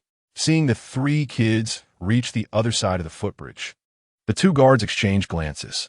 Brother, we just earn a meager salary. This isn't worth it. You're right. If I run a few more steps, I'm going to collapse. Let's find a place to hang out for a bit, and when we go back, we can say we lost them. Hurry up. The two of them once again demonstrated their ability to avoid conflict. Meanwhile, Chen Ziming and the others reached a tall building. The boy looked back at the footbridge but didn't see the security guards. If they wanted to come over, there was only one way nearby. To be safe, the boy led the girl and Chen Ziming to wander around the CBD before finding a drink shop to settle down. As soon as the boy entered, he found a table and plopped down. Sweat was streaming down his face. The girl and Chen Ziming were also drenched in sweat. It should be fine now. I saw those two dumb pigs didn't follow us, the boy said, panting. It's all your fault for trying to act like some claw machine hero. How embarrassing to get caught. Hey, who told him to cheat? I'm just doing the right thing. As he spoke, the boy glanced at Chen Ziming. Bro, don't you think so? Chen Ziming, with his head down and face flushed, hadn't caught his breath yet. Suddenly hearing the boy call him, he froze for a moment before smiling. See, even he agrees with me. How shameless can you be? He obviously feels too embarrassed to argue with you. T-Sich, all you do is criticize me. I have nothing but virtues. How come you can't see them? Oh, the girl lifted the boy's t-shirt and reached inside. Let me feel what your virtues look like. The boy swatted the girl's hand away, yelling, hey, hey, that tickles. As he spoke, he reached out to tickle the girl. The two of them were playfully teasing each other under everyone's gaze. The young lady at the front desk and other customers cast curious glances their way. Chen Ziming noticed everyone was looking over and awkwardly lowered his head. However, he really liked the feeling of being with these two singers. He felt that everything they had done from the beginning to now was what he longed for. He wished he could be as bold and cheerful as they were. After a while of teasing, perhaps realizing that others were watching them, the boy stopped the girl. Okay, no more jokes. Let us not attract attention. Everyone's watching. As he spoke, the boy turned around and pointed at the customers behind them. The customers immediately lowered their heads and continued to enjoy their desserts or juices as if nothing had happened. The boy rolled his eyes. All right, look, what do you want to drink? Today it's on me. Oh, when did you become so generous? I should make you bleed a little. The three of them sat at a table next to the front desk, and the girl could see the menu hanging from the ceiling. That one, and that one. The girl pointed. Wow, aren't you afraid of bursting? The girl poked the boy's arm. What's wrong, having second thoughts? Whoever has second thoughts is a loser. All right? The boy patted the table in front of Chen Ziming. Bro, what do you want to drink? Chen Ziming waved his hand. No thanks. This means orange juice. Just order it. The girl casually said. How come you know everything? That's just life experience. The boy teased the girl and got up to order something at the front desk. Chen Ziming stood up wanting to stop him, but the girl reached out and held him back. Don't be polite. It's just a bottle of orange juice. Sit tight. Chen Ziming was taken aback, didn't know what else to say, and slowly sat back down. After ordering, the boy returned to the table. The three of them started chatting around the dining table. Hey bro, what's your name? The boy asked. Chen Ziming. Not bad. Not bad. Ziming has an ancient flavor to it. What about you? No need for that. I can't stand it. Just call me Xiao Y. I'm Xiao K, the girl said with a smile. You guys, names are just codes. It doesn't matter. To be fair, we won't call you by your full name. Let's call you, Xiao M, using the first letter of the last character of your name. The girl said with a playful pose. Chen Ziming hesitated for a moment and then nodded. By the way, you said you can play the guitar? The boy asked Chen Ziming yes. The boy and girl exchanged glances. They high-fived, yay. This left Chen Ziming confused. Bro, We have a performance at Xinghua tonight and need a guitarist. The guitarist we had booked suddenly can't make it, and we were worried about who to find. You're simply a savior. Huh? No, I play badly. Chen Ziming quickly waved his hands. Hey, who cares about being good or bad? We're all amateurs. It's you. After we eat, we'll go rehearse. No dilly-dallying. Really not okay. I don't have any performances. I say you can, so you can. Even if you can't, you can. But, at that moment, the waiter brought over the desserts and drinks ordered by Xiao Wai. So sumptuous. Xiao Kei's eyes lit up. Let's dig in. The girl grabbed a piece of cheese and started chewing it with delight. She then grabbed 2 more pieces of cheese and handed one to the boy and one to Chen Ziming. Chen Ziming felt embarrassed to refuse, hesitating as he looked at the cheese. Eat up, the girl shouted. Chen Ziming was startled and hurriedly started eating. After they were full and satisfied, Xiao Wai laughed. All right, let's get to rehearsing. He suddenly stood up from his seat. Xiao Kei quickly followed suit. Chen Ziming still wanted to refuse the performance, but Xiao Wai directly pushed him out of the drink shop by his shoulder. Chapter 45 Rehearsal. Chen Ziming and the other 2 made their way back to the mall via the overpass. Xiao Wai led the way, checking to see if there were any mall security guards around, and, after confirming there were none, swaggered back to the bar street. They arrived in front of a 2-story building painted in blue. Xiao Wai took out a key, unlocked the door, and pushed it open. It was just past 3 in the afternoon. As soon as they entered, Xiao Wai turned on the dim lights. The room was small, about 30 square meters. Walking in, there was a row of corner bar counters ahead. Further in, there were several rows of black wooden tables and chairs. At the back, there was a T-shaped stage, separated from the dining area by a railing. The backdrop of the stage was a large LED screen. Above the stage hung a row of glass tubes that gradually shortened from left to right as decoration. 2 sparkling light balls hung from the ceiling on either side of the stage. On the right side of the T-stage was a drum set, and in the center, facing the audience area, stood a music stand. Xiao Wai walked up to the stage, touched the drum set, and then took off the guitar from his back, leaning it against the wall. He turned around and waved to Xiao Kei and Chen Ziming, signaling them to come up on stage. Xiao Kei walked in front, swinging his long and textured dreadlocks as he stepped onto the stage, with Chen Ziming following behind. Xiao Wai took the guitar out of its bag and said to Chen Ziming, Xiao am here. Chen Ziming hesitated. His mind hadn't yet accepted the idea of participating in the performance. Seeing this, Xiao Kei snatched the guitar from Xiao Wai's hands and shoved it into Chen Ziming's hands. Get energized. We're a vibrant group. Chen Ziming awkwardly smiled and held the guitar. Xiao Wai sat down in front of the drum set, grabbed the drumsticks, and immediately struck a few beats. Xiao Kei sat on the high stool in front of the music stand, excitedly looking at the audience below, as if it were already filled with spectators. Xiao, what songs do you know? Chen Ziming pursed his lips, thought for a moment, and then replied, some older pop songs from 20 or 30 years ago. Xiao Wai's eyes lit up. Damn, why are you so nostalgic like Xiao Wai? Xiao Kei teased. What do you mean nostalgic? Only old songs sound the best, okay? The songs nowadays, what are they even about? The lyrics are all written by one person, and I feel nauseous just singing them. Fine, let's not talk about that. I can sing anything, it's up to you. Xiao Wai looked at Chen Ziming. Old pop songs. Let me think. How about The Vast Sea and the Sky? It was one of the hottest songs 30 years ago. You must know it. Damn, this broken song again. What do you know? Xiao M, to speak up, can you do it? Chen Ziming indeed knew this song, and he didn't know how many times he had played and sung it. For this song, he had spent a week learning to phonetically translate Cantonese into Mandarin. Chen Ziming nodded. Xiao Wai clapped his hands. All right, that's one. Let's do it once and feel your rhythm. Without waiting for Chen Ziming to refuse, Xiao Wai started drumming. Sitting on the high stool, Xiao Kei, who had just been mocking Xiao Wai's taste in music, straightened up, facing the audience with a serious expression, ready to sing. Influenced by the atmosphere, Chen Ziming quickly adjusted the guitar, trying to keep up with Xiao Wai's beats. As it was their first time collaborating, Chen Ziming's rhythm was always half a beat slower than Xiao Wai's. Before Xiao Kei could start singing, the drumming stopped. Xiao M, you need to keep up with my rhythm. Hey, shouldn't your rhythm keep up with the guitarist? But I think Xiao M's rhythm is slow. If it's slow, then sing slowly. If it's fast, then sing fast. It doesn't matter as long as it sounds good. Okay. I knew you wouldn't side with me and would go against me. I just can't stand how pretentious you are. Bullying someone who has no stage experience. Watching the tone of their conversation, it seemed like they were about to argue. Chen Ziming felt a bit worried.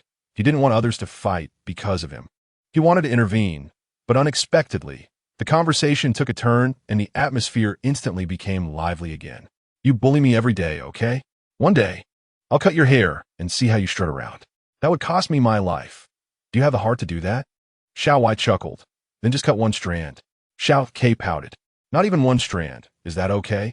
The two completely treated Chen Ziming as heir, getting flirty with each other.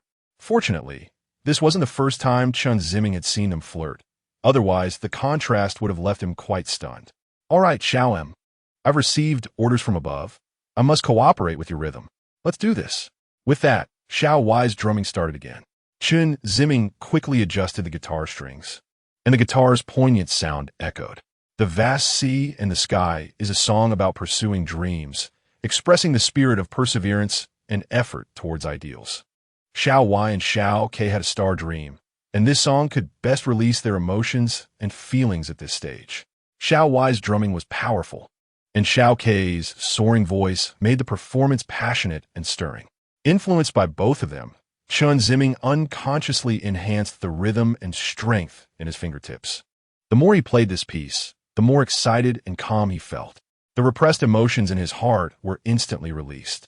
He still remembered when he was in middle school, passing by a musical instrument store, seeing the pure and colorful guitars hanging in the window, and hesitating to step in.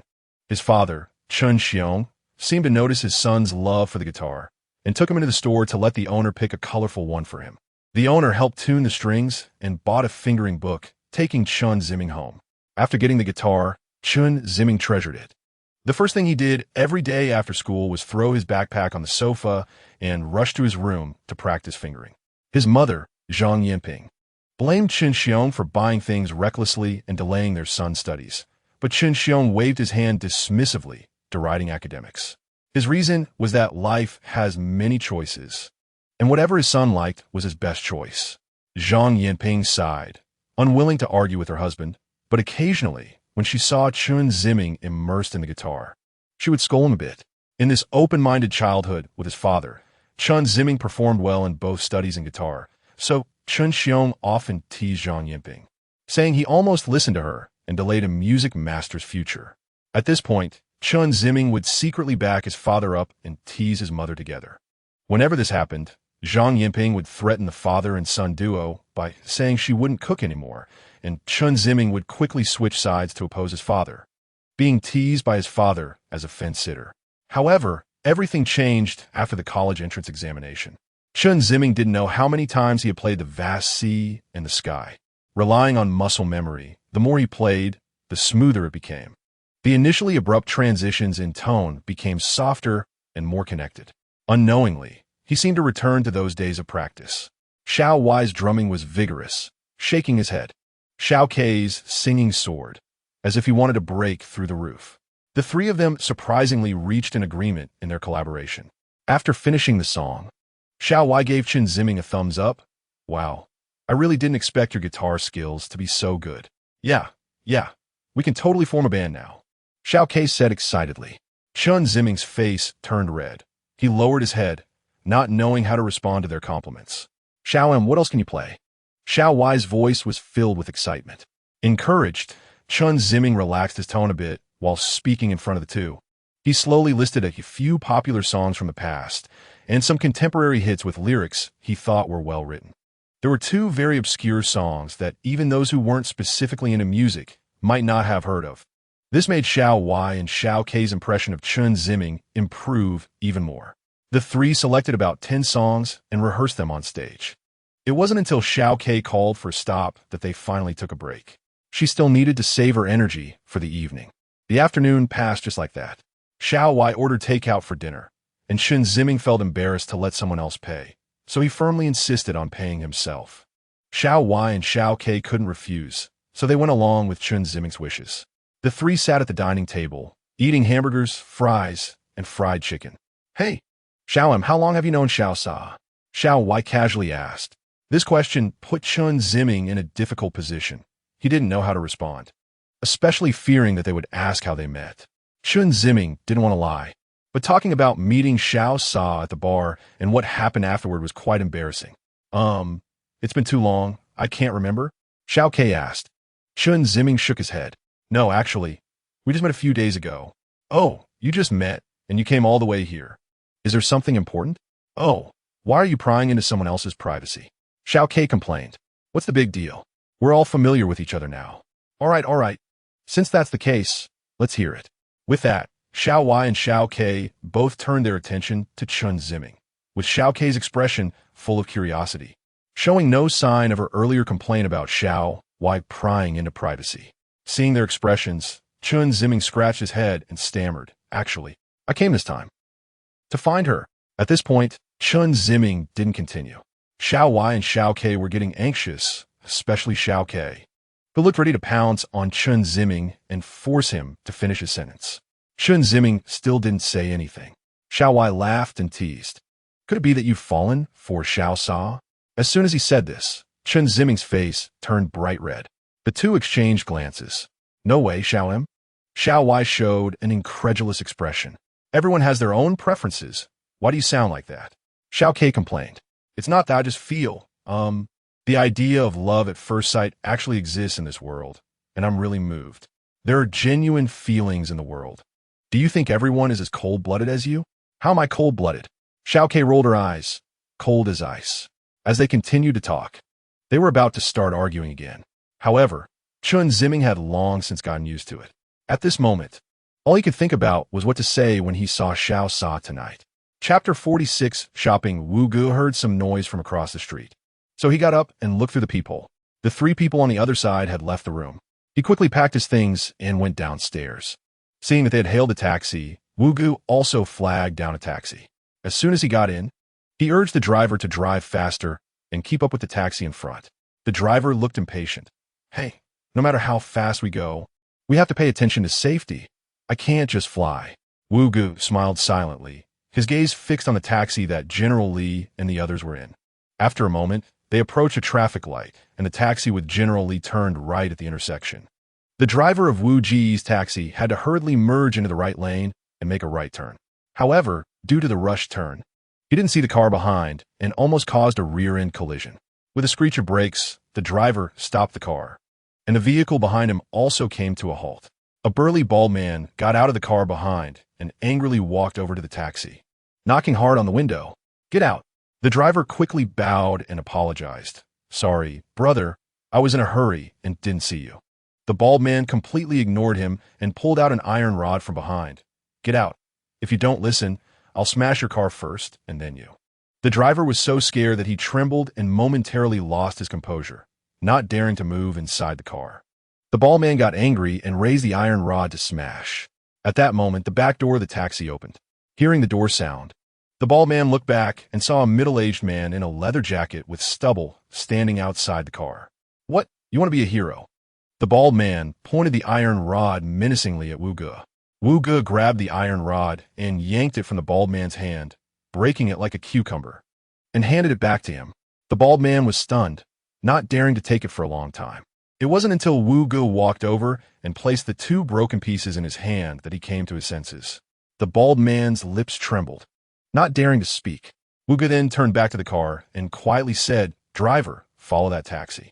Without a word, the driver stepped on the gas, and the car zoomed out with a roar.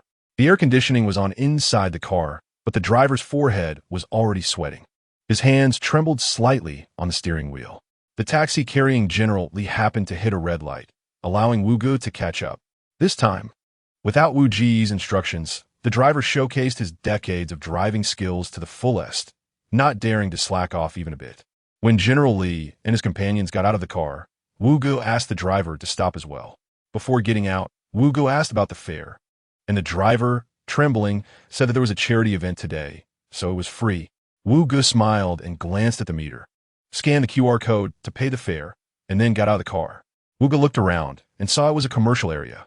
General Li and the others had already entered the shopping street, so Wu Gu hurried to catch up. The three of them walked and talked. Check the name of that store, General Li instructed. One of the younger brothers next to him opened his phone and flipped through it, pulling up a page for General Li. General Li impatiently said, "Just find it yourself. No need to show me." The younger brother awkwardly agreed. "General Li, why don't we just check the surveillance to find it? Do you have someone you know over there?" Saw the. It's not easy to pull up this consumption record." "You're right, General Li." The three continued walking through the commercial street, passing a clock tower.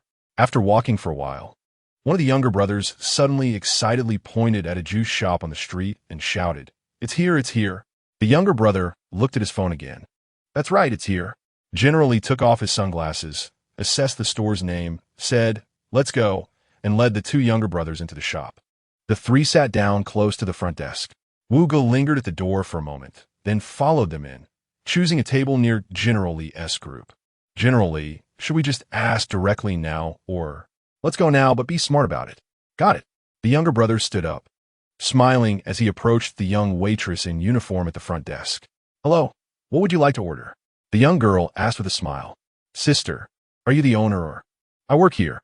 I can't afford to own this shop." "Hey, I see you have a good face. It's only a matter of time." "Thank you." The girl smiled shyly at the compliment. General Li's younger brother ordered 3 cups of juice and several plates of pastries. The girl happily printed out the bill, and the younger brother looked at the price and paid an extra 100 yuan. "You paid too much," the younger brother cheerfully said. "You're so cute. This is your tip." "Really? Thank you so much." "No problem. By the way, I have something I want to ask you." "Sure. I have a younger cousin who had a falling out with his family and ran away here. His friend said he just appeared around here. So I wanted to ask if you've seen him." The younger brother leaned closer to the waitress's ear and whispered, pulling out a photo of Chen Ziming from his phone to show her. The young girl stared at the phone screen and looked carefully. "I think I have a bit of an impression." "Really? Did you see where he went?" "I don't remember." The young girl shook her head. "Think again." "I really don't remember. There are many malls nearby, and the foot traffic is quite large. I truly can't recall." The younger brother pouted. "Okay, how about we add each other on WeChat?" The waitress hesitated. General Li had been listening to their conversation and, knowing that the other party didn't know Chen Ziming's whereabouts, lost interest in staying there. He and another younger brother stood up and pulled the younger brother who was about to ask for the WeChat number out. The young girl saw the customers leaving and quickly called out, "Your juice. You can keep it." The young girl frowned. This person is really strange. Wu Ge stood up and also left the door. Seeing another customer who left without drinking anything, the young girl couldn't help but wonder, what's going on today? Back on the commercial street, General Li asked as they walked, "Are there any other clues?" The younger brother who had just ordered replied eagerly, "Yes." "What is it?" After he left the juice shop, he also went to a noodle shop. "Why didn't you go directly to the noodle shop?" General Li frowned. "You didn't say. So I just came to the first one." General Li pursed his lips, inwardly belittling the intelligence of this person to the dust. "Then hurry up." Saying this, the three walked forward again and found the noodle shop. This time, after inquiring, they indeed got information about Chen Ziming's whereabouts. General Li directly stepped in to ask. The waitress told the three that a young man had indeed eaten noodles there. After he left, he chatted for a bit with 2 young men who looked like singers at the entrance, and then left with them. After thanking the waitress, it was already past 2 o'clock in the afternoon. The 3 of them casually ate something in a shop. At this moment, Wu Ge was sitting not far away, eating noodles while paying attention to their movements. He didn't dare to get too close to them because he had just sat next to them in the juice shop, and if he sat too close now, he would be easily recognized. However, Wu Ge felt puzzled because it seemed they were looking for someone, not meeting someone. Who were they looking for?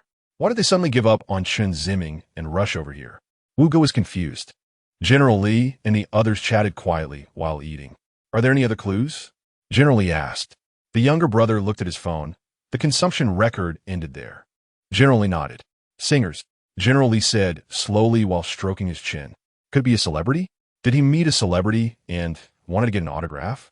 One of the younger brothers asked.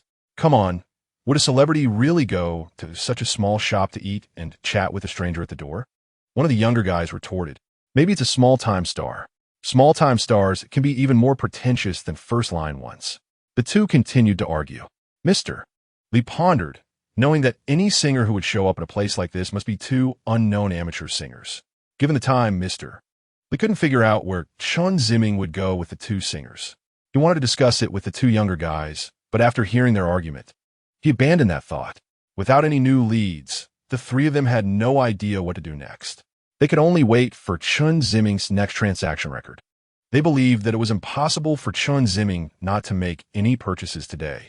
So, the three decided to wander around the area, waiting for the new transaction record from Chen Ziming to find out where he was.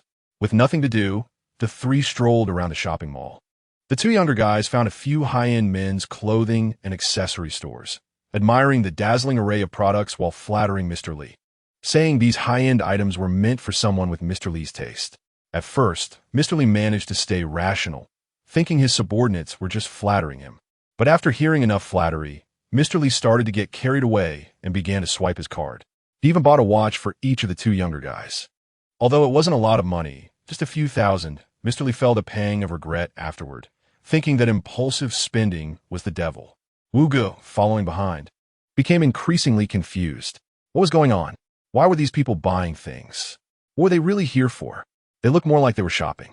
To cover himself, Wu Ge stood in front of a gold shop's counter, pretending to look at gold items. Sir, are you looking to buy gold jewelry? A middle-aged female salesperson asked with a smile. The salesperson immediately complimented him. Wow, young man, you really have good taste. Our store. The salesperson began a series of self-promotion and sales pitches. Wu Ge felt overwhelmed. He saw Mr. Li and the others exiting a clothing store and moving forward. Wu Ge quickly smiled at the salesperson. Sorry, I'll come back next time. After saying that, he hurried towards the direction of Mr. Li and the others. The middle-aged salesperson scoffed. What a jerk.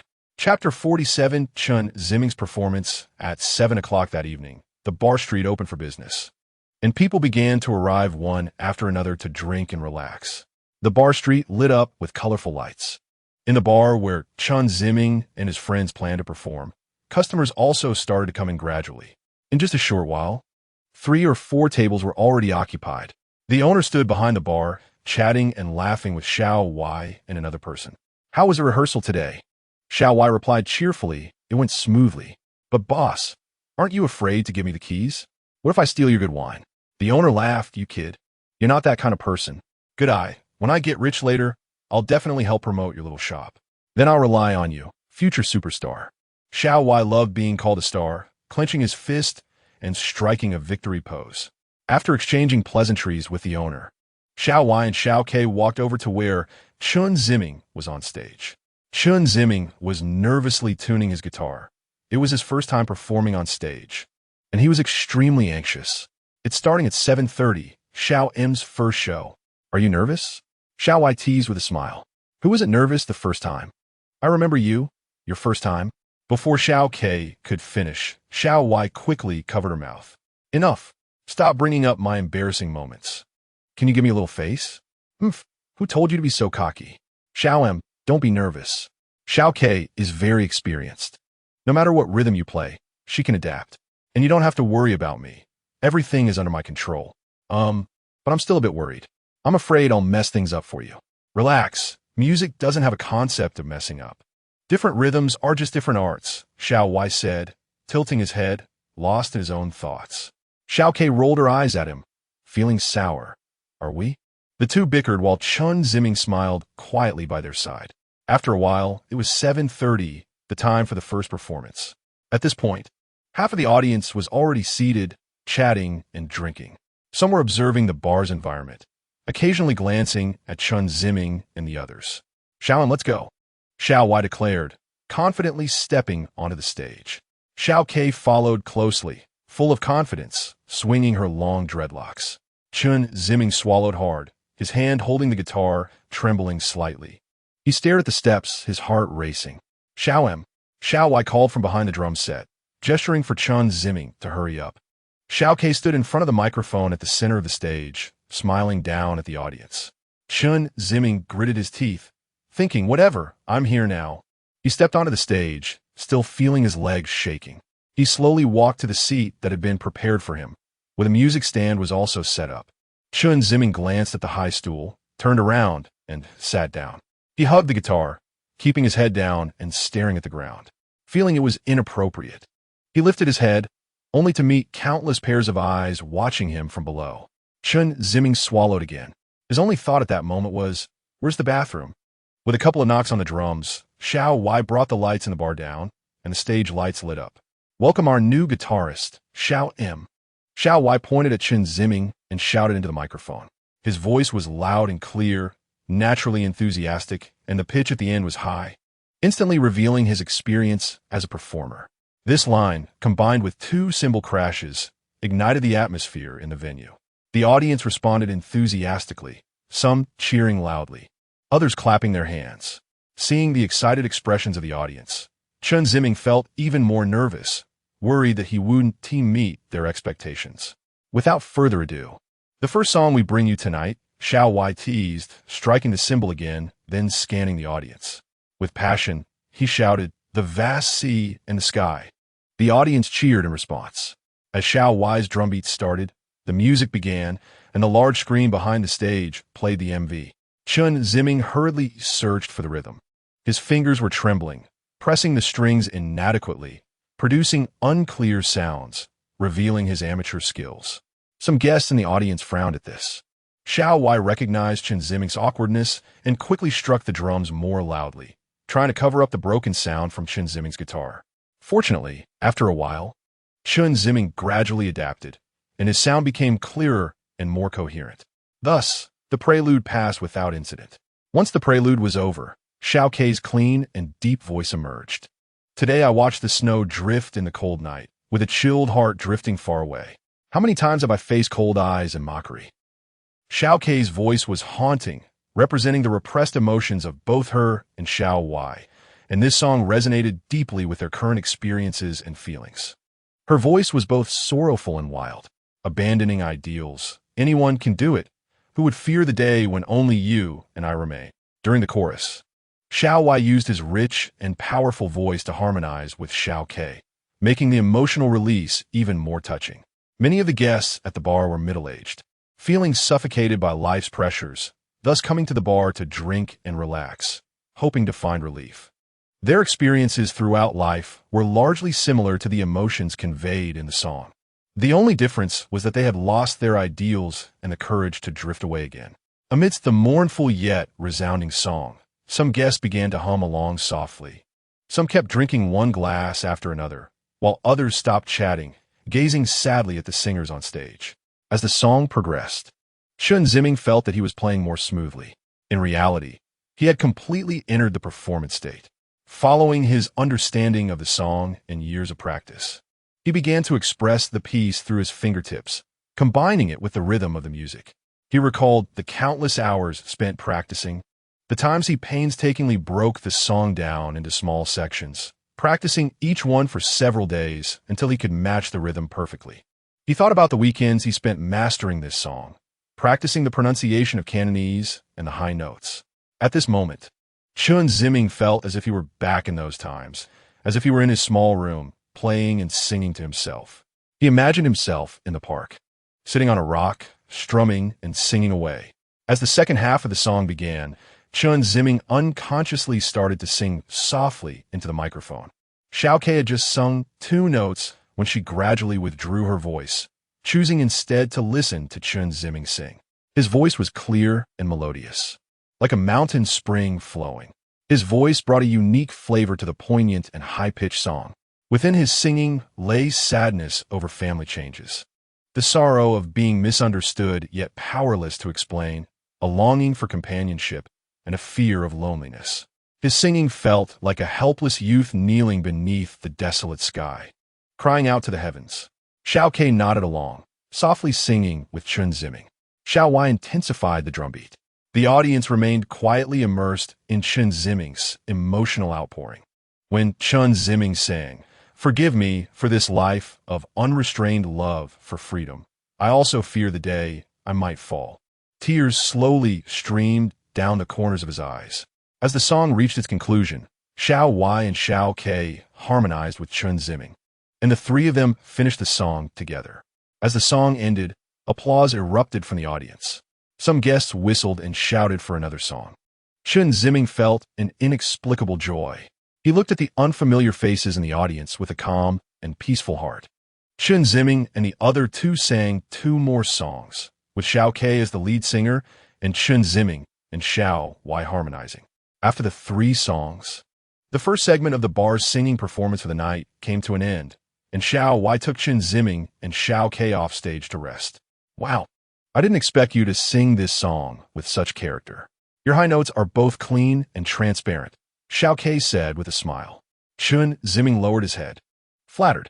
Suddenly, Xiao Wei interjected, Xiao Sa is here. Where? Chen Ziming quickly asked, raising his head. She'll be here soon. How about going out to greet her with me? Chen Ziming was taken aback for a moment, bit his lip, and nodded. I want to go too. I want to go too, Xiao Ke exclaimed, jumping with excitement. Under Xiao Wei's lead, Chen Ziming followed Xiao Ke towards the entrance of the bar. Chen Ziming felt anxious and restless, not knowing what to say when they met. Meanwhile, on the commercial street, Mr. Li and his 2 companions were hurrying to the bar street. Why are we only being notified about the consumption information from 5 o'clock now? Mr. Li furrowed his brow. No, I'm not sure. We should still make it if we go now, his subordinate replied nervously, having just seen the message while immersed in shopping. All right. Do you remember the name? Yes, it's called Xinghue Bar. Okay, let's hurry. The commercial street was not far from the bar street, and the 3 quickly arrived at the bar street. Is this the place? The map shows this, the subordinate said. Mr. Li waved his hand, and the subordinate led the way as the 3 made their way to Xinghue Bar. Wu Gu had followed the 3 around all afternoon, watching them buy watches, clothes, and perfume. He felt bored and bought a baseball cap as a disguise. At this moment, he was wearing the cap and trailing behind the 3 as they entered the bar street, keeping a distance from them. Mr. Li looked at the bar's entrance and signaled to his subordinate. The subordinate nodded and approached the door, grasping the handle and slowly pulling the glass door open. As soon as the door opened, he was immediately stunned. What's wrong? Mr. Li hurriedly asked. Not far away. Wu Ge noticed the reaction of the 3 and sensed that something was happening, quickly closing the distance to catch up with them. Chapter 48. Xinghue or Xinghue? After entering, Wu Ge found a couple standing inside, embracing and kissing passionately. The man had green hair, and the woman had long hair and was wearing a tight-fitting dress. The younger brother who opened the door laughed excitedly. Mr. Li patted the younger brother on the shoulder, cleared his throat, and gave him a look to advise him to persuade the couple to move aside to facilitate their entry. The younger brother adjusted his expression, stepped forward, and said a hesitant ahem to the couple. The embracing couple separated their lips and looked over. The man frowned and said displeased, Are you sick? The younger brother immediately got anxious. Hey, who are you calling sick? The man let go of the woman's waist, walked up to the younger brother, and pointed at his nose. I'm talking about you. What is it to you? The younger brother rolled up his sleeves and was about to fight. Mr. Li stopped him and shook his head, signaling him not to cause trouble. Mr. Li said to the man, Friend, we want to go in. Could you please make it convenient for us? Go in? What are you talking about? Didn't you see the sign at the door? We're not open today. Mr. Li and the younger brother immediately looked at the glass door, which indeed had a paper posted saying the bar was closed for renovations today. Strange. Chen Ziming clearly ordered takeout to be delivered here. Why is it under renovation? Mr. Li was puzzled and felt the man was not being truthful. So he asked, Are you really renovating at this hour? No, I mean, are you sick? Why should I tell you about renovations? The man spoke very arrogantly, pointing his finger at Mr. Li. Mr. Li had been holding back his anger, but being pointed at and insulted in front of the 2 younger brothers made it hard for him to save face. What did you eat to grow up so arrogant? Mr. Li said as he stepped forward, standing beside the younger brother. The 2 younger brothers saw Mr. Li was about to show his authority and quickly stood beside him, glaring fiercely at the man to support Mr. Li. The man saw that there were more people on the other side and became a bit intimidated.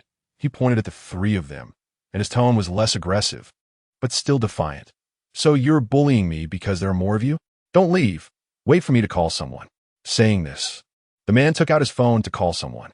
Mr. Li didn't give him a chance, stepped forward, snatched the phone away, and slapped the man. Calling someone, huh? The man staggered back 2 steps from the slap, covering his head and bending over. I'm telling you, don't bully people. Mr. Li slapped the back of the man's head again. Bullying people, huh? The man almost fell to the ground. He steadied himself and wanted to get up. You wait for me.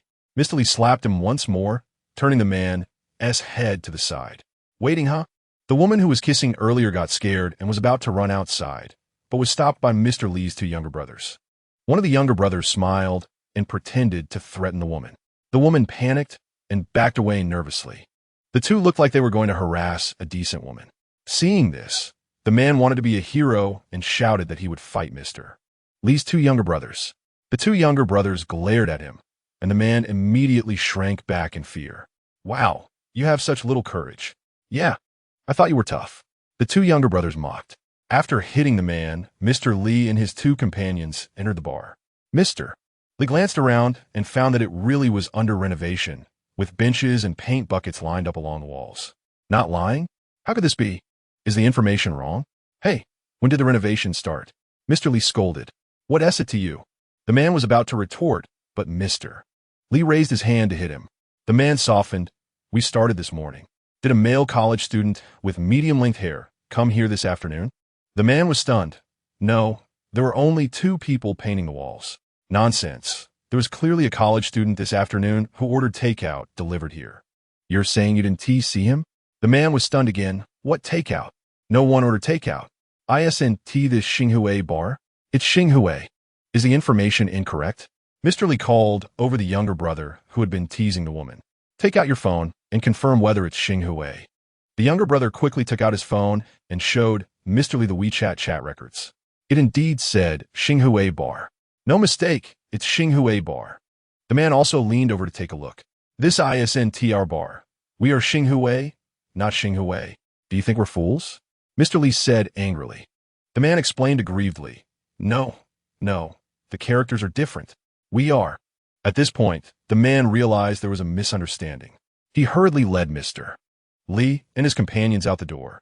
Seeing someone coming out, Wu Gu, standing across from the bar, quickly lowered his head, using the brim of his hat to cover himself.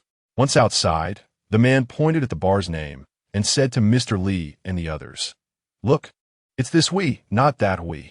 Mr. Lee frowned, comparing his phone with the sign outside the bar, and indeed, although the pronunciation was the same, the characters were completely different. Mr. Lee felt very embarrassed.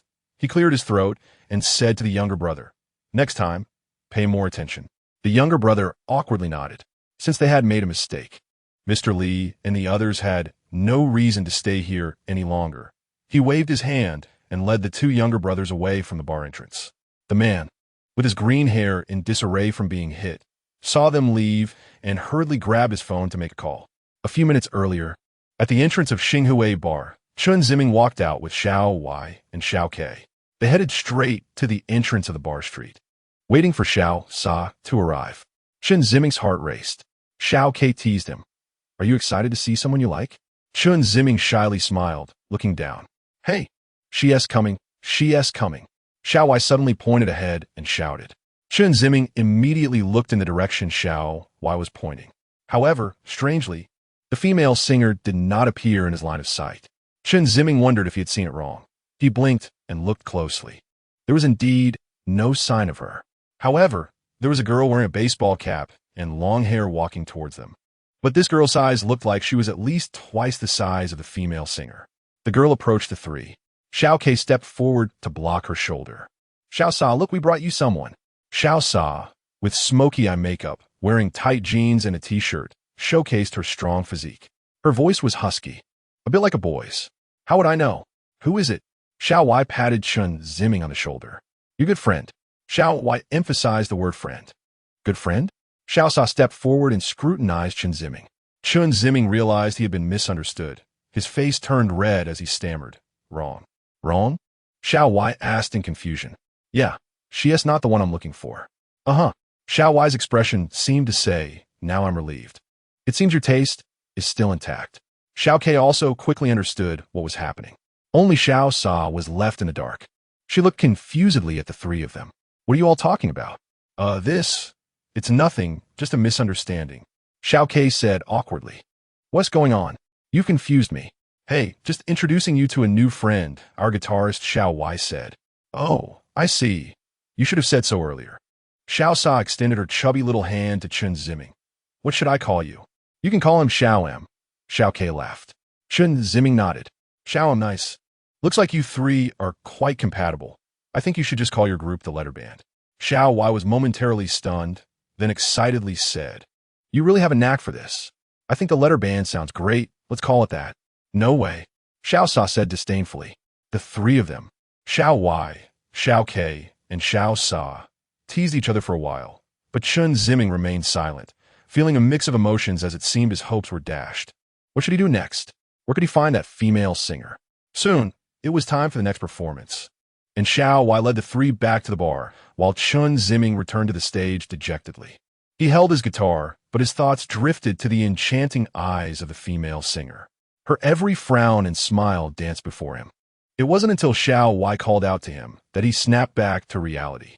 Xiao Wai kept chatting with him, urging him to start playing instead of zoning out.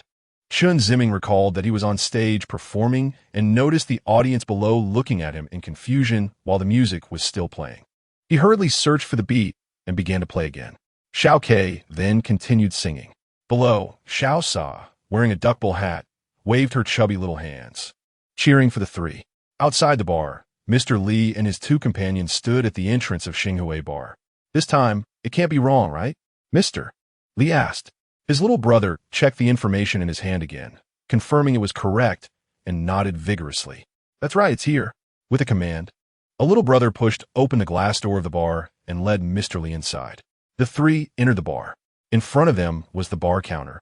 To the right was the hall, and further right against the wall was the stage where Chen Ziming and the others were performing. The lighting was dim, and Mr. Li and his companions looked around, spotting a group of shadowy figures sitting at tables with their backs to them. On stage, there were three singers, and they could clearly see a girl with dreadlocks singing.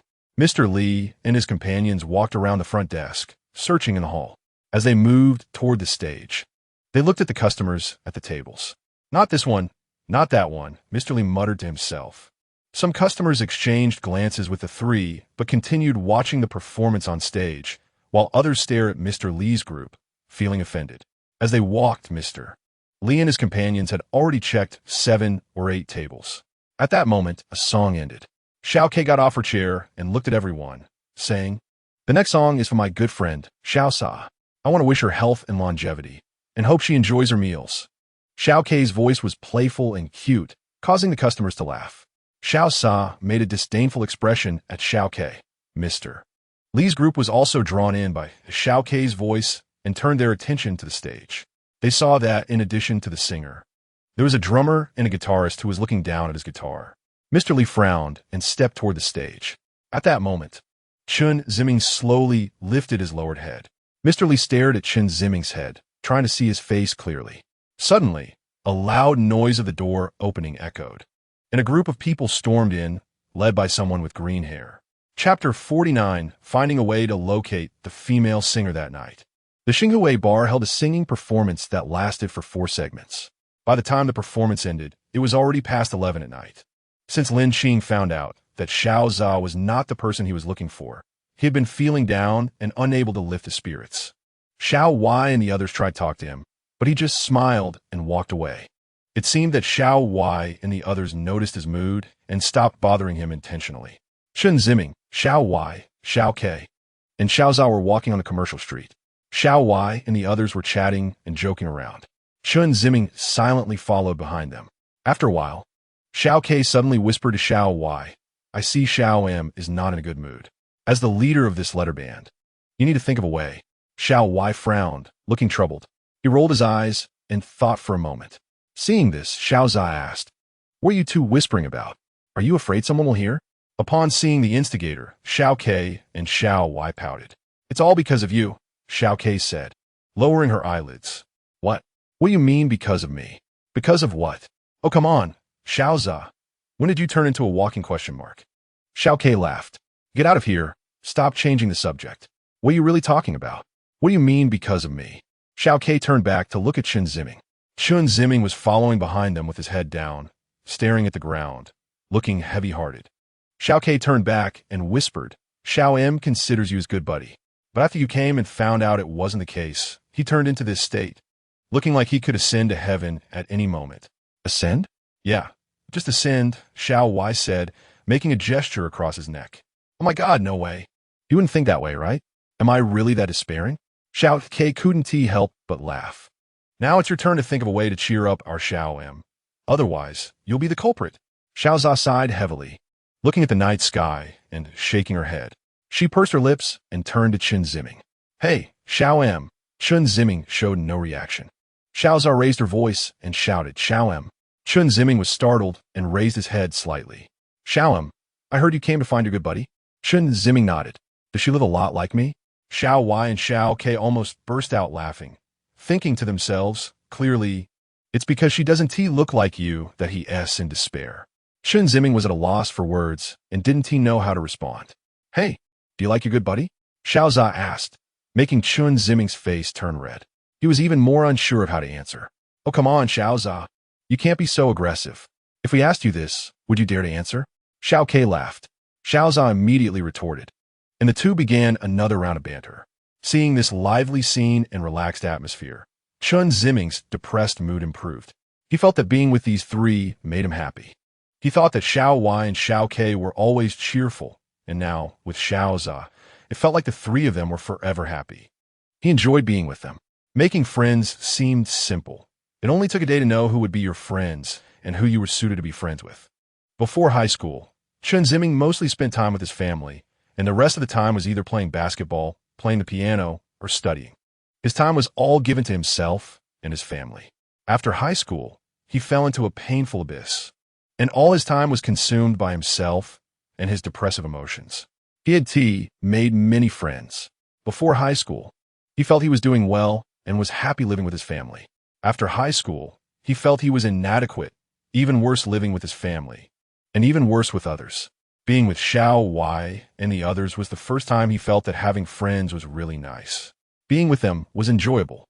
Chen Ziming smiled slightly and said, Thank you, guys. Xiao Y and the others turned around to look at Chen Ziming. He glanced at each of them. Thank you for accompanying me this half day. Thank you, I really appreciate it. Chen Ziming's lips trembled. It turned out that expressing gratitude also required courage. Xiao Y and the others were stunned. It was Xiao Ke who reacted first, bursting out laughing. Xiao M, you're too ungrateful? Xiao Ke's words not only left Chen Ziming stunned, but also left Xiao Y and Xiao Za looking confused. What is that supposed to mean? It doesn't connect. Xiao Ke glanced at the three with a mischievous grin and said, If you want to thank us, you can't just say it. You have to treat us to a meal. What the? Xiao Y and Xiao Za exclaimed in unison. Chen Ziming was astonished, his mouth agape. The only places to eat at night were barbecue shops, and there were no other options. The four sat outside, an open-air barbecue shop. Xiao Y directly took off his shirt, revealing his bony frame, and was drinking beer, his face turning red. Hey, be mindful of the influence. Don't go exposing yourself, Xiao Ke muttered, pointing at Xiao Y. Jealous, huh? If you can, why don't you expose yourself too? Damn, my temper. As she spoke, Xiao Ke went to lift the hem of her t-shirt. Xiao Y hurriedly held her arm down. Don't do that. I'm afraid you'll catch a cold. Stop showing off. Xiao Za gave the two a disdainful look. Chen Ziming smiled as he watched Xiao Y and Xiao Ke. After drinking 2 bottles of beer, everything seemed surreal to him. Hey, I think we can't just eat Xiao M's food for free. We should help him solve his problem, Xiao Za said, looking righteous. Yeah, Xiao Ke agreed. Xiao M, what other characteristics does the good buddy you're looking for have? Or do you know her name? Or does she have a nickname in the circle? Or do you know where she lives? Xiao Y, did the beer fry your brain? If Xiao M knew these things, do you think he'd still be worried? Xiao Ke said discontentedly. Yes, it's my fault again. Xiao Y and Xiao Ke started pushing and playfully shoving each other. Only the one who initiated the question, Xiao Za, looked seriously at Chen Ziming. Xiao M? Chen Ziming slowly turned his head to look at Xiao Za. I only remember that the night we met, she was wearing a baseball cap, and her hair was on her shoulders. Xiao Za quickly looked at herself. Isn't that describing me? She has a slender figure. Chen Ziming continued. Xiao Za suddenly realized, understanding why she was the reason for Chen Ziming's low mood, as mentioned by Xiao Ke. Her piano skills are great. Natural and smooth. Piano skills? She can play the guitar? Chen Ziming nodded. The first time I saw her, she was a resident singer at the bar. A resident singer at a bar, and recently came to Hangzhou. Is it the Apple Music Festival? Xiao Za exclaimed, realizing it. Now, even Xiao Y and Xiao K stopped their playful banter. They exchanged glances, laughed, and high-fived. Yes, the Apple Music Festival. The two instantly looked excitedly at Chen Ziming and Xiao Za. She must have come to participate in the music festival. Otherwise, she wouldn't have come to Hangzhou at this time. Xiao Y said excitedly. Right. Xiao K echoed. What is the Apple Music Festival? Chen Ziming asked in confusion, forcing his blurry eyes to focus. Xiao Y and the others were about to answer when Xiao Sa interrupted with his words. The Apple Music Festival is a paradise for all music lovers, especially for resident singers like Xiao Y, who absolutely cannot miss this festival. This music festival is held once a year, with the location announced a few months in advance. This year, it will be held in Hangzhou, marking the 10th anniversary of the festival. It is said that a birthday party will be organized to celebrate 10 years. And this year's event will likely be the most exciting one yet. Absolutely right, Xiao K praised. Xiao Sa looked very pleased. So, Chen Ziming, with a puzzled expression, felt his brain slowing down after those 2 bottles of beer. Oh, Xiao M, why are you so slow-witted like Xiao Y? Hey, who are you calling slow-witted? Xiao Y said, feeling hurt. The Apple Music Festival will be held the day after tomorrow. So your buddy must have chosen this time to come to Hangzhou specifically for the festival. You can find her there, right? Xiao Sa added. Yeah. Chen Ziming gradually showed a look of joy. But with so many people, how can Xiao M find her? Xiao Sa scratched his head. Hey, that's easy. Just leave it to us.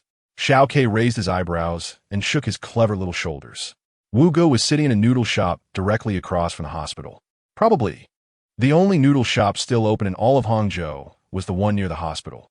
He saw with his own eyes 3 unfortunate guys led by Li bullying a green-haired man, and shortly after, the green-haired man brought a group of people to drag Li and his friends out of the bar and gave them a beating. After the beating, Li and his friends had to apologize to the green-haired man in the street. Li swore he wouldn't comply, but after being slapped several times, he finally relented. Under the education of the green-haired man's group, Li's arm was dislocated, so the 3 had to come to the hospital for realignment and bandaging. Wu Ge followed them to the hospital but couldn't go inside, and since he hadn't had dinner yet, he found a noodle shop across the street to eat while keeping an eye on things. It seemed that the bar was indeed a chaotic place. With such a large group fighting, those inside continued to enjoy the music, and only a few came out to watch. Either they were afraid of getting involved, or they were used to it by now.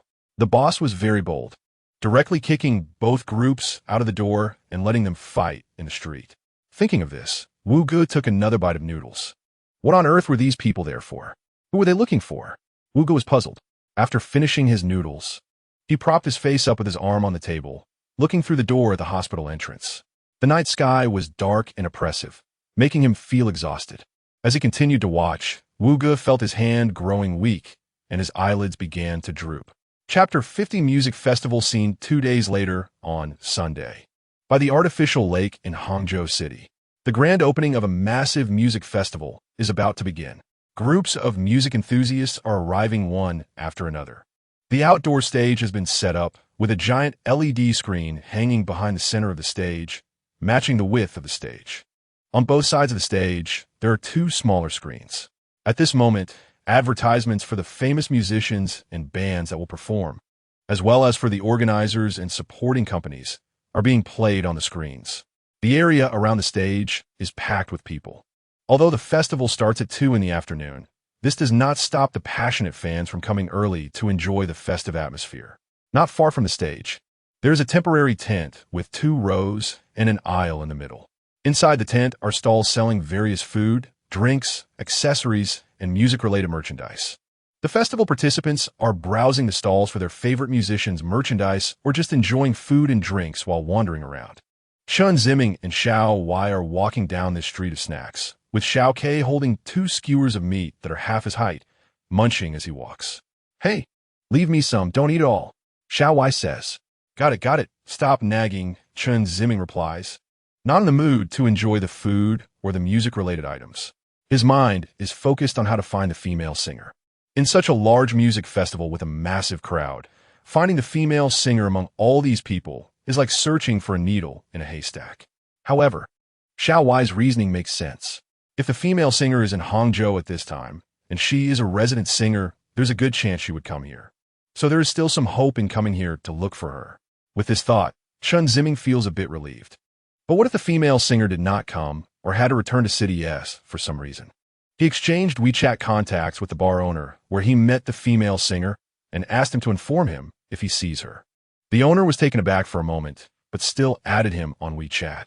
Meanwhile, in another corner of the music festival, Wu Ge, wearing a baseball cap, is following Li Zong and his two companions.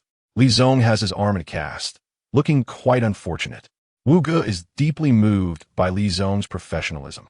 He thinks that to accomplish something, one must have the perseverance like Li Zong. But what are they doing here? The night before, he had seen Li Zong and his companions leaving the hospital in a half-awake state, and he followed them back to the hotel. After a night's sleep, the next day, Li Zong and his companions might have been resting and did not come out. He only heard the sound of a food delivery knocking at the door. On the third day, they finally went out, so he followed them to this unprecedentedly crowded place. Listening to the conversations around him, it seems they are planning some kind of music festival. Wu Ge is not interested in music. He would prefer a wood-carving festival. In contrast, Li Zong's two companions are happily weaving through the crowd, looking innocent and seemingly forgetting about the previous day's humiliation. Li Zong, however, walks through the crowd with a sullen face, feeling numb. Where the hell can he find that guy? Li Zong starts to complain, unusually venting his frustration, as it seems only he has been deeply affected by the lesson they received. Li Zong, as long as we are determined, we will definitely find him. One of the companions says with a smile. Li Zong has absolute confidence in the intelligence of these two companions, and he is sure they are still at a beginner level in life. Especially this statement that as long as you are determined, you will find him, is just as misleading as the saying that hard work leads to rewards. In the adult world, things are not that simple. Are you sure that Brad has spent money here? Absolutely, Li Zong. The consumption record is at the convenience store across the street, the companion replies. Li Zong looks over, seeing countless heads of various colors, as if he were walking in a palette. How far is that convenience store from here? Let me check the map. About 500 meters or so. 500 meters? That's still quite far from here. Li Zong thinks to himself. If it weren't for my broken arm, I would slap that brat right now. 500 meters? What makes you think you will come here right after buying water?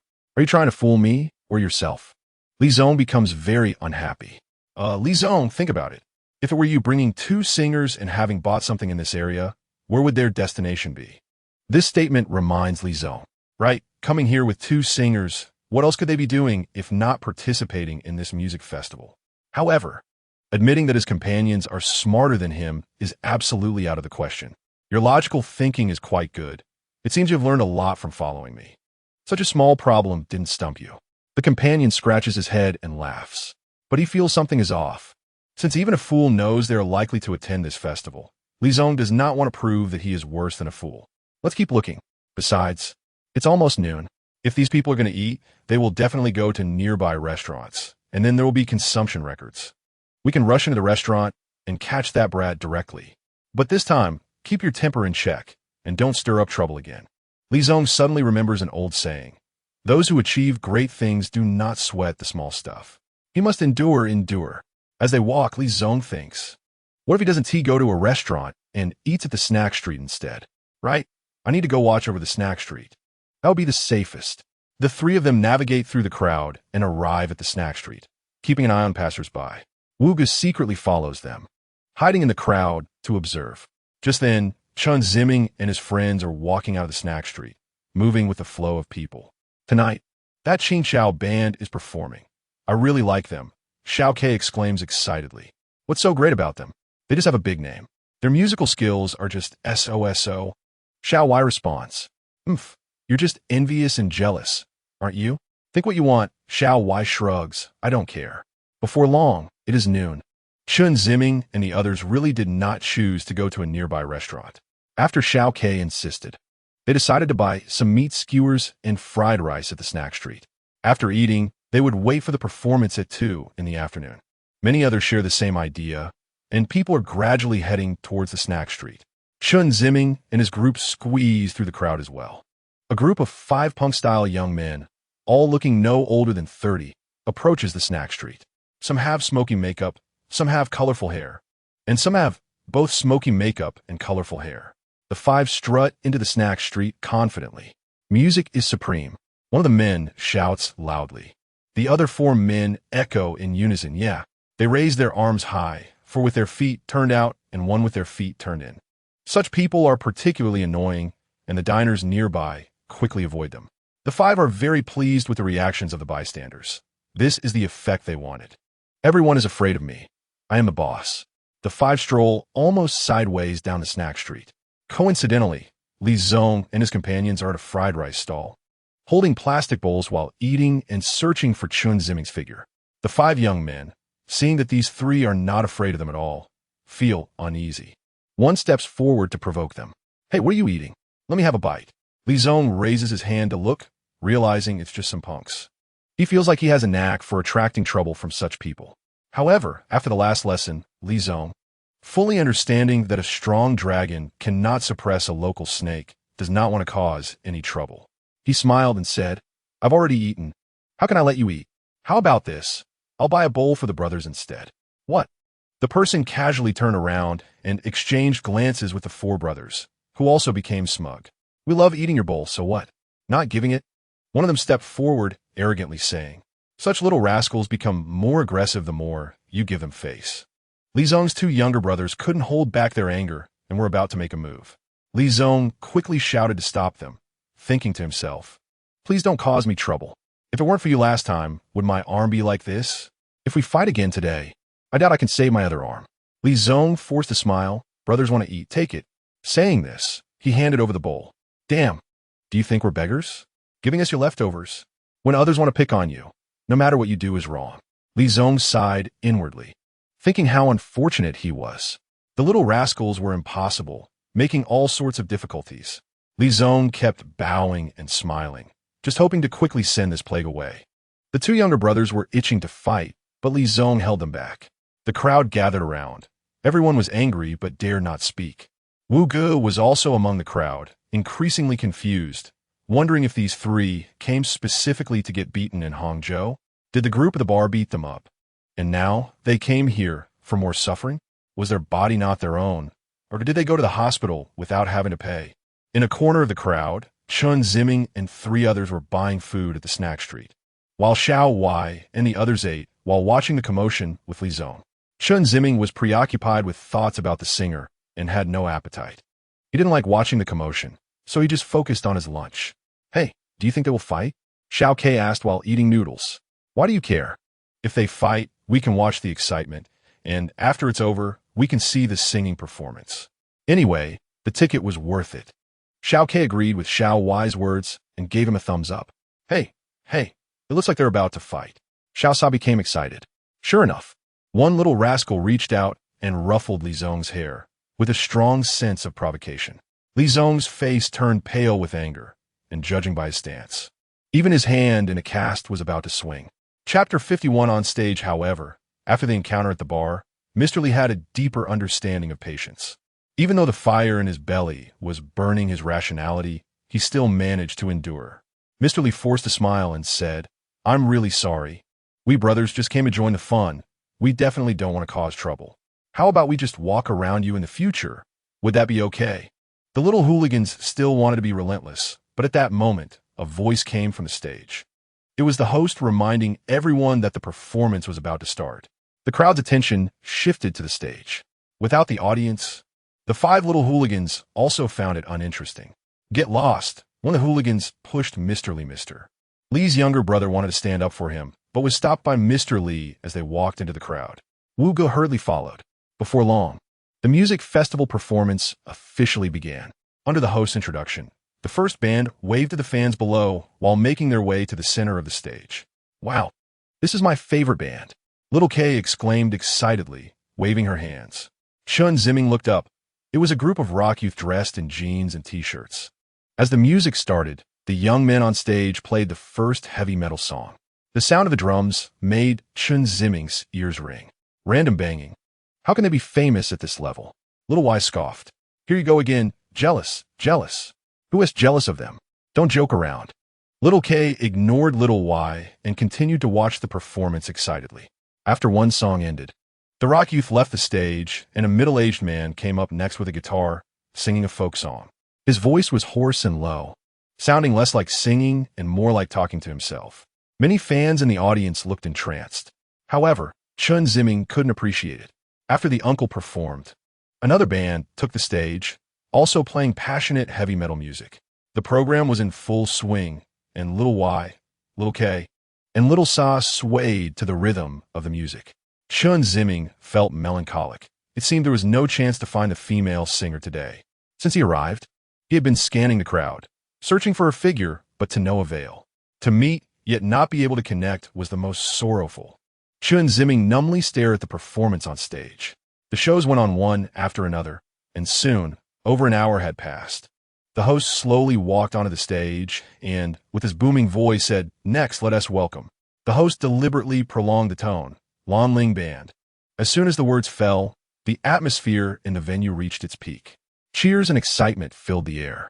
Chen Ziming saw several young boys and girls beside him screaming wildly, feeling as if they could faint at any moment.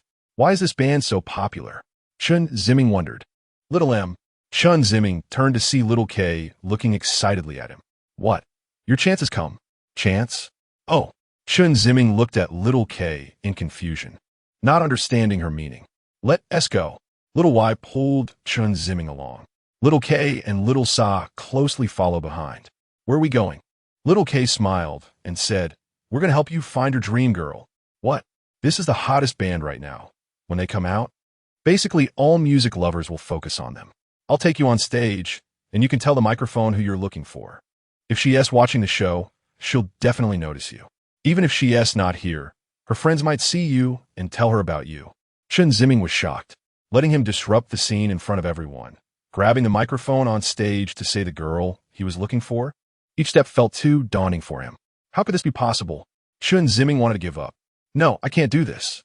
Our band has never known the words can't. Little Y laughed as she dragged Chen Ziming forward. Little K followed excitedly, looking incredibly thrilled. Only Little Sa seemed a bit worried, but she still closely followed the three.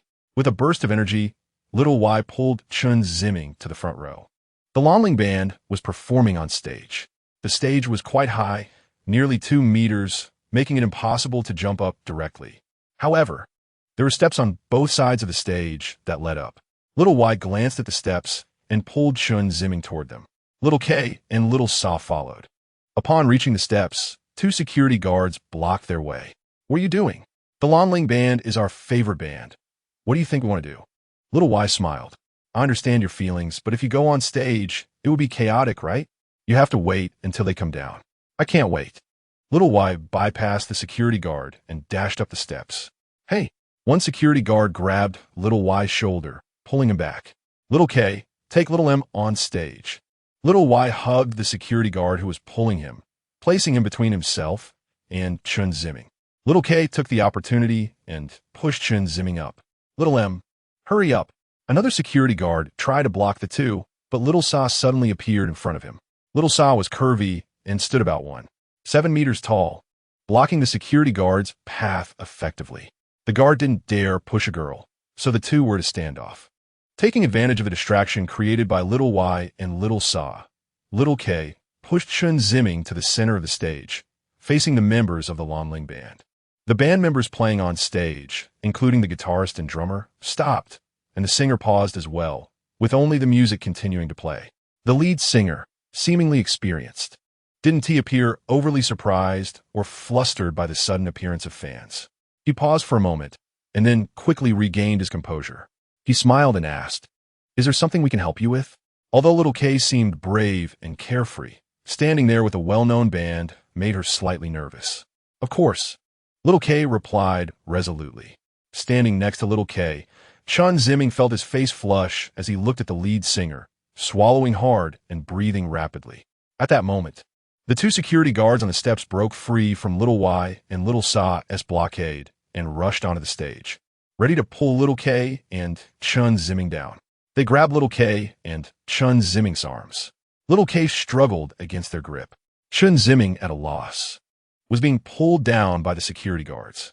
Below the stage, there was a commotion with many audience members stunned. What was happening? Some began shouting for the disruptive ones to get off the stage, while others whistled, trying to stir up more chaos. The most shocked was Wu Ge. Chen Ziming? How could he? He was momentarily dazed.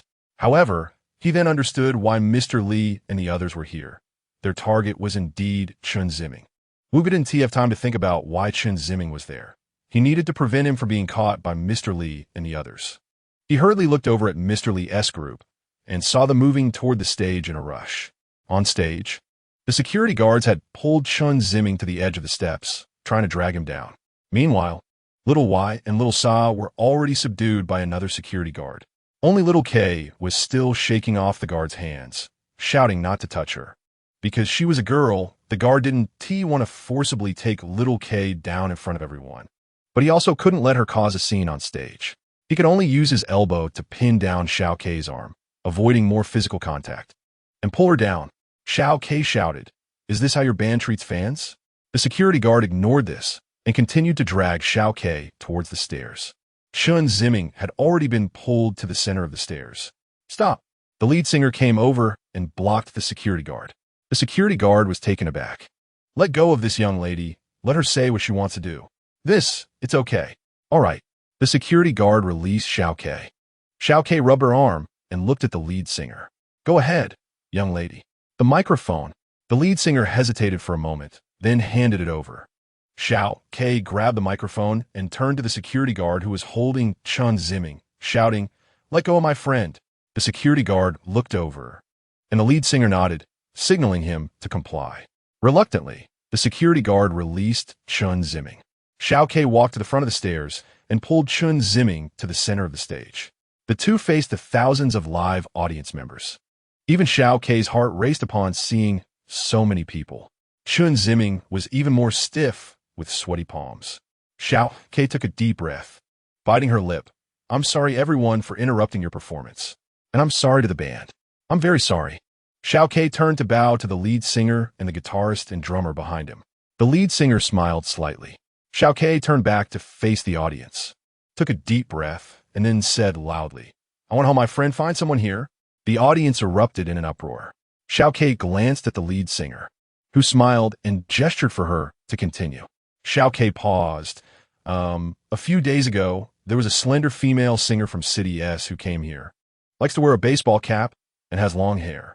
If you were here and you know my friend," Xiao K pointed to Chen Ziming, "then you're in luck. My friend has a crush on you and came here specifically to find you." Chen Ziming closed his eyes and took a deep breath. The audience gasped, and the drummer and guitarist showed interest. If you're not here and are watching the live stream, or if your friend is this female singer, please help pass the message. We'll be waiting by the side of the stage for you. You don't need to worry about the distance, because we will wait. Wait until very late. The audience fell silent, all listening to Xiao K's speech. Finally, the audience stretched their necks. The drummer and guitarist on stage also leaned forward. "I just want to say that the lead singer of the band is so handsome." Xiao K's eyes sparkled. Instantly, there was a chorus of boos from the audience. Even the security guard, who had been intrigued, rolled his eyes. Only the lead singer smiled awkwardly. "Thank you, Chen Ziming, for the courage to want to thank everyone in public." He was pulled away by Xiao K, who waved at the audience while running off the stage with Chen Ziming. Meanwhile, among the crowd, Mr. Li and his companions were angrily pushing their way towards the stage. Chapter 52, Waiting After Leaving the Stage. Little K made a face at the security guard and returned to the crowd with Chen Ziming and the others. They stood in the front row, and the people next to them kindly made room for them. Some audience members laughed and asked Chen Ziming how far along his relationship with the female singer was, while others praised Little K for being so bold, and some mentioned that they had a friend who dressed just like that, possibly the singer he was looking for. Little K shot a glare at those teasing them. Chen Ziming thanked those who wanted to help him find the singer. The enthusiasm from the audience warmed Chen Ziming's heart. He was worried that everyone would complain about them disturbing the concert, and he felt guilty, prepared for complaints. However, he did not expect everyone to be so eager to help him. On stage, the lead singer eased the tension caused by Little K and the others coming up with a light joke. He even made a special mention for Chen Ziming. saying to the camera, "Not only does that young man want to see you, but I bet all the audience here wants to catch a glimpse of you." Laughter erupted from the audience, and Chen Ziming and the others joined in. After the singer spoke, the music started again, and the performance resumed. The audience was once again immersed in the passionate songs brought by the Blue Spirit Band. At this time, not far behind Chen Ziming and the others, General Li and his two companions had squeezed over. They were less than 2 meters away from Chen Ziming, separated by 3 or 4 rows of people. 2 of General Li's lackeys protected him, preventing his injured arm in a cast from being bumped.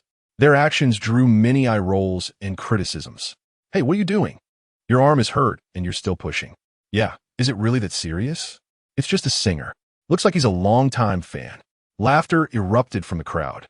General Li and his companions felt particularly embarrassed, unable to explain themselves, and could only push forward with effort. General Li thought to himself, "It's all because of this brat that I've suffered so much. My arm feels like it's going to break. When I catch you, I'll make you pay."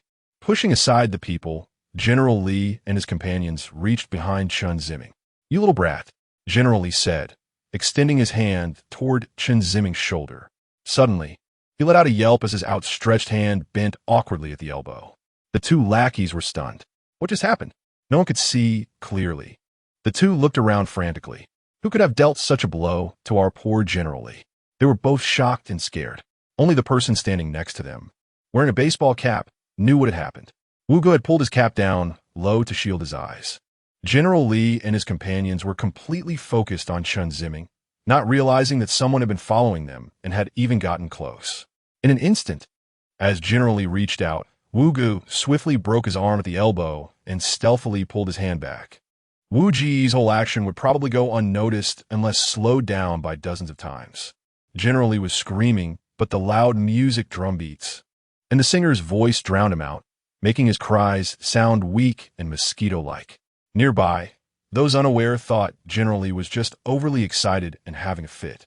"Hey, is your friend having a seizure? Call an ambulance. Don't let it delay things." "Yeah, look at how twisted his arm is. Having a fit?" The 2 lackeys suddenly understood. No wonder General Li was making strange noises and twisting his arm. They supported General Li, really wanting to take him away. General Li was furious, cursing, "You useless fools, don't mind me. Get on with the business." The 2 lackeys looked at each other, and since General Li had spoken, they decided to comply. They reached out their hands to grab Chen Ziming's shoulder. With a series of crisp cracking sounds, both of their arms bent at the elbows, and they twisted their bodies, arms contorted as they reached forward, each looking like they had suffered a stroke. The 2 lackeys began to scream. The 3 of them looked like zombies. The surrounding audience was amused by the misfortune of these 3. Is this stroke contagious? A group stroke? I think we fans are not even half as dedicated as they are. After the teasing, some audience members called for security. The security team worked together to carry the 3 out of the crowd. As General Li and his companions were carried past Chen Ziming, General Li pointed at him, his face turning red. "Is he pointing at us?" Little K wondered. "If he is having a stroke, he can point at anyone," Little Y replied. Chen Ziming glanced at General Li, who became even more agitated. After carrying General Li and the others away, the security called for an ambulance to take them to the hospital. Incidents of audience members overheating and fainting at outdoor concerts were not uncommon and did not cause much commotion. The atmosphere returned to normal. Wu Ge looked at Chen Ziming's back and smiled slightly. He adjusted his hat and left the crowd. The concert lasted until evening. Chen Ziming and the others stayed until nightfall. The band, staff, and audience gradually left, with only a few scattered spectators remaining on site, whether couples strolling and chatting or friends playfully teasing each other. A few small-time thugs swaggered around, whistling at the girls. Chen Ziming and the others sat in a small square in front of the stage. One was holding a bottle of water, enjoying the evening breeze and scenery. Little K and Little Y were bickering, while Chen Ziming quietly watched the dim yellow streetlights or looked down at the black ground. Little M, don't lose heart. Maybe that female singer is already on her way, perhaps stuck in traffic. Just be patient and wait a bit longer. Chen Ziming nodded at Little Sa. Right. Maybe she has arrived, but is too shy to meet you. Little K chimed in, stopping her banter to comfort Chen Ziming. Little Y teased. Little MS spring is coming. I'm so jealous, so envious. I'll make you go through a cold winter right now. Do you believe it? Oh, my spring. Little Y put on a sad expression. I'll let you see heaven.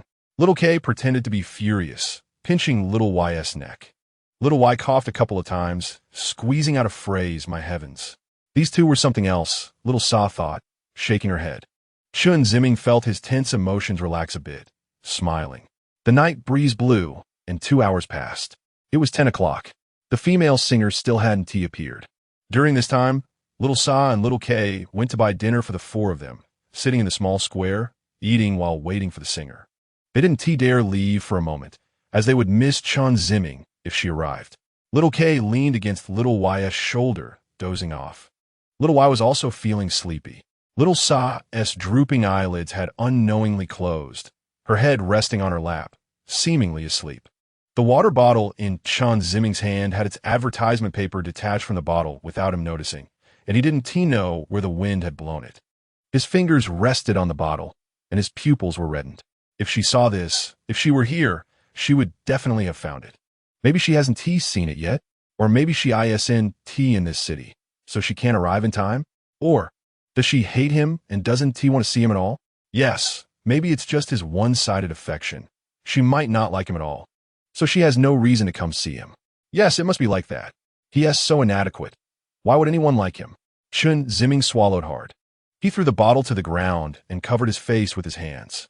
He rubbed his cheeks and then his hair, making it messy. His expression was vacant, looking quite disheveled. No, maybe she just hasn't arrived yet. I can't believe she has no feelings for me at all, otherwise. Why did she act that way that night? I can't be like this. I want to see her in the best state.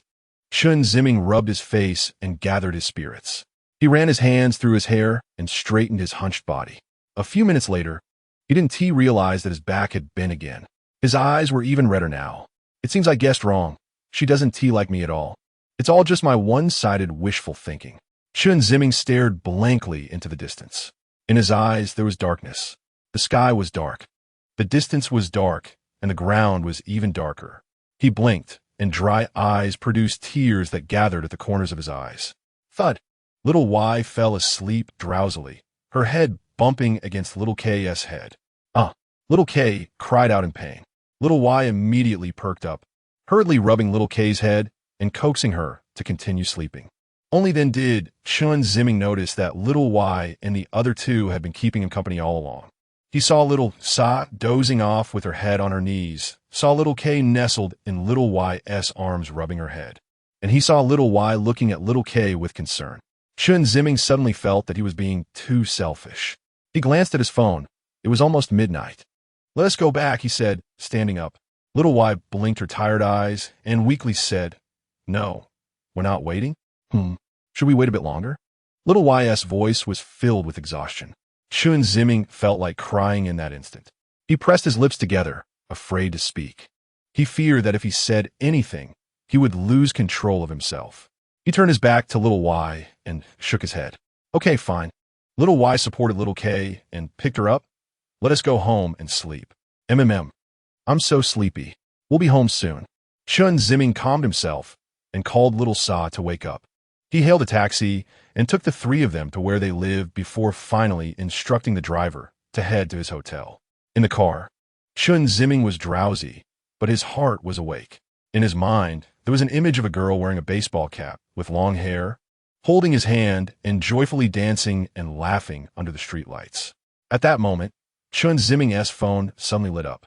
He took a glance. It was a WeChat message. It was from a bar owner. When he opened it, there was only one line of text. The person you're looking for has returned. Chapter 53, He and She's City, 9 a.m., in front of a closed bar.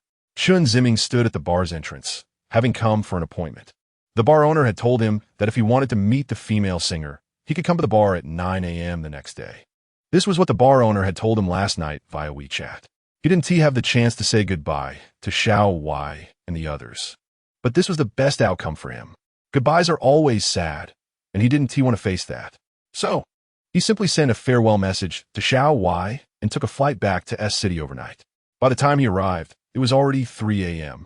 He stayed at a hotel for one night and came to the bar the next morning. following the owner's instructions from last night.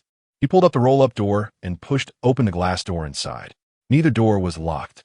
Upon entering, he found himself in the bar's main hall. "You're here," the bar owner's deep voice sounded.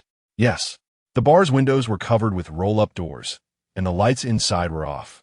Only the light from the glass door illuminated the space, making it very dark inside. Chen Ziming vaguely saw the owner sitting at the bar counter. "Feel free to sit," the owner said. Chen Ziming found a nearby table and sat down. The owner slowly walked out from behind the bar, came to Chen Ziming's side, glanced at him, then turned to face the stage at the end of the hall. For some reason, Chen Ziming felt that the owner looked a bit dejected, as if his eyes were puffy. A sense of unease rose in his heart. "I want to show you something," the owner's voice was low. "What is it?" The owner didn't answer. He pressed a button on the remote control in his hand, and the large screen hanging on the wall behind the stage lit up. The blue light was a bit blinding in the dim room. Chen Ziming immediately shielded his eyes with his hand, waiting until he gradually adapted to the light before slowly lowering his arm. After the blue light, a photo appeared on the screen. It was a middle-aged man, looking to be in his 30s or 40s, holding a baby wrapped in a blanket, smiling at the camera in a room. Chen Ziming thought the man bore a slight resemblance to the bar owner, except that he had thicker hair and a sturdier build than the owner. The photo began to switch. The second image was of the middle-aged man walking on the beach with a 3- or 4-year-old child. The third image showed the man controlling a toy car with a little girl in pigtails sitting on it, happily holding the steering wheel. The fourth, fifth. The images continued to flip. Each one featured the middle-aged man and a little girl together. The man's hair became sparser over time, while the little girl grew up, becoming more beautiful and charming. She rode a bicycle, played the guitar, danced, held a graduation certificate, etc., seemingly showcasing the different life stages of the little girl alongside the middle-aged man. The further the images progressed, the more shocked Chen Ziming became, and the sense of unease in his heart intensified. Finally, the images stopped on a picture of the girl in a hospital gown, displaying a sweet smile. Chen Ziming's eyes became moist. The owner pulled out a chair from a nearby table and slowly sat down. He rested his chin on his hands, staring at the photos on the large screen. "I hope you understand her past. I think it should be this way. It should be fair to you. Although I really don't want to, I very much don't want to share her life with you." The owner's voice was calm, devoid of emotion. I didn't expect you to really go to Hangzhou to find her until I saw the live stream of the music festival. That was when I realized why she chose you." Chen Ziming felt a pang in his heart. "I lied to you, just like my daughter did." Chen Ziming stared blankly ahead, unsure of what to say or do. He was just listening, open to whatever came. After leaving the bar, Chen Ziming wandered aimlessly down the street. Today was a day off, and the commercial street was particularly crowded. Office workers enjoying their weekend, students on holiday, young couples, they all laughed and chatted as they passed by Chen Ziming. Occasionally, someone would cast a curious glance at him. Chen Ziming despondently approached the roadside. He didn't know what to do next, not even where to go. He looked up at the overpass and remembered the old man who had jumped off the bridge. He stared blankly at the overpass, as if the old man were standing there watching him. The passing vehicles flowed like rushing water, forming streaks of white light before Chen Ziming. His vision gradually blurred as he slowly walked toward the bridge's edge. Pedestrians coming down from the bridge noticed Chen Ziming's vacant expression and looked him over as they brushed past him. Chen Ziming leaned against the handrail of the overpass, step by step making his way up. He walked while watching the traffic below. He walked while observing the asphalt road and the yellow and white lines. Chen Ziming reached the top of the bridge. Not far ahead, there were vendors setting up stalls. Some were applying phone screen protectors, others selling small accessories. Chen Ziming passed by 2 stalls and arrived at the center of the overpass. At that moment, a girl from the accessory stall called out to him. "Hey, handsome, want to buy a doll for someone?" Chen Ziming was taken aback and turned toward the voice. It was a girl who looked like a high school student. She wore a white lace hairpin, had a doll-like face, and was sweet and cute. Chen Ziming waved his hand. "Just take a look. If you're not buying for someone else, maybe you'll like it yourself." The girl was enthusiastic, her smile charming. Chen Ziming smiled and shook his head. "Girls all like dolls, you know. There was a big sister in a baseball cap who passed by here every day and bought one." "Baseball cap? Could it be her?" Chen Ziming swallowed hard. He looked at the girl and whispered, "Does she carry a guitar?" "Yes, do you know her?" "But she doesn't always carry it." "Sometimes she does, sometimes she doesn't." Then, Chen Ziming seemed a bit excited. "Has she come by recently?" The girl pouted and shook her head. Haven't seen her for several days. Chen Ziming's last hope was dashed. He forced a bitter smile. "That big sister came by a few days ago and bought 3 dolls for me in one go. That was the first time." Did she say anything to you?" The girl thought for a moment. "She said a lot. But the last thing I remember is her telling me to cherish my current life and work hard for my dreams." "Right. It seems what the bar owner said is all true." "It seems it's all true." Chen Ziming choked up. "I think that big sister is really nice. Full of passion for life. I'm so envious. Seeing her every day is so cheerful." The girl had an innocent expression. Chen Ziming could no longer absorb what she was saying. In his mind, a slender girl in a baseball cap appeared, passing by the overpass, squatting in front of the accessory stall, smiling and chatting with the vendor. Her smile was intoxicating, and her voice was magnetic, captivating him. Chen Ziming was lost in thought. The girl waved her fingers in front of him and called out again. Only then did Chen Ziming come back to his senses. He slowly closed his eyes and took a deep breath. Chen Ziming forced a smile, his face showing an expression on the verge of tears. He closed his eyes again, adjusting his demeanor. When he opened his eyes, the girl's frowning face appeared before him. "Are you going to cry?" the girl asked. Chen Ziming looked down at the ground, then lifted his head again. He pursed his lips and shook his head slightly. "You're really strange." The little girl returned to her stall sulkily and sat on a small stool, no longer paying attention to Chen Ziming. Chen Ziming gave a wry smile. He approached the stall. Although it was called a stall, it was actually just a few pieces of black plastic laid on the ground, with some hair clips, bracelets, water cups, and plush dolls displayed on it, things that little girls liked. When the little girl saw Chen Ziming come over, she remained silent and played with her phone. Chen Ziming glanced over and suddenly spotted a metallic, copper-colored guitar ornament. "I'll take this," he said, and scanned the price to pay. He grabbed the ornament and stood up to leave the overpass. In his apartment, Chen Ziming lay on the bed. On the desk beside him was the ornament he had just bought. The image of the bar owner speaking to him flashed in his mind. He remembered the owner's solemn face and deep voice. The owner had his hands resting on the dining table, staring at the last photo of his daughter on the screen. "I was very strict, and she never had a boyfriend. After graduating from high school, she was diagnosed with leukemia. It's a rare hereditary condition. It was discovered too late, and even with a bone marrow transplant, the risks are significant. She told me she wanted to experience love before undergoing surgery. I had no reason to refuse her, even though I was so selfish. It's hard to find a lover on purpose. She told me she might never meet someone she likes in this lifetime." At that moment, the owner felt like his heart was being torn apart, believing he had ruined his child's life.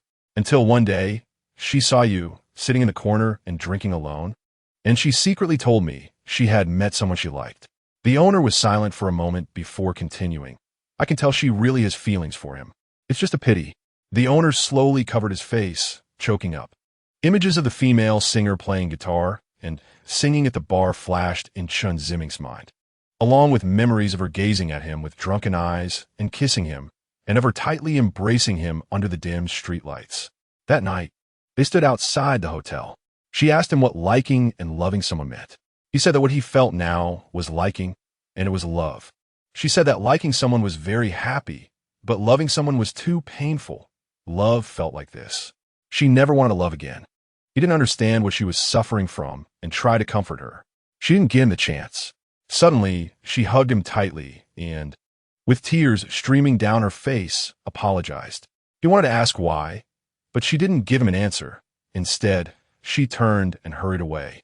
He didn't understand why she was so sad. He just felt like something in his heart had suddenly been lost. Chapter 54, Hot Pot Restaurant. Li and his 2 underlings. Apart from Li's one arm that was interrupted at the bar, had all 5 of their arms dislocated by Wu Ge. After being treated at the hospital and having their arms reset, each person had 2 plaster casts to stabilize their arms, which was said to take 2 to 3 weeks to heal. They couldn't use their phones, so they instructed the doctor to handle their own phones to pay for medical and hospitalization fees. The 3 of them found a hospital room to recuperate. Wu Ge, who had been watching their actions, lost interest in them after realizing the purpose of their visit to Hangzhou. He was more concerned about what Chen Ziming would do after they recovered. Or rather, they might not be the masterminds behind this situation, but merely three thugs. Having failed, new people would likely come to find Chen Ziming to retrieve the phone. What could be on that phone that compelled them to travel such a long distance? After they left, Wu Ge sought out Lu Lu to help restore Chen Ziming's room to its original state, ensuring that Chen Ziming wouldn't know someone had rummaged through his belongings. Lu Lu, extremely impatient, didn't agree or disagree when Wu Ge asked, simply hanging up the phone. Based on Wu Ji's understanding of Lu Lu, this was equivalent to an agreement. Although Lu Lu seemed like a carefree person on the surface, he was quite reliable when it came to executing tasks. Wu Ge planned to find Chen Ziming first, obtain the phone, and, after understanding its contents, he might take the initiative to approach Li and his group. If new thugs were to capture Chen Ziming, he needed to find Chen Ziming before they did. Moreover, his leave from the vice principal was about to expire, and he couldn't keep delaying his return without an explanation. After considering all this, Wu Ge hurried back to S City overnight. He returned to the low building first. Wanted to rest for a bit. Upon entering, he saw Lu Lu's displeased face, instantly realizing that Lu Lu had completed the task he had assigned. Wu Ge smiled and told Lu Lu he wanted to cook a nice meal to thank him. Unexpectedly, Lu Lu's expression changed abruptly, and he turned to retreat back into his room, leaving Wu Ge confused. Back in his own room, Wu Ge lay on the bed, took out his phone, and looked at the black screen. After a moment of thought, he sent a WeChat message to Chen Ziming. "Classmate Chen, you brought honor to the class at the sports meet, and the teacher is very pleased. I've been wanting to treat you to a meal. I wonder if you're free tonight?" It was around 10 in the morning. After sending the message, Wu Ge tossed his phone onto the bed, planning to wash up in the bathroom. As he stepped out of his room, he saw Cheng Feng sitting in the living room. "Cheng Feng." Wu Ge waved to greet him. "Captain Wu, how's it going? Is the Super Ability Company treating you well?" "Yeah, pretty good. Thanks for your concern, Captain Wu. I recently breached the Super Ability Company's network defenses and accessed their security system. I originally want to find out the gas shutoff switch, but unexpectedly, that room system is independent of the company. I have no idea who is responsible for that system security. I couldn't find out." "No problem. Let's all work hard to complete the mission and return soon." "Yeah." Wu Ge turned and headed toward the bathroom.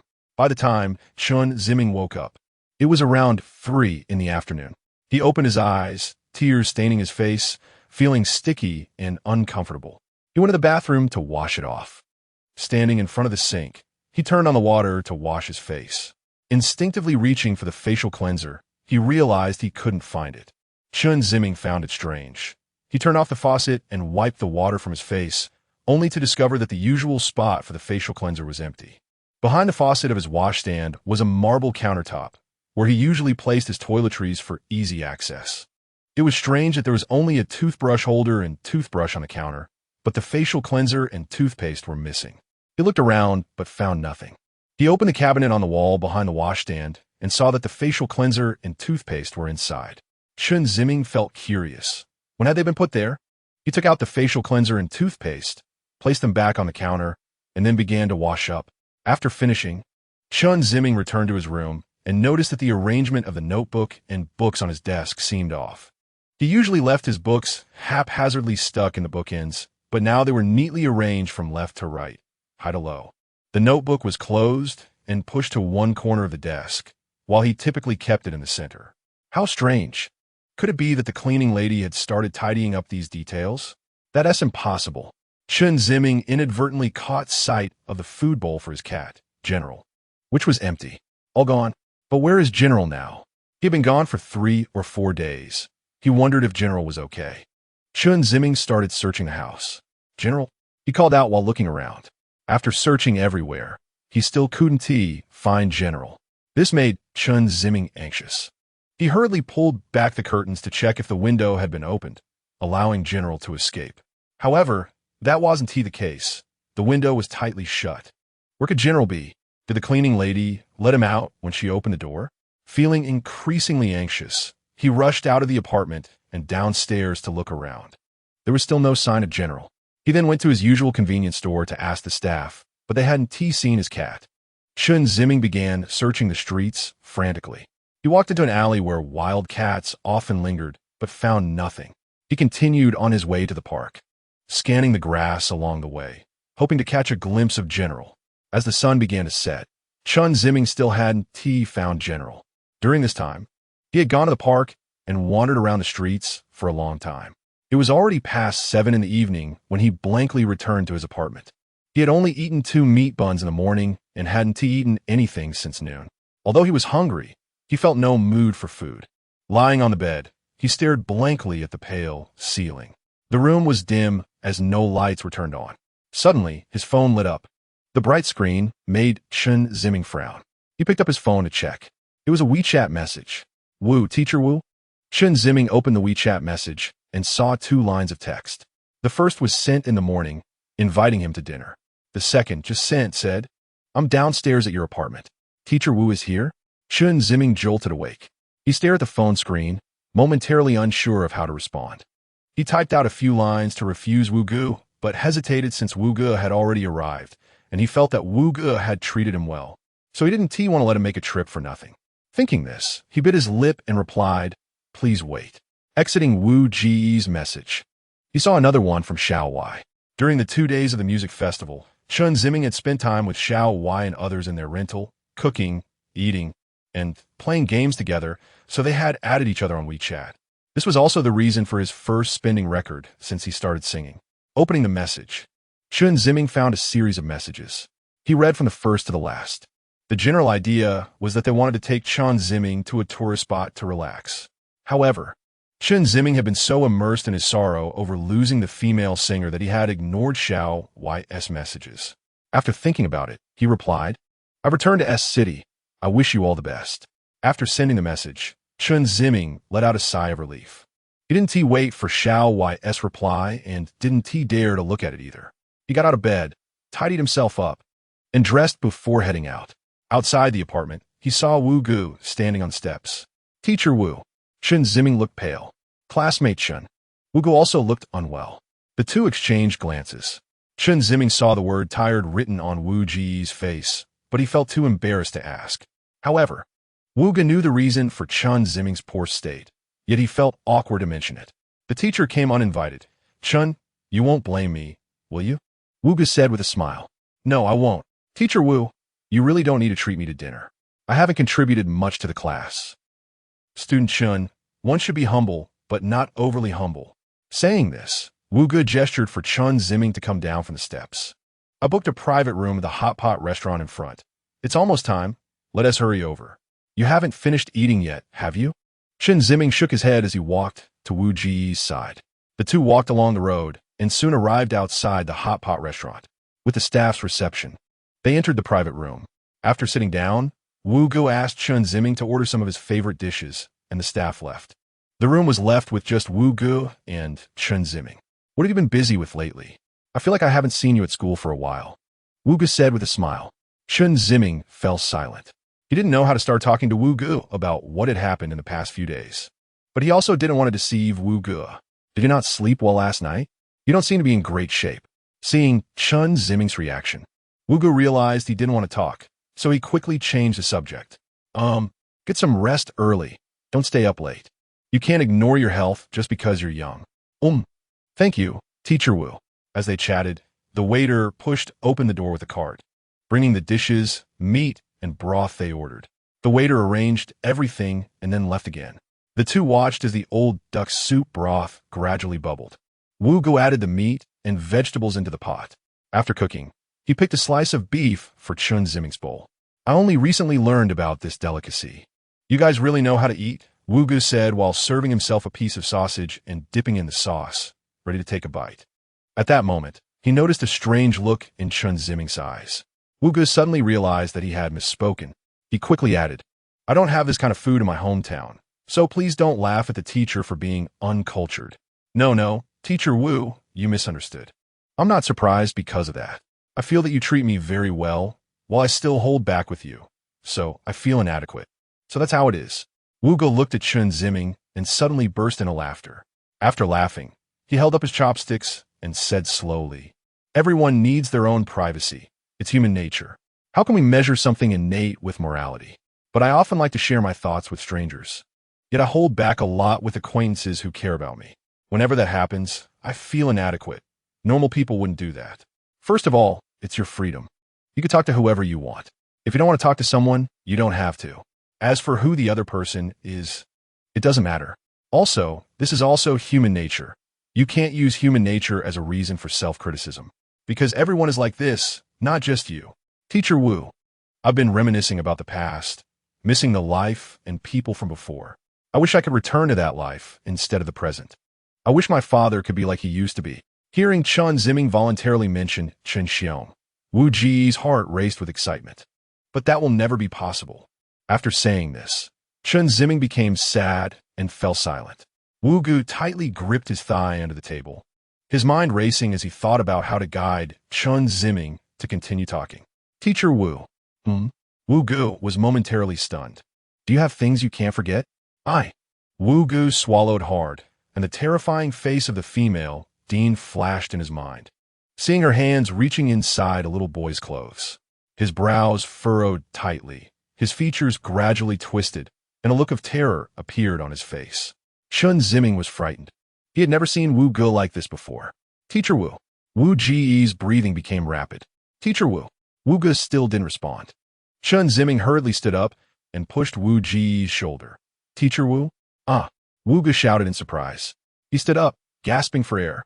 His peripheral vision suddenly caught sight of Chen Ziming standing in front of him, looking concerned and frightened. Wu Gu furrowed his brows, realizing he had lost composure. He quickly calmed himself down, forced a smile at Chen Ziming, and slowly sat back down. I'm sorry, I lost my composure, Wu Gu said in a low voice. It's okay. Chen Ziming slowly sat back down. Teacher Wu, are you all right? Wu Gu looked at the tableware, his breathing steadied. He slowly raised his head and smiled. I'm fine. Due to Wu Ji's moment of panic, the atmosphere became awkward. Wu Gu changed the subject and talked about some lighthearted topics, and the atmosphere improved. After dinner, the two went outside the hot pot restaurant for a walk to digest. They chatted casually as they walked. By the way, student Shun, I might have accidentally dropped a phone into your bag during the sports meeting. I only remembered today and wondered if you found it in your bag. Oh, so it's Teacher Wu's. Yes, I have it. Could you please hand it to me? No problem. The two arrived outside the apartment building. Chen Ziming asked Wu Gu to wait downstairs while he went upstairs to get the phone. Wu Gu sat slowly on the steps, letting out a sigh and rubbing his chin. Looking at the quiet night scene, Wu Gu thought, it's me who's inadequate. Chapter 55. Videos on the phone in the low-rise building. Wu Gu handed the phone he took from Chen Ziming to Cheng Feng, asking him to help crack the password. For Cheng Feng, this was very easy. Once unlocked, Wu Gu sat on the sofa and began browsing the phone's contents. Captain Wu, is there any useful information on this phone? Cheng Feng asked. Possible, Wu Gu replied. All right, Captain Wu, if you need my help again, just call me anytime. Wu Gu gave Cheng Feng a thumbs up while staring at the phone. The apps on the phone were minimal, consisting mostly of basic software. They had previously tried using a superpower communication app for their abilities, but after Cheng Feng's analysis, they found that relying solely on electromagnetic waves could not determine if it was a solvent. They had also dismantled the communication station's equipment for analysis, but still found nothing. Wu Gu searched through the phone, flipping through the notes, but found nothing special. He then browsed the album, which contained many photos, mostly scenic shots and some of people's daily lives. At the end of the album, there were video files, 4 in total. Wu Gu clicked on the first video. It was a funny short video with comedic captions featuring a young man dancing humorously. The video was short, just a few dozen seconds, and Wu Gu quickly finished watching it. It seemed to be just a simple entertainment video. He clicked on the next 2 videos. The second one appeared to be the young man recording himself. The scene was in a room where he was talking to the camera, presumably about recording the nighttime life of a homeless person. The third video was shot on a park bench where a homeless man was lying. The video was quite dark, filmed at night, but the park had streetlights, so the scene on the bench was still somewhat visible. However, this video was also short, lasting only about 10 seconds. Wu Gu thought it might have been a casual shot of a corner of the park taken by the phone's owner. He then clicked on the 4th video. Suddenly, the video was filled with rapid breathing sounds. Following that, Wu Gu saw that the location was still in the park but not far from the bench, where two young thugs were quickly walking while carrying a black bag. Looking back at the bench, the homeless man was now gone, leaving only a pile of tattered bedding and a large plastic bag, which seemed to belong to the homeless man. The breathing in the video became even more hurried, accompanied by a terrified whisper. They put the homeless man in the black bag. What are they going to do? The video ended there. Wu Gu quickly scrolled down the video list. There was one last video. Clicking on it, the scene appeared to be outside a rundown warehouse, and it was just getting light outside. A white small truck was parked at the warehouse entrance, with its trunk open. Two young thugs placed the black bag containing the homeless man into the truck's trunk. After closing the door, the two thugs suddenly turned to look at the camera. At that moment, the camera shook, accompanied by hurried footsteps. The video ended there. Are there any other videos? Wu Gu quickly searched through the phone again, and after a while, he confirmed that there were indeed no other videos. At this point, Wu Gu realized why that gang was so eager to find his phone. It turned out that their crime of kidnapping the homeless man had been recorded. They were likely part of an underworld organization. But why did they want to kidnap the homeless man? After thinking for a moment, Wu Gu felt that this matter was unrelated to him and didn't need further contemplation.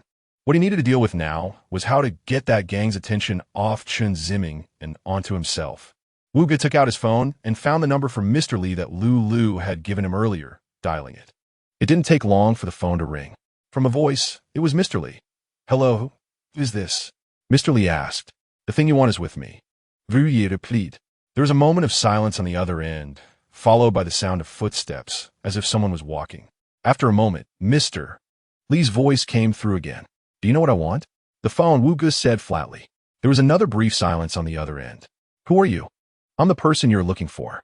"Are you that college student?" Wu Gu remained silent. "Could it be? You were that weirdo?" "Weirdo? Are you the one who gouged out my man's eyes?" It turned out he was asking about Lu. "What do you think?" "Friend, why don't you just say what you want?" "Why want you can't provide." "Impossible. Our background is beyond your imagination."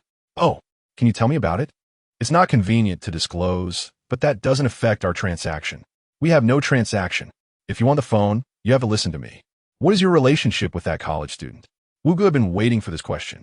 "He's just a passerby. However, I know you are foolish. But I didn't expect you to be foolish enough to think the phone is in a student's hands. What do you really want? I'll call you again." With that, Wu Gu hung up the phone. "Captain Wu." Wu Gu turned to Si Chong Feng and smiled. "Help me block the signal of this phone. Otherwise, our base will be exposed." "No problem." Cheng Feng took the phone and connected it to the computer to operate. Chen Xiong sat alone in a bright office, looking out at the night view. There was a knock on the door. Sun Ming pushed the door open and entered. Chen Xiong looked through the glass as Sun Ming walked over. "Chairman, you called for me," Sun Ming said with a flattering smile. Chen Xiong didn't turn around, saying lightly, "In half a month, our factory abroad will be completed. At that time, we will need a large amount of superpower electromagnetic waves. Do you understand?" "Understood, understood. How is the progress on your side?" "We have conducted experiments on both corpses and living people. We are still in the observation phase. Be careful. Don't let anything go wrong. As for shortening lifespan, since you want to experience a different life, you must pay a small price, don't you think? Just like women, if you play around too much, your body will naturally suffer, and your lifespan will inevitably decrease. So should we prohibit sexual behavior between men and women? That's not a joke. Therefore, I hope you can overcome this psychological barrier and understand the essence of this matter." Yes, Chairman, your analysis is very correct." Sun Ming bent over with his hands clasped in front of his chest, lowering his head. "How much equity do you have in the company?" "Chairman, you previously generously allowed me to hold 0.3 of the shares. Our company's current market value is over $1 trillion, right? The latest quote today is 12 trillion. Chen Xiong nodded. "Old son, I remember when we started, we were still an unnoticed small business. Back then, we went from company to company promoting our products, facing so many disdainful looks and enduring countless hardships. I wonder if you still remember?" "Of course I remember. At that time, when we sought financing, we were turned away by investors. We didn't lose heart and camped out at investors' doorsteps for several days. We ate instant noodles every day, and my face turned pale from it." As soon as the conversation turned to their early entrepreneurial days, Sun Ming became spirited, speaking with confidence.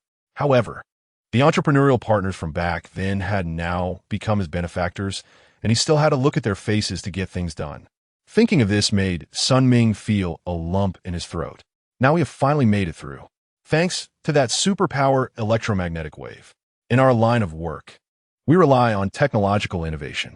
As long as we have our own core technology that others cannot replicate, our position will remain solid. Therefore, we must develop our own superpower solution. I won't allow the hard-won territory to collapse. Moreover, I want to take it international so that every country on Earth, big or small, black or white, knows about our super communication technology. Chen Xiong clenched his fists, his voice resonant and his eyes bright. You can count on me. I will not disappoint your trust. Our solution will definitely hit the market soon. Chen Xiong chuckled. I absolutely believe in you. You have that capability. By the way, how old is Fei Fei this year? 19, still in college. In the blink of an eye, the little girl has grown up so much. The last time you saw her, she was still in middle school. After graduation, there will be many expenses, especially for girls. They need to be well off. Otherwise, they might get taken away by a poor guy. Chen Xiong chuckled again. You're right, Sun Ming said with a smile. How about this? Once our subsidiary officially starts mass production, I'll give you an additional 1% of the shares. What do you think? 1%? That's 100 billion. Sun Ming swallowed hard, quickly standing up straight and bowing respectfully to Chen Xiong. Thank you for the promotion, Chairman. Old Sun, you're too polite. Without you, where would I be today? You're the one who built this. I'm just working for you. Without you, I might still be earning 10,000 a month at the Research Institute. I'm especially grateful to you, and so is my whole family. You've given us such a good life. Although Chen Xiong knew these were flattery words, at his position, he only trusted himself and acted according to his own judgment. He didn't need anyone's advice. He just needed to execute his own ideas. So if you offer me any life advice or business suggestions, sorry, but you can leave immediately. I'm here to have you work for me, not to have you command me. People like Sun Ming, who are both capable and know how to flatter, are very much to his liking. All right, if there's nothing else, you can go. Yes, Chairman, you should also rest early and not overwork yourself. Chen Xiong waved his hand to Sun Ming, indicating that he understood. In the floor-to-ceiling glass window, Chen Xiong watched Sun Ming leave the office and close the door. He allowed a sigh. His globalization plan was about to begin, and there could be no mistakes in the next half-month. To motivate Sun Ming, he didn't hesitate to give away one of the shares, which was already a very high incentive for a company valued in the trillions. Chen Xiong's heart was bleeding. However, it's fine. Giving him shares will lock him firmly in the company, and he still has many uses. With that thought, Chen Xiong's heart felt a little more balanced. Managing a large enterprise was exhausting. Suddenly, Chen Xiong felt dizzy, almost falling over, his face pale. He hurried to his desk, trembling as he pulled out a metal box from the drawer. Opening the box, he found several small glass bottles filled with white liquid and a few syringes. Chen Xiong grabbed a syringe, drew a bottle of liquid, and injected it into his bloodstream. As the liquid entered, Chen Xiong's face gradually regained its color. Meanwhile, in a corner of the superpower building, Sun Ming was angrily staring at his phone screen. Gritting his teeth, he said resentfully, "Damn it. You can't even handle such a small matter." Chapter 56. The cemetery. Chen Ziming stayed at home for 2 days without going to school. He barely ate anything and spent most of his time sleeping and going downstairs to look for the general. The female singer had become a fleeting meteor in Chen Ziming's life, illuminating his dull existence. But unfortunately, it was just for a moment. Chen Ziming was immersed in memories of the female singer. Xiao Wei had sent him a WeChat message with a video of their performance. After watching it, he felt even sadder. He missed the days spent with Xiao Wei and the others, but that did not belong to him, and he dared not touch it again. Friendship was like high-proof liquor. It brought joy and numbness while drinking, but afterwards came endless headaches and regrets. He blocked Xiao Wei's moments and no longer checked Xiao Wei's updates. He also chose not to reply to Xiao Wei's messages unless absolutely necessary, or he would just respond with an emoji and leave it at that. Over the past few days, Chen Ziming felt the pain of love, friendship, and the teacher-student bond with Wu Ge, which provided a sliver of comfort to his ravaged familial ties. Last night, he had inquired about the burial place of the female singer from the bar owner, and now he was on his way to the cemetery. The taxi was playing the morning news, reporting that the Super Energy Communications Company would soon begin mass production of its super energy communication devices at its overseas factory in half a month, and that super energy applications would soon go global. The announcer, with his clear and deep voice, stated the current market value of super energy communications and anticipated a significant increase in value after globalization. The driver gasped. "Young man, did you hear that? The Super Energy Communications Company is now worth $1 trillion. Just think about it. People like us have to take out loans to buy a house in the suburbs. A 90 square meter apartment costs $1 million now. For them, $1 trillion could probably buy half the city. Do you think this world is fair? They make so much money just from some super-powered communication devices. We work hard, driving from morning till night, and only earn $200 to $300 a day. The wealth gap is just too big." The driver complained about social injustice. Meanwhile, Chen Ziming was lost in thoughts about the cemetery, not hearing what the driver was saying or paying attention to the news. The driver, perhaps accustomed to passengers not responding, continued talking to himself. "Hey, you know how lucky Chen Xiong's kid is? They've got money and can do whatever they want. Drive luxury cars, live in villas, and just play all day. They can casually spend some money to get into top universities. Besides, what's the point of school for their kids? They don't have to worry about food or clothing. What can school teach them? Those teachers who are almost too poor to eat?" After finishing his complaints, the driver went on about how his own child was not studying well and only knew how to play. After a while, the taxi climbed up the mountain road, taking a turn, and arrived at the entrance of the Shunlong Mountain Cemetery. "Young man, we've arrived." Chen Ziming came back to his senses, looking outside the car. It was a mountain road paved with asphalt, flanked by continuous mountains and forests. Ahead, there was a mountain gate in the shape of an isosceles trapezoid. The gate had 3 doors that opened side by side.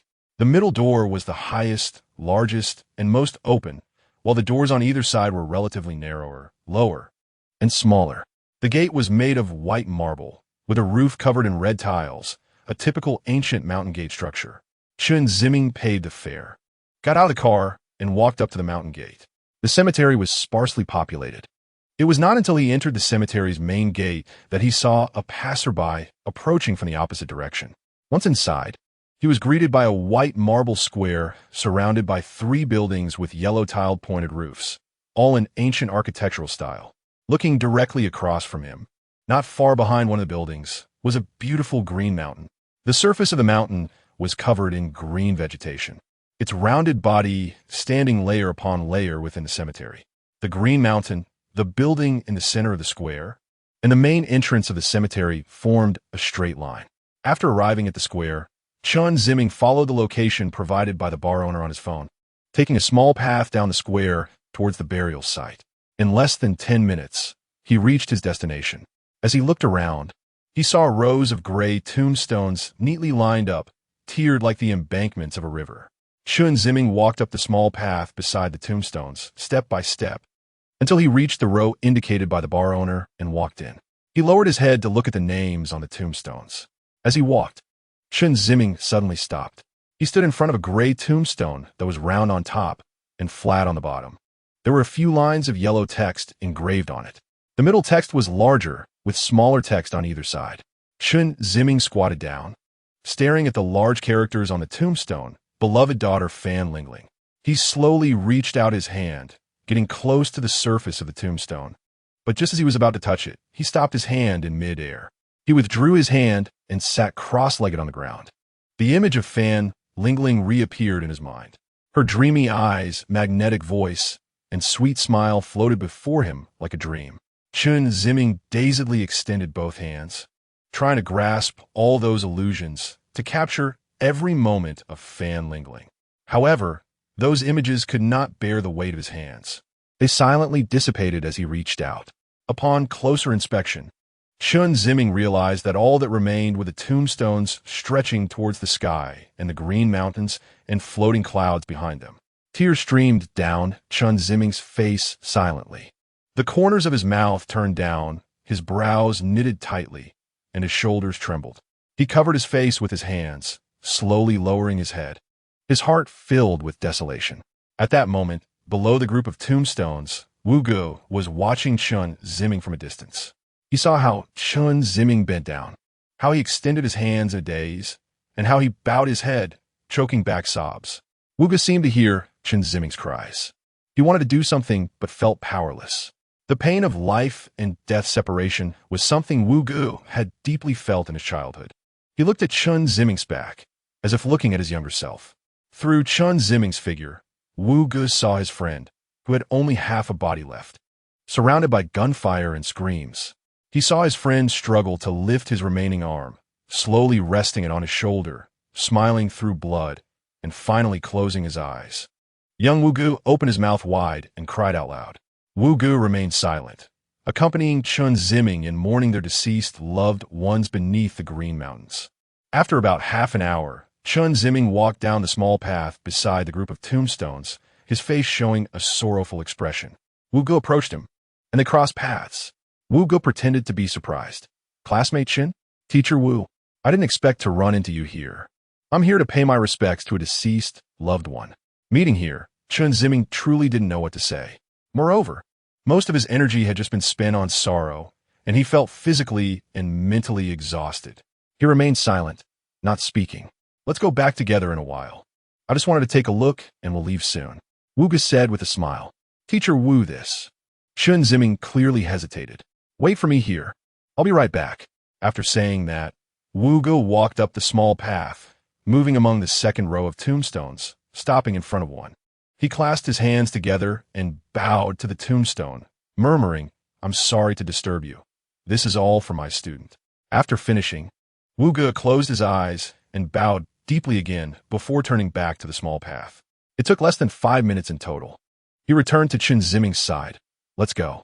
Teacher Wu Yu, the deceased, those who have passed, shouldn't occupy too much of our time. People's lifespans are limited. We should live well in the present." Chen Ziming pressed his lips together, remaining silent. The two returned to the entrance of the cemetery and walked out again. Chen Ziming wanted to call a car, but Wu Ge interrupted him. "With such beautiful scenery, it would be a shame not to take a good look around." "Mr. Wu, are you saying that this might be disrespectful to the deceased?" Chen Ziming hesitated but still nodded. Wu Ge smiled. "I think they would be very happy to see us enjoying ourselves here. After all, having two living people for company is such a joyful thing. Isn't it? Mr. Wu, what you said makes me a bit scared." "Ah, behind you," Wu Ge yelled. Chen Ziming hurriedly hid behind Wu Ge. Seeing this, Wu Ge burst into laughter. Chen Ziming realized he had been tricked and frowned. "Mr. Wu, student Chen," Wu Ge turned around. "The past is already behind us. Whether it was beautiful or hateful, it has become the past. If one wants to live happily, one must cherish the present. Mr. Wu, I don't understand why you're suddenly telling me this. When you are immersed in the pain of the past, repeatedly tormented by it, it's because your heart is stuck in the past. If you want to face the present life calmly, you need to bring your heart back from the past to the present. You should take a good look at your current life, at the Green Mountains, at the clear waters, and at the people around you now. Forgive others' mistakes, forgive your own mistakes, accept others, and also accept yourself." Chen Ziming opened his mouth slightly, but couldn't say a word. Seeing Chen Ziming's expression, Wu Ge suddenly laughed. "Since you feel this place isn't suitable for sightseeing, then I know of a place with even better scenery, though it is a bit far. Do you mind?" Chen Ziming was silent for a moment and shook his head. "Here, there's a belief called Buddha. I don't know if you've heard of it. Are you talking about Buddhism? For individuals, it is Buddha. For the masses, it is teaching. Mr. Wu, I'm not quite sure what you're talking about." Wu Ge smiled and patted Chen Ziming's shoulder. "Get ready for a long journey." Chapter 57. Xijing City. In Xijing City, Wu Ge and Chen Ziming were sitting in a taxi. The car crossed the Xijing Bridge, heading towards the square of Puming Palace. The driver was a local man from Xijing, with typical features of a Xijing person: dark skin, high cheekbones, and a broad frame. His personality also reflected the straightforwardness and simplicity characteristic of the Xijing people. He spoke with a slight accent. "You two are here for the first time, right?" the driver asked. Wu Ge replied, "That's right, you have a good eye." The driver laughed heartily. Tourists coming here for the first time usually choose Puming Palace as their first stop. That place is quite special. Everyone has their shortcomings and times when they feel they've let themselves down. We're all the same. No one can claim to be an absolute good person, nor can anyone say they're a completely bad one. But others might not think so. If they see you as bad, then you're bad. And if they see you as good, then you're good. However, Bohemia Palace is different. If you're good, it accepts you. If you're bad, it still accepts you. So, regardless of whether people are good or bad, they all like to go there. Wu Gu smiled. It seems we really came to the right place. Hey, if you go into the palace, you must spin the prayer wheel, the driver added. Oh, is there something special about it? Wu Gu asked. To be honest, it's hard to explain. You have to experience it yourself. When you get there, touch it, spin it, and you'll understand naturally. Thank you, Wu Gu said. The driver then shared some local myths and interesting anecdotes, while Wu Gu listened with a smile. Chen Ziming, sitting beside him, gazed out at the scenery. On both sides of the road were low, flat-roofed houses, either 2 or 3 stories high, all with white walls and red roofs, contrasting sharply with the tall buildings of big cities. There were only a few pedestrians on the road, walking leisurely, unlike the fast-paced people in big cities. The pace of life here seemed slow and comfortable. Suddenly, Chen Ziming noticed 2 adult men in front of them, carrying dirty, blanket-like objects, with wooden blocks tied to their palms, murmuring something. After walking a few steps, they would prostrate on the ground, then stand up, pat the wooden blocks, walk a few more steps, and prostrate again. Chen Ziming stared in fascination. The driver, noticing Chen Ziming's expression through the rearview mirror, glanced at the situation on the street. Young man, those 2 are performing prostrations, he explained. What is prostration? Chen Ziming asked, unusually taking the initiative to inquire. The driver chuckled. Prostration is quite an elaborate practice. First, you must be chanting scriptures. Then, after walking a few steps, you prostrate on the ground, extending your arms forward. After that, you stand up and walk to where your fingertips were before, then prostrate again, repeating this process. Each step you take is the length of your body. To prevent injury, you have protection for your palms and body, wearing protective gloves and fur. I see, Chen Ziming said softly. Where do they come from, and where are they going? He asked. Anywhere and everywhere, both far and near. Their destination is where you want to go, Bohemia Palace. It's a holy place for pilgrims. Pilgrimage? Chen Ziming echoed. Yes. Just as I said before, everyone has their troubles. Some can't forget their painful experiences, while others worry about the future. In short, their hearts can't find peace, and they seek inner tranquility through this practice. Chen Ziming nodded slowly. He turned his head to look at the 2 men performing prostrations. He saw their faces were filled with dust and fatigue, yet their eyes shone brightly, their pupils like 2 bright jewels against their dark faces.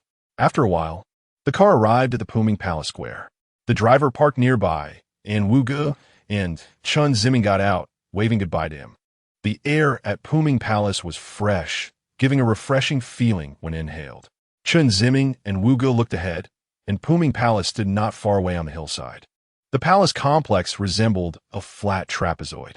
The central palace had red walls, while the surrounding palaces had white walls. It is said that the red walls were made from a unique type of grass found in the Xijing region, compacted into bundles and built up, forming a kind of grass wall. The white walls were painted with a mixture of a large amount of milk, sugar, and paint. Under the sunlight, the walls appeared clean and beautiful, exuding a sense of sanctity and purity. On either side of Bohemia Palace, there were steps extending down the hillside, leading to the entrance of the palace. The square in front of Bohemia Palace was paved with gray tiles, very neat. On the square and the steps, there were groups of 3 to 5 people.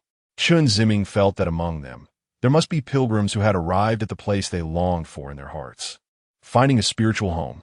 The 2 took a flight to the Xijing train station, then took a taxi from the train station to Bohemia Palace. By the time they got here, the entire morning had passed. It was now noon. Chen Ziming still felt this was unreal. Yesterday, he had drowsily accepted Wu Ge's invitation, but regretted it when he got home that night. He couldn't understand why he had agreed to go on this trip with the school's PE teacher. He also couldn't understand why he had agreed to go so far with Wu Gu. Chen Ziming wanted to refuse Wu Gu. He edited a long message on WeChat, filled with apologies, saying that he couldn't go. He changed the reasons several times. At first, he said he was tired recently and didn't want to travel far. However, he felt that reason sounded too distant and cold. Then he switched to saying he had a cold, but thought about it and realized that was too fake. He had been fine during the day. After thinking for a long while, he ultimately didn't send that message. That night, he didn't fall asleep until 2 in the morning, thinking about many things. His father's violence and humiliation, the death of Fan Lingling, and the brief happy days with Xiao Wei and others. He also thought about the disappointment of his instructor in him, and Zhang Shang's angry face after he blocked a key shot. By the time he got up the next morning, Chen Ziming felt dizzy. He grabbed his phone to check the time and found that Wu Ge had sent him a WeChat message, telling him he was waiting downstairs at the apartment and suggesting he hurry up to catch the flight. Chen Ziming had no time to think further. He quickly washed up, got dressed, and ran outside the apartment. The two took a taxi to the airport, arriving just in time. During the security check, Wu Ge was stopped again by the security officer. Using the same excuse as before, he passed through security without incident. "It's 1 o'clock. Do you want to have lunch? Are you hungry?" Wu Ge asked. "I'm okay. What about you, Teacher Wu?" Chen Ziming replied. "There's a noodle shop over there. Let's go eat first. And then we can visit Puming Palace in the afternoon," Wu Ge suggested. Chen Ziming nodded. The two entered the noodle shop, where the waitstaff also had the typical features of Xijing people, dark faces and bright eyes. Wu Ge ordered 2 bowls of beef noodles, and they sat at the table waiting. At that moment, a man wearing a black tracksuit with a hat and mask walked in. He was of medium height, around 1.75 meters. Upon entering, he removed his mask and placed it on the table, calling over the waiter to order a bowl of beef noodles. The man's appearance didn't seem local. He looked more like someone from an eastern city. His skin was delicate, unlike someone who had spent a long time on the plateau, exposed to wind and sun. The noodle shop was small, with only 6 tables arranged in 2 rows. At this time, the only customers were Chen Ziming, Wu Ge, and the man who had just entered. Chen Ziming instinctively glanced at the man.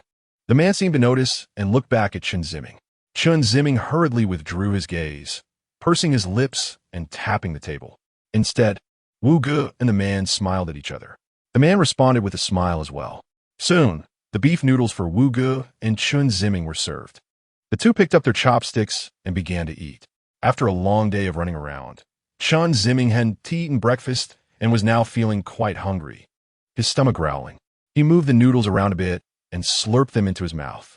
Before long, the man's noodles were also served. Chen Ziming noticed the waiter walking over and glanced at the man. He saw him leisurely breaking apart his disposable chopsticks, stirring the noodles, and blowing on the steam rising from broth. Then he picked up a strand of noodles, twirled it in the bowl, and slowly brought it to his mouth. He chewed gently, and it seemed he was thoroughly enjoying his meal.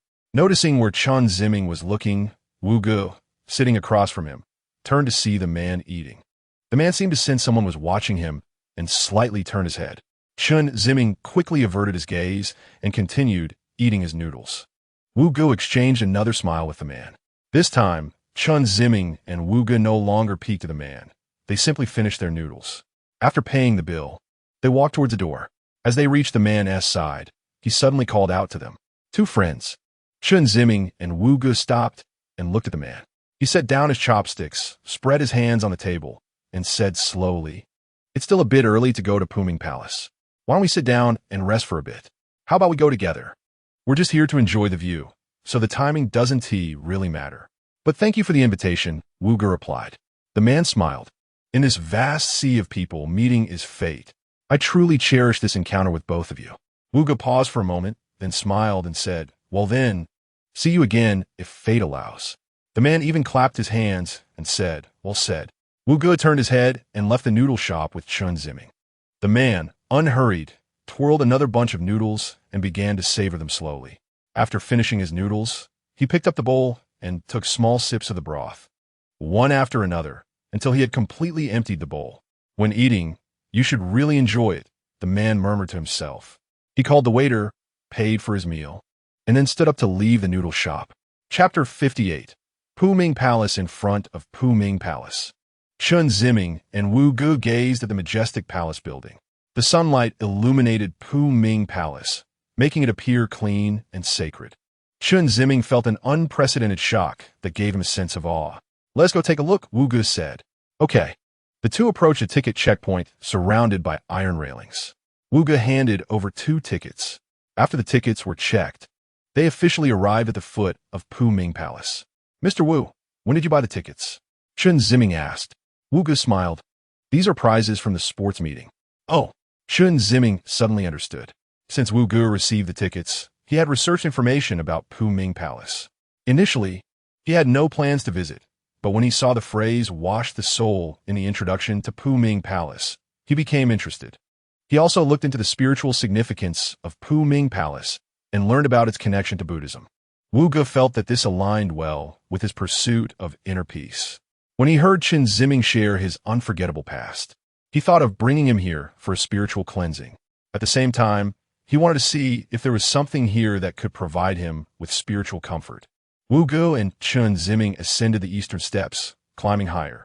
On both sides were white walls, with red walls at the top. Upon closer inspection, Chen Ziming discovered that the red walls were actually made up of bundles of branches stacked together, resembling red coral growing on the walls. This entire red wall was made of coral. It was the first time Chen Ziming had seen such walls, and he marveled at the wonders of the world. Mr. Wu, look here, Chen Ziming pointed at the red wall. Wu Ge also noticed the uniqueness of the red wall and reached out to touch it. It was very hard. At that moment, a familiar voice came from behind them. This red wall is made from a local plant. They turned around to find the man they had seen earlier at the noodle shop. Plant?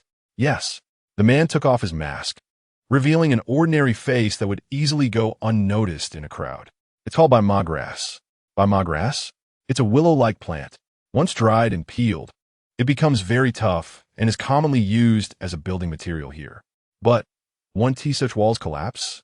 The man smiled. It reduces the weight of the wall, allows for ventilation and insulation, and is very durable. Oh, Chen Ziming was amazed by the magical willow branches. Sensing Chen Ziming's interest in Pu Ming Palace, the man continued, Pu Ming Palace is the highest and largest palace complex in the world, standing over 100 meters tall with 13 floors, enduring for 1,000 years. 1,000 years. The man further shared knowledge about Pu Ming Palace. Because of the man's understanding of Pu Ming Palace, both Chen Ziming and Wu Ge unconsciously accepted him. The three of them walked side by side up the steps. The man shared local customs and introduced Pu Ming Palace to them. We'll soon reach the eastern gate of the White Palace. Once inside, there's a beautiful mural corridor that you'll definitely love. The two nodded in agreement. Friend, what is your name? I'm Wu Ge, and this is Chen Ziming, Wu Ge said, pointing to Chen Ziming. The man took off his hat and smiled. Zhang. You two are. This is my student. We've come here to enjoy the scenery and relax.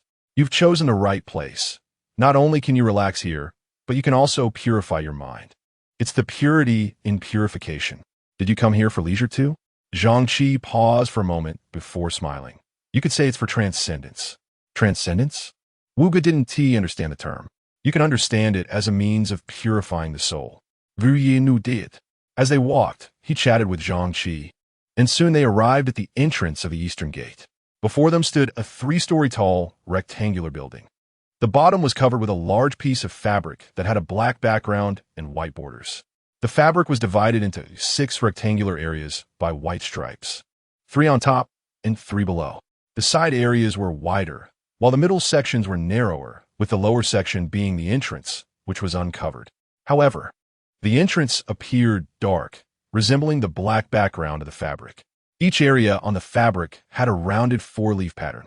Each floor of the building above had a long, narrow window with a banner-like fabric hanging over the upper half, divided into 6 rectangular areas with black backgrounds and simple white diamond 4-leaf patterns. The fabric covered the upper half of the windows. Zhang led Wu Ge and Chen Ziming into the eastern gate. Inside was the mural corridor. Chen Ziming was awestruck by the vibrant images, intricate patterns, and lively faces on the walls. Outside, the walls were plain white with black coverings, but inside was a dazzling world of colors. There were fierce blue-faced guardians, dressed in colorful clothing and headdresses, wielding treasures, exuding power and fear.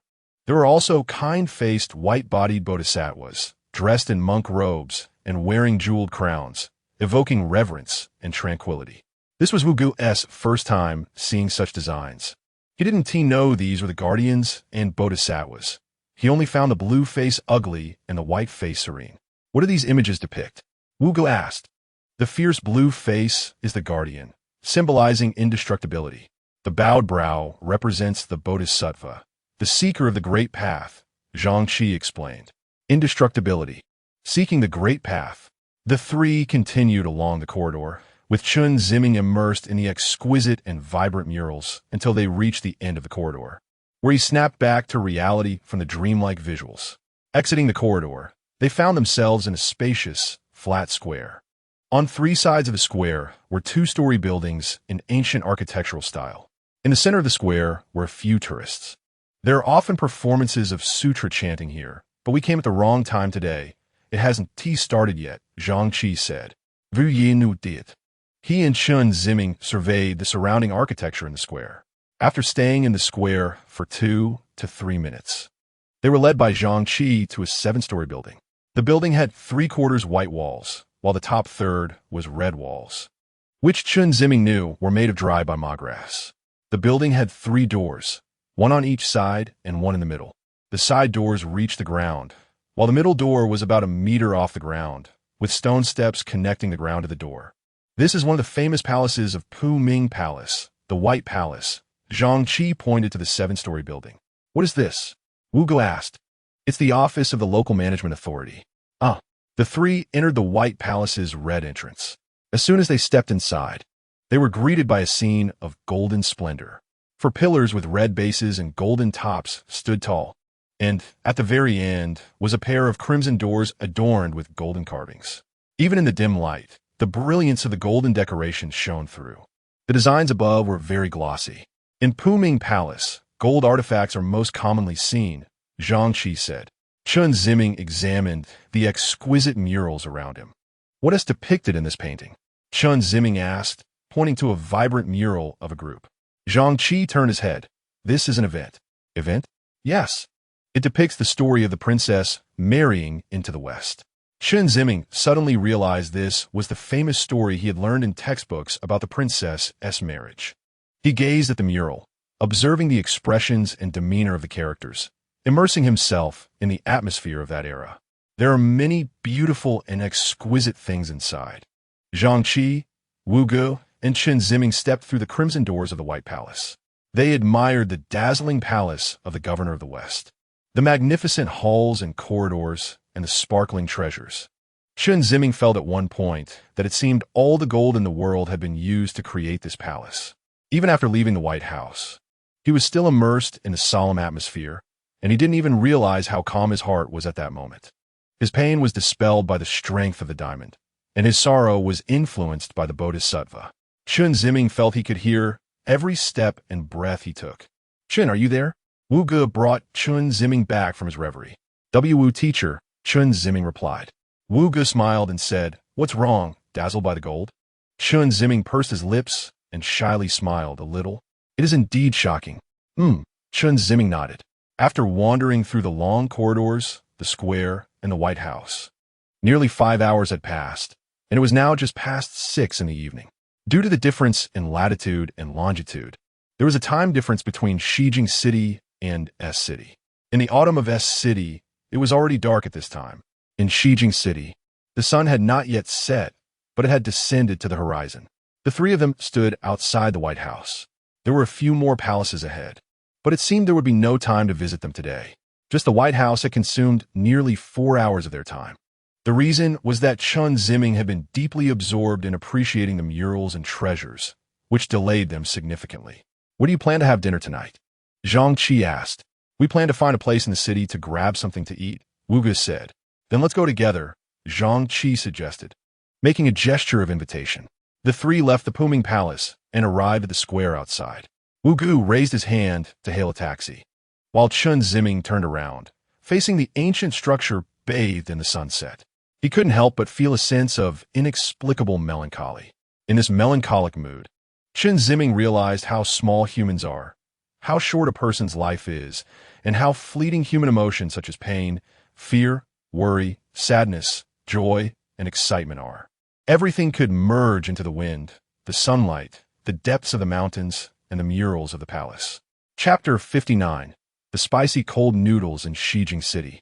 Along the bank of the Xijing River, which is separated from the train station, there's a row of small inns. Across the street from the small inns is a storefront selling local snacks, which is also the famous corner snack street. Zhang Qi, along with Wu Ge and Chen Ziming, is at a cold noodle shop on the snack street. They are sitting at a small table, each on a small wooden stool. On the table are 3 servings of cold noodles and 3 bowls of brown drinks. Floating on the clear broth of the cold noodles are a few pieces of potato and 2 red chili peppers. After the cold noodles are served, the waitress goes back inside the shop. Zhang Qi smiles and says, "You too should give it a try. This cold noodle is a very famous local snack. It's slippery and tender, and when you take a bite, it feels like drinking a sip of cool spring water. But it's also incredibly spicy, making a rush of heat surge in your chest after the refreshing taste. It feels like taking a hot bath, soaking you through and through." Wu Ge has never been particularly picky about food. He can eat even his bland diet, so he doesn't take Zhang Qi's words to heart. He responds politely with a smile. "Since it's so delicious, I must give it a good try." Chen Ziming is also not fussy about food. He doesn't have any special preferences, and as long as it's not Wu Ge's bitter melon stir-fried with bitter melon, he feels he can accept it. However, since Zhang Qi speaks so highly of this cold noodle, he can't help but feel a little interested. Under Zhang T's watchful gaze, Wu Ge and Chen Ziming both pick up a piece of cold noodle and put it in their mouths. As they chew, almost simultaneously, they both purse their lips and make a sound, nearly spitting out the cold noodles. Their faces turn bright red. Seeing this, Zhang Qi laughs brightly. Wu Ge quickly lifts his bowl of butter tea and takes a big gulp. Chen Ziming follows suit, downing his butter tea in one go. The butter tea flows down their throats into their stomachs, suppressing the spiciness of the cold noodles, and they finally feel much better. Wu Ge places his empty bowl on the table and exhales. "This cold noodle is really spicy, really spicy." After saying this, Wu Ge glances at Chen Ziming, who is opening his mouth to fan away the spiciness. Wu Ge bursts into laughter. Chen Ziming turns to look at Wu Ge's flushed face and can't help but laugh as well. "How can you eat something this spicy?" Wu Ge frowns. Looking over at Zhang Qi, he sees him already picking up a noodle with chopsticks and slowly putting it into his mouth. Veuillez grimacer, seemingly feeling the heart-wrenching spiciness of the noodle in his throat. To his surprise, Zhang Qi remains unfazed, chewing calmly with a relaxed expression. He picks up another piece and eats it again. "How do you do it?" Wu Ge finds it hard to believe. He picks up a piece himself to try. Fortunately, after the first experience, he is somewhat prepared, but the deadly spiciness still makes his stomach tremble. He hoarsely calls into the shop, "Another bowl of butter tea." Zhang Qi grins, "1 noodle, 1 bowl of tea." Looks like Wu Ge brother is quite enthusiastic. Chen Ziming snickers quietly. Wu Ge glances at Chen Ziming and then at Zhang Qi. "It's just a bowl of cold noodles. How hard can it be to eat?" Saying this, Wu Ge lifts the bowl of cold noodles in front of him, puts his chopsticks in, and scoops up a large chunk of cold noodles. He chews a couple of times, swallows some saliva, and then forcefully blinks. "I'm going for it." Wu Ge opens his mouth wide and starts shoving one piece after another into his mouth. At first, Wu Ge thinks it's not bad. The incoming spiciness is pushed down by the newly swallowed food. However, after finishing the bowl of noodles, the accumulated spiciness surges all at once. The moment Wu Ge puts down the bowl, he feels as if his lungs are on fire, a blaze burning in his chest. As long as there is a bit of oil in front of him, he feels he could ignite at any moment. Wu Ge's face turns bright red, and beads of sweat begin to form on his forehead and temples. Yet he still keeps his mouth shut, fists clenched on the table, silent. "Mr. Wu, are you okay?" Wu Ge glances at Chen Ziming and lightly shakes his head. His expression resembles someone who is constipated. "Wu Ge brother, you should drink some tea to ease it," Zhang Qi suggests. Wu Ge smirks and waves his hand, signaling that it's unnecessary. "Really, are you okay?" "I'm fine." Wu Ge grits his teeth in response. That is good. Zhang Qi lifts the butter tea to his mouth, preparing to take a sip. Suddenly, Wu Ge stands up with a shout and rushes into the shop. As he stands, his knee bumps the table, jolting it into Zhang Qi's knee, causing Zhang Qi to spill the entire bowl of butter tea on his face. After rushing into the shop, Wu Ge runs up to the waitress who is carrying butter tea out and snatches the large bowl from the tray, gulping it down in one go. The tea entering his stomach extinguishes the fiery sensation he had just swallowed, and Wuge feels like he has just escaped from a scorching star. Stepping out, Wuge sees Zhang Qi wiping butter tea off his face. Wuge pauses for a moment, then smiles and says, "What? Just drinking wasn't tea enough to put out the fire?" "Mr. Wu," Chen Ziming awkwardly tries to explain. Zhang Qi speaks up, shaking his head with a smile. "Wuge brother, you're really humorous." Wuge wipes the sweat from his forehead, sighing, "Now, I finally understand what you meant by feeling like taking a hot bath." In a villa in the suburbs of S City, Lulu is sitting on a luxurious leather sofa in the living room, leaning back against the sofa with his legs crossed, staring at the crystal chandelier on the ceiling. From upstairs comes a series of sultry moans.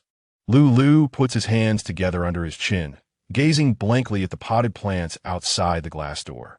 The sound from upstairs grows louder. Lulu furrows his brows, glances at the second floor, then stands up and walks to the glass door. He pushes the door open and steps outside. Outside the glass door is a small courtyard. The entrance is paved with wooden flooring, and the door has a yellow light shining. Next to the door, a majestic black pine is planted, which Lulu was just admiring. Walking further, beyond the wooden flooring area, there's a patch of low green grass. On the grass, a square gray stone path is laid out. At the corner by the wall, there's a pair of wrought tan sofas with a glass-top coffee table in the middle, on which sits a vase shaped like a tall goblet containing pink flowers.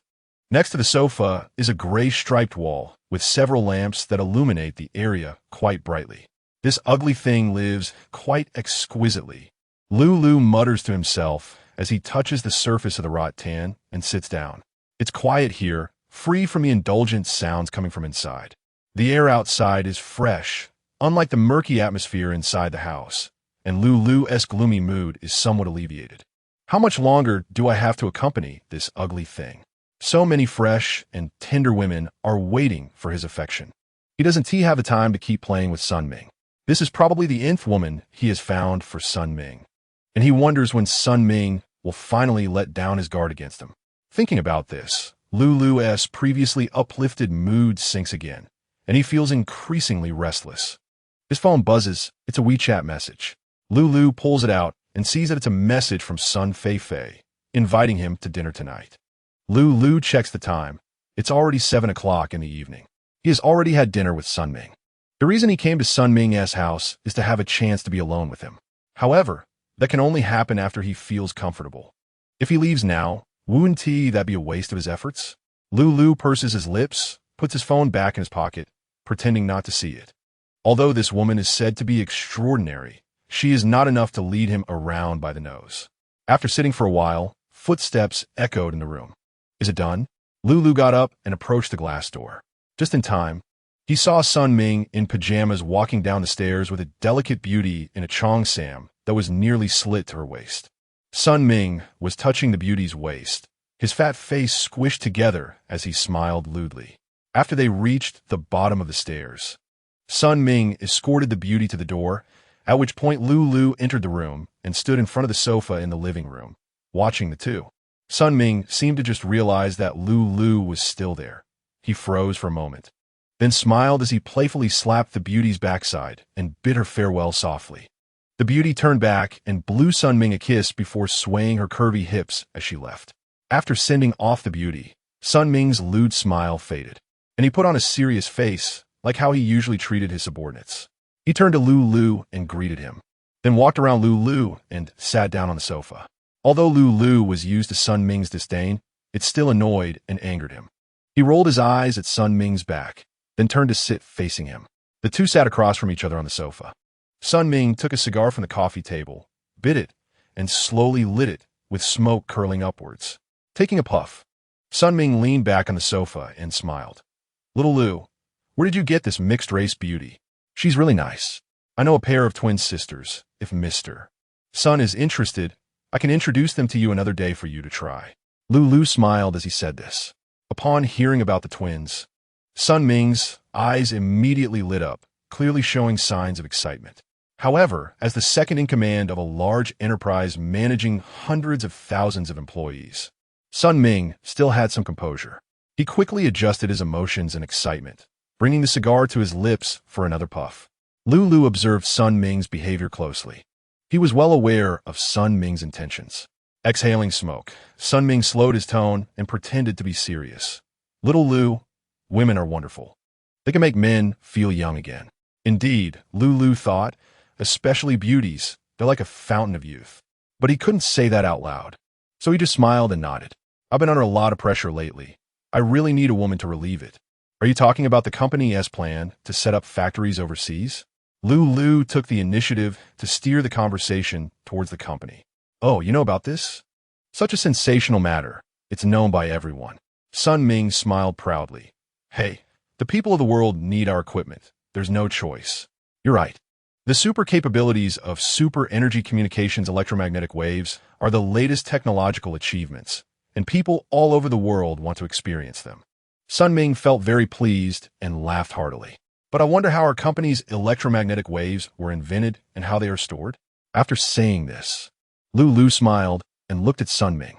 Sun Ming's smile instantly disappeared, and his face became serious. Little Lu, do you think you should be asking this question? Lulu's hand instantly clenched into a fist, his nails digging deep into his flesh. He bit his lower lip while still showing a smile. Sun Ming stared at Lulu, the cigar burning in his hand. After a few seconds, Lulu slowly relaxed his clenched fist and chuckled softly. Mr. Sun, you suddenly got so serious. You scared me. Sun Ming remained silent for 3 to 4 seconds before suddenly bursting into laughter. After laughing, Sun Ming placed the cigar on the ashtray without even looking at Lulu. Just joking, just a joke. Lulu forced a smile, but said nothing. I think it's getting late today. Little Lu, why don't we chat another day? What do you think? Sure, Lulu replied with a smile. All right then, I won't see you off. You come here often anyway, so you're familiar with the place. Lulu made an okay gesture, stood up, slightly bowed to Sun Ming, and turned to leave. Sun Ming watched Lulu's back, his expression cold as water. Once outside, Lulu clenched his fists tightly, his chest heaving violently. He stood still for a few seconds before slowly walking out of the gate. Standing in front of Sun Ming's villa, Lulu squinted at the street. His face twisted in anger. He raised his hands in front of him, slowly and forcefully clenching his fists, the knuckles cracking loudly. Suddenly, he turned his head sharply and walked back towards the gate of the yard. After taking a few steps, Lulu stopped, patted his forehead, and took a deep breath. Looking at the yard gate he had just closed, Lulu pressed his lips together, turned around, and left. Chapter 60. The Pilgrims the next morning, Chen Ziming, Wu Ge, and Jiangxi had a light breakfast outside the hotel before embarking on their journey to Gangxi, Sacred Mountain. They took a long-distance bus from the bus station in Xijing City. Xijing is about 800 kilometers from Gaki County, near Gangxi, Sacred Mountain, and it would take nearly 10 hours to arrive. Along the way, they would pass through Rise City. According to Jiangxi, they would stop for lunch and rest in Rise City around noon, as the bus would stop at a service station there for about half an hour, which would be enough time for them to eat. Originally, Wu Ge planned to explore Xijing City with Chen Ziming the next morning, visiting the Red Palace of Puming Palace and other attractions before heading back in the afternoon. However, that night, Jiangxi shared with them the magical legends, beautiful scenery, and the sacred nature of Gangxi, Sacred Mountain, which captivated Chen Ziming, who had already been impressed by Puming Palace. Wu Ge noticed Chen Ziming's interest and asked Jiangxi if he would be willing to take them to see it. After a moment of hesitation, Jiangxi agreed. At this moment, the three were seated on the bus. Perhaps because Xijing City is near the western part of the country, which is economically underdeveloped in Z country. The bus had poor shock absorption, and some of the roads were unpaved, making for a bumpy ride. Chen Ziming felt like he might throw up everything he had eaten that morning. Jiangxi handed Chen Ziming a mint to suck on, which made him feel much better. There weren't many passengers on the bus. The three of them sat in the middle. Wu Ge and Jiangxi were in front, while Chen Ziming sat behind them. Aside from the two, there were sporadically about 4 or 5 other passengers. Chen Ziming opened the window to enjoy the scenery outside. Under the clear blue sky, a vast golden grassland stretched into the distance. The grassland was dotted with white-bodied sheep with mixed-colored heads and limbs grazing on the green grass. This was the grassland-type Jing sheep, a larger breed found here, with both males and females having horns. Zhang Qi's voice came from the front, as he seemed to be explaining something to Wu Ge. Grassland-type Jing sheep. Chen Ziming silently repeated in his mind. At the end of the grassland were the continuous snow-capped mountains. The base was brown and orange, while the upper part was white snow, blending seamlessly with the white clouds in the sky. Chen Ziming felt as though he was looking at a beautiful oil painting. The bus continued to move forward. Gradually, Chen Ziming felt his eyelids growing heavy. He leaned against the window, the distant snow-capped mountains reflecting in his eyes. The purity of the white snow resembling a piece of cotton candy. Slowly, the white snow began to fade in his vision. His sight was touched by the white, his focus slowly disappearing, and the white gradually transformed into a void. Chen Ziming's consciousness began to blur. A chasm appeared in his heart. At the edge of the chasm, white water flowed gently into it, making a soft sound, with only the sound of the white water flowing and no sound of it hitting the ground. Chen Ziming's head tilted against the window, and he fell asleep. He didn't know how long it had been when the bus suddenly braked hard. Chen Ziming's body jolted forward, crashing into the seat in front of him. Bang! Ouch! He woke up from his slumber, furrowing his brows and rubbing his forehead. What happened? He looked outside and saw the bus had stopped. Looking around, it was still the grassland and snow-capped mountains. He was sitting on the left side, and there was nothing unusual there. So, he looked to the right and found that the passengers on that side were all looking out the window. What happened? Chen Ziming stood up. Just then, Wu Ge and Zhang Qi also stood up. The two seemed to sense someone behind them, and Wu Ge instinctively turned around.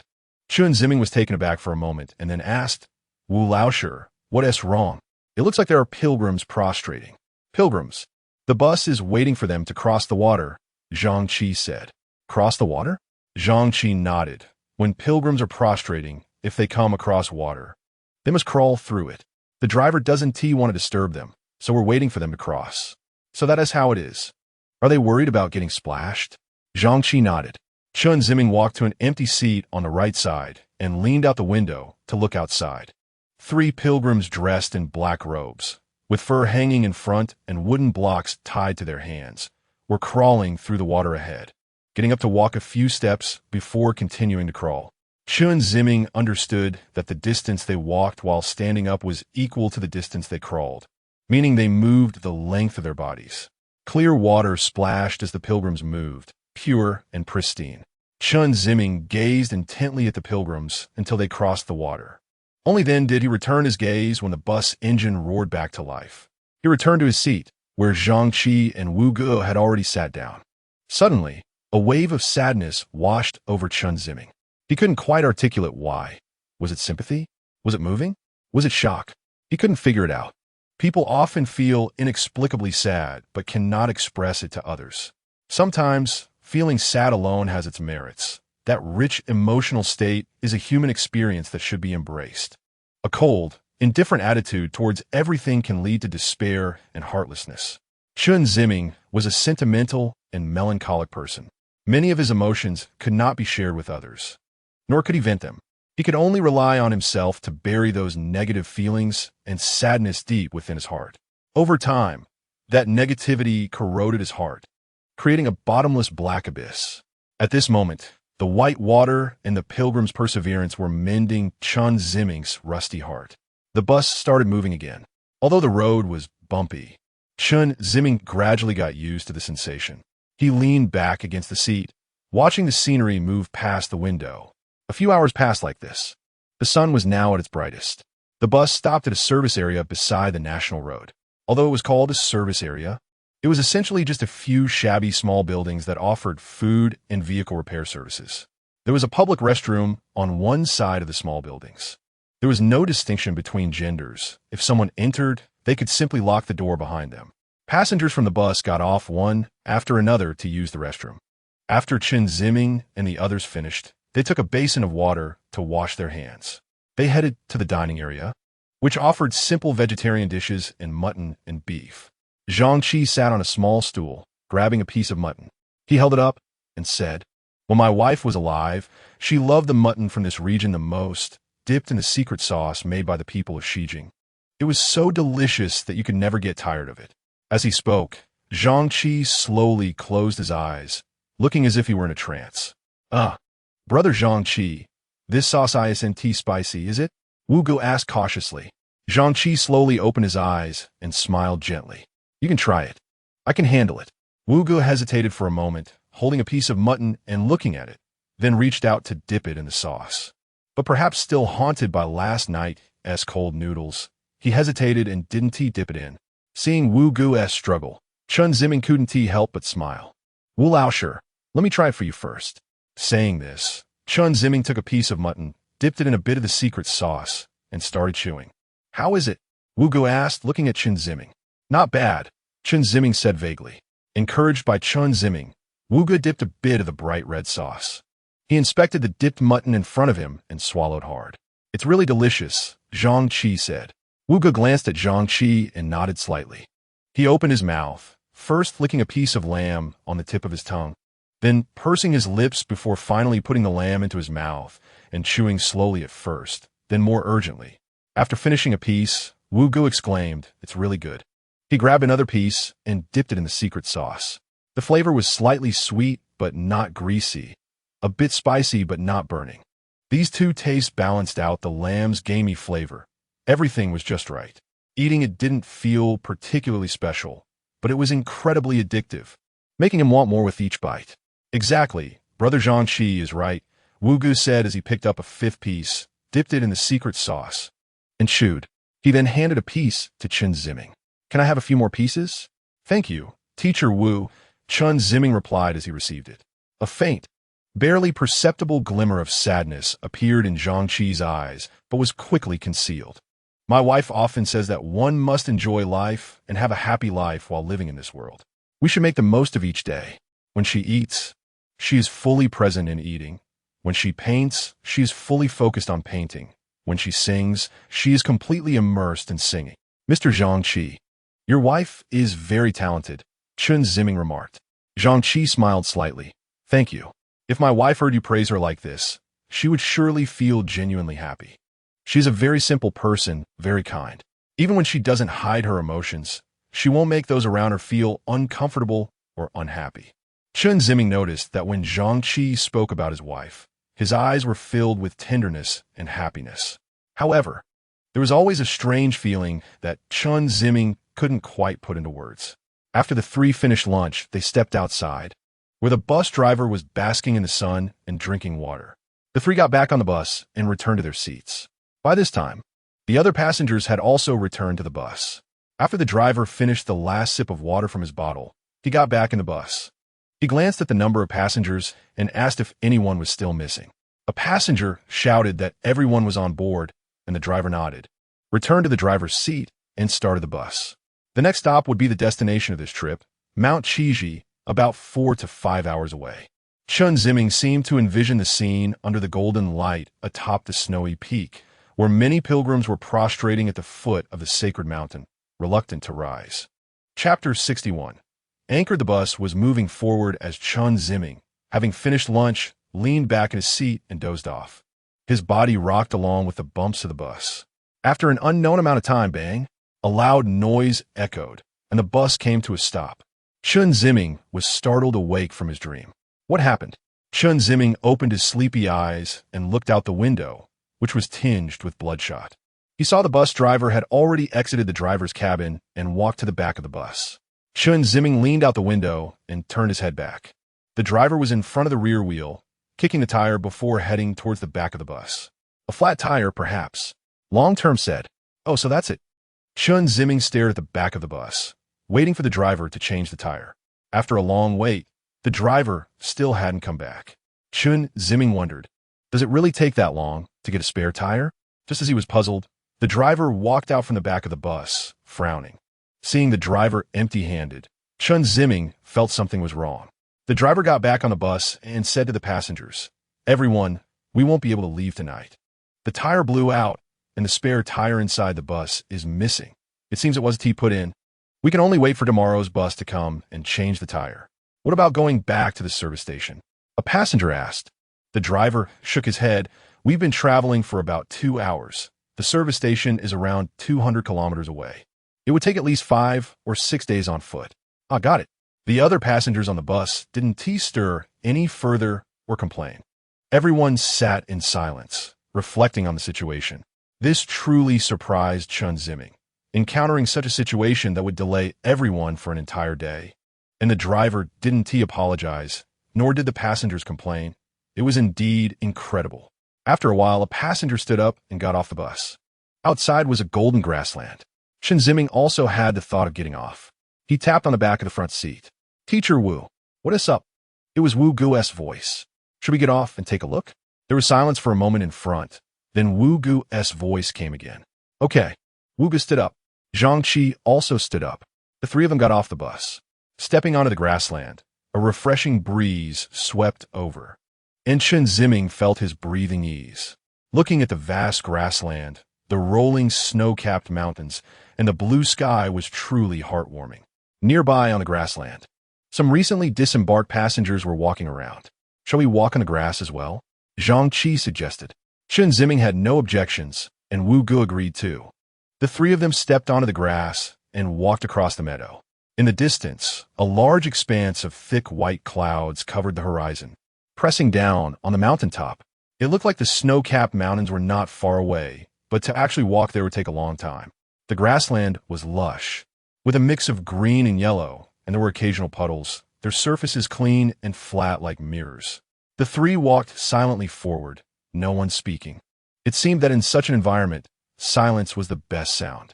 Eventually, they came to a place with a puddle, and Zhang Qi was the first to stop. He bent down, scooped some water with his hands, and splashed it on his face. Then he covered his cheeks with both hands and gently rubbed them. Wu Gu was curious. "What is this?" Zhang Qi turned his head and smiled. "It is said that the water on the path to the sacred mountain can wash away the dirt on the skin and in the heart." Wu Gu pursed his lips, gazing at the water surface. He suddenly squatted down and scooped up a handful of water. He looked at Zhang Qi, seemingly asking if it was right to do so. Zhang Qi mimicked splashing water on his face.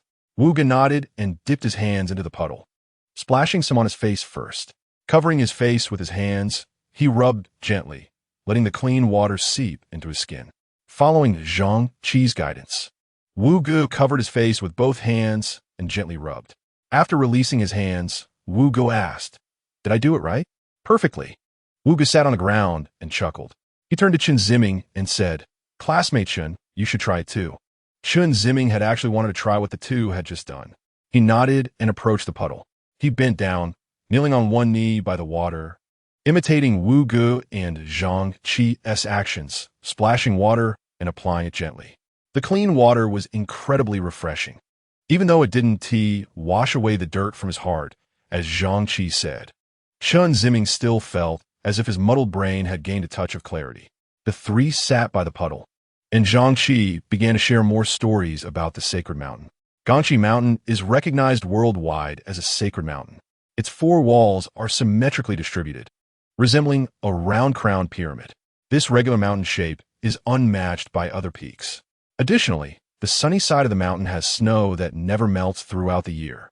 Conversely, on the mountain's shady side, any accumulated snow melts away as soon as the sun comes out.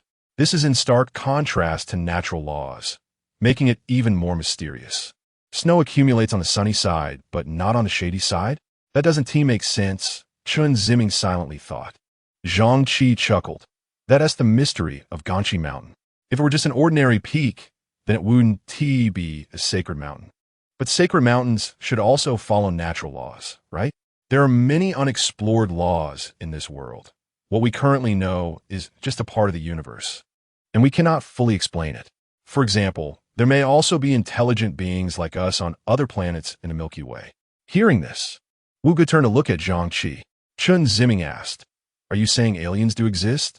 "I believe they do. How about you, Brother Wu Gu?" Zhang Qi turned to ask. Wu Gu was taken aback for a moment. He turned back, slightly lowered his head, looking at the yellowing grass, and softly said, "I believe so too."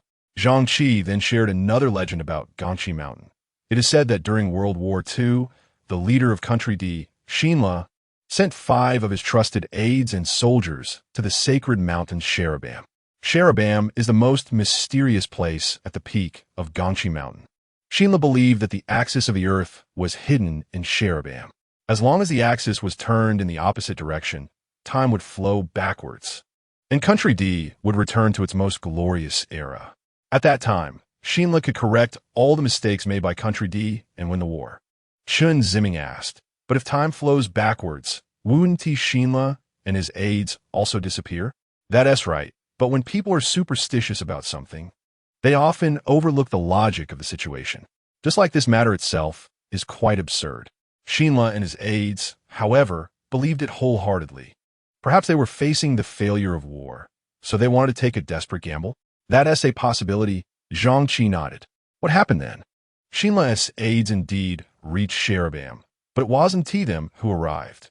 Rather, thousands of soldiers were airdropped on a cherubim. However, none of these thousands came back down. All of them. What happened to them? The aides sent soldiers to climb to the peak, but the first soldier to reach the top fell from it. Following him, the soldiers who climbed to the top also fell one after another. Why did this happen? The aides discovered that the expression on the body of a soldier who hadn't yet shattered from a fall was extremely strange, as if he had seen something terrifying. Could it be that thousands of soldiers had risen from the dead, waiting for them at the peak? Wu Ge joked. Zhang Qi chuckled. That is also possible. Chen Ziming was captivated by Zhang Qi's story, immersed in the fantasy of the legend. He seemed to see a group of people dropping from a helicopter into a snowy field. They were clustered together tightly, appearing to be in great pain, each one scratching at their own flesh. Their bodies began to rot, gradually transforming into white bones. The bones did not collapse but stood in the snow like humans. They slowly moved their joints, walking in the snow like puppets. When they caught a whiff of a human scent, they all twisted their nearly collapsed skeletons and walked toward the edge of the peak. The soldiers who had climbed up were terrified upon seeing these skeletal soldiers and fell to their deaths at the foot of the mountain. Are we staying in the bus tonight? Wu Ge asked. Yeah, I think we should, came the reply. What about food and drinks? I heard that on long-distance buses, there's spare food and water to prevent breakdowns. But this bus even forgot to bring a spare tire. I'm a little worried, so I'll go ask. With that, Zhang Qi stood up and walked toward the bus, calling out to the dazed Chen Ziming to follow him. When they reached the bus, Zhang Qi asked the driver in the cabin, and sure enough, there was nothing. How are we going to manage food and drink tonight and tomorrow morning? The driver replied, we can wait for the pilgrims. Pilgrims? Wu Ge didn't understand what that meant. Zhang Qi smiled and led Wu Ge and Chen Ziming aside. The pilgrims refer to those who come to pay their respects. They need accommodation and food along the way. If we encounter them, we can stay in their tents tonight and eat the food and water they bring. But why would they help us? Chen Ziming asked. They will. Here, interactions between people are very simple. If they have, they will share with you. Likewise, if you are one of them, you will share with them. So that's how it is. But what if we don't meet them? We will. Since we are here, we must believe that everything arranged is for the best. Zhang Qi's tone was calm, as if he had already envisioned the enthusiastic pilgrims bringing them fragrant butter tea. The other passengers were chatting by the bus, and Chen Ziming listened in. It was mostly about trivial family matters or stories about the sacred mountain. However, what he heard was merely a recounting of events, devoid of any subjective judgments. In the dark faces of the passengers, he saw pairs of bright, pure black gemstones. Chapter 62. Slot machines in an arcade in the commercial district of City S. Cheng Feng sat in front of a slot machine, obsessively staring at the screen where the reels were spinning. This arcade had a whole row of slot machines, with 3 to 5 other people also playing. Cheng Feng's machine was different from the others. Under the tiger, there was a special module he had created, allowing him to control the machine to a high probability of displaying the same pattern. Sure enough, 3 tomatoes appeared again. The slot machine began spitting out coins. Cheng Feng smiled as he stuffed the game tokens into his tote bag. He shook the machine again. A nearby player, who was also playing the slot machine, was staring at the spinning reels with red eyes, feeling dejected. Perhaps hearing the sound of coins being dispensed from Cheng Feng's machine. He turned to look at him. On Cheng Feng's screen, 3 cucumbers appeared again, and the machine started spitting out coins once more. The player was astonished. Due to Cheng Feng's high winning rate, a crowd began to gather. Other players who had been playing slot machines stood behind Cheng Feng, whispering to each other. This guy is impressive. He keeps winning. Yeah, I've heard the sound at least 5 times in just a few minutes. Look at his bag. It's filled with coins. It seems like this game can make money. We need to find out the secret. Hey, after hearing you, I feel more confident. Why watch others when we can make money ourselves? With that, the onlookers returned to their slot machines, each fantasizing about getting rich from the slots, hoping to hit the jackpot. Changfeng's frequent wins not only attracted the attention of nearby players, but also raised suspicion from the manager, who was patrolling the arcade. The manager, a middle-aged man in a black suit, approached Changfeng, observing his every move. Indeed, Changfeng won about 7 or 8 times out of 10. The manager was puzzled. According to the winning rate, winning 1 out of 58 is already good. How is this silly fat kid winning all the time? Is the machine malfunctioning? This won't do. This machine is meant to make money for the company, not lose it. He thought for a moment, moved closer to Changfeng, and tapped him on the shoulder. Turning around, Changfeng saw a man in uniform. Feeling guilty, he became alert. The manager, wearing a standard smile, said, "Young man, this machine had some malfunctions this afternoon. We have called for maintenance, and a technician will be here soon. Please move to another machine." It seemed he had been discovered. Changfeng quickly nodded in agreement. "Thank you for your cooperation." It's fine.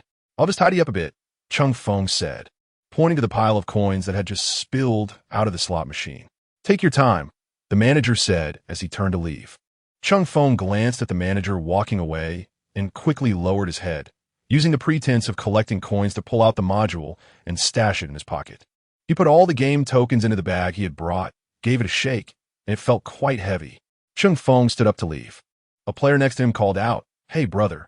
Changfeng immediately stiffened, slowly turning to look at the person. It was a thin young man in a black t-shirt, whose demeanor suggested he was trouble, with a sharp face. The young man gave Changfeng a thumbs up and smiled. "Nice, you've won so much." As he spoke, he stood up and leaned close to Changfeng's face, whispering, "I saw you cheating. Share half of the money with me, or you won't be leaving here with it today." Changfeng swallowed hard, gritting his teeth. He regretted not noticing this guy earlier. He bit his lower lip and nodded with difficulty. The young man chuckled, "Smart choice." The two went to the counter, where Changfeng exchanged all his winnings for cash. The cashier transferred the money into Changfeng's electronic account. As Changfeng turned to leave, the young man blocked his path, saying, "Hey, where do you think you're going?" "What about my cut?" "I'll go over there and transfer it to you," Changfeng replied. "Don't give me that." "Hey, miss," the young man shouted at the cashier. Changfeng quickly grabbed him and pulled him out of the arcade. "I'll transfer it to you now. Take out your phone," Changfeng said, frightened. The young man grinned and pulled out his phone, displaying a payment code in front of Changfeng. "Hurry up." With no other choice, Changfeng could only accept being extorted, lamenting his carelessness. The sound of a successful transfer was heard. "Done," the young man said, glancing at his phone with a smug smile. "Brother, you've won so much money. You should treat me to something to eat tonight." "What? Just dinner? Is that necessary? Are you really that stingy? If you're unwilling to spend, then just return the money to the arcade. This isn't exactly clean money." Changfeng frowned, biting his lower lip. After a moment of silence, he finally gritted his teeth and said, "Fine, it's just a meal. All right, there's a dining hall downstairs. What do you want to eat?" "I won't order anything too expensive. Just steak will do. Let's eat while we chat." Reluctantly, Changfeng had no choice but to follow the young man downstairs. Well, they found a Western restaurant and went in. After ordering, the young man started chatting with Changfeng, bragging about how impressive he was, how many people he knew, and how influential he was behind the scenes. Changfeng just wanted to get rid of this nuisance and couldn't focus on what he was saying. As their dinner approached its end, Changfeng chewed the last piece of steak and swallowed it with a sigh. "I'm done. I have things to do, so I'm leaving now. I'll pay the bill. You can just leave after finishing." Changfeng stood up. The young man suddenly pulled a long face and slapped the table. The diners at the neighboring table cast dissatisfied glances their way. "What's wrong?" "Nothing's wrong. You're in such a hurry to leave that you're not afraid I'll report you?" The young man glared at Changfeng. "What do you want? I gave you money and treated you to a meal. Is that not enough?" Changfeng retorted angrily. "You think a few small favors will get rid of me? Dream on. What do you want then?" "What do I want? From now on, follow me every night. Wherever I go, you go. We'll be brothers, dominating all the arcades." "Absolutely not. Not possible? Heh. Then let us have a chat with the police. After all, the arcades have surveillance. If I report you, I wonder where you'll run to. Chung Feng narrowed his eyes, trembling with anger. Do as you wish. With that, Chung Feng turned and left the restaurant. The young man leaned back in his chair, picking at his teeth and watching Chung Feng's departing figure with a cold snort. A car is coming. A passenger pointed at the distant highway. Chen Ziming and the others looked over and indeed saw two faint headlights. At this moment, the driver also joined the crowd, standing with Chen Ziming and the others. It was getting late, and everyone was hungry. When they saw a vehicle approaching, they were all very happy. Is there a late-night bus here? Chen Ziming asked. It's a private car. A companion replied. Aren't the pilgrims walking here? Zhang Qi chuckled. Someone must be driving to bring supplies. After waiting for a while, the headlights grew brighter. Gradually, several people prostrating in prayer came into view. Pilgrims, Chen Ziming exclaimed, excited as if he had encountered an oasis in the desert. Everyone cheered. The driver stepped out of the crowd to greet the line of pilgrims. Chen Ziming counted. There were about 7 or 8 people prostrating, and one person stood in the middle of the line and the vehicle, shaking something that looked like a rattle in their hand. The driver communicated with the other party for a moment, then waved his hand at Chen Ziming and the others, signaling them to come over. Everyone joyfully approached. The pilgrims stood up, took off their hats, and slightly bowed to everyone. The driver and the passengers also performed the same gesture. Chen Ziming imitated Zhang Qi and bent down a bow.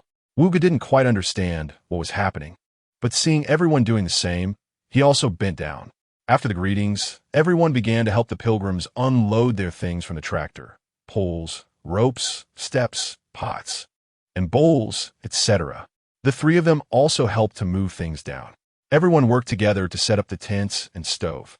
Something was cooking on the stove, and the rest gathered around it, chatting. Chen Ziming carefully observed the group of pilgrims, which consisted of 9 people.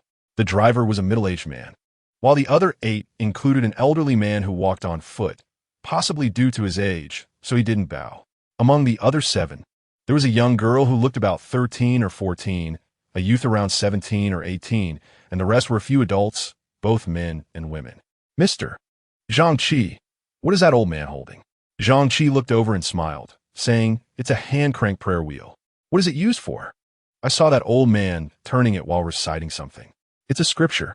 The prayer wheel is engraved with scriptures. People in the prayer area will turn the prayer wheel while reciting the scriptures to achieve inner peace and purify the soul. Chen Ziming nodded slightly. How long have you been walking? Zhang Qi started chatting with a chubby middle-aged man next to him. I can't remember, the man replied in stiff Mandarin. What made you want to bow? I am a butcher, have killed many sheep and slaughtered many cows. I came here to bow, the man said in a flat tone, with no hint of emotion. Isn't it quite common for butchers to kill cows and sheep? Chen Ziming asked. The butcher smiled and remained silent. Chen Ziming continued. Doesn't the driver need to bow? The butcher replied. Who drives? No one is driving. Chen Ziming awkwardly smiled, as if his question was pointless. He felt very embarrassed. Zhang Qi chatted with other pilgrims again. Wu Ge sat on the other side of Chen Ziming, talking with a middle-aged man next to him. Chen Ziming looked around, glancing at the bonfire, and he sincerely felt very comfortable at that moment. Chapter 63. Bloodshed that night, after Chen Ziming and the others finished dinner. They helped the pilgrims pack their things. Afterwards, everyone squeezed into the tent to rest. They chatted for a while, and, through listening, Chen Ziming learned that this pilgrimage was initiated by an elderly man who wanted to visit Gangxi, sacred mountain, before his death. The old man's son agreed to his request, and many people from the same hometown expressed their desire to join the pilgrimage. At some point, the conversation faded away, and no one in the tent was speaking anymore. Everyone lay down. Perhaps some were still awake, but Chen Ziming was not sure. He only knew he was not sleepy. His eyes gazed into the dark sky above, and his mind was filled with the events of the past 2 days. Yesterday, he had visited Puming Palace with Teacher Wu, where they saw the stunning murals and the magnificent palace. The next day, he went to Gangxi, sacred mountain, with a new acquaintance, Zhang Qi. Unexpectedly, their car broke down, and they encountered the pilgrims, sharing the same roof with them. If it weren't for this journey, he would not have seen Puming Palace. nor would he have felt the insignificance and brevity of life and emotions. He also would not have met Zhang Qi, would not have had the idea of going to Gangxi's Sacred Mountain, and would not have experienced the simple and direct relationships between people. These thoughts circulated and extended in Chen Ziming's mind, leading him from one thought to another, only to return again. He couldn't believe that just the night before last he had been sleeping on his soft bed in his apartment, and now he was camping in the wilderness, sharing a room with so many people. This was absolutely impossible in the past. He could not accept sharing accommodations with strangers. However, at this moment, he felt that this was so ordinary and natural. His heart held no resistance. It just felt like it should be this way, nothing more. Was this the instinct of social animals? Chen Ziming pondered. Gradually, he could hear the breathing and snoring of those around him, sandwiched between Wu Ge and Zhang Qi. He turned his head to see if Wu Ge was asleep.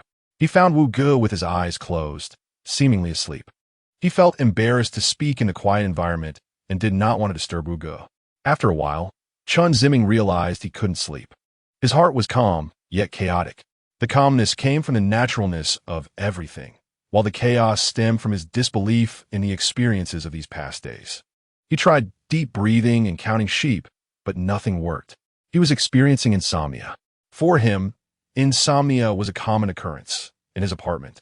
He often fell asleep in the early hours of the morning, sometimes feeling hopeless to the point of thinking he might not sleep at all that night. Yet he always ended up falling asleep unknowingly, waking up the next day with a foggy head. Tonight's insomnia seemed similar to before, perhaps related to the time. It was only 9 o'clock. However, according to Zhang Qi, going to bed at 9 was normal for the locals. Chen Ziming tried not to think about anything, but it didn't help. He was still wide awake. When insomnia strikes, a person's mind often transcends their usual waking state. Chen Ziming was no exception. He slowly sat up from his bed, turned his head, and looked around. Everyone seemed to be asleep. Worried about disturbing them, he carefully bent down and stood up. He tiptoed to the entrance of the tent, opened it, and slipped outside. Stepping into the wilderness, a cool breeze washed over him. It was a bit chilly outside, but it felt very comfortable. Chen Ziming spread his arms and closed his eyes, feeling the night breeze gently caressing him, as if his skin were being softly and evenly stroked. He slowly opened his eyes, and what greeted him was a sky full of stars. The dark canvas was dotted with twinkling stars. Among the stars, there was a long river of stars. One side shimmered with silver light, while the other was dim, resembling dark clouds. Between the silver and dark light was a long, deep blue starry sky, as if someone were tearing apart the cosmos. Chen Ziming felt as if aliens might appear at any moment from what seemed like a crack in the starry sky. Unconsciously, he began to walk across the grassland, gazing at the night sky. In his line of sight, a round moon appeared, with gray spots floating on its silver disk. As he lowered his gaze, he saw a range of undulating snowy mountains. The light of the silver moon mirrored the white snow, also mixed with gray patches. The entire scene resembled a beautiful oil painting composed of 3 colors: white, gray, and blue. The dullness of the snowy mountains and the glossy silver of the moonlight seemed as if they had been coated with oil.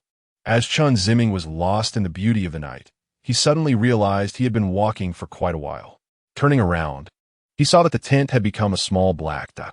It was better to go back early. If Teacher Wu and the others woke up and couldn't find him, they would worry. Thinking this, Chen Ziming turned to head back. At that moment, he caught a glimpse of a green light flickering not far away. Squinting, he looked over and, upon closer inspection, was instantly frightened, stumbling back 2 steps. Although Chen Ziming had never seen a wolf, he had seen them many times in movies and on TV. This shape and green light were unmistakably that of a wolf.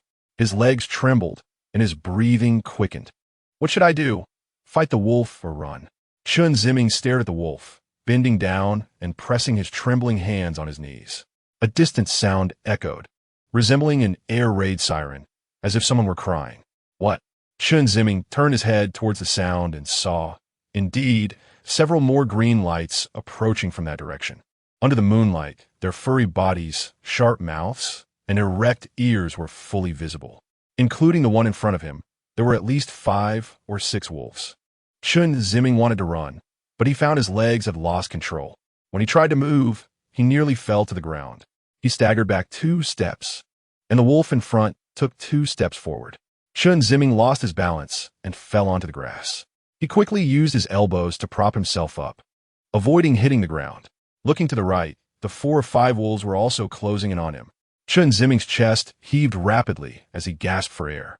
Under the moonlight, the wolves' faces were calm and serious, devoid of any emotion, like cold-blooded killers preparing for slaughter. Chen Ziming crawled back, using his arms and legs to push against the ground. He wanted to stand up, but had no strength. He could only hope to crawl faster, as if running. The wolves moved closer. The distant pack also encircled him, standing about 2 meters away. The wolves lined up, locking eyes with Chen Ziming. Several pairs of glowing wolf eyes tormented his mind. As he crawled, Chen Ziming felt something hard beneath his hand. A rock. That was his first reaction. He grabbed the stone, still retreating. The wolf pack followed him, surrounding him from the front and right side. Chen Ziming quickly glanced toward the tent and hurriedly returned his gaze to the wolves. He wanted to see if anyone would come out of the tent, but it was still quite a distance away. Even if someone did come out, they wouldn't see him. Chen Ziming wanted to shout for help, but he found he couldn't make a sound. His whole body was shaking. He was silently shouting for help, but his voice was weak and only he could hear it. At that moment, one wolf, perhaps losing patience, approached him, coming right in front of him, and suddenly extended its front paw towards Chen Ziming. In a panic, Chen Ziming swung the stone at the wolf's paw. The wolf yelped in pain and pulled back its paw. Its mouth curled up, revealing its fangs. If the previous wolf had been a cold-hearted killer, now it appeared as a fierce, savage beast. The wolf lunged at Chen Ziming. Chen Ziming again swung the stone at the wolf's head, his feet pushing against the wolf's belly. The wolf was hit by Chen Ziming's stone, seeming dazed for a moment. Coupled with a kick to its abdomen, it missed its target and leaped to the side of Chen Ziming. Seeing this, the wolf pack rushed over. Chen Ziming didn't know where he found the strength, but he instantly stood up and ran. The wolf pack chased after him. His feet were moving like a high-speed machine, cycling rapidly as he exerted all his strength. The wolves behind him were relentlessly pursuing. The moon guided Chen Ziming's direction and illuminated the path for the wolves. No matter how fast Chen Ziming could run or how powerful his explosive strength was, he could not outpace the pack. One wolf leaped forward and landed on Chen Ziming's back, causing him to tumble forward. After falling, Chen Ziming quickly got up, wanting to continue running. A wave of pressure came from behind him, and just as he stood up, he fell down again. Chen Ziming turned around and faced a hungry wolf with a fierce expression, its mouth wide open, revealing its sinister sharp fangs. This is bad. Chen Ziming hurriedly rolled to the side, narrowly avoiding this deadly bite. Just as he was about to get up, he saw another hungry wolf's fangs coming at him. It's over. Instinctively, Chen Ziming raised his arm to shield himself. Thud! A dull sound echoed. Then came a low growl. Chen Ziming tightly closed his eyes, waiting for death to arrive. Unexpectedly, he felt no pain in his arm. Slowly, he opened his eyes and saw the limbs of the distant wolf pack under his elbow. Frightened, he quickly covered his eyes with his arm. After 2 seconds, feeling something was off, he moved his arm up again and saw the figures of the wolves, snarling and showing their terrifying fangs as they approached him. Suddenly, Chen Ziming felt a presence beside him, and he turned to look. Teacher Wu. He saw Wu Ge squatting in front of Chen Ziming, using one hand to pin down the hungry wolf that had just attacked Chen Ziming. The wolf's neck was being held tightly by Wu Ge, struggling violently with its limbs. Chapter 64. Blue Lightning Teacher Wu. Chen Ziming said in a panic, running towards the tent. What about you? It's fine. They're no match for me. Chen Ziming didn't believe Wu Ge's words at all. He felt that Wu Ge was saying this deliberately to protect him. No, I can't leave. At that moment, the wolf pack launched an attack. 3 wolves pounced on Wu Ge, while 2 others charged at Chen Ziming. Wu Ge threw the wolf pinned to the ground away, knocking back the 3 that had lunged at him. He jumped in front of Chen Ziming, punching the 2 wolves that were biting towards him, forcing them back. Wu Ge stood in front of Chen Ziming and shouted, "Hurry up and go. Teacher Wu, I can't leave you alone." I can't do anything if you stay like this. As he spoke, the wolf pack attacked again. Wu Ge grabbed the front paws of the first wolf that lunged at him, swinging the wolf's body to hit the other attacking wolves. One wolf, seeing Wu Ji's bravery, seized the opportunity to sneak around behind him and pounced towards Chen Ziming. Chen Ziming was focused on Wu Ge and didn't react in time. By the time he saw it, the wolf was already in front of him. Chen Ziming let out a scream, raising his arms in front of him, feeling a sharp pain in his arms. Thud! He was knocked to the ground. The wolf's saliva dripped onto his face. Chen Ziming smelled the foul odor emanating from the wolf's mouth. He managed to pull one hand free and pressed it against the wolf's face, desperately trying to push it back, but his strength was insufficient and it had no effect. Chen Ziming seemed to hear the sound of his bones being gnawed. Just as he was in so much pain that he was losing consciousness, he saw a large hand reaching out towards him, forcibly prying the wolf's jaws open. Teacher Wu. Chen Ziming felt his head buzzing. Run! Wu Ge shouted at him, pointing towards the tent. Chen Ziming felt Wu Ji's voice was faint, and Wu Ji's face looked so blurry. Gradually, the ringing in his head began to fade. Chen Ziming's hearing and vision slowly returned. He saw the anxious look on Wu Ji's face, urgently telling him to escape. Run back to the tent. Chen Ziming struggled to get up from the grass. He looked at Wu Ge with a dazed expression, then turned and ran. Behind him, he heard Wu Ji's roar and the howls of the wolves. Chen Ziming seemed to see Wu Ge lying among the wolves, covered in blood, his limbs mangled by the pack. As he ran, tears streamed down Chen Ziming's face, and he began to cry. The grass rustled, as if echoing Chen Ziming's sobs. The tent was not far away, and Chen Ziming ran towards it desperately, wanting to wake everyone up to rescue Wu Ge. At that moment, a figure stumbled out of the tent, looking as if they had just woken up. From a distance, Chen Ziming began to shout at that person. Wolves! Wolves! Help! The person seemed to hear him and looked over. Chen Ziming continued to shout. The person started walking towards Chen Ziming. As they got closer, Chen Ziming was out of breath, his legs weak, and he sat down on the ground, speaking in gasps. Wolves! Wolves! Help! The person was a pilgrim and immediately understood Chen Ziming's meaning. He rushed into the tent, waking everyone up. Some were still sleepy, but upon hearing about the wolf attack, they quickly became alert. The adult men grabbed sticks and rushed out of the tent. Zhang Qi, holding a wooden stick, anxiously asked Chen Ziming, "Where are they? Where are they?" Chen Ziming pointed towards the direction of the wolf pack, sobbing, "Quickly save Teacher Wu, please." Zhang Qi hurriedly put on his shoes and, along with the crowd, ran towards the direction Chen Ziming pointed.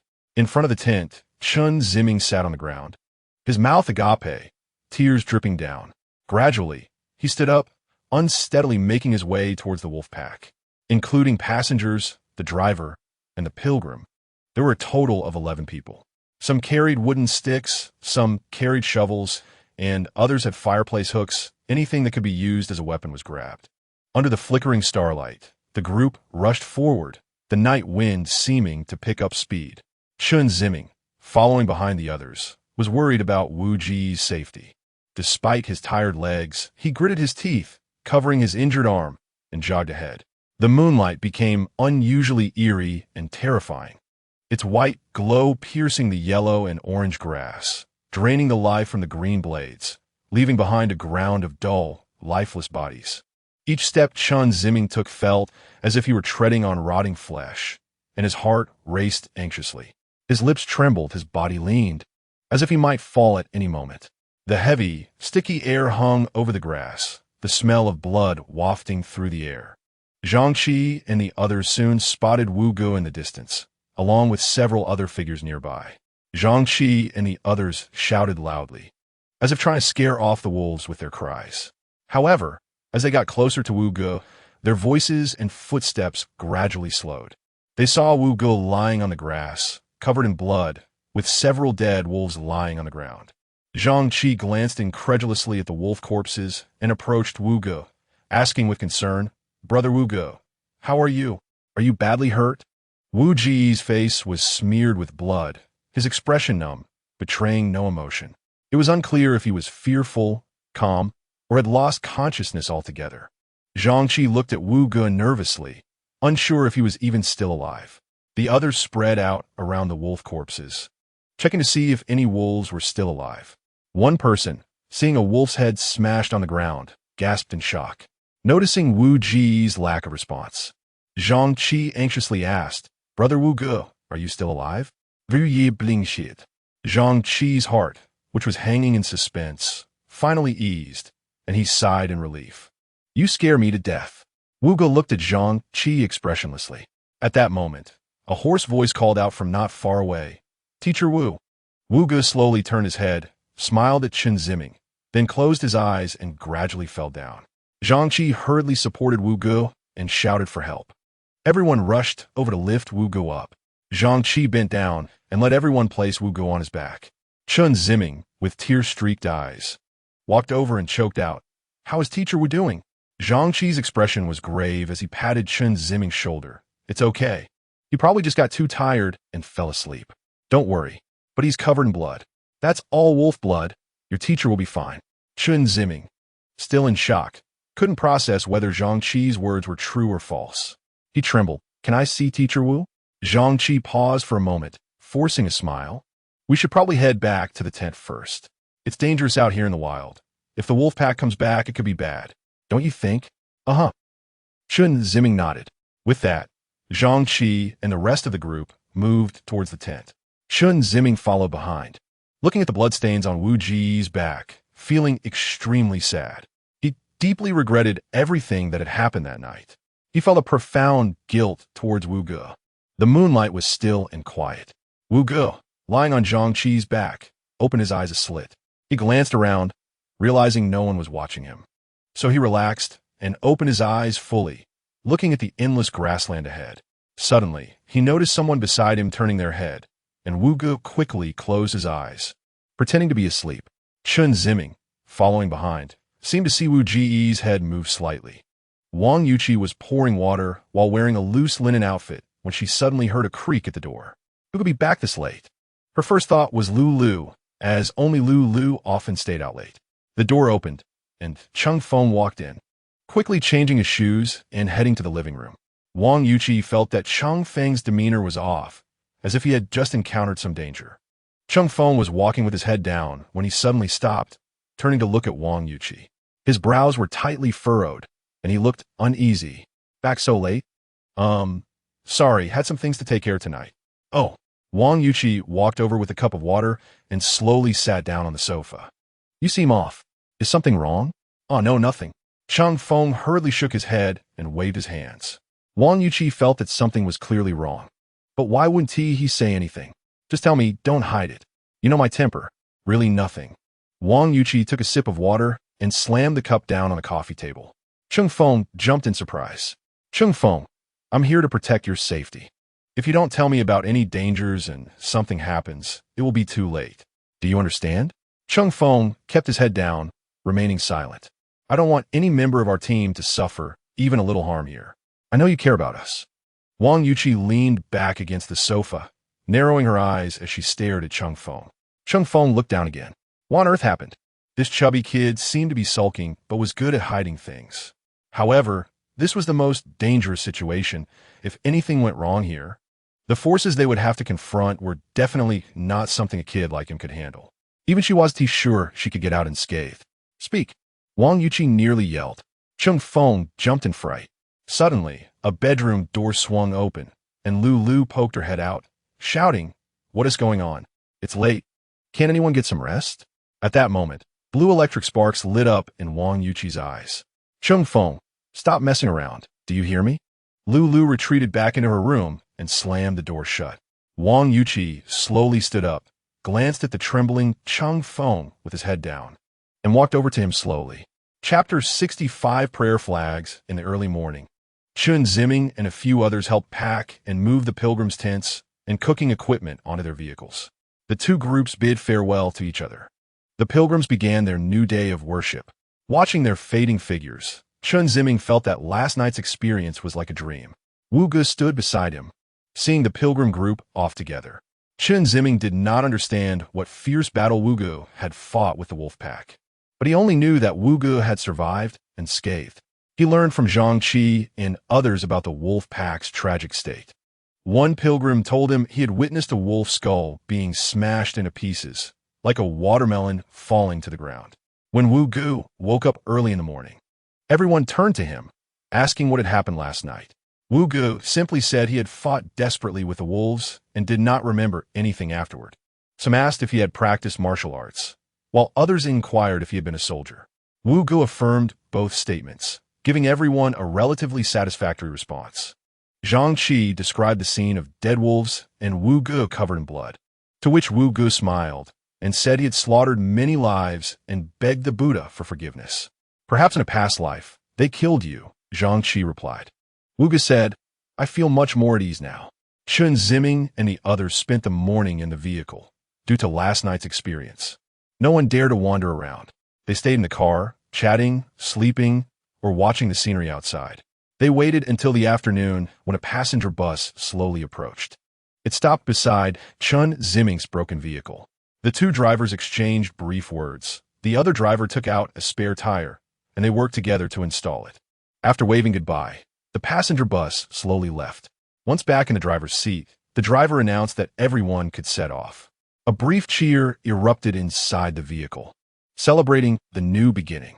Chen Ziming leaned against the window, feeling the slight tremor as the bus started moving. The scenery retreated behind, and time moved forward. After half a day's journey, the bus finally arrived at the foot of Gongqi Mountain, their destination. The bus entered the scenic area and came to a stop in the parking lot. The doors opened, and passengers filed out. Chen Ziming followed Wu Gu and Zhang Qi down to the ground. A mountain breeze swept in, cool and refreshing. Chen Ziming shivered, feeling a bit underdressed. There were not many people in the scenic area, possibly because it was not peak season. Ahead was the ticket office, and in the distance were the mountain peaks. Zhang Qi told Chen Ziming and Wu Gu that this was the entrance to the circumambulation and they needed to buy tickets to enter. They planned to stay at a hotel near the scenic area tonight, rest for a night, and start their circumambulation journey tomorrow. Zhang Qi said it would take 3 days to complete the entire trek. 3 days? Wu Gu and Chen Ziming exchanged glances. For them, they had only planned to come for a day, but after spending a night in Xijing City and another in the wilderness, if they stayed another day today, that would already be 3 days. If the circumambulation took 3 days, they would need to stay at least 2 more nights, spending a whole week. However, it was too late to turn back now. They were already here. The three of them left the scenic area and stood by the roadside. Behind them was the national highway they had come from, and in front was the scenic area courtyard. On both sides were the continuous mountains. Chen Ziming paused and gazed into the distance, as if seeing the golden peaks calling to him in that faraway place where the earth met the sky. That night, the three of them stayed at a nearby hotel. Having experienced sleeping in a tent, Chen Ziming had accepted the conditions of sharing a room with others, and they booked a room for 3. The room had simple facilities, but it was clean and tidy. 3 single beds were covered with white sheets and comforters. After dinner, the 3 walked along the road by the scenic area, chatting as they walked. The circumambulation has 2 routes. One is the outer route, which circles around Gongqi Mountain, with a total length of 53 kilometers, requiring 3 days to walk. The prostration would take a full half-month. The other is the inner route, which circles the inner side of Gongqi Mountain, very short, only taking 3 hours. Generally, people complete 13 laps of the outer route before doing the inner route. However, we are just sightseeing. 1 lap is enough to experience the shock of the circumambulation, Zhang Qi said. Chen Ziming asked, if we complete the inner route, can we climb the mountain? Zhang Qi shook his head. No, climbing Gongqi Mountain is not allowed. Wu Gu said, Brother Zhang Qi, you are very familiar with this place. My wife loved coming here when she was alive. She was a painter and said it was the source of her inspiration and the home of her soul. Whenever she felt despair in real life, she would come here, saying it rejuvenated her. Each time, I followed her. I felt she was right. In the bustling world, I could feel her simple and pure heart was incapable of bearing the pressure created by the complex society. That pressure is man-made, created by human life to squeeze people. Mr. Zhang Qi, I don't quite understand what you mean by squeeze people, Chen Ziming said. Zhang Qi smiled slightly at him. You'll understand once you enter society. Chen Ziming nodded. Wu Gu asked tentatively, may I ask how your wife? I don't know if it's appropriate to ask. Zhang Qi glanced at Wu Gu and waved his hand. It's okay. She committed suicide. Suicide. Chen Ziming exclaimed in surprise. Wu Ji's pupils widened for a moment. Zhang Qi's shoulders slumped slightly. Yes, she committed suicide. She died in the embrace of these mountains. Now she no longer needs to feel pain and despair. Her soul is liberated, and the towering pure peaks serve as her guardian. I feel at ease. But don't you feel sad? Zhang Qi paused for a moment and shook his head. As her husband, as someone close to her, as someone who loved her, I should feel happy for her. The days before she passed were filled with pain, worse than living. If she can find peace of mind, I think even death is good. How can that be? One can only hope while alive. Only by living can one have the chance to change and let happy things and good things come to them. Chen Ziming said, almost shouting. After he finished speaking, he felt his heart pounding, and he felt nervous. Zhang Qi was taken aback, and Wu Gu also froze for a moment. The three of them unconsciously stopped walking. If one has lost their life, what peace can there be? Isn't it too powerless to escape pain through death? Chen Ziming gasped for breath, unable to understand why he had said such things. He had never thought this way before. If he had ever had thoughts about life and death, he might have been more sympathetic to Zhang Qi's wife's actions. However, at this moment, he absolutely could not agree with death. Zhang Qi frowned. Seeing this, Wu Gu hurriedly tried to mediate. Child, you spoke without weight. Brother Zhang Qi, please don't take it to heart. Zhang Qi wore a serious expression, gazing sideways at Chen Ziming. Chen Ziming also felt he had offended the memory of the deceased wife, and a sense of guilt arose within him. He slowly lowered his head and softly said, I'm sorry. Zhang Qi's face was solemn, and for a moment, he looked dazed. He replied in a daze, it's okay, his tone resembling a teacher teaching students the pronunciation of words. Wu Gu quickly changed the subject to steer the conversation away from this topic. On the way back to the hotel, Chen Ziming and Zhang Qi were silent, while Wu Gu was chattering on about interesting anecdotes from campus. The next morning, the three set off on the pilgrimage route. Zhang Qi's mood had returned to normal, and he was once again the enthusiastic and talkative Zhang Qi they had first encountered. He bought the entrance tickets for all three of them. This won't do. We can't let you pay, Wu Gu declined. It's all right, this is our fate. Zhang Qi insisted with a smile, urging Wu Gu to accept after several refusals. With no other choice, Wu Gu could only express his gratitude to Zhang Qi and promise to cover the accommodation during the pilgrimage.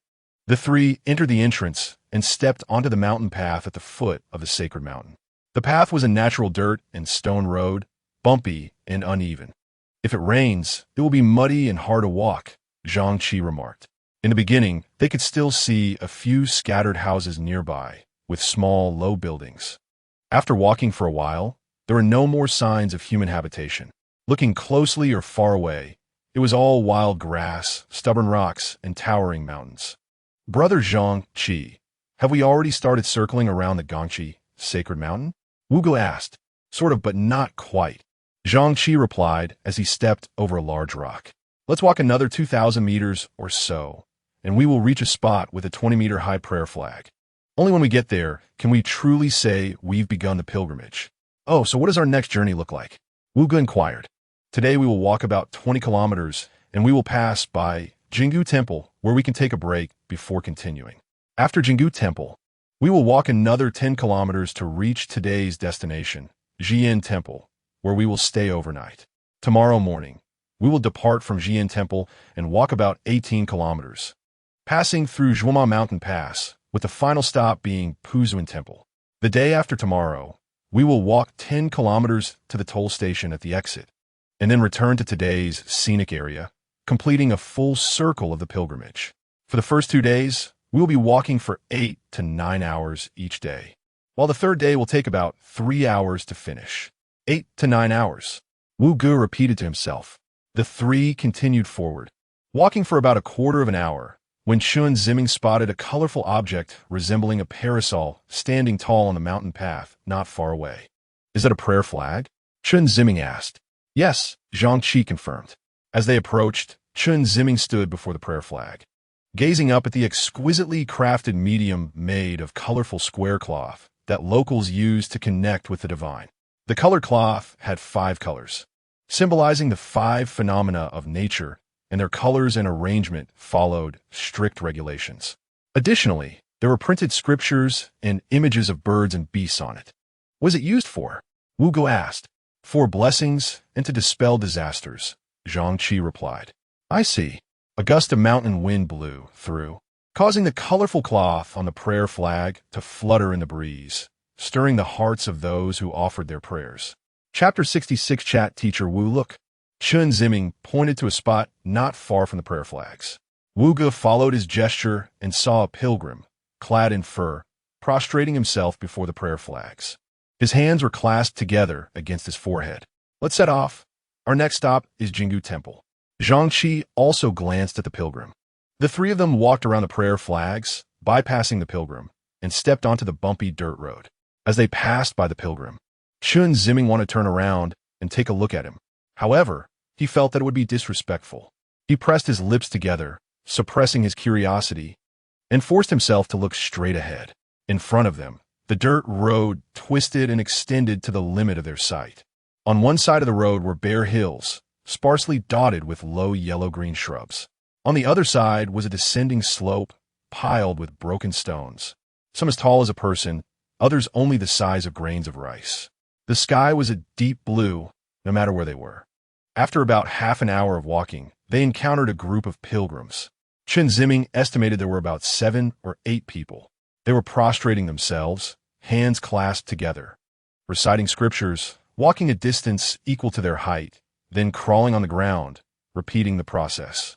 The three of them walked past the group of pilgrims.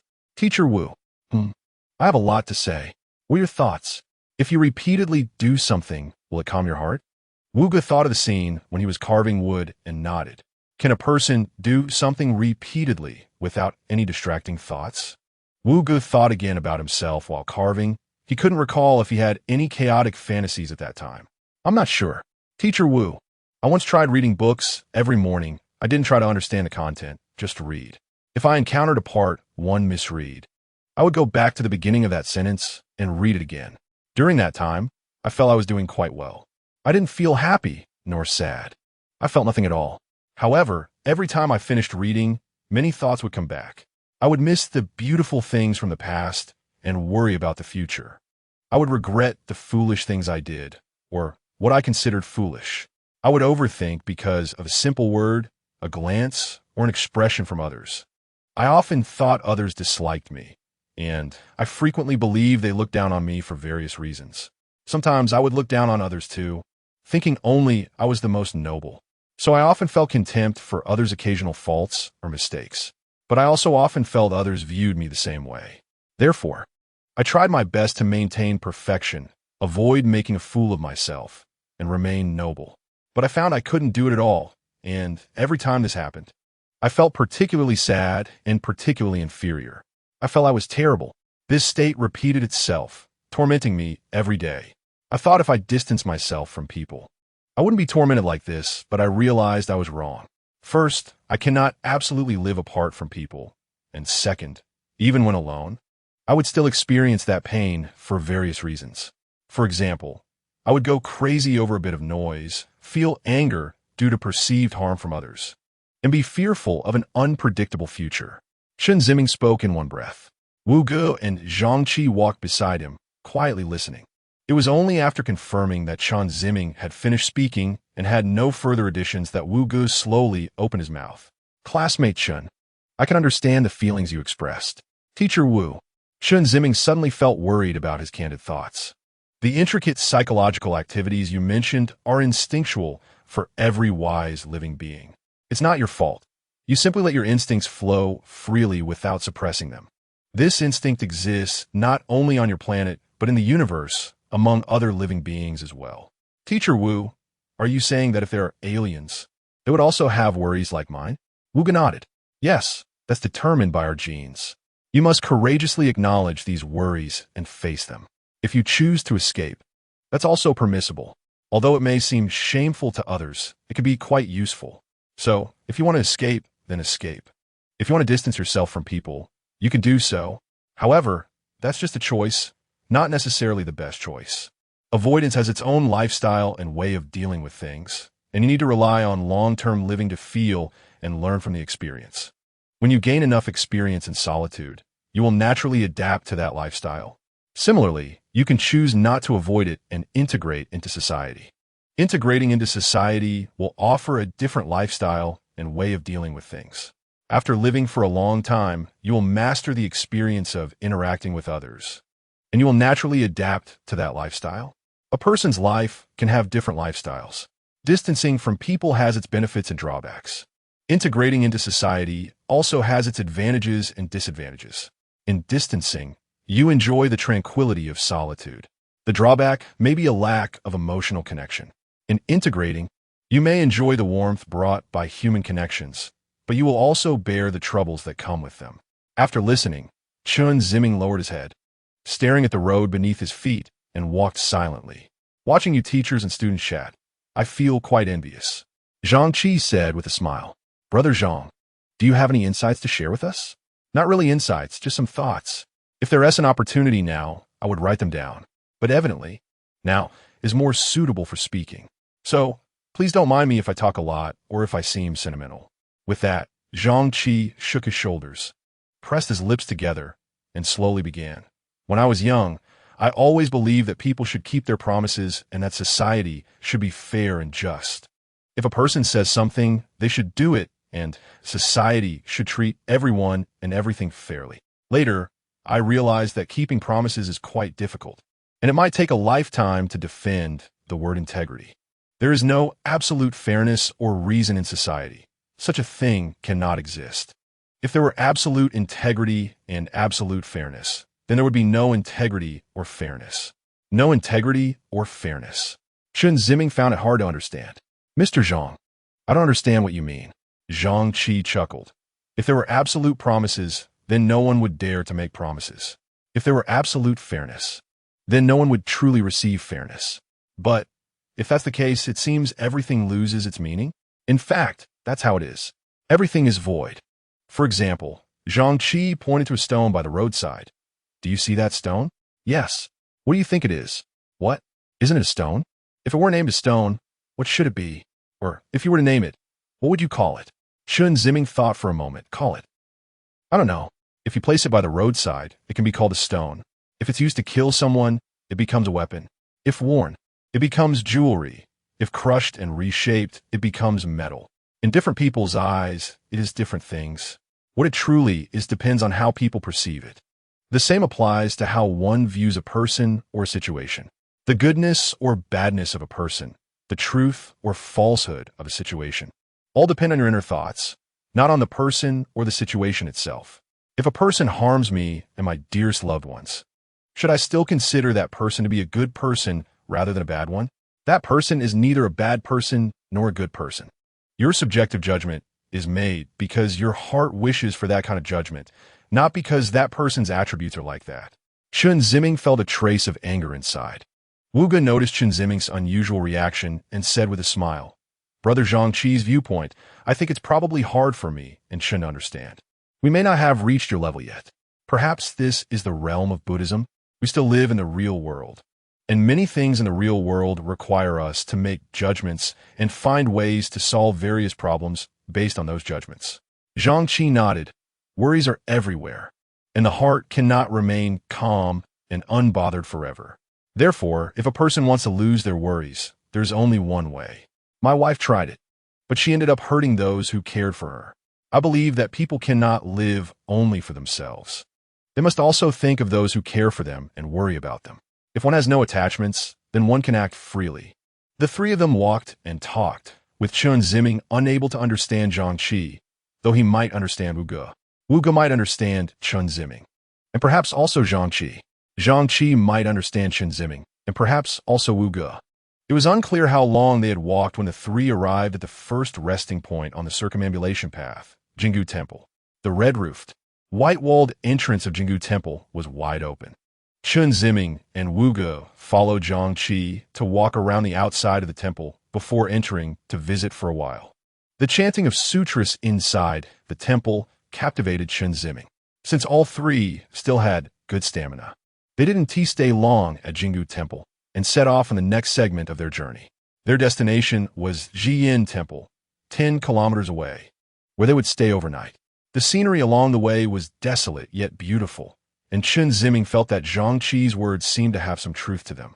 After all, the bare hills were not inferior to the beautiful and dense mountains of the north. Chapter 67. The sin has not been laid down that night. When Chen Ziming and the other two arrived at Xijing Temple, it was already past 7 o'clock. After having dinner, they rested in an inn outside the temple, then offered two types of rooms. One was a wooden dormitory-style room accommodating more than 10 people, and the other was a newly built cement house with double and triple rooms. When Chen Ziming and the others arrived, the cement rooms were already fully booked, so they were assigned to the wooden dormitory.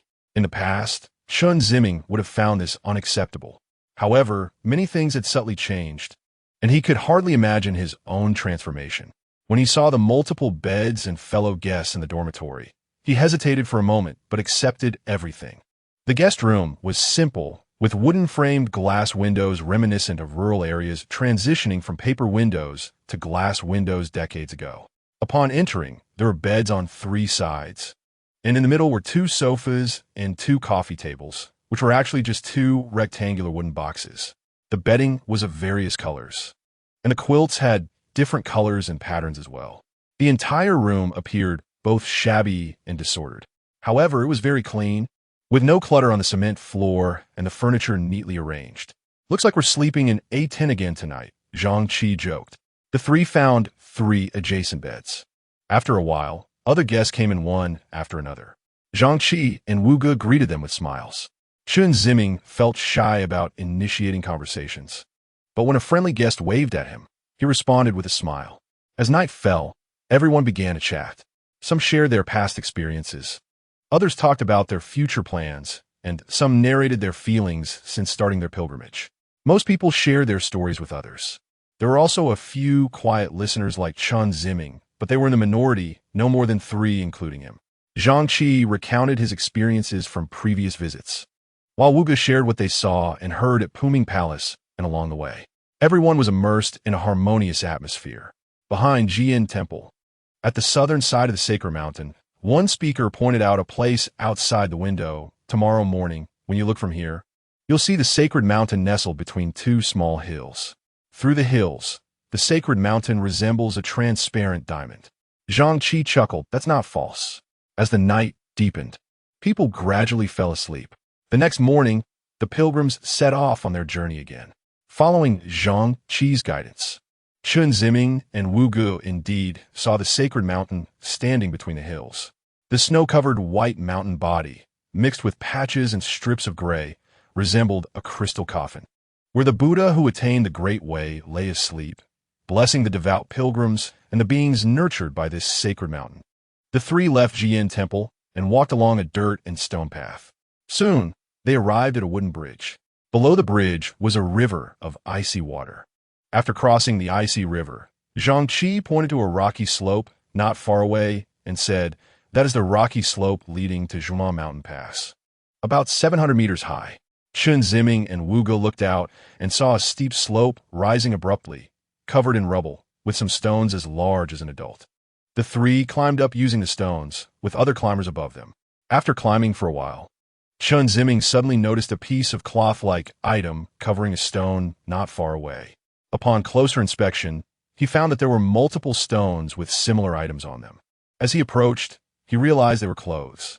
Why are there clothes on stones? Chen Ziming wondered. This rocky slope is also known as the Land of Death, symbolizing death and rebirth. It is said that when passing through here, leaving behind an item signifies your willingness to let go of sin and start anew. If you leave behind hair or drop a drop of blood, it will be even more sincere, Zhang Qi explained. "I see." Chen Ziming paused. He stood on a large stone, surveying the surroundings and the stones covered with clothes. There were white vests, light-colored jackets, and various scarves, among others. Some clothes were draped over the stones, some were wrapped around them, and some were scattered among the stones.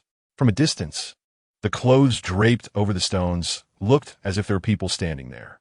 Chen Ziming withdrew his gaze and took out a piece of clothing from his backpack. Holding it tightly in his hand, he searched for a suitably sized stone and found one. He pulled the hem of the clothing and draped it over the stone. Then he pulled a strand of his hair in front of him, grasped both ends, and with a strong tug, he pulled out 2 strands. Holding the hair tightly, he pulled again, getting a small bunch.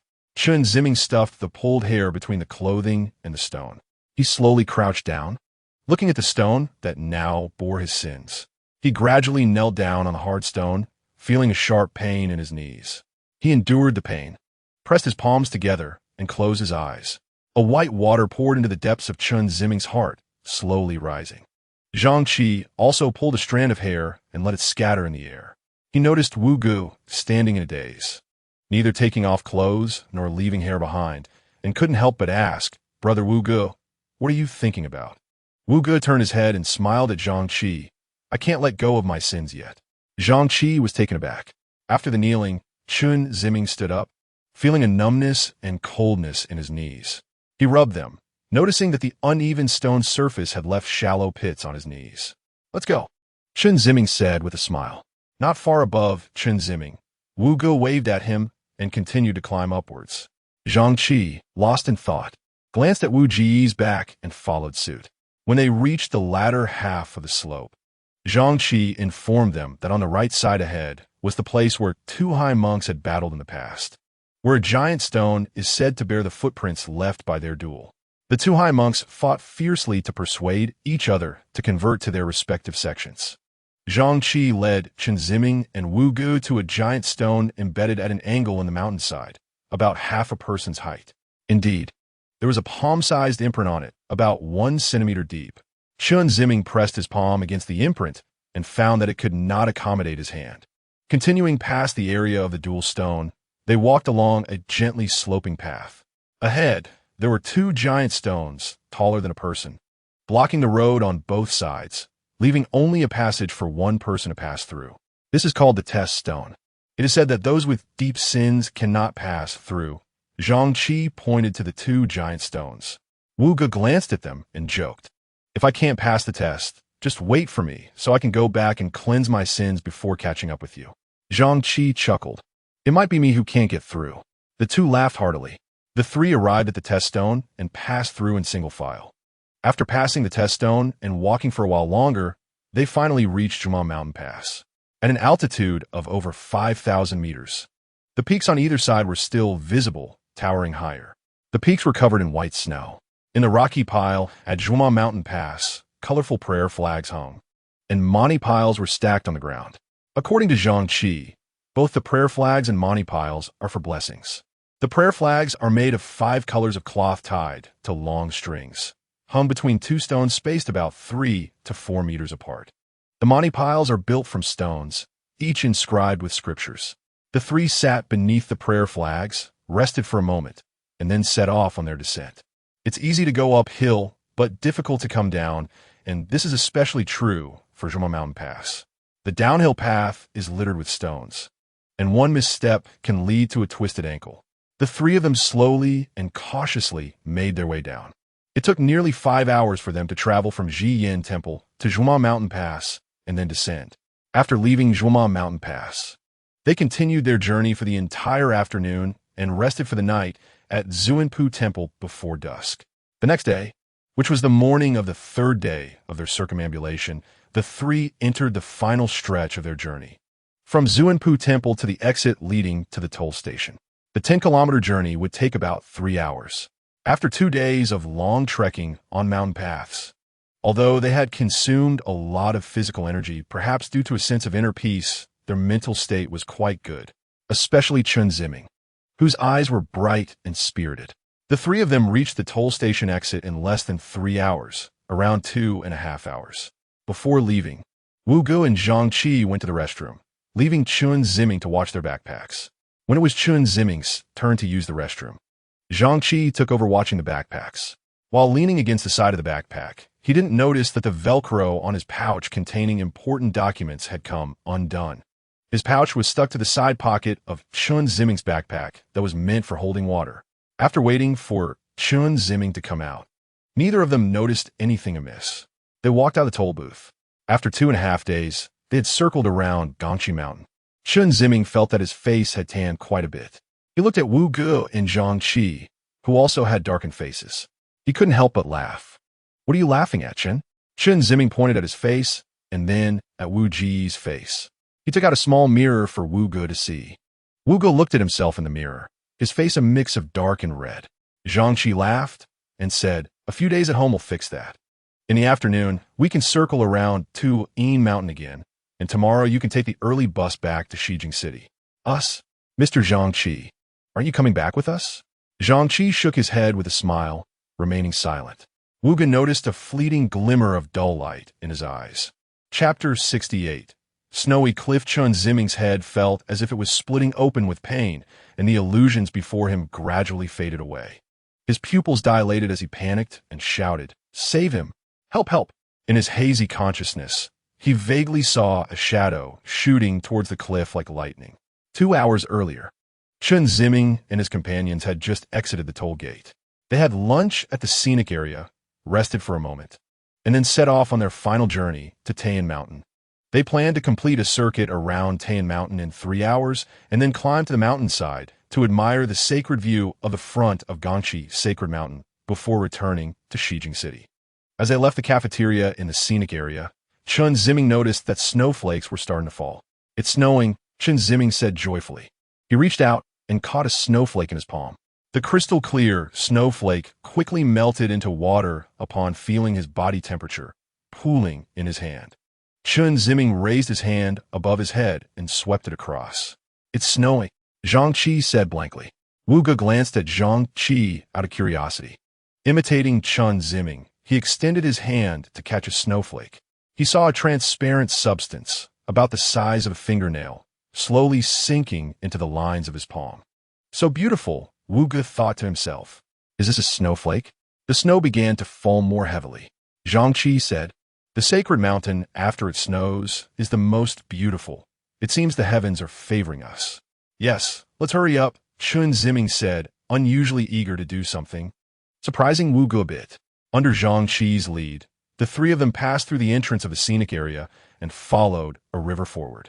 At this time, the snowflakes had formed a curtain of white snow in front of them, and the scenery appeared to them as shy beauties, hiding behind the curtain and revealing their pure and beautiful faces. After walking for about 15 minutes, they came to a fork in the path. The left and right paths both led to a temple. After circling around the temple, they would see Tayan Mountain, and behind Tayan Mountain was one side of Gangxi Sacred Mountain. "Mr. Zhang Qi, should we go left or right?" "Left for men, right for women?" Chen Ziming smiled slightly. "Got it." The three entered the left mountain path. Along the way, there were few signs of life.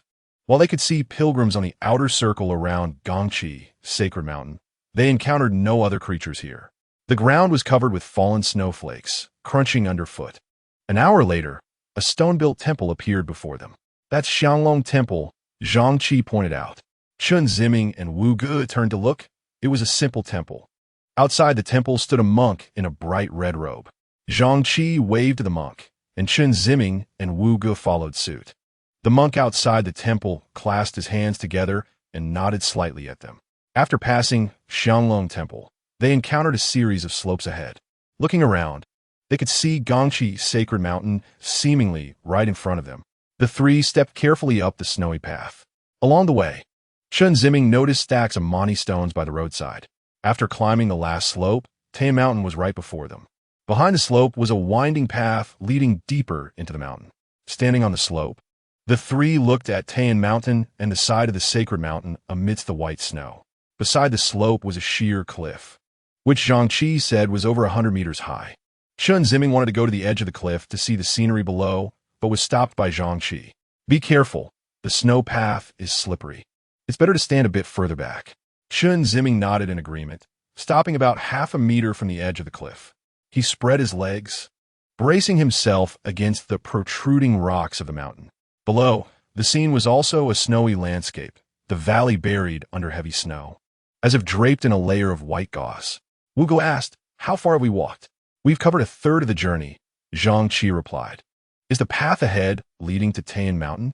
Zhang Qi nodded. After going down the slope and circling around Tayan Mountain, passing another temple, and returning to the fork we came from, we'll complete the circuit. Then if we go straight from here, we can walk another circle around Tayan Mountain, and the entire pilgrimage will be complete. Shall we set off now? Zhang-Chi smiled, but then fell silent. Wu-Ge felt puzzled.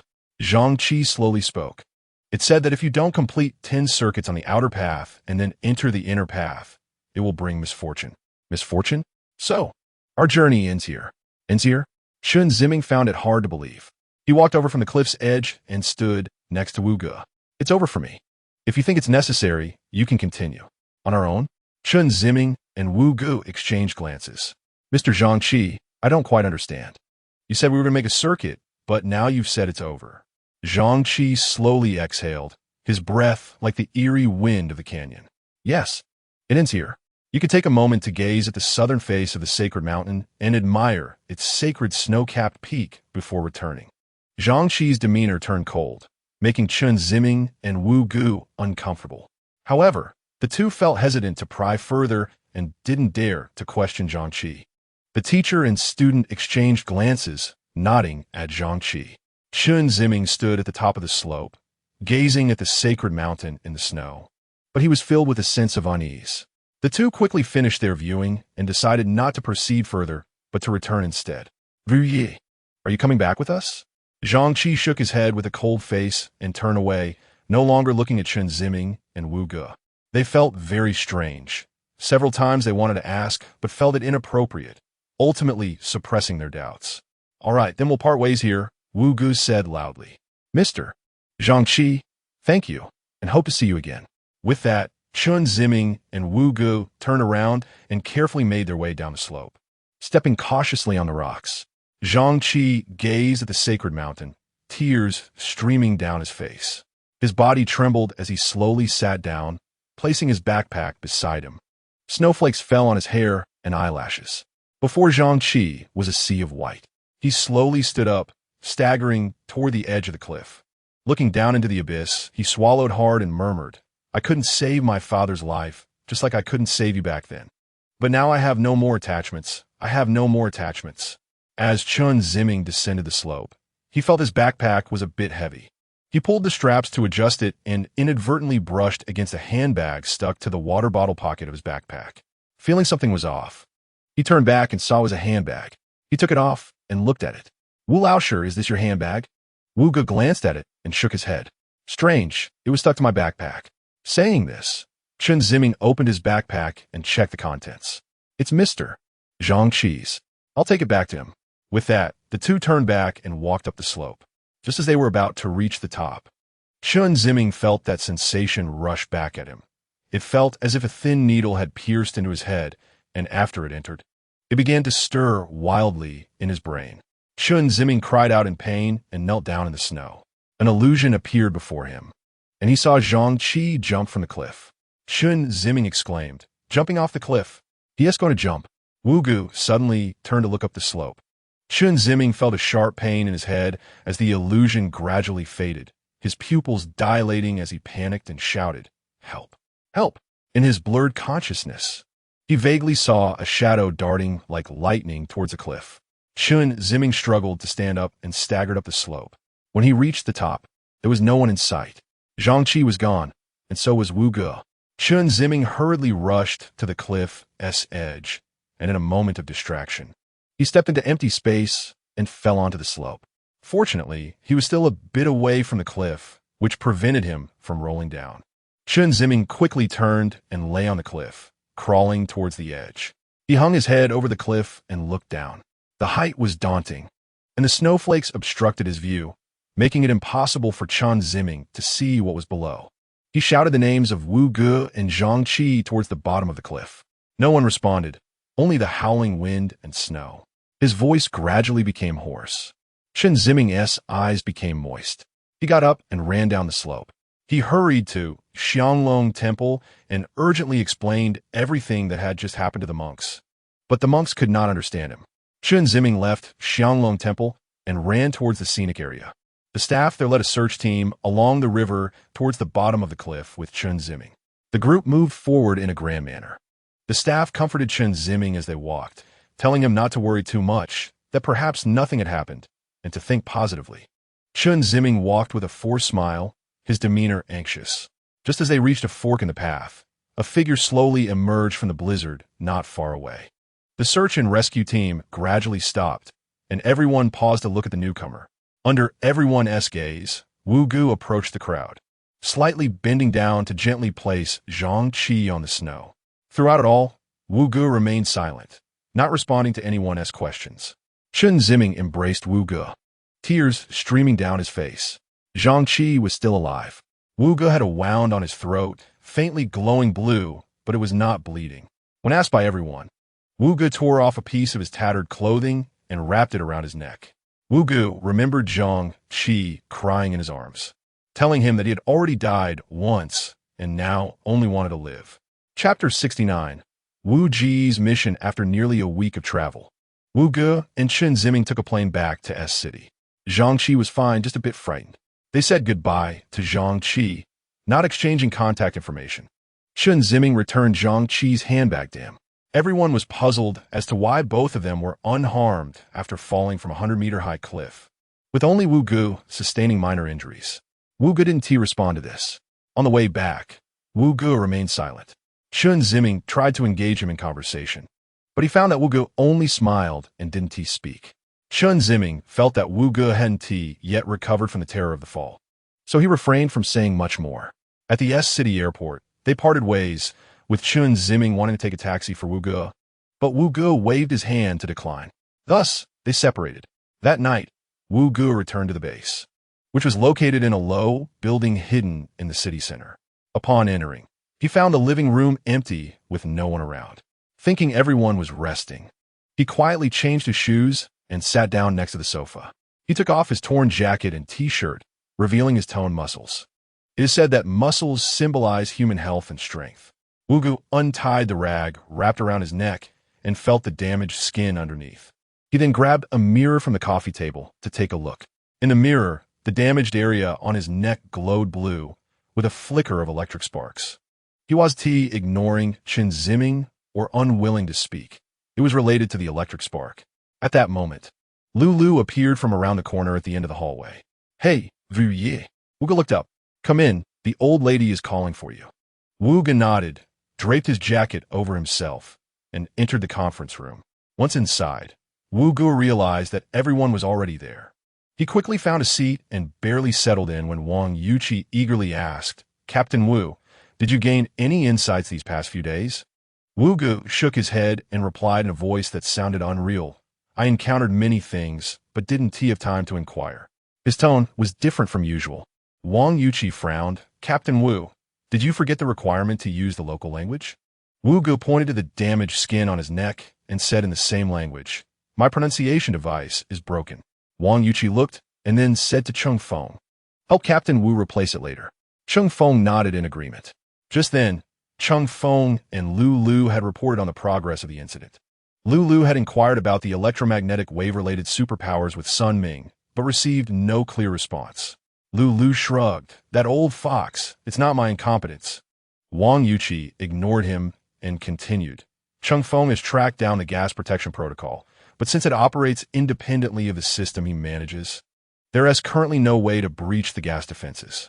Cheng Feng lowered his head, scratching the back of his neck awkwardly. Now it seems Captain Wu here has no progress either, he said. Wu Gu remained silent. The three of them had not made good progress on their tasks. The higher-ups have communicated that they feel our progress is too slow and have asked us to speed up and complete the mission as soon as possible. What is so great about those people? They only know how to give orders. Let them come and see if they can finish early. Lulu scoffed.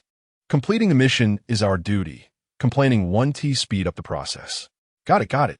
Anyway, we're all cannon fodder. If we can't complete it, we'll just die here and let another batch continue the mission, Lulu replied. Lulu, watch your words, Wang Yuqi reprimanded. Oh, I won't say anything then. Lulu crossed his legs and made a gesture to cover his mouth. Wu Gu said, Advisor Wang, please rest assured, we will complete the mission as soon as possible. Lulu scoffed again. Captain Wu, I hope you can speed up your side. Understood. Wang Yuqi then mentioned some points to pay attention to during the mission before dismissing the meeting. Lulu left the conference room first, with Wu Gu and the others following suit. Everyone returned to their rooms, and Wu Gu sat down in front of the sofa. Soon, Cheng Feng came out of his room, carrying a small metal box, and approached Wu Gu. Captain Wu, I'll replace it for you now. Veuillez smiliter. Thank you for your trouble. No problem, no problem. Chung Fong opened the metal box and took out a square metal piece the size of a fingernail. Captain Wu, this is a backup pronunciation device prepared for you, and I'm going to replace it now. Wu Ge nodded and slightly tilted his neck towards Chung Fong. Chung Fong took out a silver metal rod from the box, first using his fingers to pull back Wu Ji's skin, placing the head of the metal rod against the blue skin where the metal piece was. The metal piece emitted a faint spark.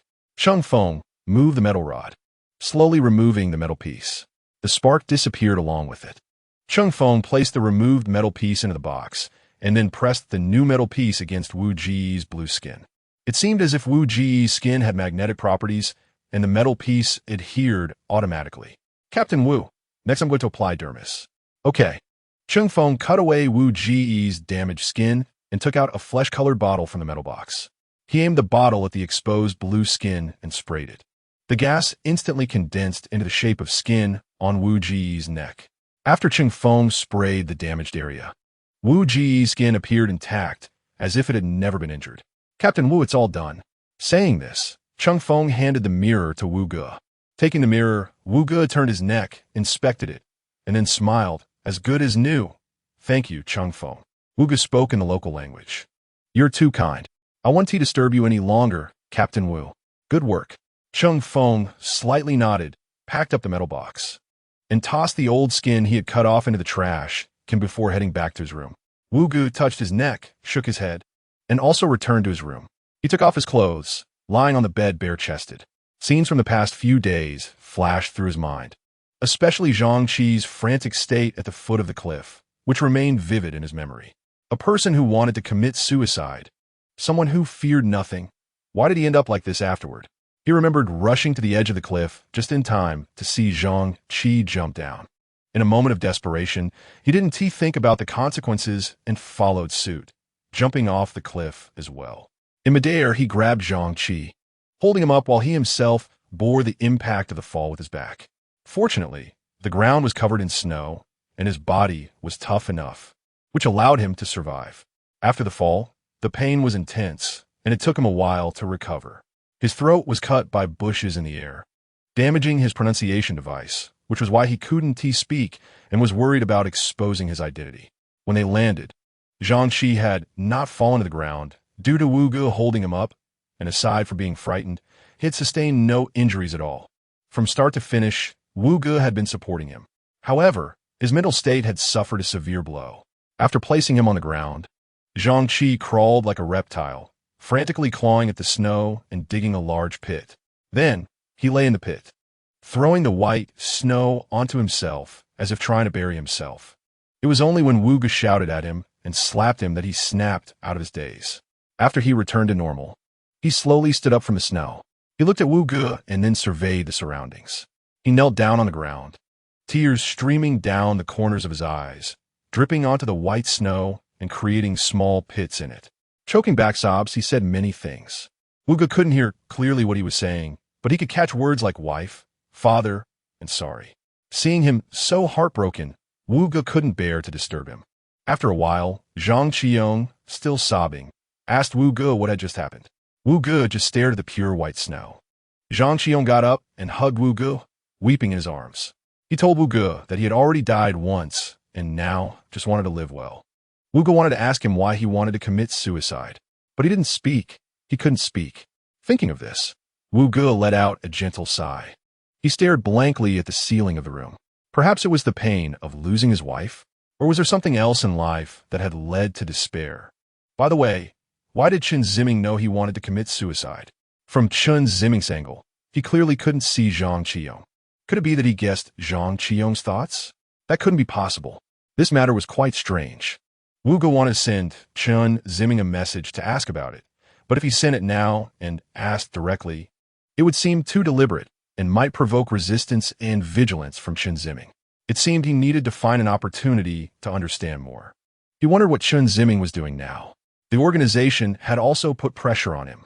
He had to speed up breaking down Chen Ziming's emotional defenses to obtain information about Chen Xiong from him. Wu Ge suddenly thought of the words he had replied to Zhang Qiong in that life-and-death situation. He had not planned to let go of his sins. His heart tightened. He closed his eyes, controlled his breathing, and tried to regain his calm. After a moment, he got off the bed and went to his desk. He grabbed a piece of wood that he had been carving and took out a carving knife from the wooden box, resuming his detailed carving on the wood. Chapter 70. The changes in Chen Ziming. This journey to the west had the greatest impact on Chen Ziming. On the way home from the airport in a taxi, he felt as if the experiences of the past few days had been a dream. Living in a tent with pilgrims, escaping from a wolf's mouth, letting go of sins in a place of life and death, Zhangqi's leap off a cliff. For him, those days felt like a lifetime. The driver was playing popular songs. To Chen Ziming, they were far less pleasant than the scriptures of the pilgrims. He found everything around him banal, and the love songs and the lyrics seemed very trivial. He felt a bit disgusted by the towering buildings around him. Just after returning, he already found everything artificial to be hypocritical. This was very unsettling for him, making him even more averse to the society he was in. Chen Ziming tried not to let his thoughts spread. He suppressed his emotions. It wasn't until he arrived at the apartment entrance that Chen Ziming got out of the car and waved goodbye to the driver. "Thank you," he said with a smile. A hint of a smile appeared on the driver's numb face. Suddenly, Chen Ziming felt very happy. He might not have even realized his change. In the past, he would not have smiled and thanked the driver after getting out of the car. Unknowingly, he had done something that seemed ordinary to others but was a significant change for him. Chen Ziming's smile was conveyed to the driver, who responded with a smile, making Chen Ziming subconsciously feel the other's recognition, and he felt inexplicably joyful. Chen Ziming awakened from his aversion to society. He stretched, looked at the sign above the apartment door, and glanced at the glass door of the nearby 24-hour convenience store. He planned to go inside to buy something for dinner. As soon as he entered, the clerk at the convenience store was taken aback upon seeing him, then quickly approached him enthusiastically.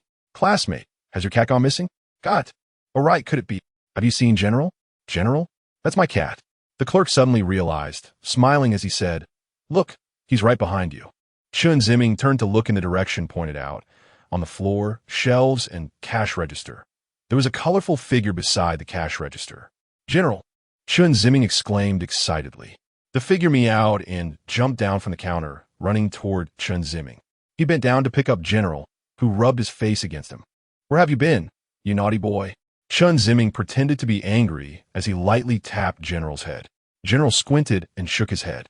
After happily thanking the clerk at the convenience store, Chen Ziming left. Watching Chen Ziming's back, the convenience store clerk murmured, "This little boy seems much more cheerful than before, but he also looks much darker." Back at the apartment, Chen Ziming took a shower with General. He poured cat food into General's bowl and cleaned the water bowl, filling it with fresh water. General stood in front of the food bowl, eating heartily. Chen Ziming went to his desk and looked at the clutter on the surface, suddenly feeling it was so unfamiliar. Turning to look at other things in the room, he felt the same sense of strangeness. He sighed, looking up at the ceiling. The teachers had long been accustomed to Chen Ziming skipping classes, but only his academic advisor. Yang Jing was angry about his absence. She felt incredibly pained by Chen Ziming's decline. That morning, Class 1 of International Trade was having a class on international trade practice. The first class of the day, Yang Jing was explaining trade terms at the podium. She glanced before the class started and saw that Chen Ziming still hadn't arrived. She was clearly unhappy, but said nothing. After all, the person in question was not present. What could she do? Knock, knock, knock. It was the sound of a knock on the door. Yang Jing casually said, "Come in." Creak, the door opened. Chen Ziming walked in with his head slightly bowed. Not only was Yang Jing surprised, but the students were also astonished. "Teacher Yang, I'm sorry, I overslept today," Chen Ziming said apologetically. Yang Jing thought to herself, "What's going on today? He hasn't attended class for several days, and now he suddenly came, even if late?" She looked Chen Ziming over and noticed something seemed off about him. Upon closer inspection, she realized Chen Ziming had gotten darker, and quite a bit at that. He had gone from a pale scholar to a tan blacksmith. Not wanting to pry, she casually said, "Come in." Chen Ziming smiled and nodded at Yang Jing, glanced at the classroom, found an empty seat, and walked over to sit down. "Then let's continue," she said, resuming her explanation of the trade terms they had just covered. The students below began to speculate. Hey, what's up with Chen Ziming? He usually doesn't come to class. Why is he suddenly here, even if he's late? I think it must be because the final exam is coming up, and he wants to leave a good impression on the teacher, so he came. But I don't think so. Chen Ziming used to come to the advisor's class. He just hasn't shown up for some reason these past few days. Ah, that's true. But did you notice? Chen Ziming has clearly tanned a lot. Did he go work in a coal mine? A few girls whispered to each other. Wang Ming, sitting behind them, was also filled with questions as he listened to their conversation.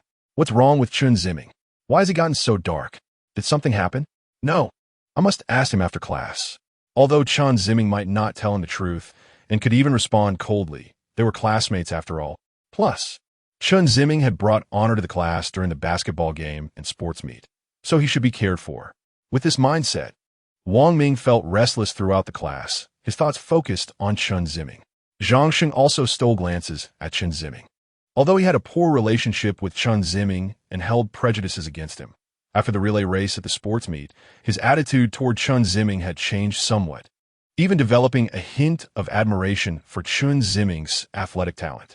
The classmates in class 1 of international trade, especially those with a strong sense of gossip, occasionally stole glances at Chen Ziming. As for Chen Ziming, the focus of this class, he was surprisingly not sleeping in class. He sat with his arms crossed, resting his chin on the back of his hands, staring at the podium, seemingly listening attentively. Yang Jing noticed Chen Ziming's behavior from the podium and felt slightly surprised. What is going on? Is this still Chen Ziming? Did he oversleep this morning and can't fall asleep now? Throughout the entire class, both the teacher and students were astonished by Chen Ziming's dark face and his performance in class. They all felt that something significant must have happened to Chen Ziming. Ding! Ding, ding, class was finally over. With Yang Jing's announcement, the students stood up one after another and began to leave the classroom. Yang Jing did not move. She watched Chen Ziming, intending to chat with him when he came over.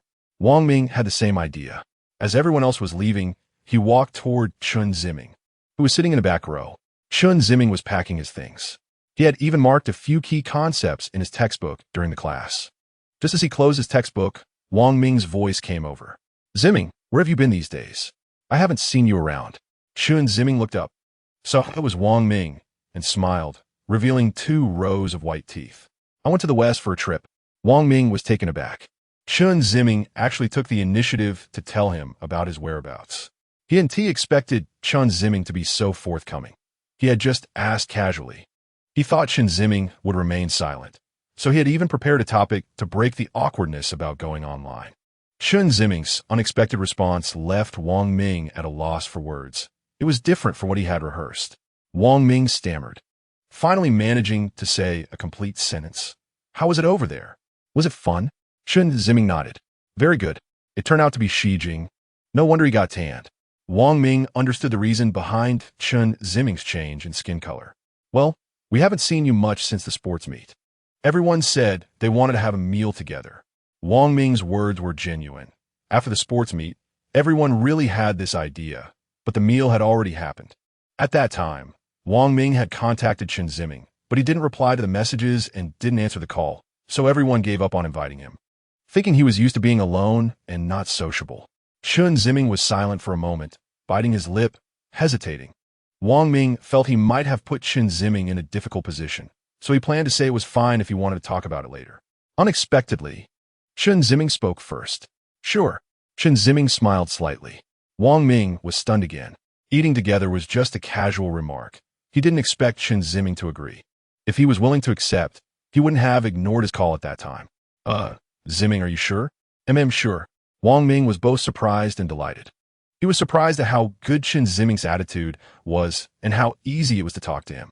He was delighted because he felt Chen Ziming considered him a friend and was giving him face. All right, how about tonight? I'll let everyone know. No problem. Wang Ming smiled and reached out his hand in front of Chen Ziming, making a gesture to high five. However, as soon as he stretched out his hand, he felt it was inappropriate. It seemed like their relationship hadn't reached that level yet. Just as he was about to retract his hand, Chen Ziming lightly slapped his palm. Wang Ming's smile gradually blossomed, and he excitedly said that it's settled. Since the next class was not in this classroom, most of the students had already left. Only Yang Jing, Wang Ming, Chen Ziming, and two female classmates who were packing up remained. However, the two female classmates quickly left the classroom as well. Wang Ming and Chen Ziming were also about to leave when they reached the front of the podium. Chen Ziming, you stay. Wang Ming, you can go out first. Yang Jing said seriously. Teacher Yang, is there something? Wang Ming asked with a grin. I need to talk to Chen Ziming about something. Wang Ming looked back at Chen Ziming and gave him a sympathetic glance before turning to leave. Yang Jing went to the door, closed it, and then returned to Chen Ziming's side. She looked at Chen Ziming and asked seriously, Chen Ziming, what's going on with you these days? You haven't been coming to class. What's wrong? Chen Ziming lowered his head slightly, feeling a bit guilty as he said, I'm sorry, Teacher Yang, for worrying you. I've been to Xijing for some matters these past few days, so I didn't come to class. Yang Jing was taken aback. In the past, Chen Ziming wouldn't even muster the courage to speak. She thought he would be blushing and looking down, waiting for her to scold him. Unexpectedly, he calmly said this, even expressing concern for her. Yang Jing's anger dissipated by half instantly. Even if you have things to do, you can't skip class. That's not an excuse for skipping class. Don't you think? Chen Ziming nodded. I'm really sorry, and I hope you can forgive me, Teacher Yang. Wow, this kid has really become more outspoken after a few days. Seeing Chen Ziming's good attitude, Yang Jing's discontent lessened a bit. I was wondering why your face got so tanned. Where did you go so far? Chen Ziming couldn't say he went out to play with Wu Go, as that would make Yang Jing feel disrespected. However, he didn't want to lie to Yang Jing either. So Chen Ziming fell silent again. Yang Jing noticed this and thought, well, this kid seems to be the same as before. However, at this moment, she was not that angry anymore. She casually told Chen Ziming not to skip class anymore and to be responsible for his parents' tuition fees, and then let him go. Chen Ziming picked up his bag with textbooks and slowly walked out of the classroom. He stood by the glass window in the corridor, looking at the ping-pong court outside, watching the ping-pong balls bouncing on the table, and smiled faintly. Chapter 71, Don't Mention Chun Xiong that night. At a small restaurant near Nanxing University, all the boys from the international trade class had gathered, a total of 10 people around a round table. Wang Ming, Zhang Sheng, Chen Ziming, and others were present. The table was filled with various stir-fried dishes, and each person had a bottle of beer in front of them. Wang Ming was hosting the gathering. With a flushed face, he stood up holding his cup, excitedly saying, Today is a rare occasion where all the boys from our international trade class are here for a meal together. For this reason, I suggest we all drink a toast. As soon as he finished speaking, the other boys responded enthusiastically. One boy, clearly having drunk quite a bit, with a red face and slurred speech, said, It's rare that Chen Ziming is here today. He brought us a lot of glory at the sports meet. I suggest we all toast to him. Yes, let's toast to Ziming. Fill his cup, Wang Ming. The classmates were all excited. What are you guys doing? I said let's drink collectively, and you all ignore me. Just want to toast Ziming. Be careful. If you pour too much for him, he might not come to the next gathering, Wang Ming said. Chen Ziming felt a bit embarrassed and waved his hand. I won't. See, he said he won't. Why are you still trying to block the drinks for him? Just wait until the end to drink together. Someone said. Exactly, what's the rush? I think Wang Ming wants to have a personal toast with each of us. But he's just too shy to say it. Really? Everyone turned to look at Wang Ming. He hurriedly waved his hands. If you wanted to lay down and say it directly, I'll do it right now. Don't play these games. Wang Ming pretended to lie down on the ground, but was supported back up by a smiling classmate. Together, together. The other boys cheered. One boy pouted and pretended to kiss Wang Ming, saying ambiguously, Just listen to everyone, give in to me. Get lost. Wang Ming quickly pushed him away, causing everyone to burst into laughter. Chen Ziming smiled with his lips pressed together. All right, everyone stop teasing. Let's toast to Ziming first, said the classmate who had initiated the toast. As his voice fell, everyone quieted down, turning their attention to Chen Ziming. Under everyone's gaze, Chen Ziming felt a bit nervous. The initiator stood up first, bending forward with his cup raised towards Chen Ziming. Ziming, we've been classmates for quite a while, but I haven't really talked to you much. I thought you seemed a bit aloof, and I was afraid you wouldn't talk to me, making it awkward. Don't blame me. Chen Ziming also stood up, extending his cup. It's my fault. I was worried you wouldn't talk to me either. See, that's just a misunderstanding. I actually hoped you'd say a few words to me. Chen Ziming shyly smiled and nodded slightly. All right, Ziming, I'll drink this cup. You just drink a little. There are so many people behind. Don't drink too much at once. Saying this, he tilted his head back and drank the whole cup in one go. Chen Ziming hurriedly raised his cup and drank it all down as well. Hey, you don't have to drink it all, Ziming. After drinking, Chen Ziming felt he might have drunk too quickly. The alcohol rushed up, and he swallowed hard. Refreshing. Another classmate next to the initiator stood up, pouring himself another drink and raising his cup to Chen Ziming. Ziming, we'll be friends from now on. Just speak up if you need anything. Chen Ziming quickly filled his cup, clinked it with the classmate S, and both drank it down in one go. Next, the other boys took turns toasting Chen Ziming. At first, he drank all of them, but soon he couldn't hold it anymore, stumbling over his words. Everyone advised him to just drink a little. Chen Ziming didn't want to neglect any classmate, so he drank every cup. Gradually, he gestured to everyone, indicating he needed to step out for a moment. He stumbled out of the private room and into the restaurant's hall. After asking for the restroom S location, Chen Ziming staggered to it and walked in. After relieving himself, he went to the sink to wash his face. Suddenly, his stomach churned, and he retched, vomiting all the food and alcohol he had just consumed. His mouth and nostrils were filled with remnants of food. After 3 or 4 heaves, it finally stopped. Chen Ziming felt his stomach twisting and churning, expelling everything inside, including gastric juices like a washing machine spinning out clothes. After throwing up, he felt much better and clearer. Looking at the sink, which was covered in filth, he turned on a faucet to rinse his face, nostrils, and hands. He scooped water to wash the sink as well. At that moment, the janitor walked in and, seeing the mess, stopped Chen Ziming. Don't worry about it, young man. I'll handle it.